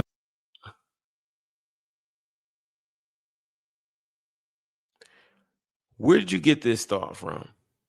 You think it originated with you? You failed to give the glory to the individual who gave you the thought to do these things. And this is the reason why it worked out so well. Yeah. The Most High gave you the thought to be able to act on these things, because you got great decisions that you can make, and you got really bad decisions that you can make. The ones that are great decisions that you make and they work out just fine are the ones that are given to you by Yah. He gives them to you, and he has you carry it out for a certain purpose. Now, he knows that you're going to be arrogant about it, or you have an opportunity to be humble about it. Which one do you choose? He gives you an opportunity to choose between the two. You chose arrogance. Let's continue, because this is sad. This is sad. Ain't nobody coming to save me because I had to go and make my own money out and get my own bubble gum. What the hell? What's that got to do with somebody coming to save your soul? Carson? Billy? What's that got to do with somebody coming to save your soul because you had to go and sell your toys to get some bubble gum? Those two don't even line up with each other. Bubble gum doesn't equate to somebody's soul being saved. What a dumbass. This guy right here is a retard. I promise you, the only way that I was actually introduced to this guy is through business. I never heard that he was just this much of a bitch ass nigga. It's turned into bitch ass niggas. And the rest of them who follow him are all, y'all need to wake up. It's sad what y'all got going on. It's sad. Let's continue. Let's finish this thing out real quick. This is sad, yo. 7 years old. My mom saw me standing in the picture window of the house we were renting, And I had a couple of dollars in my hand. She said, "What's wrong, son?" I said, "I don't belong here. I'm getting out." So if you like this clip and you want to watch another one, click right here. And if you don't like the clip at all, this guy is absolutely delusional. This is Billy Carson, y'all. This is a guy who's an antichrist. You definitely don't want to listen to what the hell he has to say. Business-wise, he has some pretty decent pointers, okay? But faith-based, this is what he's known for. They claim that he's a leading expert. I don't know. That might change very soon. Because Wesley Huff owned him during that debate. It's sad, y'all. It's sad. It's sad. Y'all let me know what your thoughts is in the comment section here below. We'll read those things out and then we'll close it out. I know I've been holding you guys for quite a bit. And we'll shut it down here because, listen, we about to be listen, I'm going to let this joint hit 9 hours. You understand what I'm saying? We about to go 9 hours on this live stream. This will be the first live stream for the War Sheep podcast to hit 9 hours. This will be a record for us. You know what I mean? We on some Ringo TV time. We just sitting here taking a look at people who just are absolutely retarded, yo. Like this dude is crazy.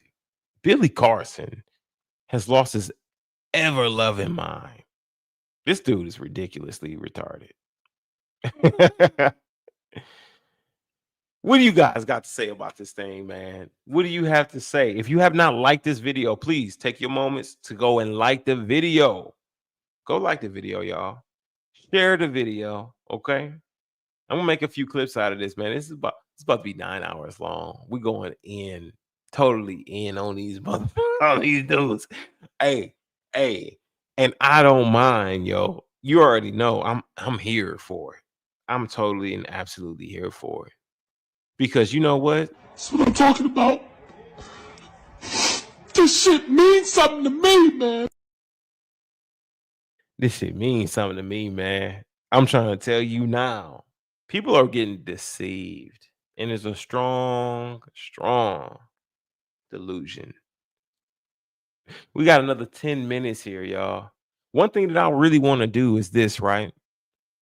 Is I want to say that everybody who was rocking it out with me for all of this time now, man, y'all some real soldiers, man. Y'all some real warriors. Y'all some real rams. Y'all some real sheep. You understand what I'm saying? Some righteous alpha men. You understand what I'm saying? And some real elevated women who are inspirational. You understand what I'm saying? Not to say the rest of them ain't, but because they are. But y'all are the real. You understand what I'm saying? It's sad. 9 hours when is lunch. Man, I ate it while I was here, brother. This is a full work day. And I still got work to do tomorrow, man. I gotta get up. I gotta take care of some business tomorrow. Get some things lined up with the clothing line. Get some things lined up with all kind of different things. Listen, I still got shit to do. But I'm happy to actually have to going through all these topics. I was actually thinking about cutting it shorter because of this and not even touching on this topic. But I was like, you know what? It was in my title. It was in my description. I gotta hit on this. I gotta bring this Carson situation out. There's no way I cannot do it in this live stream and people get mad at me. If I'm like, I gotta keep my word on this and I gotta touch it, man. I gotta touch it. We gotta do it. And I'll just clip it out because the people who were here, that were here earlier to hear about the Billy Carson situation, I'll clip them out and I'll just go ahead and post them, you know, as a separate clip, which that's what I was planning on doing anyway. And we'll do it that way. But dang, we about to hit a 9 hour mark. Honestly, the OGs, brother Nathan, listen, welcome. You here? We about to hit this 9 hours, brother. We about to hit this 9 hours, brother. You understand what I'm saying? Brother Eli, if you still in the building. Brother Amin, if you still in the building. You understand what I'm saying? We going in, y'all. We going in. Look, we got what? Less than 10 minutes until we hit this 9 hour mark. You understand what I'm saying? Man, I'm trying to think about, listen, some copyright free type of situations, you know, that can be played. And we just went through all these things. We went through not only Hilliard's situation, we went through Pastor Dowell situation, man, extensively debunking all kinds of stuff, adding extra information we need to add, all of that. And then we went over Billy Carson's situation. That's crazy. That's wild, man. I really appreciate you guys rocking it out with me. We got 40 people in this joint still going hard. And my thing is this, right? Is that a lot of this stuff has been lingering for a while, and people are just now speaking on it, speaking about the facts in it, speaking about how people are truly being deceived and taken advantage of. This has been nothing that, you know, we couldn't identify right away. With Billy Carson, he's been flying under the radar because not only he's been talking about business, but we just taking it as an opinion. They labeled this man as being somebody who's a leading expert in the subject matter. So now there's a true issue of deception, of misleading the flock. You understand what I'm saying? The ones who are true truth seekers. You understand what I'm saying? Misleading them to be in a deceptive state, to not believe in Jesus, not believe in Yeshua or Yahweh, or, you know, Yahweh Shai. You understand what I'm saying? But believing in what? Themselves. What did Aleister Crowley teach? You got to understand when you're dealing with an agent of Satan. What did Aleister Crowley teach? Do with thy will shall be the whole of the law. This is what Billy Carson is teaching you. You understand? Is that there is no true higher power, and there's gods, not a God, not one Elohim. You understand? This is what he's truly teaching you. We got to understand how full of shit he truly is. And that whatever he believes, he's believing it because the almighty dollar is what leads him to have that position, to hold that position. He wouldn't have that position if he wasn't being paid to have that position. If he wasn't being paid to have a position, he wouldn't hold it. If he's being paid to preach and teach Jesus, right? Just like Ivy Hillard, just like TD Snakes, just like Joel Holstein, they are all being paid to talk about Jesus or talk about certain scriptures in the Bible that'll make you feel good. That won't bring you to a form of repentance, but just will make you feel good. You understand what I'm saying? That's all it will be. That's all it'll be ever. And I understand they have to understand this is killing them softly. So it's truly a rap. It's a rap for niggas. You caught a little bad for your masters, didn't you? Lifetime deal. I feel bad for niggas. Lifetime deal. I feel bad for you.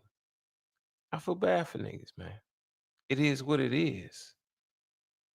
It is what it is. This is crazy.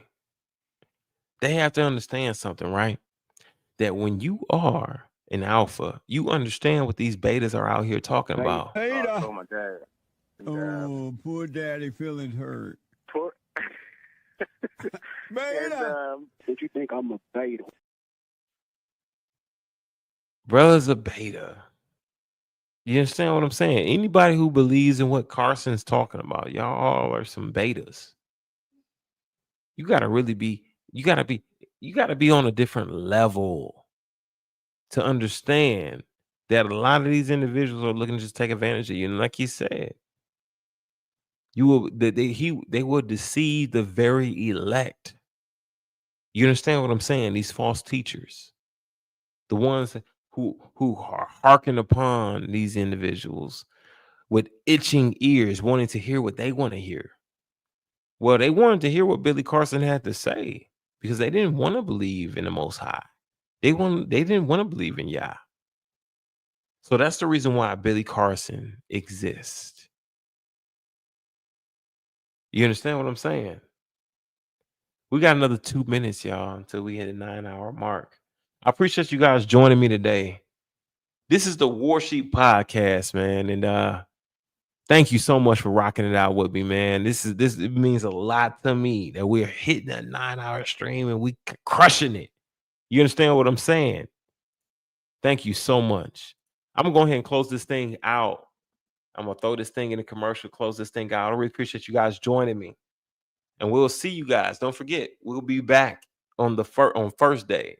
Come flock with me on first day. We're gonna have another topic. I'm sure a whole lot more are gonna pop up, and we're gonna have to dissect it and bring the truth. You understand what I'm saying with the word? Don't forget to like, comment, and subscribe to the channel. Do all that YouTube stuff, y'all. This is the War Sheep Podcast, and I'm out. Peace and shalom.